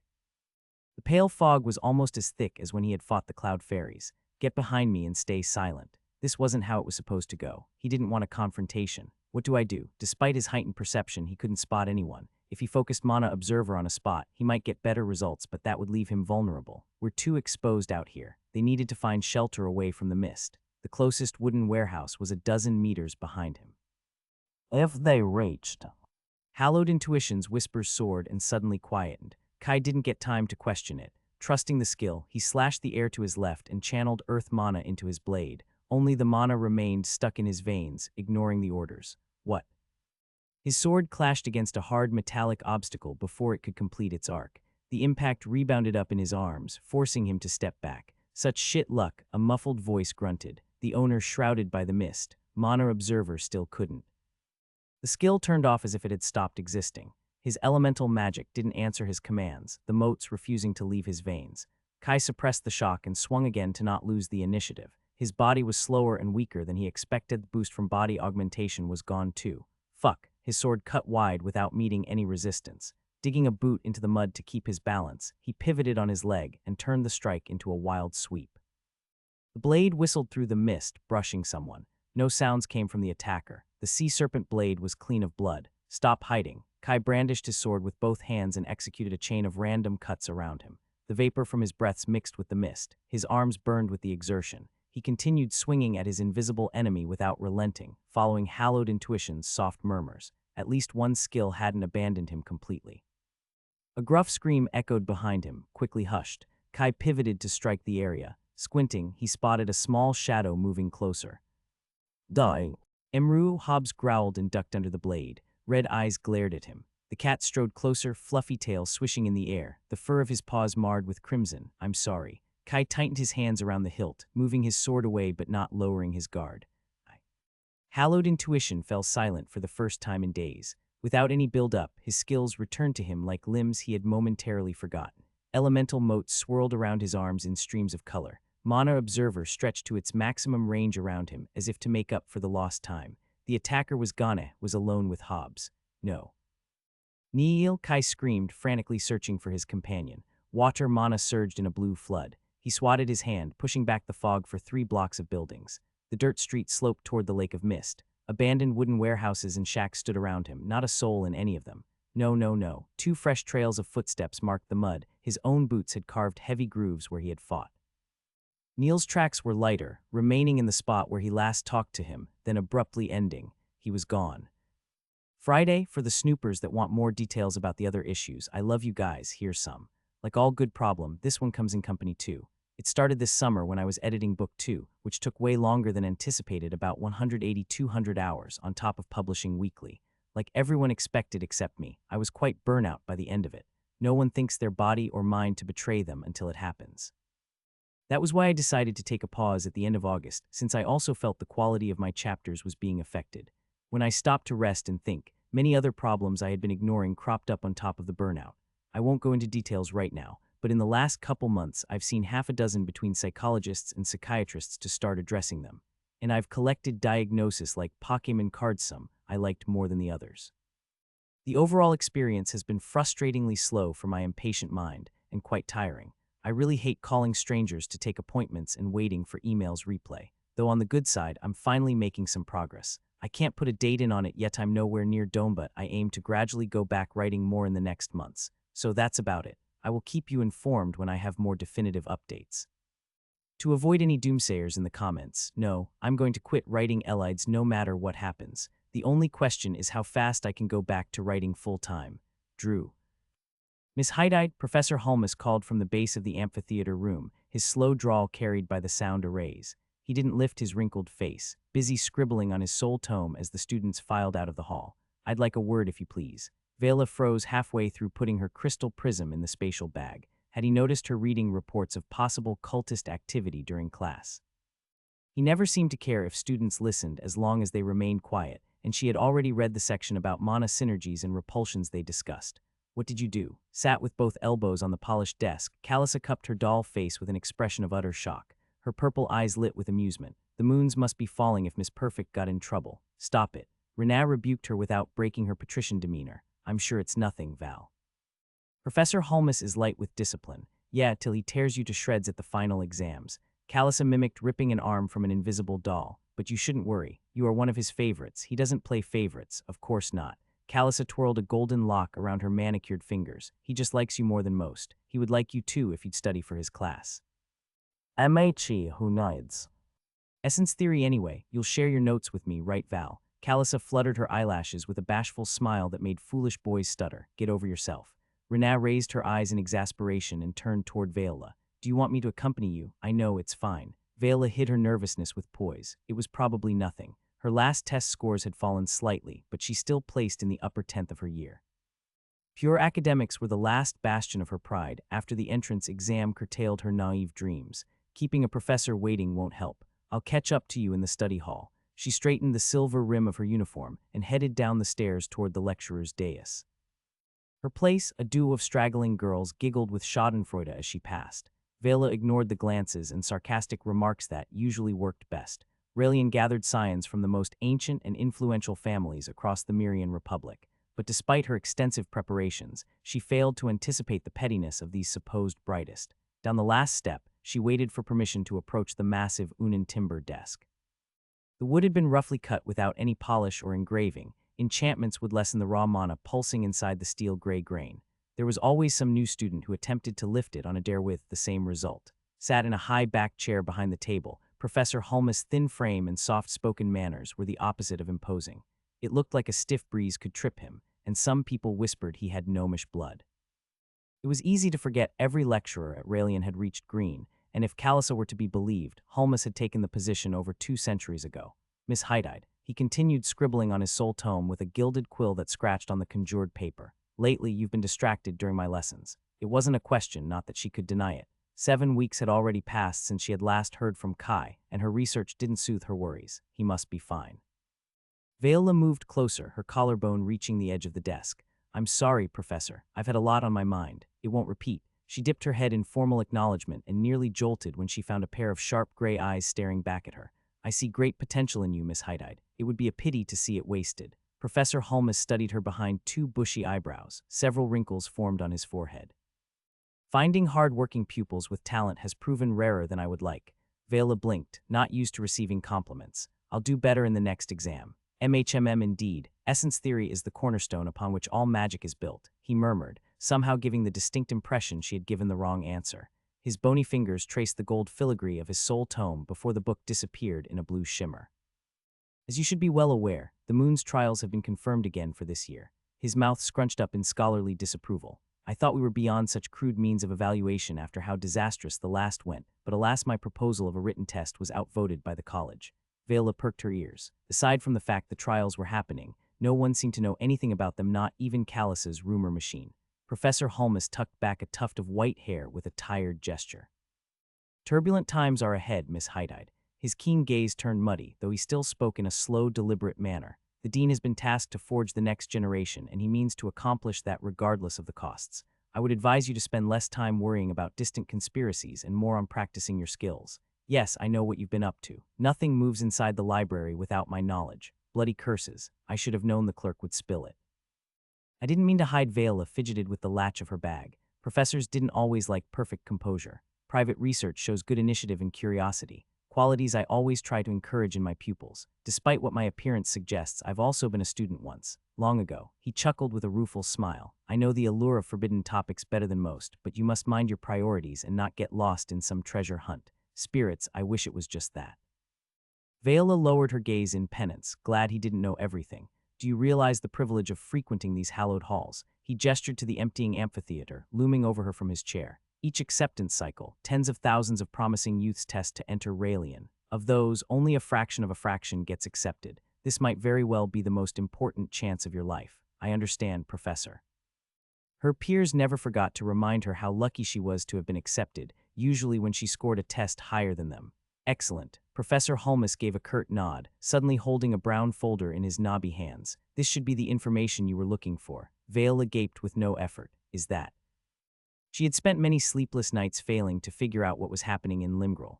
All she had had to go off was a vaguely worded quest and the few tidbits Kai provided on the suspected cult. The Hall of Seekers proved of no help despite her numerous requests to review the matter, and the reports from the Republic's archives were only a little better when she could get her hands on them. There had been an unusual number of incidents across the Republic, entire villages wiped out without a trace, ships missing at sea, key officials suddenly dying, and several abductions.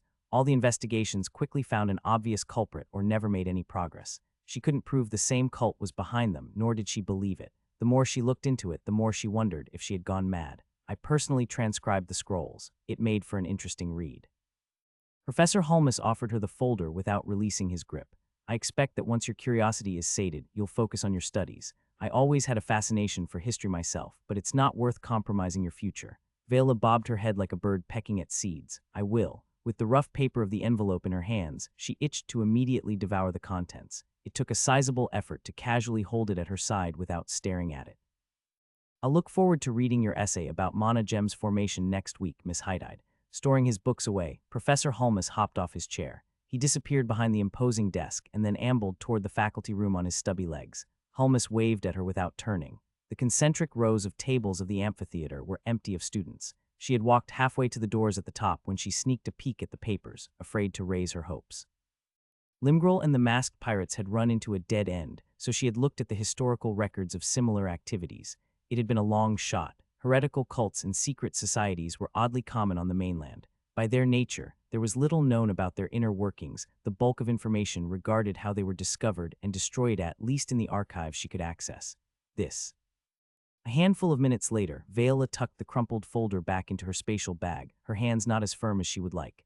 There was no point worrying on unproven assumptions. She had barely taken a step into the vaulted hallway when two people barred her path. So what was it? You've taken a while in there, Callissa said, vibrating with excitement. What kind of reprimand did you get? Any demerits? Punishments? Renat had an apologetic look that said she had tried to stop her. It was probably just a warning. No, Holmes doesn't do those. Looking between her closest classmates, Vela shook her head with a lighter mood. They meant well, even if sometimes they were a handful. You didn't need to wait for me and lose the latest gossip. Callissa grabbed her golden hair, sounding horrified. Renat elbowed her friend. We wanted to make sure you were okay. Of course, Callissa vehemently nodded. We were also deeply concerned about your well-being. Oh, I almost forgot. Her face switched from fretful to giddy in a blink. You'll never guess what Narian did during spell practice. Melifa told me Professor Valdebald ripped his hair out. That'll cheer you up. See, I was right. Renat crossed her lithe arms with a vindicated air. I told you she wasn't in trouble, so no punishments, not even a tiny one, Callissa pouted. I actually thought you had done something fun for once. Guess wordy papers are more your thing. Vela took the chance to break through their blockade.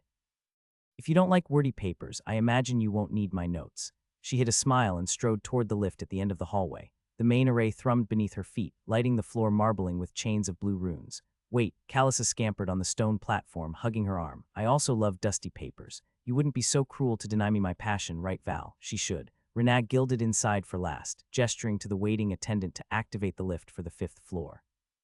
If she keeps bailing you out, she enables your bad habits. And what's the harm in that? Raelian is the most renowned academy in the Republic. We're here to learn the foundations for our profession paths. She gestured toward the lecture hall they had left. The metallic door shut with a chime, and the lift began to smoothly ascend. You'll have problems if you only learn half of it. No, it just means I'll have to find people to do the boring half for me.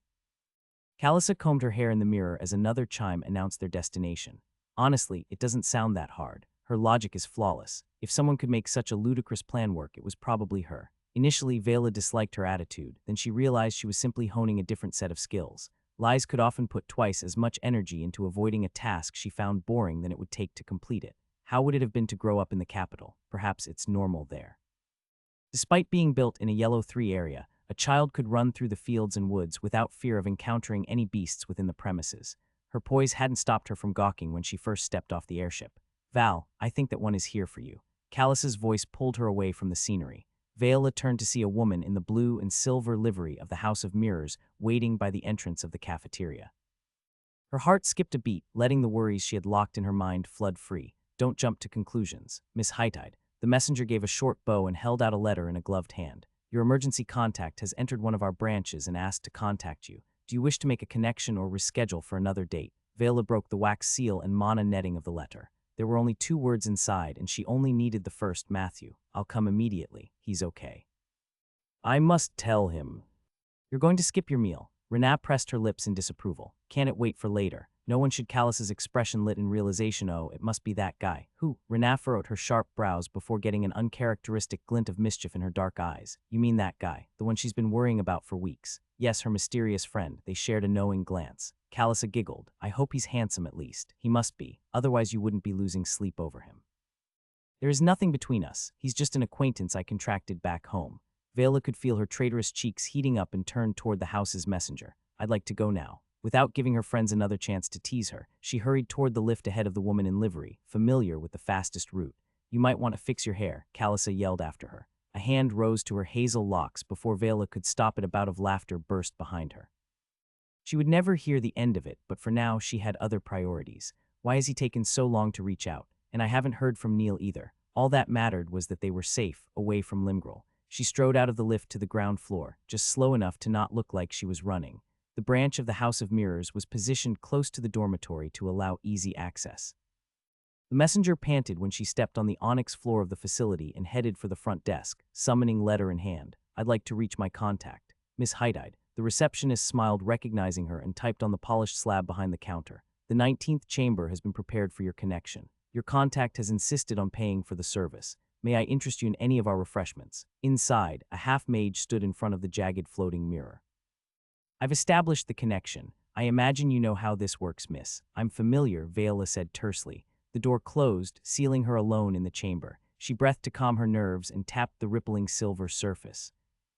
Formless shadows swarmed over the silver surface. Vela held her arms around herself, heart beating in her ears. Mere moments stretched forever before the mirror cleared to reflect an identical room thousands of miles away. Kai smiled slightly upon seeing her. Hi. His face was paler and gaunter than she remembered, the blonde locks on his forehead darker and in dire need of a cut. It's good to see you're okay. Vela recomposed herself with poise, praying to not sound awkward. It's been a while. Yeah, it has. His gray eyes carried a gloomy shadow. Why didn't they contact me sooner? What happened in Limgrel? Is Kia safe? Did he get there too late? A dozen questions raced to her mouth, so many things she wanted to ask and say rose over the others. Are you all right? Kai blinked. Yes, I'm fine, just tired. His shoulders slackened and softened his posture. It has been a few long weeks. Yeah, for both of us. You're in Darvel now. Vela recalled the location the clerk had mentioned in passing. She had been groomed to thrive in social situations, but her skills seemed to fail her now. She twirled a hazel curl over her cheek, unsure of what to say. Stop being silly. It was the closest town that had a branch of the house. He moved closer to the floating mirror, studying her. Have you done something with your hair? It looks different. Vela stopped her fidgeting and pulled her hand away. I just tied it. A braid half circled over her ear and was fastened behind her head. It was a mess with many wavy locks tickling her face. She knitted it while running here. It's all Renaa and Callus's fault. I like it, Kai said with a terse nod. Heat rose to her cheeks. It's nothing much. I could have braided it better. Vela caught herself just before touching her hair again. We should keep on topic. Did no one else come with you? You know, traveling on the mainland isn't like the archipelago. From the map she studied, Darvel was a minor trading hub close to the rattling hills. It would take days to reach it from the Lake of Mist. It was the only way to send a message, and I moved faster alone. He wore a rueful smile. To be honest, it was probably safer than staying in Limgrel. Why Vela gulped as she caught on to the implications. He would be going back for his companions. I warned him they should have left as soon as possible. Why does nobody ever listen? The folder Professor Hulmus gave her weighed heavily in her spatial bag. If half of what she suspected was true, she shuddered at the thought this wasn't something they should be messing with. How are the others? I've not heard from them either. I must get them away from that town. Kai stiffened. His gaze darted around the sealed room as if expecting an attack. Are we safe to speak? Not even the consul could spy on us. The house prided itself in the clarity and security of its mirror magic. They had guarded the secret for millennia, spreading across the continent. Vela walked closer to the mirror's surface with a bad foreboding. Is everything really all right? Did something happen to your sister? It had been too long since Neil updated her. I should have hired someone to check on them. Kia's fine. Well, she's safe. His grim look was back. We've been careful to avoid danger since Neil went missing a month ago. What do you mean he went missing? Vela froze, wishing she had heard wrong. While she had only met Neil a few times, he had accepted her sponsorship and been under her protection. How could he? Bloody curses, I failed them. We were attacked on the streets near the docks. Kai spoke with a lifeless tone. I tried to stop them, but his hand moved where he held the sword and clenched it into a fist. I couldn't do anything to help him. I could barely see, the mist was so thick. Then he was just gone. Miu, a fluffy silver cat, suddenly stood on his shoulders, rubbing its head against him. Kai fondly scratched the familiar without showing any surprise. Her same guilt reflected in his eyes. It's my fault. Vela traced the scar on her stomach, a habit she had thought forgot. In the archipelago, she always knew where to go and who to call to tackle a problem. Her naive arrogance led her to believe the mainland would be the same. The idea seemed laughable in hindsight. Her years of preparations and contacts amounted to a grain of sand in the sea. What can I do? Why don't you explain everything from the start? She moved a high-backed chair in front of the mirror and gestured to him to do the same before realizing there was no seat in his room. Bloody cheapskates. The house must consider that an extra for wealthy patrons should have a word with them later. Kai didn't seem to mind. Yeah, a lot has happened. He summoned a sculpted ice stool and took out a blue pillow in the same motionot, hiding his spatial artifact. A breath escaped him as he sat. We've been careful with our moves since Neil was taken. The culprits are organized, probably a cult of some kind. They want to keep their secrecy at any cost, but we've put together a few clues. Vela listened, scribbling down the most important information. Against her advice, Kai had dived straight into the case, treading a precarious path between not calling attention to himself and scouring the town to uncover the truth. I recovered this from an ambush site. Kai took out a sheet covered in an array of jagged runes and waited for her to copy it before continuing. We also discovered a man who had been providing names. The new information sent her mind flying in a swirl of possibilities. She had concrete clues to pursue. Added to the records and reports, she could make more than far-fetched theories. It'll take days to cross-reference everything. Professor Hulmus won't be happy.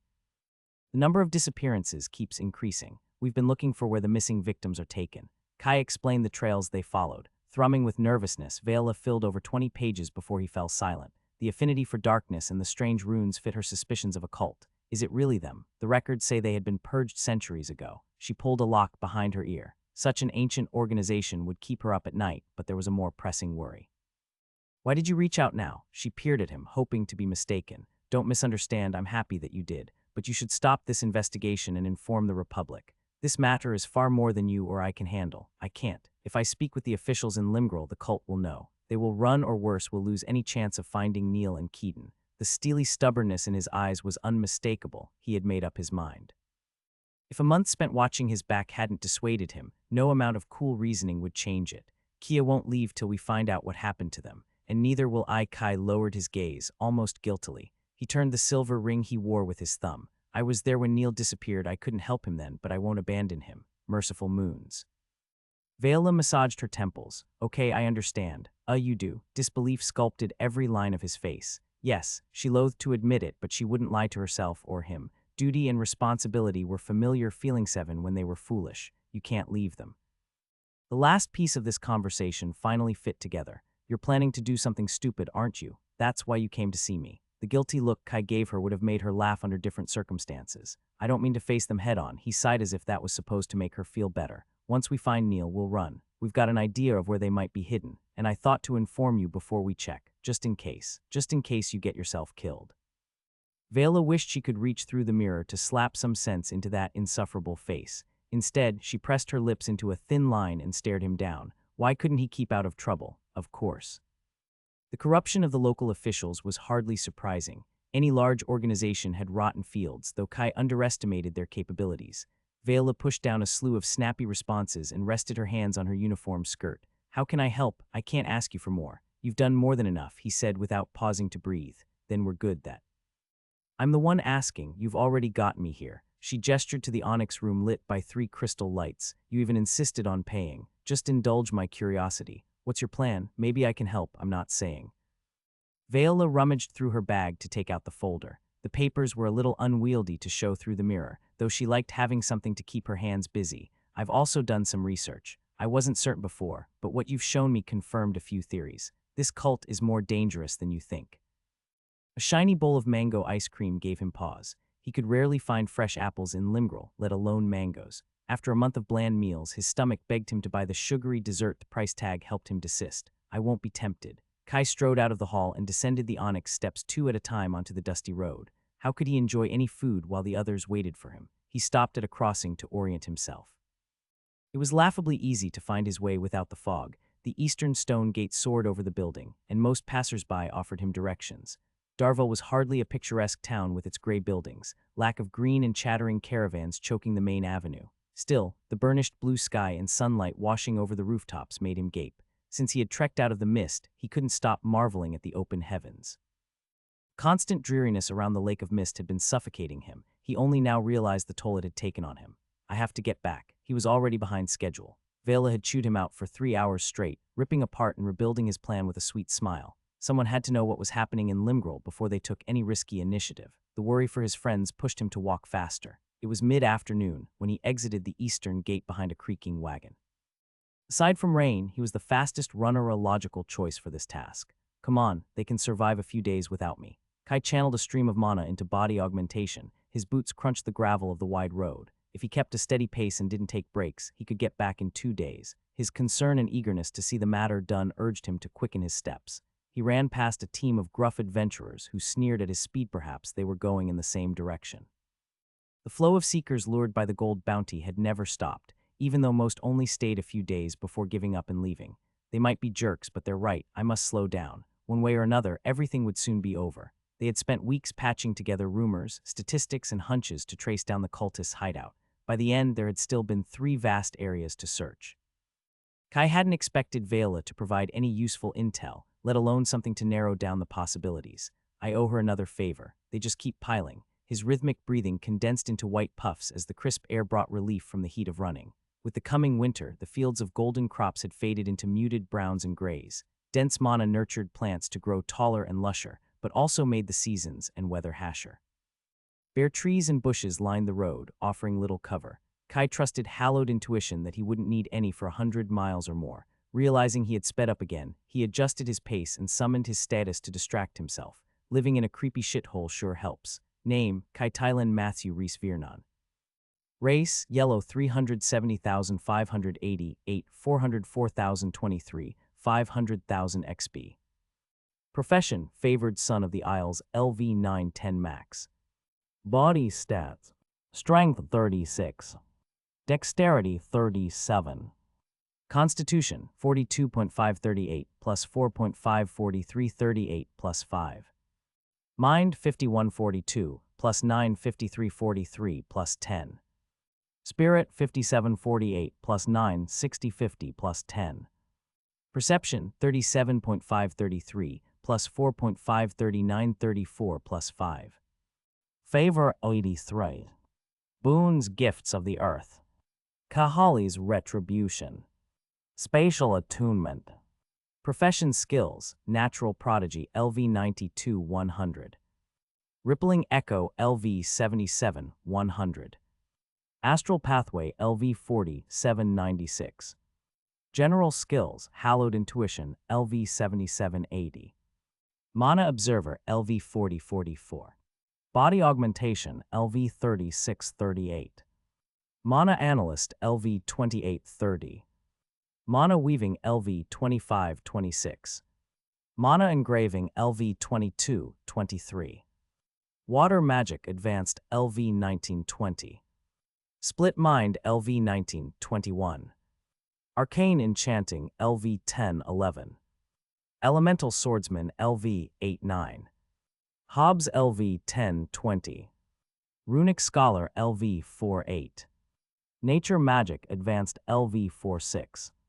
Space Magic Advanced LV 36. Herbology Advanced LV 99. Alchemy LV 88. Blessed Swimmer LV 73. Shadow Magic LV 4349. Earth Magic LV 4347. Advanced Hunting LV 3437. Treasure Sense LV 30-135. Kai forcefully shut the notebook and stored it in his ring. Everyone had poured their mind over the plan, Vela included. It was foolish to believe he would catch a detail they all missed, yet his mind couldn't stop brooding over it. It's as solid as it's gonna get. The pervading cold of his bedroom welcomed him back to Limgrel. Kai stretched his sore legs, casting a miniature storm to shower before wearing some clothes. It'll soon be over. Whether they located the missing people or failed, Kia had agreed that staying longer would be too dangerous. He had pushed his body and skills to the limit to reach the gates before they shut for the night. As the mists appeared over the sloping hills around the lake, whispers had started brewing in the back of his mind, more insistent with every stride. The warnings had spiked when the guards questioned him at the western gate.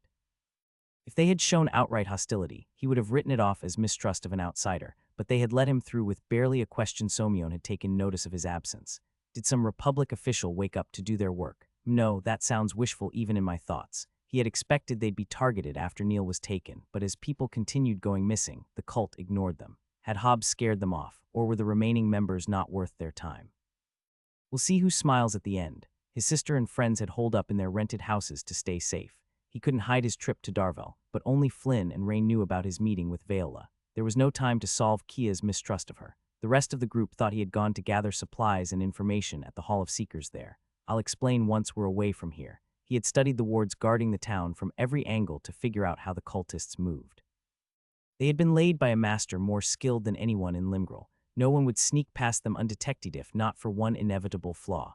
A knock on the door sent Mana surging to his fingertips. "You up?" Flynn poked his head through the crack of the door, looking reassured to find him there. "We're ready when you are." "Yeah, I'm coming." Kai grabbed the bandolier with his sword from the chair he used as a cloth rack. He took precautions to avoid direct confrontation, but his plans had the tendency to go awry. He didn't want to worry about revealing his spatial artifact if he was forced to draw his blade. Every rule has an exception, right? "How are you feeling?" Flynn sat at the dining table, polishing an array of knives before him. One by one, blades disappeared into his sleeves, inner pockets, and boots as if he were casting space magic. "You looked pretty beat up last night. I can ask Kia to delay another day." "It's just a little soreness. It won't bother me." Kai flexed his shoulders to warm the muscles. If the cultists had caught wind of him, they couldn't afford to stall in this cold dump. Ain't that the truth? Flynn's lazy smile turned weary. "I never thought I'd forget how the sky and sun look." "I miss the sea." Rain stood up from the couch to join them. "Not that I want to go back," added, rubbing his arm. He wore a loose gray shirt and trousers under a long blue coat and fluffy purple hat. Over the last weeks, he had narrowed down the clothes he needed to feign the cold bothered him. "Do you know where we are going to visit next?" Kai bit his cheek. "I don't know." Unmasking the cult had been his entire world since Neil went missing, but the perpetual fog hadn't chipped Rain's confidence. For him, the cultists were merely an inconvenience in the itinerary. "Maybe we could go to some place warmer. A few friendly folks would do us good," Flynn said as he grabbed a glass of water. From his smooth movements, no one would guess he carried an armory worth of blades. "And better food. If I have to cook another bland stew without salt or meat, I'm going to rip my hair out. And the world doesn't deserve the loss." The siren furrowed his pale brows, then nodded. "Yeah, I'd like to see a real squirrel. And a hedgehog." Suddenly he leafed through a booklet with lifelike pictures of animals and scenery. "Maybe a moon phoenix. They say they're breathtaking." Where did he get a tourist guide? A smile lifted his gloomy mood as his friends drafted an ever-increasing list of requirements. Yes, this was just another step. We'll figure it out once we're done here. Unless the plan has changed since I left. Last night he had dropped dead, exhausted after reviewing Vela's intel. It wouldn't affect their plans aside from drastically reducing the search range. It's still the same. Flynn snooped over Rain's shoulder. Kaylee wanted to split into teams and cover more areas, but her idea was sunk.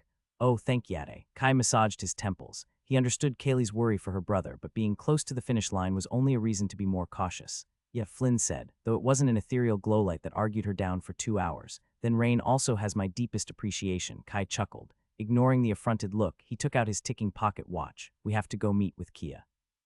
Check you've gathered what you need. Essentials only. I have a little space in my ring if you need it. Regardless of success, they might not see this house again, and running around with full luggage would alert the cultists they were up to something. I've got everything I need. Flynn patted the only visible dagger he carried strapped to his belt. Throwing open the kitchen cabinets, he found a piece of jerky and stuffed it in his mouth. I've already checked the rooms. Rain stored my other stuff in his artifact. We're really doing this. The merry vibe puffed out. No one spoke as they left the Stark apartment. Outside, the fog had swallowed the streets. Elemental motes pulsed in Kai's veins, ready to be unleashed. If that will even help. The day of the ambush remained vivid in his mind, how his skills and essence had deserted him. The memory chilled his blood. From Rain's knowledge, it could be the result of a portable array or a profession skill. Such powerful effects often came with heavy restrictions, unless the difference in grade was huge. His attacker had been a shadow and blade cloaked in mist, but they definitely hadn't reached green. Fending off the assault, Kai had been too focused on not dying to realize his opponent hadn't shown any skill. Did the nullifying effects not distinguish between friend and foe? Hobbs had scoffed at the idea that his blinks could be affected, so whatever they used wasn't invincible. I just got to figure out the exact restrictions. Truth be told, he'd rather not experience that powerlessness again. The fence of Kia's house came out of the fog across the streets. 3 figures stood before it, their postures tensed before relaxing in recognition. We're ready, Kaylee blurted just as a privacy ward bubbled around them. Her frenetic gaze lingered on Kai. You're good to go. We've delayed enough for your errand. I could have told you there was no point looking for intel elsewhere. It was worth a try, Kai shrugged, keeping his tone polite. He would act much worse if his brother had gone missing for 2 months. How long could someone tensely wait before breaking? Then we can move. Kaylee grinned. I still think we should split up. Even narrowing down to 3 locations, it'll take us days to sweep them. More chances for the culprits to notice us, and we all wanted to avoid that. Kaylee, we've already discussed this. We are not splitting, Kia firmly stated. Her posture was steady and alert, though exhaustion painted her face and weary eyes. I see she pursed her lips. I'm the only one who wants to save them. Oh, don't you dare, Kia growled, spitting flames from her eyes. Yad, have mercy on us. Kai stepped between them before the argument degenerated. Why don't we take a deep breath? His selfless action earned him 2 glares. There is no point splitting. We don't need to check the northern ruins and the wooden hills. Kaylee blinked in a quiet stupor while Kia turned to him like a hound. What do you mean? He raised his hands to appease her. We've just learned of it. Belle received new intel, Rain said, skirting the truth. She didn't want to speak until she could confirm it. Multiple adventure teams have checked the ruins up the North Shore, and the hills don't match the timing of the last abduction. She could still be wrong, but it's unlikely. Mention of the clerk blanketed the street in silence. Finding how the girl fooled them had been a hard blow to swallow. Kai wished to slap the spectacles off her face and then himself for falling for it. If it weren't for Rain, he would have kept playing her jig. The siren had brokered a deal to get intel in exchange for his discretion, and despite his desire for retribution, Kai knew they would have never managed to narrow down the locations of the missing without her help. Do we really trust that viper? Kaylee scoffed and crossed her arms. She has already tricked us once, not on her intel. She never led us astray on that, Mari muttered, reminding everyone of her presence. The hood cloaking her face let her blend in with her surroundings. She had become even quieter since Neil disappeared, rarely leaving the house. That still doesn't mean. I've also had a hunch since I came back, Kai said. It was hard to gauge treasure sense and hallowed intuition, and he might be biased from Vela's knowledge still. The path was clear. I think we are on the right track. Kaylee bit her lip. They had all witnessed the efficacy of his skills. Do you want to bet everything on it? It's our best shot. He held her fiery gaze. This investigation had been built on theories and deduction from the start. They wouldn't get definitive proof without exposing themselves. Now I just have to hope Vela was right. Okay, Kia patted her friend's back. But if we're going to do this, I want to talk to Belle. Rain nodded before Kai had a chance to argue. We can go together. I plan to check on her before leaving in case she found something else. That's not a terrible idea. He had avoided the manipulative clerk for weeks, though he wouldn't mind giving her one last middle finger. I'll come with you. Fine. Kaylee shifted her attention between them, still irked. But if we're going to search the lake, I need to change my bags and supplies. Kai stayed quiet to not restoke conflict. The supplies to move around the lake or across it should be pretty much the same, and a waterproof backpack was a necessity into the fog. Someone should check with the fisherman who promised us a boat, Mari said, pulling her cloak tighter around her. I'd rather not find it has a hole when we are in it. Kaylee let out a sharp sigh. You're right, we can ask Aldred if he can lend us his just in that case. I don't think he'll mind. The middle-aged man was always eager to help any adventurer looking for his daughter. Reaching a consensus, they moved into their apartment. Kaylee and Mari disappeared into their room while Kia discussed the next steps with them. A handful of tedious minutes later, they went back into the cold mist. I'll go with them. Flynn gestured to the two girls. Moving in groups remained their best defense. There had been no other cases of people attacked in company aside from Neil, the exception that made all the difference. Okay, be safe. Kai watched them disappear down the street. While both teams counted 3 people, their combat power was quite different. Hobbs.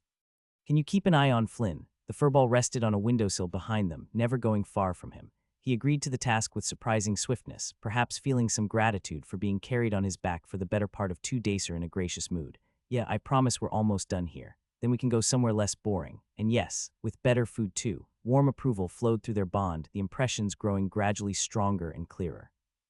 Kai hurried to keep pace with Kia, who marched ahead toward the hall. Rain closed the line with him, peering in Hobbs' direction through the dense fog. No time like the present.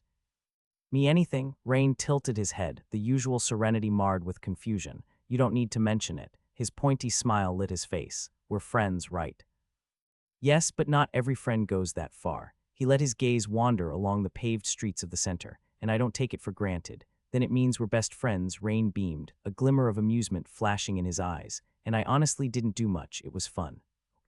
The siren might be the only person who could call a month-long stay in a creepy town, shrouded in mist and hunted by cultists fun. Kai decided he wasn't going to question it. Maybe the creatures of the deep worked by different rules. Hey, we're here, Kia announced over her shoulder. The crumbling facade of the hall emerged from the mist. Kai was surprised when the heavy door swung open without a metallic screech. Someone had finally oiled the hinges. The vast hall inside was silent, letting their boots echo on the hardwood floor. No adventurers mingled around the free tables. The sight had become almost commonplace in the last weeks. Stranger yet, the desk where Belisses sat to observe seekers coming and going was vacant. Do you know if it was her day off? Kai asked, his words uncomfortably loud in the vast emptiness. Rain shook his head, wrinkling his nose. She didn't mention it. A clerk always mans the front counter. Or at least they would leave a sign. Kia advanced toward the polished desk. Wait, something is off. Kai hastened after her, but his sister didn't slow down. There was no other human in the hall. A stack of papers lay scattered over the desk, nothing that resembled a sign. A single blotch of red ink marred the sheet on top. Kia froze a step from the desk, a hand rising to cover her mouth. What shit? Kai stood rooted beside her. The coppery smell wafted over him at once.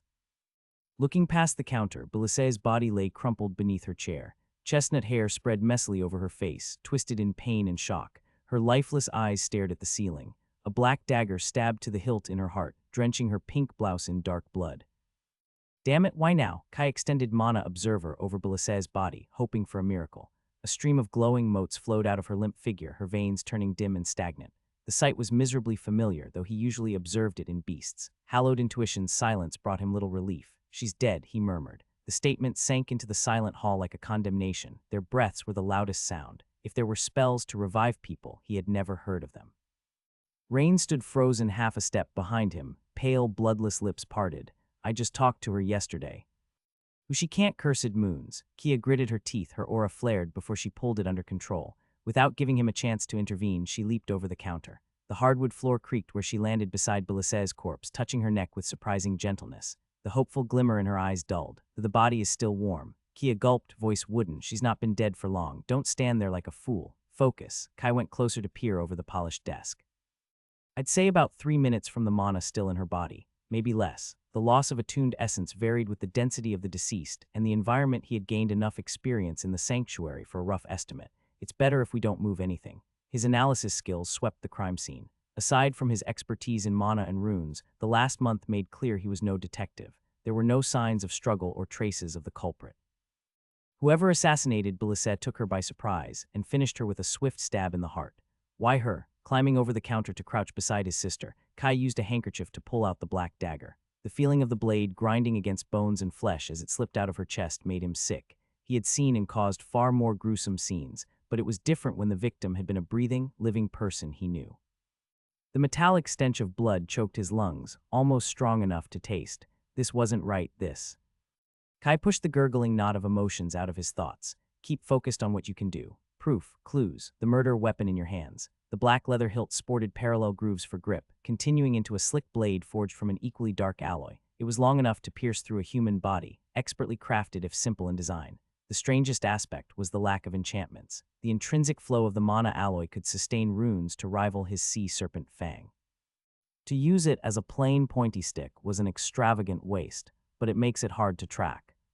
Enchantments told a story, from the schematic composition to the subtle differences in how a runesmith carved each line. The runic alphabet itself could be a clue considering who was involved. Why leave a weapon behind at all? Was it some sort of veiled threat, or did the assassin get startled by their arrival? Could they have saved her if they had walked a little faster? Belissa's listless eyes appeared to fill with reproach. Her gold-rimmed glasses lay in the tangle of her hair.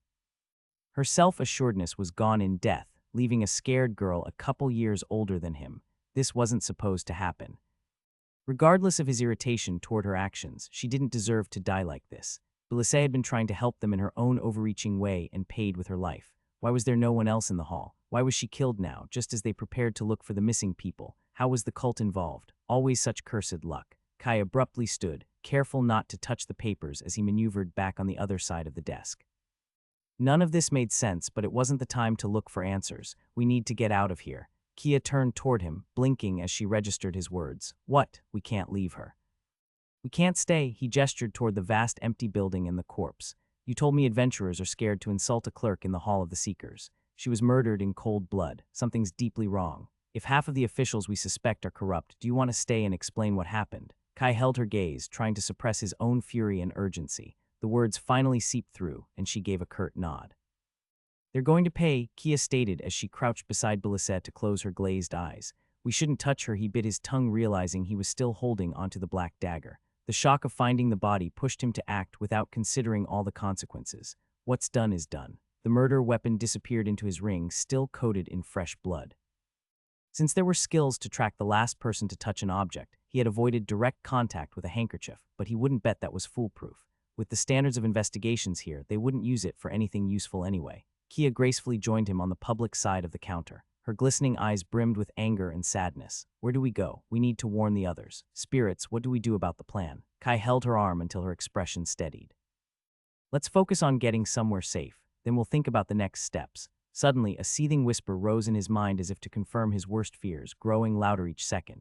He turned toward the door and gave one last look at Belissa. I know we didn't like each other much, but I'll find out who did this. Rain stood stiff, still in the same spot. He cocked his head with an expression of focus as if listening to a distant sound. Let's go this way. He strode toward the opposite end of the hall. Wait, where are you going? Kai hissed without any effect. Damn it. With time ticking away, he hurried after him with Kia in tow. The siren relieved his panic, taking out an iron key to open the staff door. Crossing an empty corridor, they exited on the back street behind the massive building. Welcomed in the anonymity of the fog, Rain led them across another street and into an alleyway between two shops with empty shelves before stopping.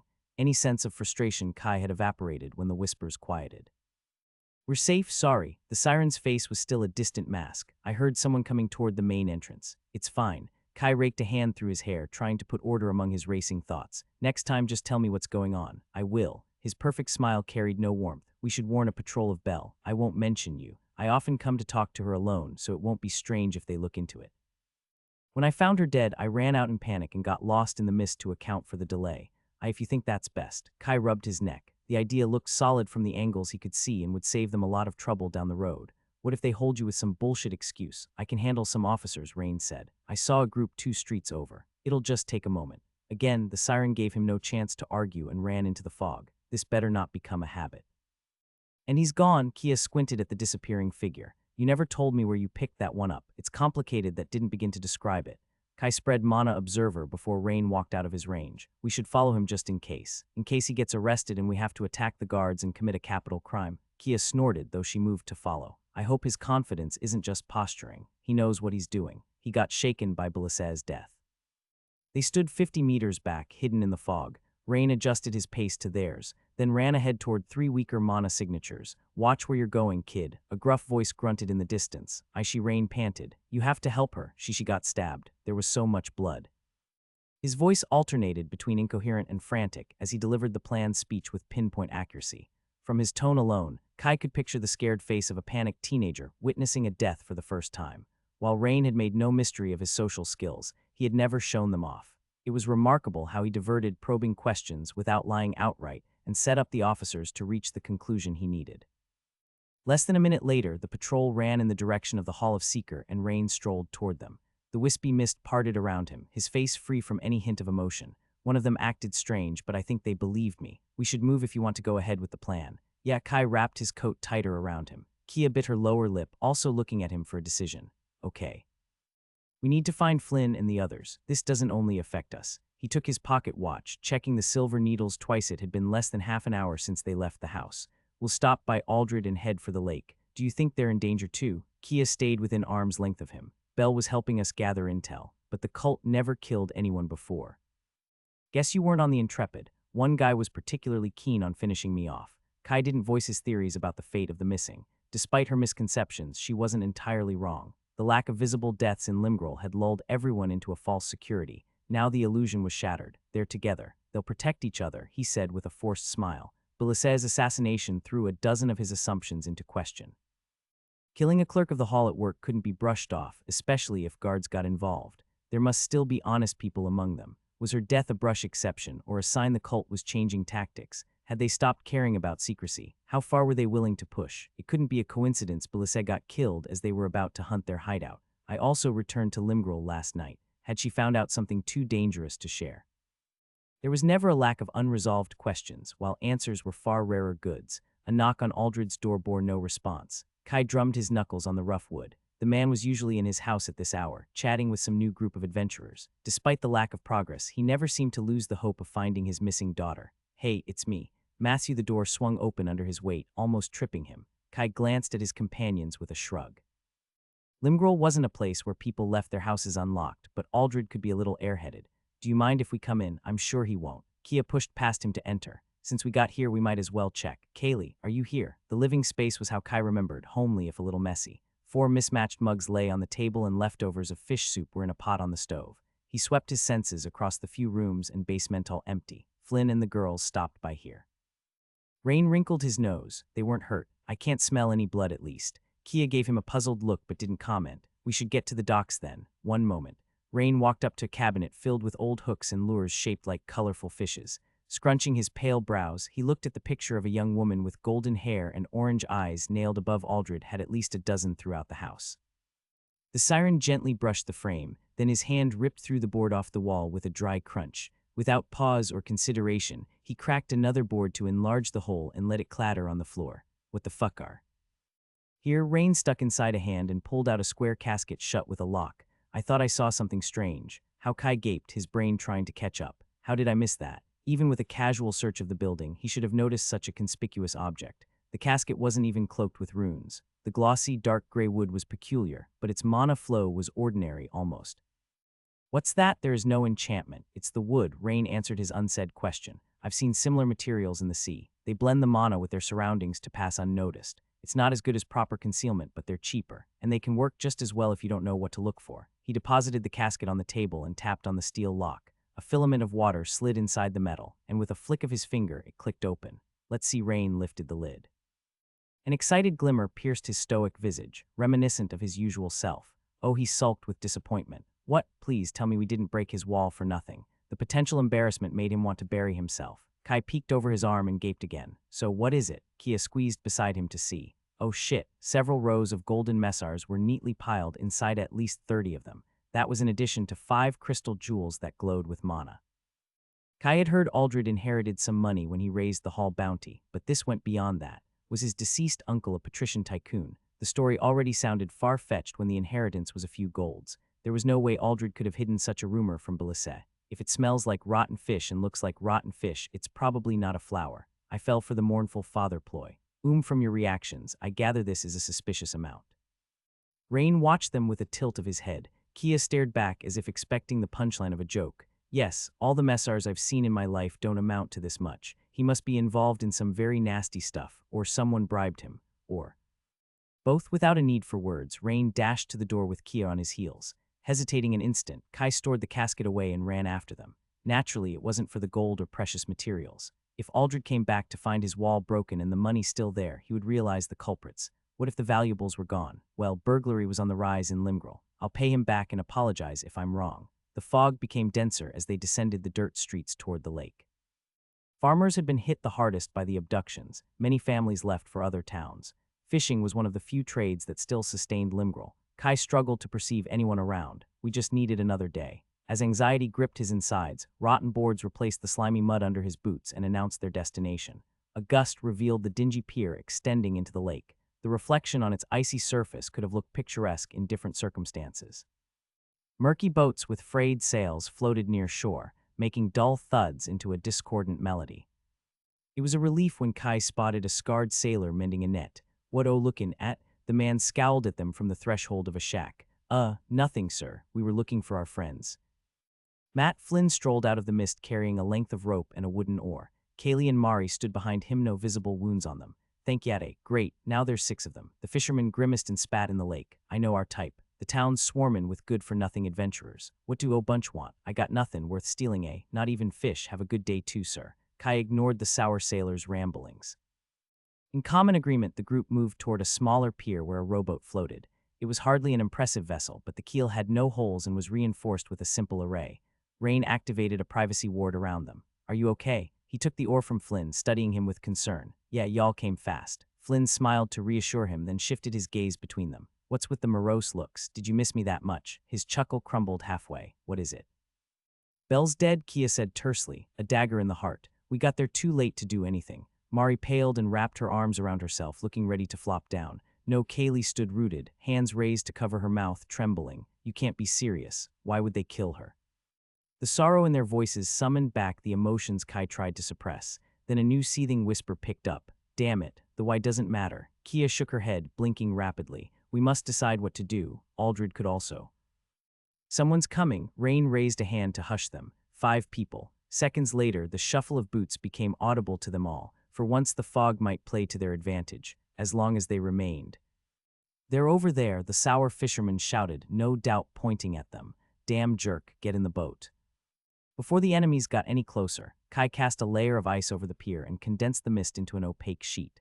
5 glowing presences charged toward Themal early yellow while the fisherman who gave them away stayed back. No words were exchanged. The burly shield-bearer running at the front slipped on the ice, bringing 2 others down with him and sending one splashing into the lake. "Who are they?" Kai's relief was short-lived. They were on their feet again, closing their formation and advancing with caution.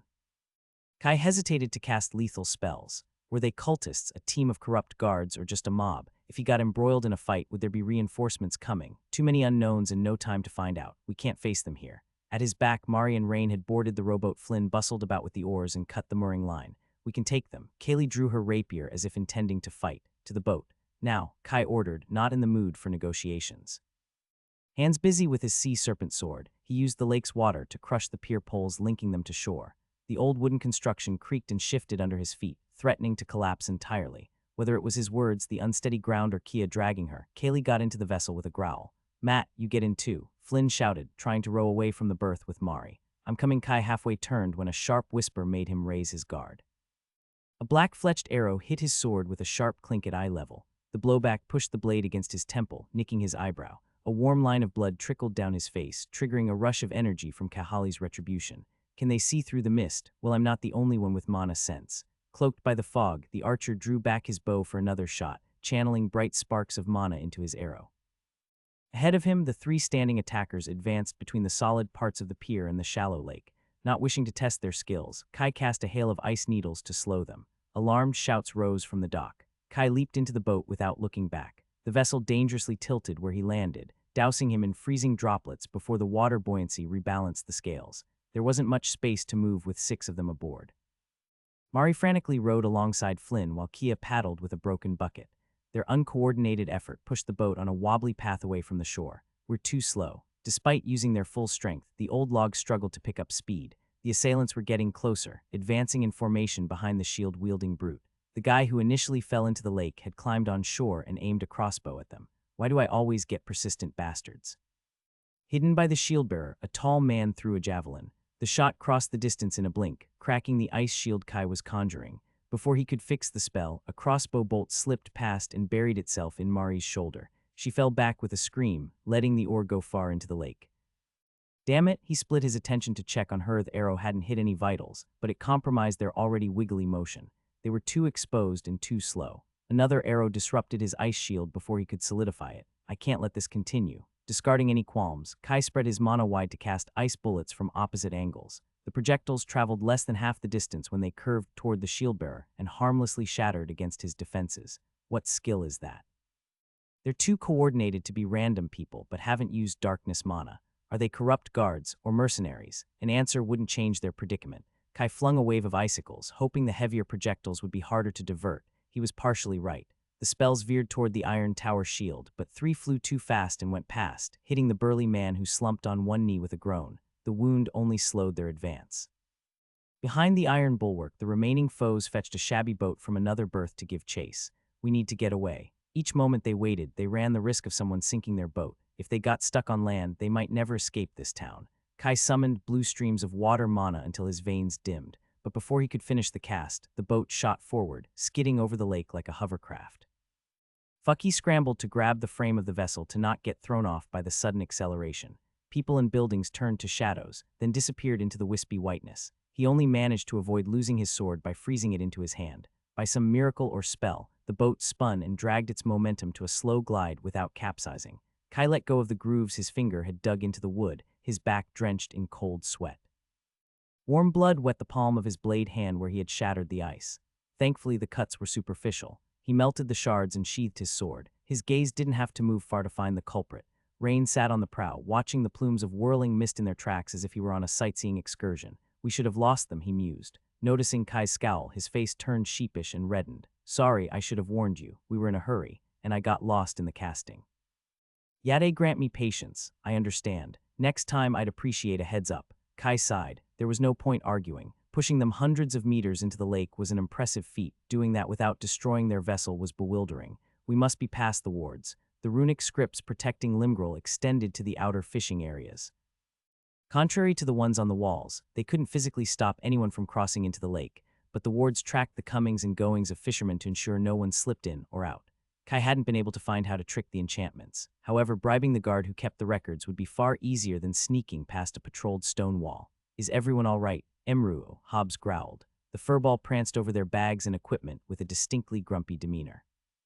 When did you get on? No, I wasn't trying to leave you behind. It all happened so fast, hey. Don't use that tone with me. Hobbs stared back, exuding a smug challenge from his violet eyes. Once he had asserted his dominance, he blinked into a nook of the boat and curled up to nap. Glad you're here too. I'm good. Flynn put down the oar, his face a sickly green. We're safe, that's what matters. He covered his mouth with his hand, gulping. His gaze fell on Mari lying slumped against their bags, and he knelt beside her. Spirits, you're bleeding. I know it hurts. Try not to move. I'm okay. Mari smiled weakly, her lips pale. A black dart poked out of her shoulder. It missed the bone. Let me check. Kia flung herself over, followed by Kaylee. Stay still. It doesn't look poisoned, but we must check it isn't barbed. Their abrupt motion rocked the boat. Kai sat back to balance their weight and offered a healing potion that was promptly snatched. There were already enough hands, so he stayed out of their way, watching Mari's veins with Mana Observer. She only screamed when Kia pulled out the bolt. Luckily, the arrow hadn't shattered the bone. They took turns cleaning, sewing, and bandaging the wound. She would have to use a sling for the next week, but it shouldn't leave lasting consequences. I'm fine, really. Mari raised her healthy arm to push back the fussing trio. It doesn't even hurt much after that potion. Take this too. Kai offered her a pearlescent green vial. It's for blood loss. You'll still need food and rest, but it'll help till then. Did anyone really? Kia murmured with a rueful look. No one should have known where we were going, even if. Aldred betrayed us. He didn't know why we were taking a boat. Maybe we should. We're too close to give up. Kaylee pursed her lips. We finally have a laid, and we've escaped the ambush. Who can even find us here? Fish beasts, hungry fairies, and mist wraiths, Mari offered in a dead serious tone. I won't be much help away from the ground. The Lake of Mist was a mana zone that grew denser the further in you sailed. The enchanted keel of the rowboat would make the creatures dwelling in the water ignore them, but that left plenty of other threats without counting the cultists. We'll be safe if we keep close to shore. Flynn interrupted Kia and Kaylee's argument, gesturing around them. Anyone got an idea of where we are exactly? Oh, shit. Kai spread his senses. The flat waters of the lake extended in every direction beyond the edge of his skills. The fog swallowed them with swirls of dense mana that blurred his view. A look around the boat confirmed it. Even Rain lightly shook his head. They were lost in a high mana zone. Well, Flynn chuckled weakly. If we don't know where we are, neither can those assholes, so there is that. Bloody moons, Kaylee stood up to peer at the mist, tilting the boat. Her eyes shifted across the placid lake with sudden concern. We must stay away from the center of the lake. There could be yellow beasts, or worse. Start by lowering your voice, Kia pulled her down. The boat arrays won't help if you keep shouting. We should still be far from the center.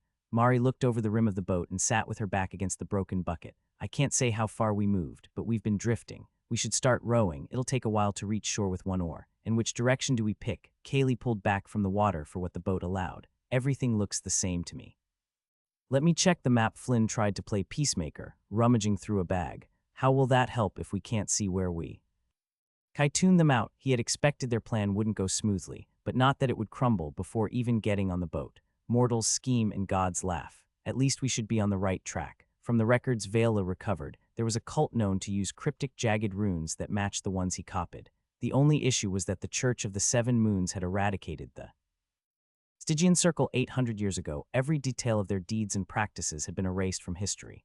Damnatio Memoriae was common practice for heretical organizations. Deities drew power from belief, and if no one knew they even existed, they would weaken and fade. It also made getting any information about them irritatingly difficult. He could have scoured every library in 100 miles and found no clue without Vela. Whether it was the same cult or some copycat, the links were too strong to ignore. The Stygian Circle was known for its use of darkness and powerful concealments. They only made exceptions for two other elements, shadow and water. Perhaps it wasn't by chance that they'd run into them on the Intrepid. Among the files Vela showed him, there were many recent accidents along the coastline or near large bodies of water. Beyond dusty records, Kai had another clue he trusted. Since he stepped into the boat, hallowed intuition had started humming a reluctant agreement was on the right track to find the missing people.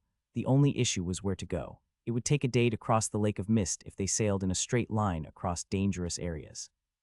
The presence of swarms of yellow beasts was why Kai hadn't initially considered the cult would hide here. Only madmen would settle in infested water where you couldn't see over a few palms from your nose. It was stupid to assume they had common sense. How do I pick the right direction? Kia and Kaylee were still arguing over the wax paper filled with scribbles of the lake. They had to pay several fishermen to piece together that map from memory. Thinking back, it probably wasn't a chance they found no paper maps. They could only confirm the accuracy of the fishing area close to shore. There were more than 100 islets scattered around the lake. Kai could toss a pebble across the length of most, though some were large enough to host small woods. Guys, Flynn woke him from his musings, squinting at the fog. I think I see an island. Are you sure? Kai stretched Mana Observer, blinking. He channeled body augmentation into his sight to check his senses weren't tricking him.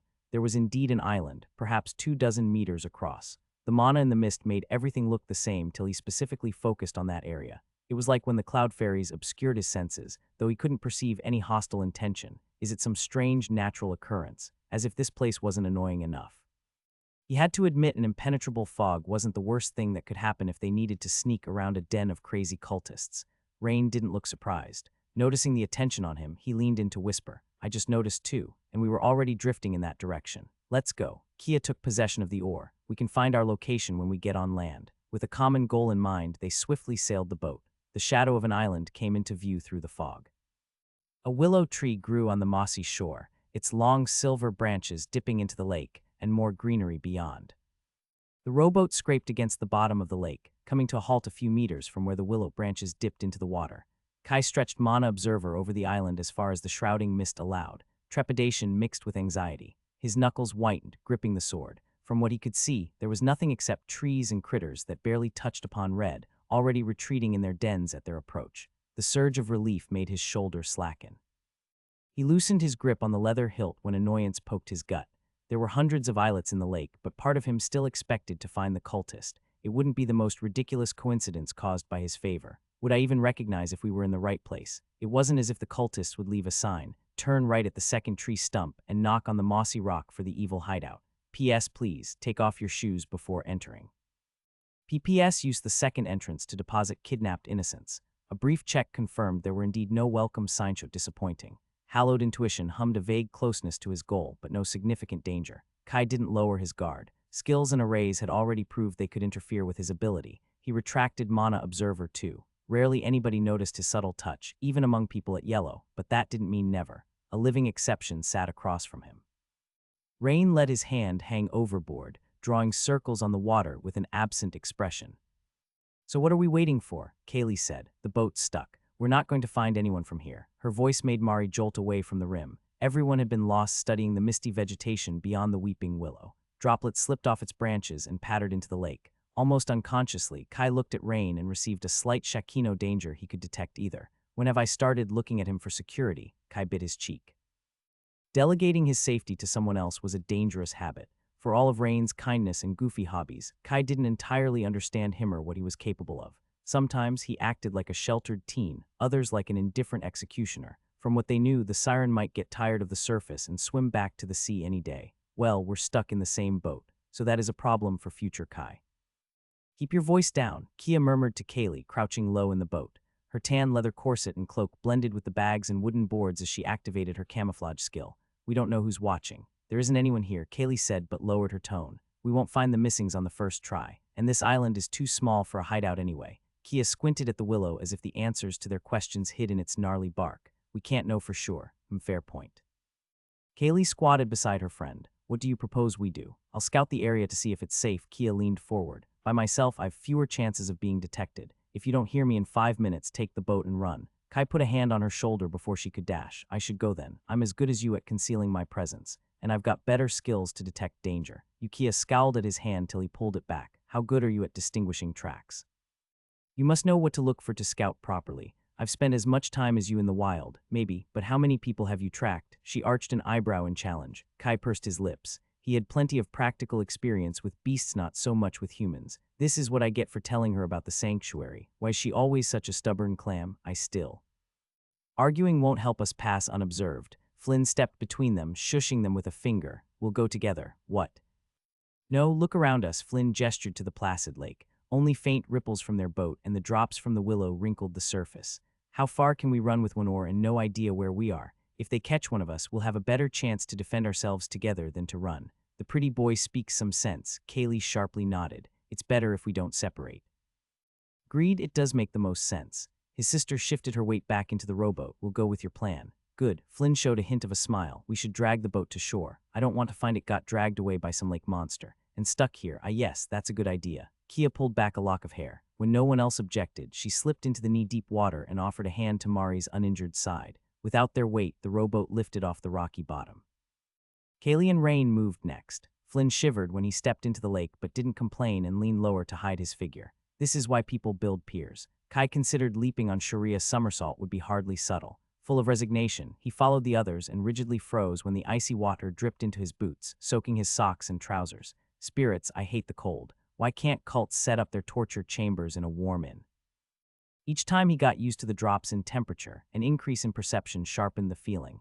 A sploosh at his back made him look over his shoulder. A lustrous dark blue fin crested the lake less than 20 meters away before diving back, a shadow through the veil of mist. "No sudden movements," he hissed, forgetting the unpleasant cold. "Damn it. The array on the boat only cloaked us while we stayed on it." The creature lingered beneath the surface, swimming with a sinuous motion. Dense streams of essence flowed within its elongated body. It would have been a dangerous opponent on land. In its home environment, Kai wasn't sure he could protect himself, much less his friends. A fight would also broadcast their position well beyond this island. Mari widened her eyes when she glimpsed the shadow. She gripped her staff, ready to sprint or cast a spell. "Walk ahead." Slowly, Kai kept his tone forcefully calm. With her slinged arm, Mari would only hinder them. She bobbed her head and moved with a stuttering step toward shore. A look at his companions was enough to reach an agreement. They followed after her, dragging the boat between them. Each step seemed to take a lifetime, straggling between cautiousness and the desire to run. The keel of the lightened vessel scraped the shore again. Mari risked slipping on the loamy floor but leveraged on her staff and the willow branches to climb out of the lake. Kaylee pulled herself out, failing to hide her urgency so close to safety. "Come on," Kai gestured to Kia to go next. His sister stubbornly hesitated, looking back. "Come on, help me lift the boat." Flynn grabbed the rim of the vessel and put one boot on the rocky shore. "That can wait. We must get to safety first. With that thing stalking us, the boat is our only means of escape. We can't risk it. Can you lift the other side?" Okay." Kia strained to lift the vessel using one arm. The other held her belt knife, ready for action. The lake creature floated in apparent stillness beneath the surface, part of its elongated body hidden beyond his senses. Kai didn't dare look too closely for fear of provoking it. Beside him, Rain stared at the water with a melancholic air, incurrent of the threat. "You needn't worry. She won't attack while I'm here." His words were barely a murmur beneath the droplets falling from the willow. "She's just curious about me." Kai blinked, unsure if he had heard right. Yes. Rain distractedly glanced behind him. She's female, a kelpie of some kind. I'm not familiar with the species. They're a rare breed at sea. What? By the time Kai trusted himself to speak coherently, the siren had climbed out of the water, stepping on the lake's silt as if it were solid ground. His gaze was lost in thought. Why didn't he tell me that sooner? Kai spared a look at the creature swimming not far behind him. You're not going to drown me if I look away, right? A bubble broke the surface above the beast. Kai had no idea if kelpies could read minds, if it was a coincidence or a sign of hunger. Whatever the answer, he hurried to push the stern of the boat out and join his friends out of the water. Knowing a line of dirt wouldn't stop a high yellow grade, they delved deeper among the mossy, rocky, and willow roots. A few seconds later, the kelpie swam a circle and dove beyond his range. Are we safe? Kaylee watched the waters, her posture tense and ready to jolt. Yeah, I think it's gone. Kai helped secure the boat among the willow trees. No one else had heard Rain's comments. It was probably for the best. He'd rather not explain how his mysterious friend knew the pond creature was a she. Throughout it all, Hobbs continued napping among their bags, pawing the air. No beast, siren, or human could disturb a cat's sacred time. You're such a spoiled baby. A warm, fuzzy feeling flooded their bond in response. And it's totally my fault. Guess that fish beast wasn't hungry. Flynn leaned his back against a willow trunk. Yeah, we got lucky. Kaylee gave a wary glance at the lake. We better get moving before something else finds us. I'll scout ahead. You wait here. Kia didn't wait for a reply, pushing the sweeping willow branches aside to walk in deeper. Wait, Kai grabbed his scabbard from the boat and nearly slipped on a root in the rush to follow. You're making too much noise, Matt. It would help if I didn't have to run after you. Kia opened her mouth for a snappy response, then closed it. Sorry, I'm nervous.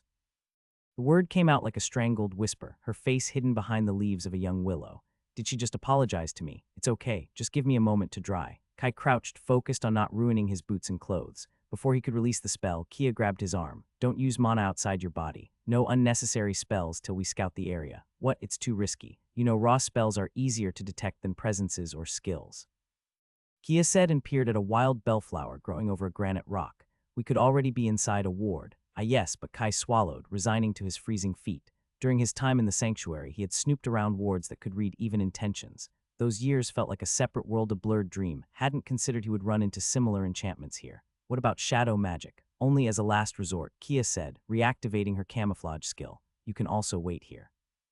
Yeah, not a chance. Kai scooped a handful of cold mud and smeared it over his face. Spirits how much he hated it, but he had learned how to sneak long before spells. Shadow magic was more effective the more inconspicuous he looked, so he never truly stopped practicing. Lead the way, don't fall behind. Kia shrugged and skulked into a shrub of bluish ferns. The air smelled of wet earth and lush greens. Her figure melded into the vegetation, an indistinguishable blotch of color.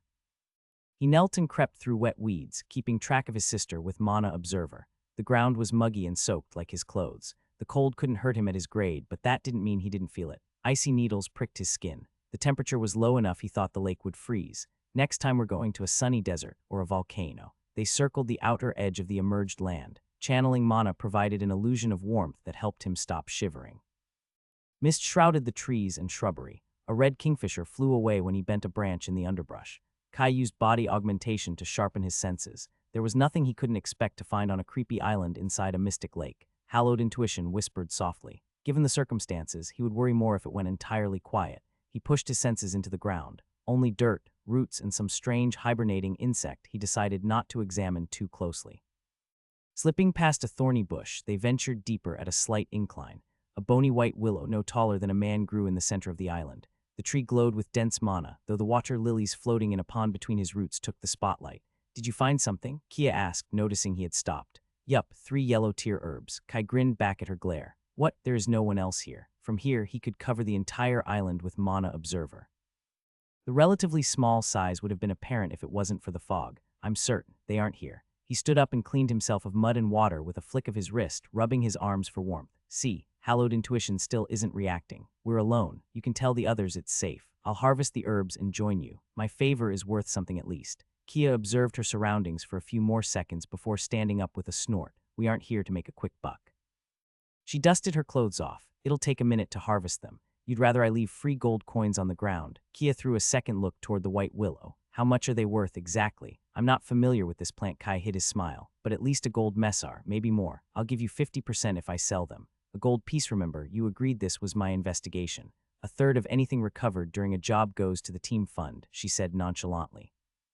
I'll take the second third. Now I better tell the others we're alone. Maybe we can figure out where we are from that damn map. Swindled by my own sister. He beamed, watching her stride away. Though I only offer to share if I sold them. She has much to learn. Humming to himself, the vegetation writhed and moved to open a path for him to the pond. The blue mana flowing into the water lilies made his mind buzz with the potential uses. No, they wouldn't reach the market. The pale willow itself could fetch a decent price if he had the space and time to move it. Kai closed his eyes to conjure a flickering flame and warmed his hands. The amount of focus required for such a puny fire spell was disheartening still, more than he could cast a month ago. Flexing his fingers, he fished the water lilies out of the pond, careful not to break their delicate roots, and stored them in his ring. He had spotted a dozen more mana plants across the island, nothing beyond orange. Another time, perhaps. As long as he survived, he'd get more chances for sightseeing. Finding Neil, Keaton, and all the other missing came first. Kai headed back to their boat. His companions huddled around the patchwork map they had compiled from fishermen's stories, voices rising in discussion. Rain stood aside, sat on a rock with his feet dipping in the lake. It looks more like this one, Mari grumbled. I tell you. We're here. Kaylee pointed to a different smear on the wax paper. It's the same island. Are you sure? Flynn tilted his head, studying the picture with a furrow. It doesn't look very similar. That's because the sailor who described it was drunk, Kaylee snorted. The size and distance from the shore match. We're here, close to 3 islands we marked as potential locations. Turn right a little. Kaylee gestured starboard from the prow of the boat, her face buried in the blotchy map. She had taken charge of navigation since she possessed the only orientation skill. Kai followed the directions the best he could in the uniform swirling white, paddling both sides with a single oar. His arms burned from hours of rowing through the shrouded lake. They had tried crafting an oar from the willows, but the mana-rich wood attracted unwanted critters from the water. The detours to avoid whispers of danger hadn't helped with the tension. He channeled body augmentation to ease his burden, too prideful to let Kia take over. The vessel wasn't made to be sailed with 1 oar, and 2 would probably still be too few. Damn stingy sailors. I said to turn right slightly. Kaylee waved her arm in the other direction. Now turn a few degrees left. My bad. Kai bit his cheek, keeping his cool despite the mounting irritation. Everyone was cranky and aching after half a day crammed on board. They had visited 2 more islands, both larger than the first, both empty of any sign of the cultists. Lost in the perennial fog, Kai wondered if they would ever find anything. Perhaps he and Vela had misinterpreted a clue, and the Sijan circle had hidden miles away or wasn't involved at all. I see something. Flynn squinted at the mist. Hobbs napped in his lap, occasionally turning to receive a few pets. You're right, Rain said, raising his gaze from pondering the lake surface. There's an island. His words jolted the group to attention. The siren remained in a strange blue mood, vaguely gazing at the water. Kia's team didn't know his real identity, but there was no way to hide his casual demeanor in a high mana zone. If they were alone, Kai knew his sister would question him. Kaylee furrowed her brows, studying the map in the fog, her face distended in relief. Yes, this is the one. That's the same thing you said for the last 2. Are you sure? Kai tried not to sound skeptical as he adjusted the course for the 3rd time. When he tried looking at the wax map, Kaylee folded the paper closed and put it in a pocket. My brother must be here. From the conviction in her brown eyes, he couldn't help feeling pity. A month of fruitless search had notably shrunk his hopes of finding the missing people alive. Still, if they unmasked the culprits, they could at least stop those madmen from harming more innocents. I owe Neil at least that. Enhancing his sight with body augmentation, Kai made out a cluster of rocks jutting out of the lake. Shiny black algae grew like a spider web over them. Beyond, a dark cobble shore rose up to host trees with drooping branches. The island was saturated with mana, deep blue water motes fluttered with paler air motes. He hadn't experienced such density since he had left the hidden sanctuary. Spirits be damned, I missed this. The colorful streams made his skin tingle. Despite the seeping cold, each breath was like a rush into his lungs. It made him feel alive, more than he had in weeks. Go there. Kaylee woke him from the revelry, pointing to a spot where the water was deeper. She hadn't looked nearly as radiant when they found the previous islands. A bright smile now lit her face. Months of gloominess swept away. Does she really believe we're in the right place? Kai shook his head. Maneuvering the rowboat without getting beached took all his attention. The 14 years he spent in the archipelago made him familiar with fishing vessels, but he was no sailor. You must paddle harder on the left to keep us steady. Kia watched the oar with a critical eye. I can do it if you're tired. We're wobbling. I can see that. Kai gripped the oar with both hands to push them away from the rocks. A sprinkle of water magic could easily carry them to shore if he hadn't agreed not to cast unnecessary spells. Wards weren't the only danger. The beasts inhabiting the mist seemed particularly sensitive to magic, evoking sharp whispers of danger. Sweat cooling on his brow, Kai sailed past the jutting rocks toward the beach. When the keel rested upon the bottom, they wasted no time stepping into the cold water and dragging the vessel on the dark cobble shore. It was almost routine. Icy water drenched his legs, not any more pleasant than in the morning. He walked stiffly, goosebumps on his back. Expanding his mana observer to encompass the island, the shoreline continued beyond what his senses could grasp. They secured the boat against a dark green shrub. Kai curbed his impulse to cast nature magic to hide the vessel. The no magic rule irked him, but he had already committed this far. It was curious to notice how often he reached for a spell without thought. Am I too reliant on them? Kai sat on the levigated cobbles to empty his boots and wring his trousers. I can fetch some firewood to warm up. Flynn gestured to the dense vegetation. A warm meal would be nice too. We have barely eaten anything. Kia unloaded her backpack from the boat, and we could take a pause. There is no time to waste. Kaylee looked at the greenery, the spark of excitement in her tone clashing with their unenthusiastic faces. We're close, I can feel it, and we should still check if we're safe before making a fire. That's a sensible compromise. If this island proved deserted, he could freely cast spells, practice fire, and maybe space. He was close to maxing Astral Pathway, the last hurdle for his profession. While there might be a lesson in learning how to cope without magic, that didn't mean he had to practice now. Kia paused to speak when he stepped back. Okay, I'll scout the area. We should go together, Kaylee said. This island looks larger than the others. We must remain close enough to help if something happens. Yeah, I'll watch her back. Kai stood up, stretching his legs before they went numb. Trekking through wet weeds and mud didn't appeal to him much, but the sooner they were done with this, the sooner he could warm up. And who's going to watch your back? Kaylee scowled. We came as a team, and I've grown up near the woods. Kia, you know I'm a great tracker too. Yes, Kia sighed. It's just faster with the two of us. And what if those criminals attack you? Kaylee huffed. She had stayed behind without arguments on the previous islands now. She crossed her arms and barred their way. Flynn rubbed his arms beside Rain. His silent glance said he agreed on staying together. Does she really believe her brother is here? Alive? Faced with the determination and hope in her expression, Kai couldn't find the energy to turn her down. The guilt for Neil ate at him, barely held in check by the desire to bring down the cult. Spirits protect him. He stayed out of loyalty, even when he was scared. Neil shouldn't pay for this. Fine. Kia broke away from Kaylee's gaze. We'll go together. She surveyed the group like a commander looking at a green platoon. Stay close behind me. Don't wander off for any reason and watch where I step. We can't lower our guard. I don't. No words, no coughs. No sounds, Mari said sternly. Her face was still pale from the injured arm in a sling, but softened by a rueful smile. If you have to say something that can't wait, tap once and wait for the safe signal. Tap twice if you spot a track, and 3 times for danger. She stood up and leaned on her staff. Did I forget something? Remember, we agreed on those rules together. I'm sure the newbies know them too. Yeah, Kia set her jaw. We can go. Miu Hobbs called attention to his bedding amidst the leather bags. Waking from his nap, he arched his body and stretched his paws. The ivory claws extended, scratching parallel grooves in the wood of the boat with no effort. Even his fluffy silver tail straightened before swinging down in a lazy arc. Pleased to see them stand at attention, he acknowledged their existence with a yawn showing pink tongue and fangs. The bond flowed with thoughts of fresh fish and a petting session. Mew. He sprawled on a bag, paws up and large violet eyes watching him upside down. Oh, don't you play cute with me. I told you we'd be in a dangerous area. We can't stop for brunch. Miyu. The regal furball licked his paw, denouncing his disappointment with the accommodations. Yes, I know there are fish in the lake, but no, I can't get you one right now. The water is freezing. Not to mention, we're supposed to lay low. Hobbs abandoned all pretense of cuteness and squared him up with a grumpy glare. Emru, sulking won't help. Come on, I'll find you a snack once we secure this island. The promise of food appeased his royal moodiness. Righting himself up, Hobbs leaped to Flynn's shoulders and slumped around his neck like a fluffy silver scarf. I know, it's not fair. Flynn cooed over him quietly, slipping a piece of salted fish and scratching behind his ear. Isn't that better, Miwa? Stop enabling that spoiled brat. Kai shot them an exasperated look. Flynn winked unapologetically.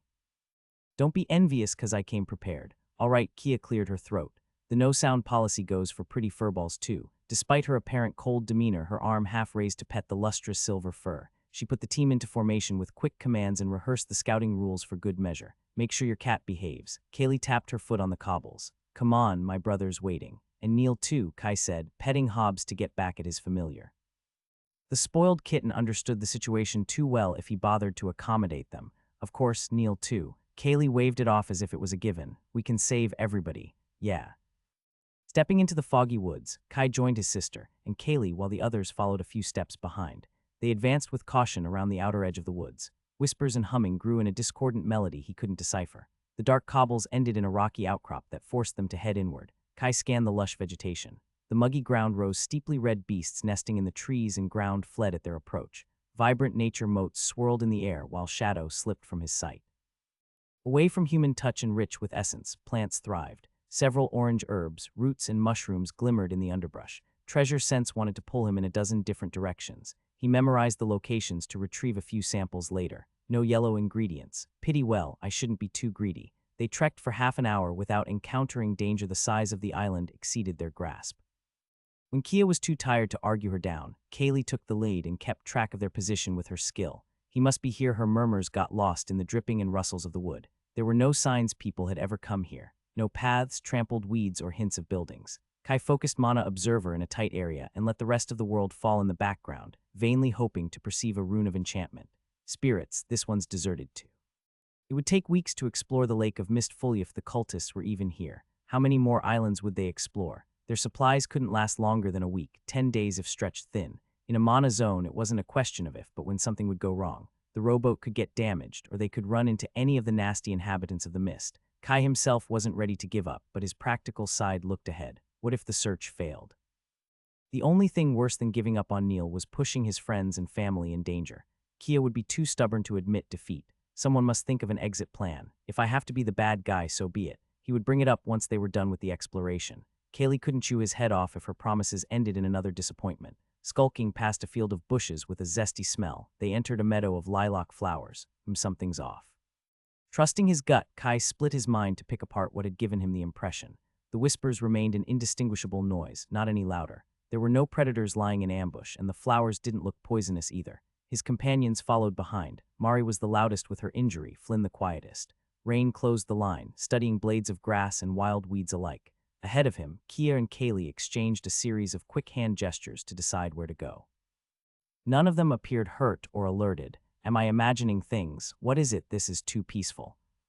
It wasn't the presence of threats as much as their absence. Despite the mana density, he hadn't spotted any beast over red since arriving on the island. Is it another strangeness of the mist? Elides didn't always follow logic when a high concentration of mana down. Kia hissed and tackled him to the ground. Unsure of what was going on, Kai let himself fall on the dewy grass without a sound of protest. A pair of squelching steps and muffled voices soon came from the distance, freezing his breath in the chest. He didn't dare twitch a finger, his head buried in the cold weeds and lilac flowers that filled the air with a sweet scent. How? He had narrowed down Mana Observer to watch deeper and blinded himself. Hallowed intuition should have warned him, but the whispers of danger barely fluttered. Not 30 meters ahead, a pair of figures clad in black stalked into the meadow, muttering to themselves. Longer in this dump hole, till the predators satisfied. I think we've collected enough. Their voices became too indistinguishable to make out, their shadow disappearing behind a gray pine. With his sister on top of him, Kai wouldn't be able to move even if he were mad enough to risk it.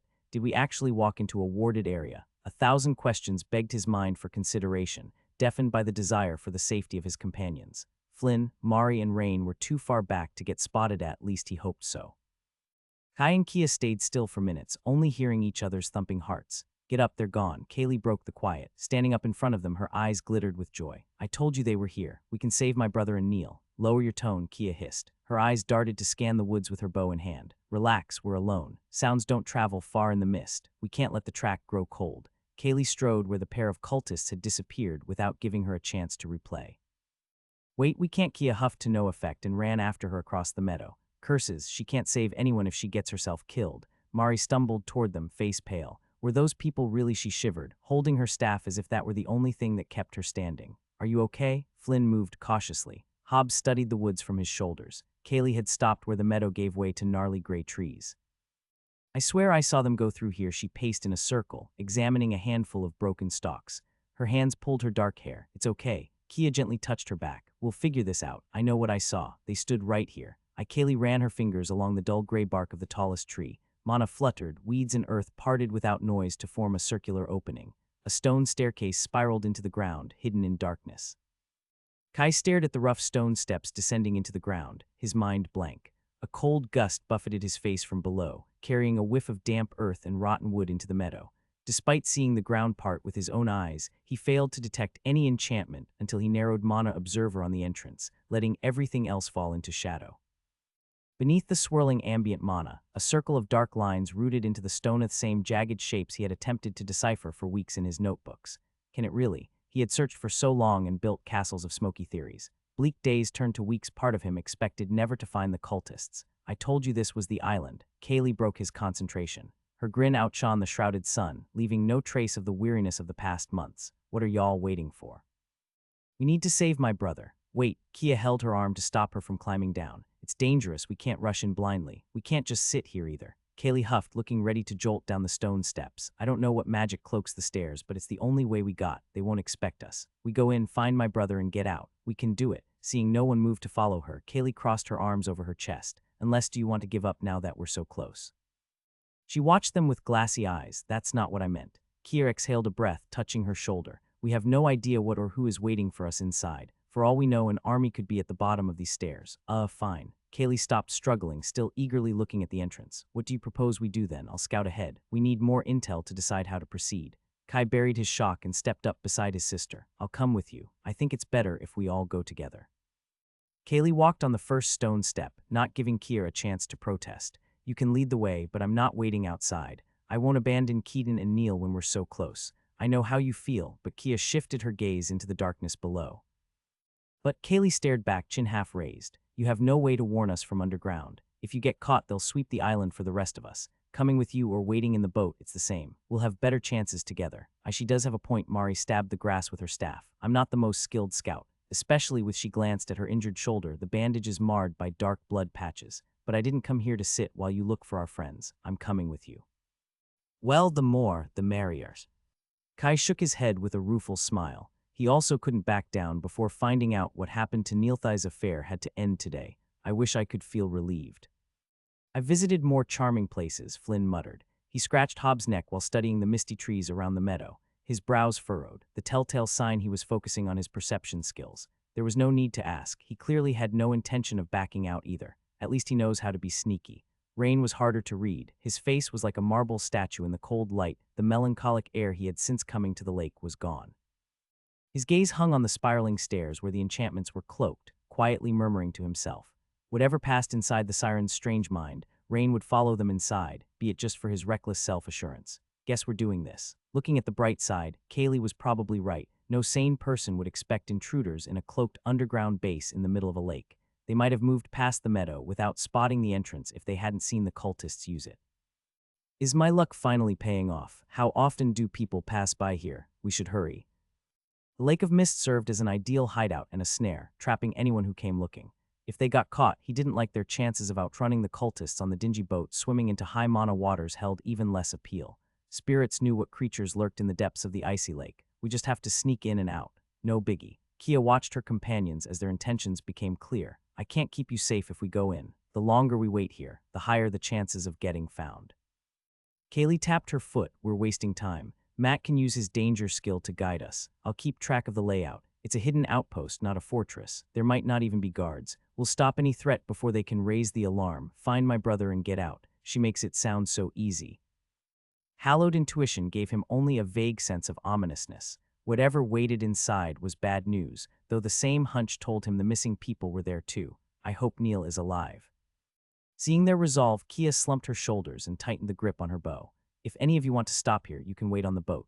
Her gaze lingered on Rain and then Kai, who lightly shook his head. She pressed her lips into a determined line and wasted no time dividing tasks. Okay, if you all agree, I'll lead the way. Matt and Kaylee follow behind me. Rain and Mari stay 24 steps back. Flynn, you'll close the line and watch our backs. Warn me if you spot anything strange. We run into high-grade cultists or someone raises the alarm, we run for the boat. Any questions? Her sharp gaze lingered on Kaylee before stopping on each of them. The girl begrudgingly nodded. If we are outnumbered, we'll run. She can still see reason. Kai scratched his brow. The only thing worse than throwing away 2 months of effort would be to get themselves killed. This affair had been shady from the beginning. When he realized they were dealing with more than a band of thugs, they were too entangled to pull. The only way to free themselves was to push through. They rehearsed their hand signals and emergency commands till everyone could repeat them in any order. Kai helped Flynn hide their bags and non-essential equipment in the underbrush around the meadow. Discretion was key to their plan. They couldn't afford to carry unnecessary weight. They completed the preparations in minutes and gathered around the passage. The stairs spiraled into the dark, hiding the answers they sought somewhere at the bottom, together with dozens of victims who had no other hope of rescue. We have to find Neil. In and out, no sweat. From the reports Vela gathered, the Stygian cult might run dozens of operations across the northern provinces.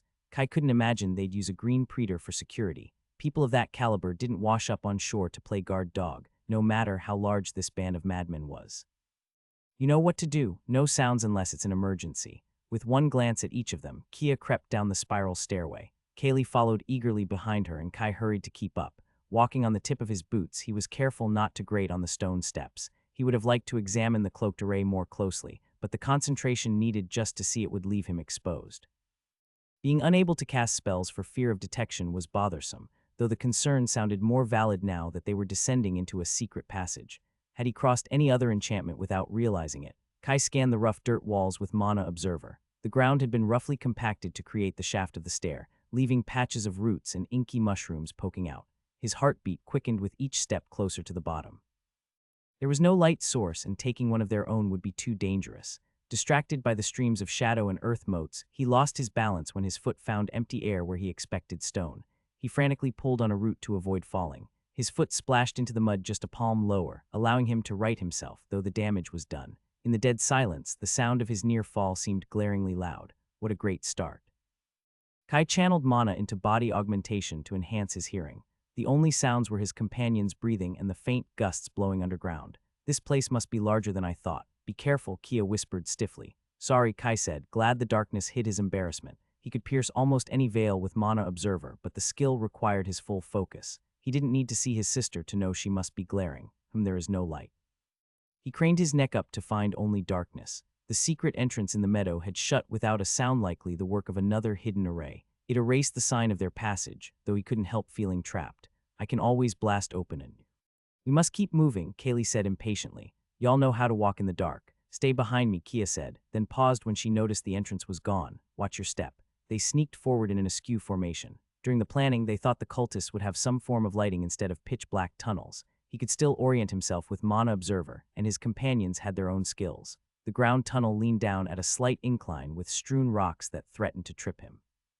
It smelled of damp earth and moss. This place doesn't look man-made. There were no telltale signs of earth magic on the walls. The tunnel widened and shrunk without a clear direction. The space must have been natural unless the cultists pursued some strange artistic ideal. They must have used an existing cave system. The irregular twists and turns made it impossible to predict how much farther they had to go. It wasn't what they had prepared for, though it offered plenty of cover to move undetected. Kia's cautious movements grew bolder with distance, hurried on by Kaylee. Only the group lagging behind held them back. Kai heard Mari softly sigh when his sister finally stopped. It wasn't to give them a breather. The tunnel bifurcated with no indication of where the cultist went. They must have passed by here. Kia crouched on the stone, looking between the two openings before turning back to whisper to him, "You got anything?" After over a month together, hallowed intuition had become an open secret in the group, though Kai kept the exact details secret. Taking a breath of the cold air to focus, the somber murmurs didn't become any clearer. "I'm not sure." The whispers were too quiet to make out, let alone point a direction. A sudden light made him squint. Kaylee held up an enchanted orb wrapped in a cloth. The pale glow shone like the moon in the total darkness. She pointed to a portion of the wall where a line of dirt got scraped off. They went this way. Kia observed the patch for a moment before also nodding. Put that light away before someone sees it. Sorry, it was just the fastest way. Kaylee hung her head low and fell back. The tunnels continued branching without a pattern. Thankfully, most passages were too narrow for an adult human to squeeze, and Kaylee spotted the cultist tracks through the others. It was hard to say how far they had gone in the darkness. The size of the tunnels varied, maintaining just a slight downward incline, deeper into the earth. Earth and mud turned into hard rock and spongy moss. Cold droplets dripped from the stalagmites in the ceiling, masking the sound of their steps. Are we beneath the lake? Being buried beneath such a large body of water.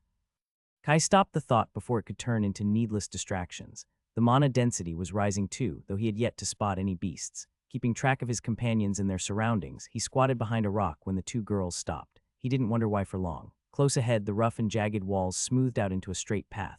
A soft glow in the distance dispelled the total darkness. Kia glanced back to check on the group. We must be careful. I'll scout the way with my camouflage skill. Keep your distance and remember the signals we agreed on. Be ready to retreat if anything happens. Under Kaylee's silent urging, Kia didn't wait for an answer to creep forward. They turned a single corner before stopping again. A wooden door reinforced with dark metal bands barred the way, the glow seeping from beneath it. Is it booba trapped? Kia whispered back at him while studying the bulky lock. There didn't appear to be any array in the frame.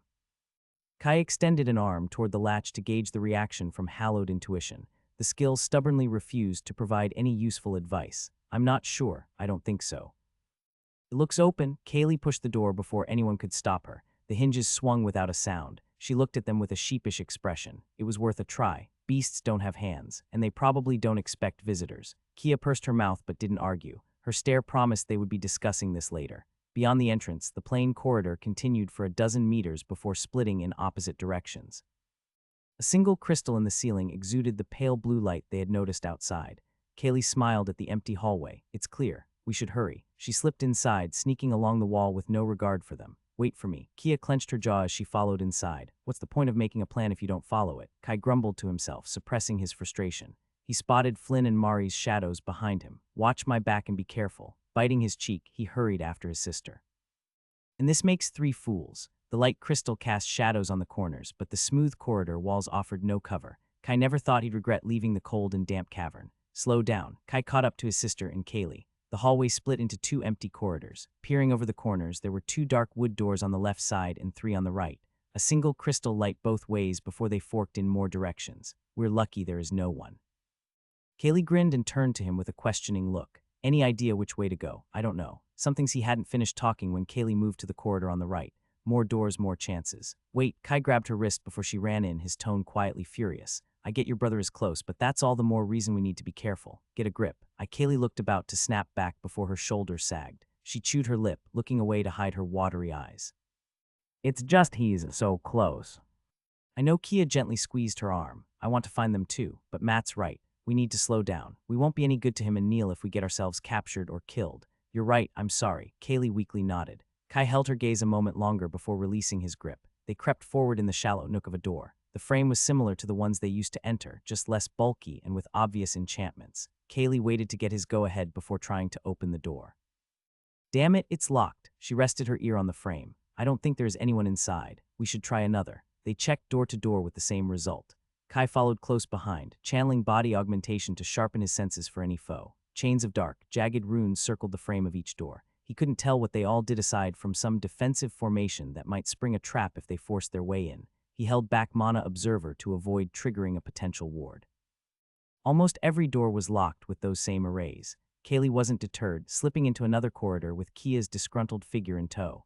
Damn them, what is this place? Those should be safe to touch too, as long as you don't use any skill. Kai gestured toward the next corridor. He was about to skulk after them when someone grabbed his elbow. Panic rose for a split instant before he recognized Flynn, the usual smile exchanged for a worried scowl.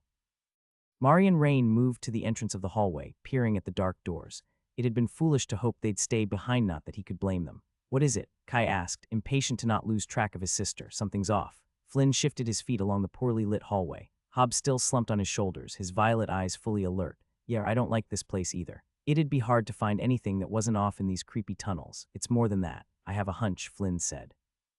A hint of his smugness poked through the gloominess as they rounded the nearest corner. I think we should retread. This is it, we've found him. Kai snapped his head to the loud exclamation. His glare froze upon seeing Kaylee and Kia standing in an open doorway, the interior too dark to make out. Before he could gather his thoughts, Kaylee had dashed inside. Kia gazed inside from the entrance, her face lost all color, and she rushed in. Damn her, has she really found them?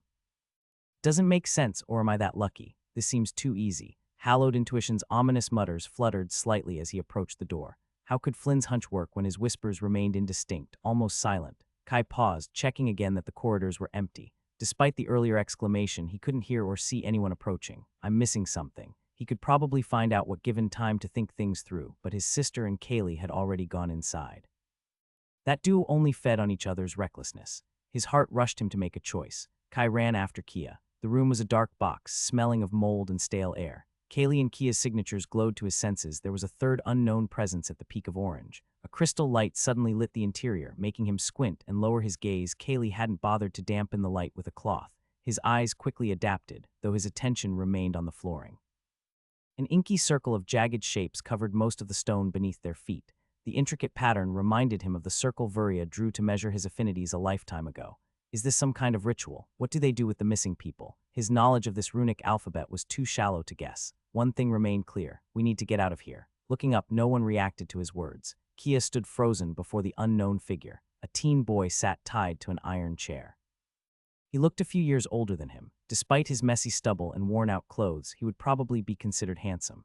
Kai didn't wonder about his identity for long. The dark hair and blue eyes were the same shade as Kaylee's. Is everything all right? Kaylee asked while cutting his bonds. Keaton blinked away from Kia's gaze with a tired smile. It's good now that you're here. Mari peeked into the room, her eyes widening upon seeing Keaton. Bless spirits, you're alive. She rushed inside, seemingly forgetting her injury. Have you seen Neil? Is he all right too? And why was he kept here alone? Rain walked in last. He spared a glance for Keaton before intently staring at the inky runes on the floor. Are you hurt? Kia leaned in to hug the boy. No, I'm fine. Keaton patted her back, his gaze strangely melancholic. I never thought I'd see you again. Something's wrong. You can catch up later. We should really get out of here. Kai reached for the wand in his pocket. Something was terribly off. Despite the urgency in his tone, Keaton didn't seem in a hurry. He observed their group with a frown. Wasn't there supposed to be another? Kaylee watched them with pursed lips. Yeah, but it doesn't matter. We'll fix it later. What are they? Kai shifted his gaze between the two siblings as the pieces clicked together. Okay then. Keaton sighed as if a weight had been lifted from his shoulders. He pulled Kia closer and gave Kaylee a nervous look, getting a cold nod in response. A dark ripple sent motes fluttering across the room. No, Rain dashed at them, his body burning with blazing mana. The runic circles on the floor buzzed with power. Kai's eyes snapped to his sister. Kia Ru. Hobbs pranced along the smooth wooden board, pulling the glass globes out of his path.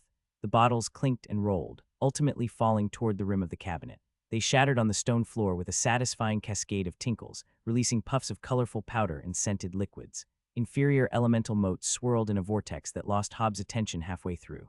Humans like to hoard things with bright mana. It was one of the silly habits his familiar enjoyed as well.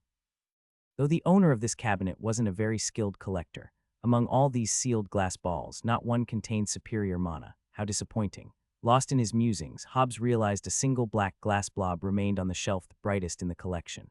Sometimes, his ability to complete a task surprised even himself. Pity it also contained useless, murky mana. He had no idea what silly pursuit the shiny bottles were for, but he enjoyed watching them tumble and break. That was enough. Hobbs rolled the last glass globe beneath his silver paw. This throw required finesse, not that he doubted his ability to hit a target. With an elegant push, the inky bottle wheeled toward its destined goal. It tipped over the wooden rim just as the door on the left was thrown open. Half a dozen humans garbed in black barged in just in time to enjoy the shattering of the glass. Perfect. After all, amusing experiences were supposed to be shared. Hobbs hoped they appreciated his generosity. Bound by duty, he blinked to a room in the opposite direction, unable to fully enjoy his masterful work. They must believe they were chasing a cunning human, not that they'd be worthy to gaze upon him anyway. From their dramatic screams, his efforts hadn't been wasted. After this last stroke, the blood-reeking humans would be busy searching in the wrong direction. Tail held high, Hobbs sashayed to check on his favorite servant. Humans were careless creatures. They wouldn't survive a light cycle without his guidance. He blinked across a cluster of rooms, disdainfully slipping past their blatant traps. What was the point of weaving webs of essence over the doors when you left the stone and ground wide open? If you were so incompetent, it would be better to forego the task entirely. Hobbs flicked his tail at the absurdity. Since traveling outside his birth dimension, he had learned not to judge lesser creatures too harshly. It wasn't their fault they were born witless and lumbering. Crossing a chamber that stank of dried blood and sorrow, he landed in a dusty storeroom filled with piles of paper stuff. The scribbles on the door had dimmed due to an improperly traced line that no one had bothered to fix. Flynn had twisted his frame into a nook beneath a cabinetite where he had been left. He would have been much more comfortable if his body wasn't so needlessly tall. Why would anyone want such long limbs? No wonder humans were so clumsy. If they had been smart, they would have learned superior magic to travel. Still, large bodies had their uses. His servant's shoulders offered a snug place to look down on the world. It was a miracle no one had found him despite the shadow mana clumped over him. But while he may be foolish, there was a reason Flynn had gained his favor. The other humans were clearly beneath him. Hobbs was about to go comfort his retainer when a pair of boots thumped in the hallway. The door swung open with a low creak, and an individual clad in dark clothes strode inside. These damp caves swarmed with humans in unimaginative clothing stinking of blood, though quantity couldn't compensate for their lacking competence or hygiene. Hobbs slumped on the highest bookcase. His paw hung over the edge as he watched the pale-faced woman give a cursory glance at the shelves of blotched paper stuff. Her gaze flew over Flynn's cluster of shadow to a desk with a half-rotten leg. This to catch a rat, she huffed with a grumble. They were supposed to tie off loose ends, not make a bigger mess. The woman grabbed a folder and marched toward the door, still muttering gibberish to herself. As she was about to cross the threshold, her hand lingered on the iron pommel. With lackluster speed, she spun around to sweep her gaze across the ceiling. A loose page fluttered in a winding motion toward the ground. She caught the paper, shoving it back onto a shelf. Someone should tidy this place. On the empty ledge behind her, Hobbs stretched his claws, drawing a line in a leather cover. How many sheets would he need to drop before she caught on? Given how dull these humans were, probably more than a dozen. And how long before she started jumping at every shade? 3 days? 4. Finding the answer would have been amusing at another time, but he had other duties to fulfill. An invisible thorn pricked his guts and made his coat puff up. Fear lingered along the muted bond like a sour taste. He must find his foolish familiar and provide the leadership his servants need. A few tedious moments later, the human woman shut the door behind her. Her steps grew fainter and soon disappeared. No other presences moved in their direction. This branch of the den remained deserted except for a handful of flickering auras in a chamber below, no one that posed a threat. Hobbs leaped to a pile of books where his servant was hidden. Is it safe to come out? A whisper came from the veil of shadow. Such a question should need no answer naturally. The clueless humans had run where he pointed. Still, Hobbs didn't mind indulging his favorite with some reassurance. Meow. Hobbs raised his tail in a modest arc and started grooming his coat. Sometimes it wasn't bad to rehash obvious facts. Give me a moment. Flynn twisted his head and shoulders out of the cranny. Despite his tall frame, he was one of the least clumsy humans Hobbs knew. He pulled himself out without making the cabinet so much as quiver. Standing upright, he cracked his neck and bowed to scratch his liege's ear. Did you lead them away? Are we in danger? Mew. Hobbs allowed the petting for Flynn's sake. He rolled onto his back to enjoy the scratches as his body let out a soft purr. It was clear his servant needed to be comforted. Mewa. Hobbs nuzzled Flynn's hand. Oh, I see they're still alive. A sigh escaped his lips as his frantic heartbeat slowed down. His servant picked him up against his chest for more pets. Clearly, he needed a lot of comfort. Hobbs had to admit it wasn't too bad himself. He pulled his paws close and wrapped his tail around his arm. For a moment he forgot the damp, dark tunnels that made his fur curl and matted. Everything would be all right. The presence that had accompanied him out of his dark days was feeble and clouded but unmistakably alive. Kai breathed somewhere in this underground den. Hobbs couldn't say about the others, though he didn't bother to specify. He arched his body, enjoying the fingers drawn over his back. It almost balanced the troubles he had to go through. Humans could dally and loiter all day, but he had a group of helpless humans to save. Hobbs gathered his resolve and gave his orders. Emroa, looking after his retainers was an exhausting and thankless job. You're right. Flynn delicately placed his paws on the rough stone floor. We can't stay here. Mew. Do you know where the others are? Flynn fiddled with a pointed metal stick, looking at the light filtering beneath the locked door. He muttered a series of harsh words before turning to his liege for instructions, as was proper. We must save them before these psychos do something. Flynn gnawed on his bottom lip. Hobbs patiently licked his paw. Of course, he had already been mopping up their mess. It was typical of humans to tangle the yarn and expect somebody else to fix it. None of this would have happened if they had listened to him, but he understood the failings of lower beings.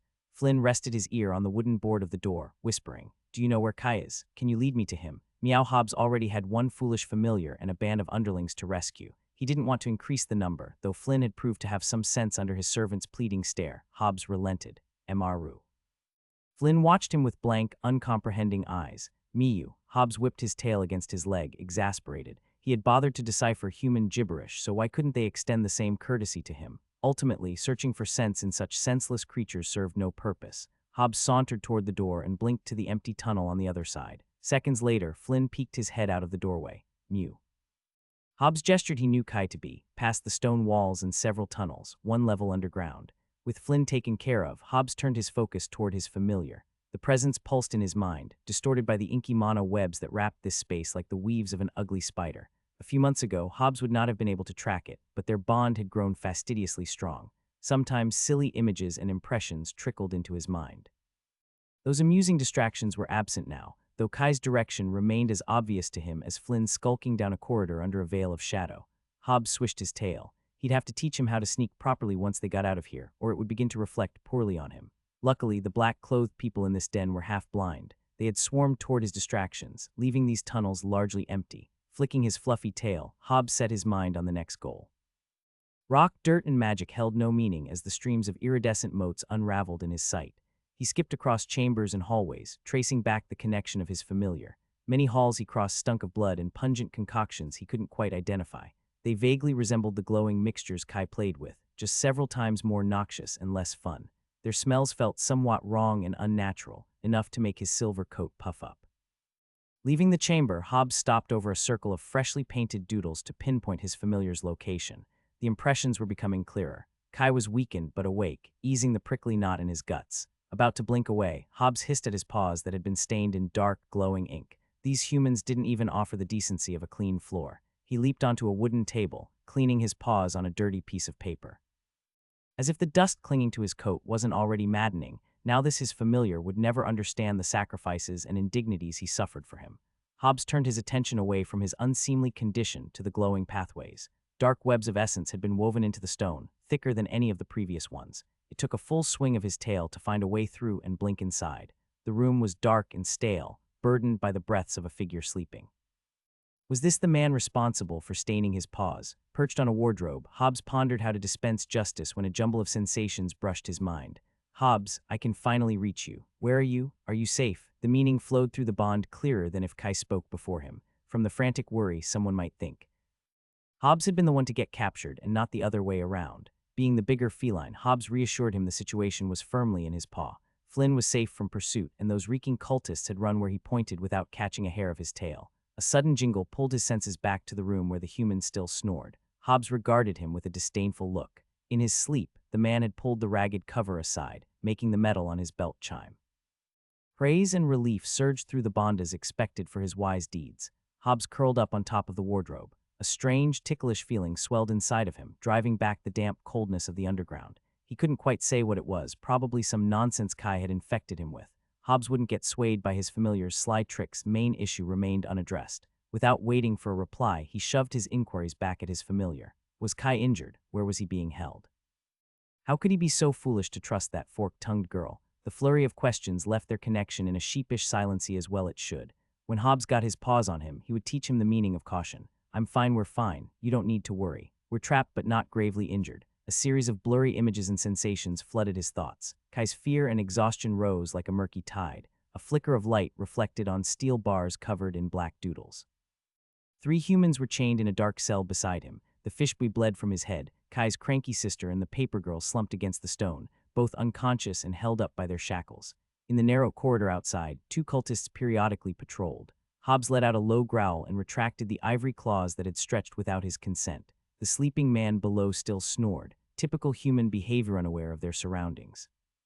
The familiar bond flowed freely. Since reaching this room, Kai was close, just a few blinks away. It would just. No, don't come, we're not in danger right now. Kai's thoughts became hazy before snapping into sharp clarity. This cell is covered in enchantments that I can't read. There's no way to break the bars. We can't risk you getting caught. Hobbs flicked his tail in annoyance. Considering the circumstances, he magnanimously decided not to take his familiar's worries as an insult. The crude webs of mana in this den would never stop him, much trap him, though Kai might still have a point. From the images he shared, entering wasn't the problem. While he could reach any place unhindered, his human retainers hadn't learned superior magic. Their laziness made things inconvenient. With his exceptional talents and a great deal of effort, he might carry one of them, but there were too many. Not to mention, escaping this den required more than one blink. His tail whipped the air again. Why did humans have to be so needlessly large? Escaping wouldn't be so vexing if they had a more sensible size. How could he get them all out? The metal bars and shackles looked sturdy. Obviously, they'd be no match for his claws, but slicing them would cause a ruckus. It'd ruin the efforts he put into his masterful sneaking. No, he needed a more subtle way to get them out. The connection stirred again. A fuzzy image intruded into his thoughts, a metal ring linked with a dozen bizarrely shaped metal sticks. Keys. Hobbs took a moment to recall the primitive concept. Humans liked to build flimsy boxes and used keys to open and close certain entrances. He couldn't comprehend why anyone would create such ineffective contraptions, but humans were strange beings by nature. Hobbs hissed at the conundrum. Where would he find something like that? His eyes strayed to the man still snoring below, fixating on the dull ring hanging from his belt that produced another jingle. It seemed even the most thoughtless creatures had a purpose after all. The splitting headache made Kai wish he could slip back into nothingness. It felt as if his brain had been squeezed and pounded, worse than any skill strain or mana exhaustion he had experienced before. Yet some stubborn instinct dragged him toward wakefulness. Lucidity brought a new wave of pain. Everything hurt. From his head to his feet, probably his toes and ears too, if he could feel them. His body seemed wrapped in a hazy shroud as if his flesh and bone had been beaten to numbness. Kai squeezed his eyes, unsure if they were open or closed. All he could see was darkness. Attempting to rub his face, his arm was held firmly above his head. He pulled harder, spiking the pain in his wrists. What happened? Where am I? Something was deeply wrong. If only his head would stop throbbing enough to stitch his thoughts together. Clenching his jaw, Kai delved into his muddled memories. It felt like moving a boulder just by blowing, but with each attempt his mind became a little sharper and the pain receded. His body hung from his arms, compressing his chest and making it hard to breathe. From the hard metal edges that dug into his wrists, he was tied with steel cuffs. Damn it, shit, how? As he regained control of his body, memories flooded back. The islands amidst the misty waters, the passage hidden in the meadow, the damp tunnels and the betrayal. Searing rage boiled his blood, banishing the sluggish torpor. That bitch, I'm going to slit her fucking throat. While exact details remained fuzzy, he remembered enough. Kaylee and her fuckhead brother lured them into a trap. When the array in the cell buzzed to life, it was already over. Mana drained from his veins and his skills turned unresponsive, similar to when he confronted the cultists during Neil's kidnapping. Disoriented and unable to cast spells, he had struggled to stand, let alone fight back. No living being could survive without mana draining. It was equivalent to siphoning their life away. His recollection of the fight was fuzzy. Masked men in black had swarmed the room. He had punched and clawed till darkness swallowed him. From the stabbing pain each time he breathed, one of his ribs might be cracked. Those assholes hadn't been gentle when they pummeled him to the ground, though at least he couldn't feel any broken bones. I should have realized something was off when they found the underground door unguarded. His anger overrode the pain. In hindsight, the signs seemed so blatant. Kaylee rushed them to check island after island, till they randomly ran into the cultists opening a secret passage. Despite the strange coincidence, Kai thought his luck was finally paying off. Cursed gods, Vuria told me 100 times that luck isn't reliable. I played myself. The descent underground had been even more convenient, but instead of stopping to reconsider, he had chased after Kia, like a fucking moron. So now he was chained in an underground cell by a cult of bloodthirsty madmen, unable to help even himself, much less his sister. As the gravity of his predicament sank in, panic threatened to submerge his mind. Brushing a gruesome death was hardly new, but having his friends and family with him was a first. A tug confirmed that the shackles suppressed his mana and skills. He was in deep shit, and this time there was no one to help him out. Vela knew of their plans, but even if she begged the Republic to investigate, the chances they'd find the hideout were slim. While the chances of getting rescued before the cultists used them for their unhinged purposes were akin to zero.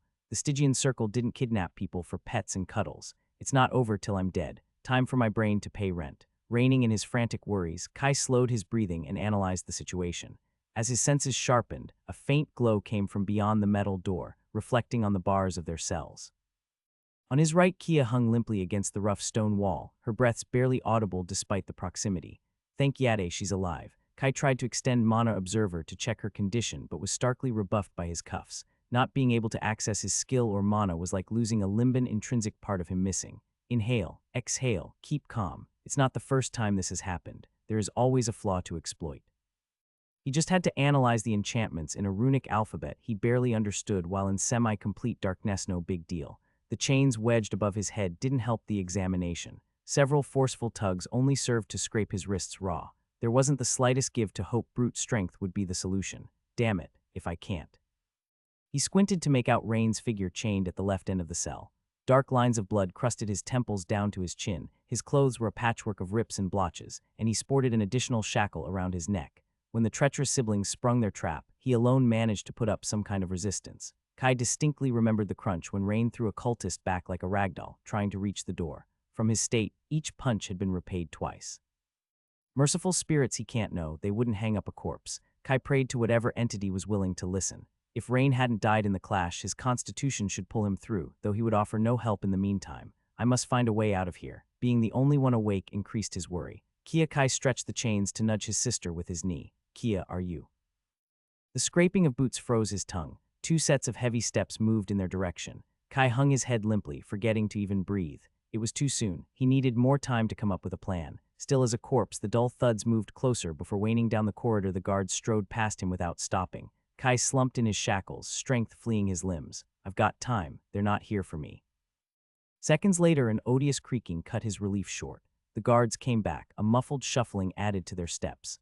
Eyelids closed, Kai recognized the sound of a body being dragged. No, please, not again. A faint sobbing left little doubts. The body was alive. Kai didn't know if he should be happy or scared. Whatever those psychos did here, he'd rather leave his curiosity unsatisfied. The cultists could be back for him and his sister at any moment, and he'd be powerless to stop them.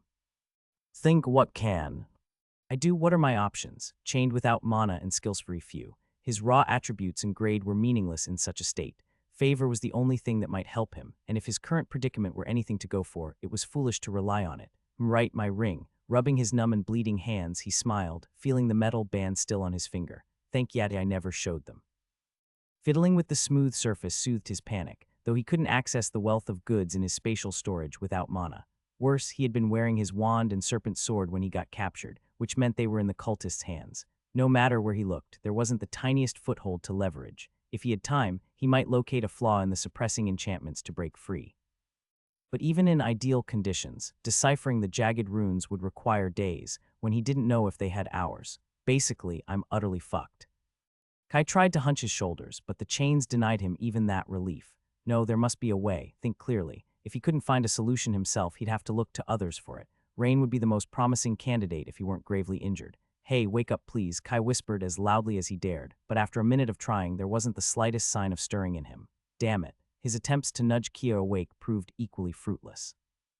Mari was chained on his other side, her face wan even in the dim light. She had already been wounded before being captured. It was nice to know that not everyone in the group was a traitor, but she would be no help anyway. Whereas Flynn, in the dark, he had assumed they'd all be there. Kai squinted at the corners of the cell. Flynn's familiar figure was noticeably absent despite the metal rings to secure 2 more prisoners to the stone wall. Terror gripped his guts. Did they already take him? Or is he dead? Wait. Digging through his foggy mind, Kai remembered seeing Mari and Rain follow him into the trap, but not Flynn. His friend had stayed back, wary of the strangeness of the situation. Did he escape? He was always good at sneaking.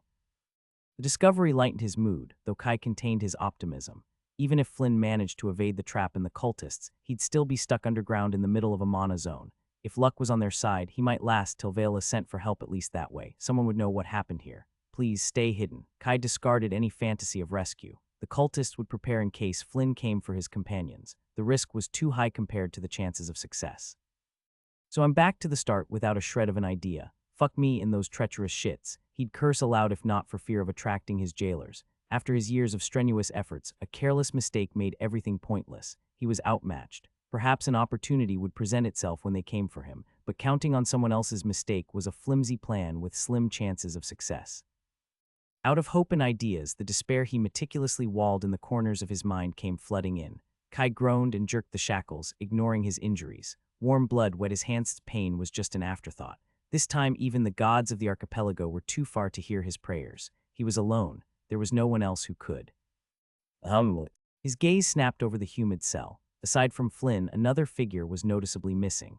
Closing his eyes to focus on his inner self, he reached for the familiar bond. He fumbled for a few seconds before grasping it. If the magical tether was usually like a shining star in his consciousness, it now looked like a dim bulb behind a matte pane. Hobbs, Kai forced his thoughts through the bond, stubbornly barreling through the obstruction. Hobbs, are you okay? Can you hear me? Please, I regret every time I cursed your snobby fur. I'll buy you whatever snack you want and carry you around. Just answer me. Minutes passed slowly. His pleas grew more frantic and creative at the enduring silence.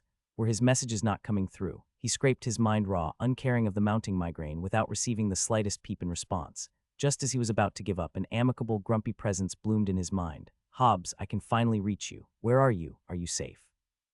Deluge of questions streamed from his thoughts, only stopped by the wave of exasperation his familiar sent back. Hobbs jumped in with the tales of his mighty exploits. The foolish cultists danced between the claws of his paw. Flynn was safe and sound too. He struggled to articulate his budding elation when his familiar reciprocated with a cascade of inquiries. Faced with his demanding overlord, Kai explained their circumstances. Hobbs' reproach rang like the dressing down of an exasperated parent. I'm fine, we're fine, you don't need to worry. Alone in the dark cell, Kai lowered his gaze in embarrassment.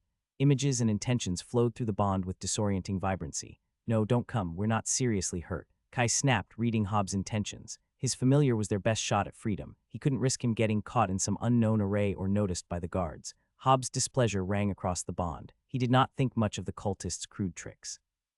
Images of his claws ripping steel and stone flashed along the bond, held back by a thin thread of hesitation. Cocky furball. Kai narrowly held back the thought. Knowing his familiar could prance into the humid cell at any moment, Kai scrambled to convince him to take a more cautious approach. Given Hobbs' prideful nature, any mention of danger was a challenge to show his superior skills. He needed a better alternative to convince him. Kai bit his cheek, his eyes wandering over the unconscious figures of his companions to the enchanted metal bars blocking the exit. Only a glimmer of light seeped from the outer passage, illuminating the jagged patterns of the rune spirits. Knew what those arrays did. Is that? He leaned forward as far as his chains allowed, squinting at a slit in the metal door, a keyhole. Picking a magical lock was equivalent to breaking the enchantment, but a physical mechanism opened more possibilities. Hope jolted his senses awake. He crossed his hands above his head and brushed the metal bands of his shackles. Yes, his fingers traced a similar rent. Keys were easier to use with no mana proficiency. The jailers probably kept a pair nearby.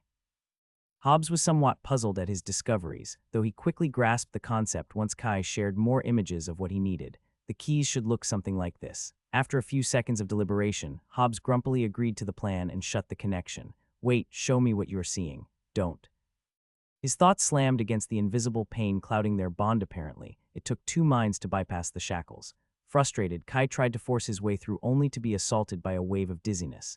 He slumped against the cold stone to keep his balance, utterly drained. If he wasn't careful, he might slip back into unconsciousness. Shit, it'll be fine. He'll figure it out. If Hobbs found the key, they'd have a chance to escape even if he tripped an alarm.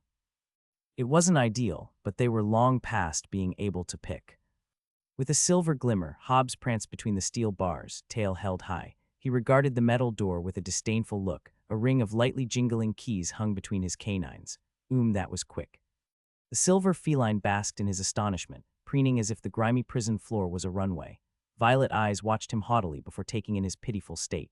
Worry and reproach flooded the bond. It's nothing serious. Hobbs rubbed against his leg, watching him unconvinced. Really, I'm fine. It's just a few scratches. Kai focused on the most imminent matter to avoid being drawn into a losing argument. Can you give me the keys? The guards could come back at any moment and raise the alarm. Hobbs' piercing stare saw right through his intentions. He still blinked onto his shoulders to pass him the hall, lamenting the gross taste of metal on his palate. I promise to buy you however many fish you want once we get out of here. Kai held the keyring between his weak fingers, careful not to make the metal jingle. There were over a dozen keys, ranging from the size of his pinky to double his palm. Choosing one at random, he struggled to maneuver it to the right angle, his hands slick with blood and numb from the shackles. No hurry. Worried the keyring might fall and attract the cultists, he slowed his movements and craned his neck upward. In the semi-complete darkness, sight was little help. He worked mostly by touch till the first key slid into place. It was a perfect fit. Please work. Anticipation rising, he gave a gentle twist. Click, click, a sound more beautiful than the breeze blowing through the palm trees. The metal cuff compressing his left wrist slackened, letting his hand slip out. Blinking in disbelief, Kai used his unchained arm to free the other. Guess my luck still works when the spirits feel like it. The rush of his mana washing over him was more exhilarating than a drug. Lost in his euphoria, Kai noticed too late when the key slipped out of the cuff. He twisted his body to catch it before the metal could clang on the floor. With his ankles still tied, he was forced to absorb the fall with his back, suppressing a groan. Given the circumstances, the noise had been minimal. Kai clutched the keys to his chest and strained his ears for the cultist's footsteps, slowly counting to 10 before relaxing. Lifting his gaze, Hobbs looked down on him with judging eyes. Hey, that was a perfect save. Glad the darkness hid his flustered face, Kai ignored his familiar and riffled through the keys to free his legs. His body was sore and battered, but decently responsive. He channeled a trickle of body augmentation to steady his limbs and moved to unlock Kia's shackles. The keys were the same ones used for his cuffs. He gently lay her on the ground and fed her a healing potion before going to help Mari and Rain. Examining their injuries with Mana Observer, Mari and Kia didn't seem in immediate danger despite their weak flow. Rain's patchwork of injuries was more worrying, though Kai didn't possess the medical expertise to diagnose a siren. We just need to get out of here. Come on, wake up, Kai whispered, tapping Kia's cheeks. He couldn't drag 3 bodies out of here by himself. Finally, her eyelids began stirring. Kia, can you? Did you hear something? A cold voice echoed from the passage.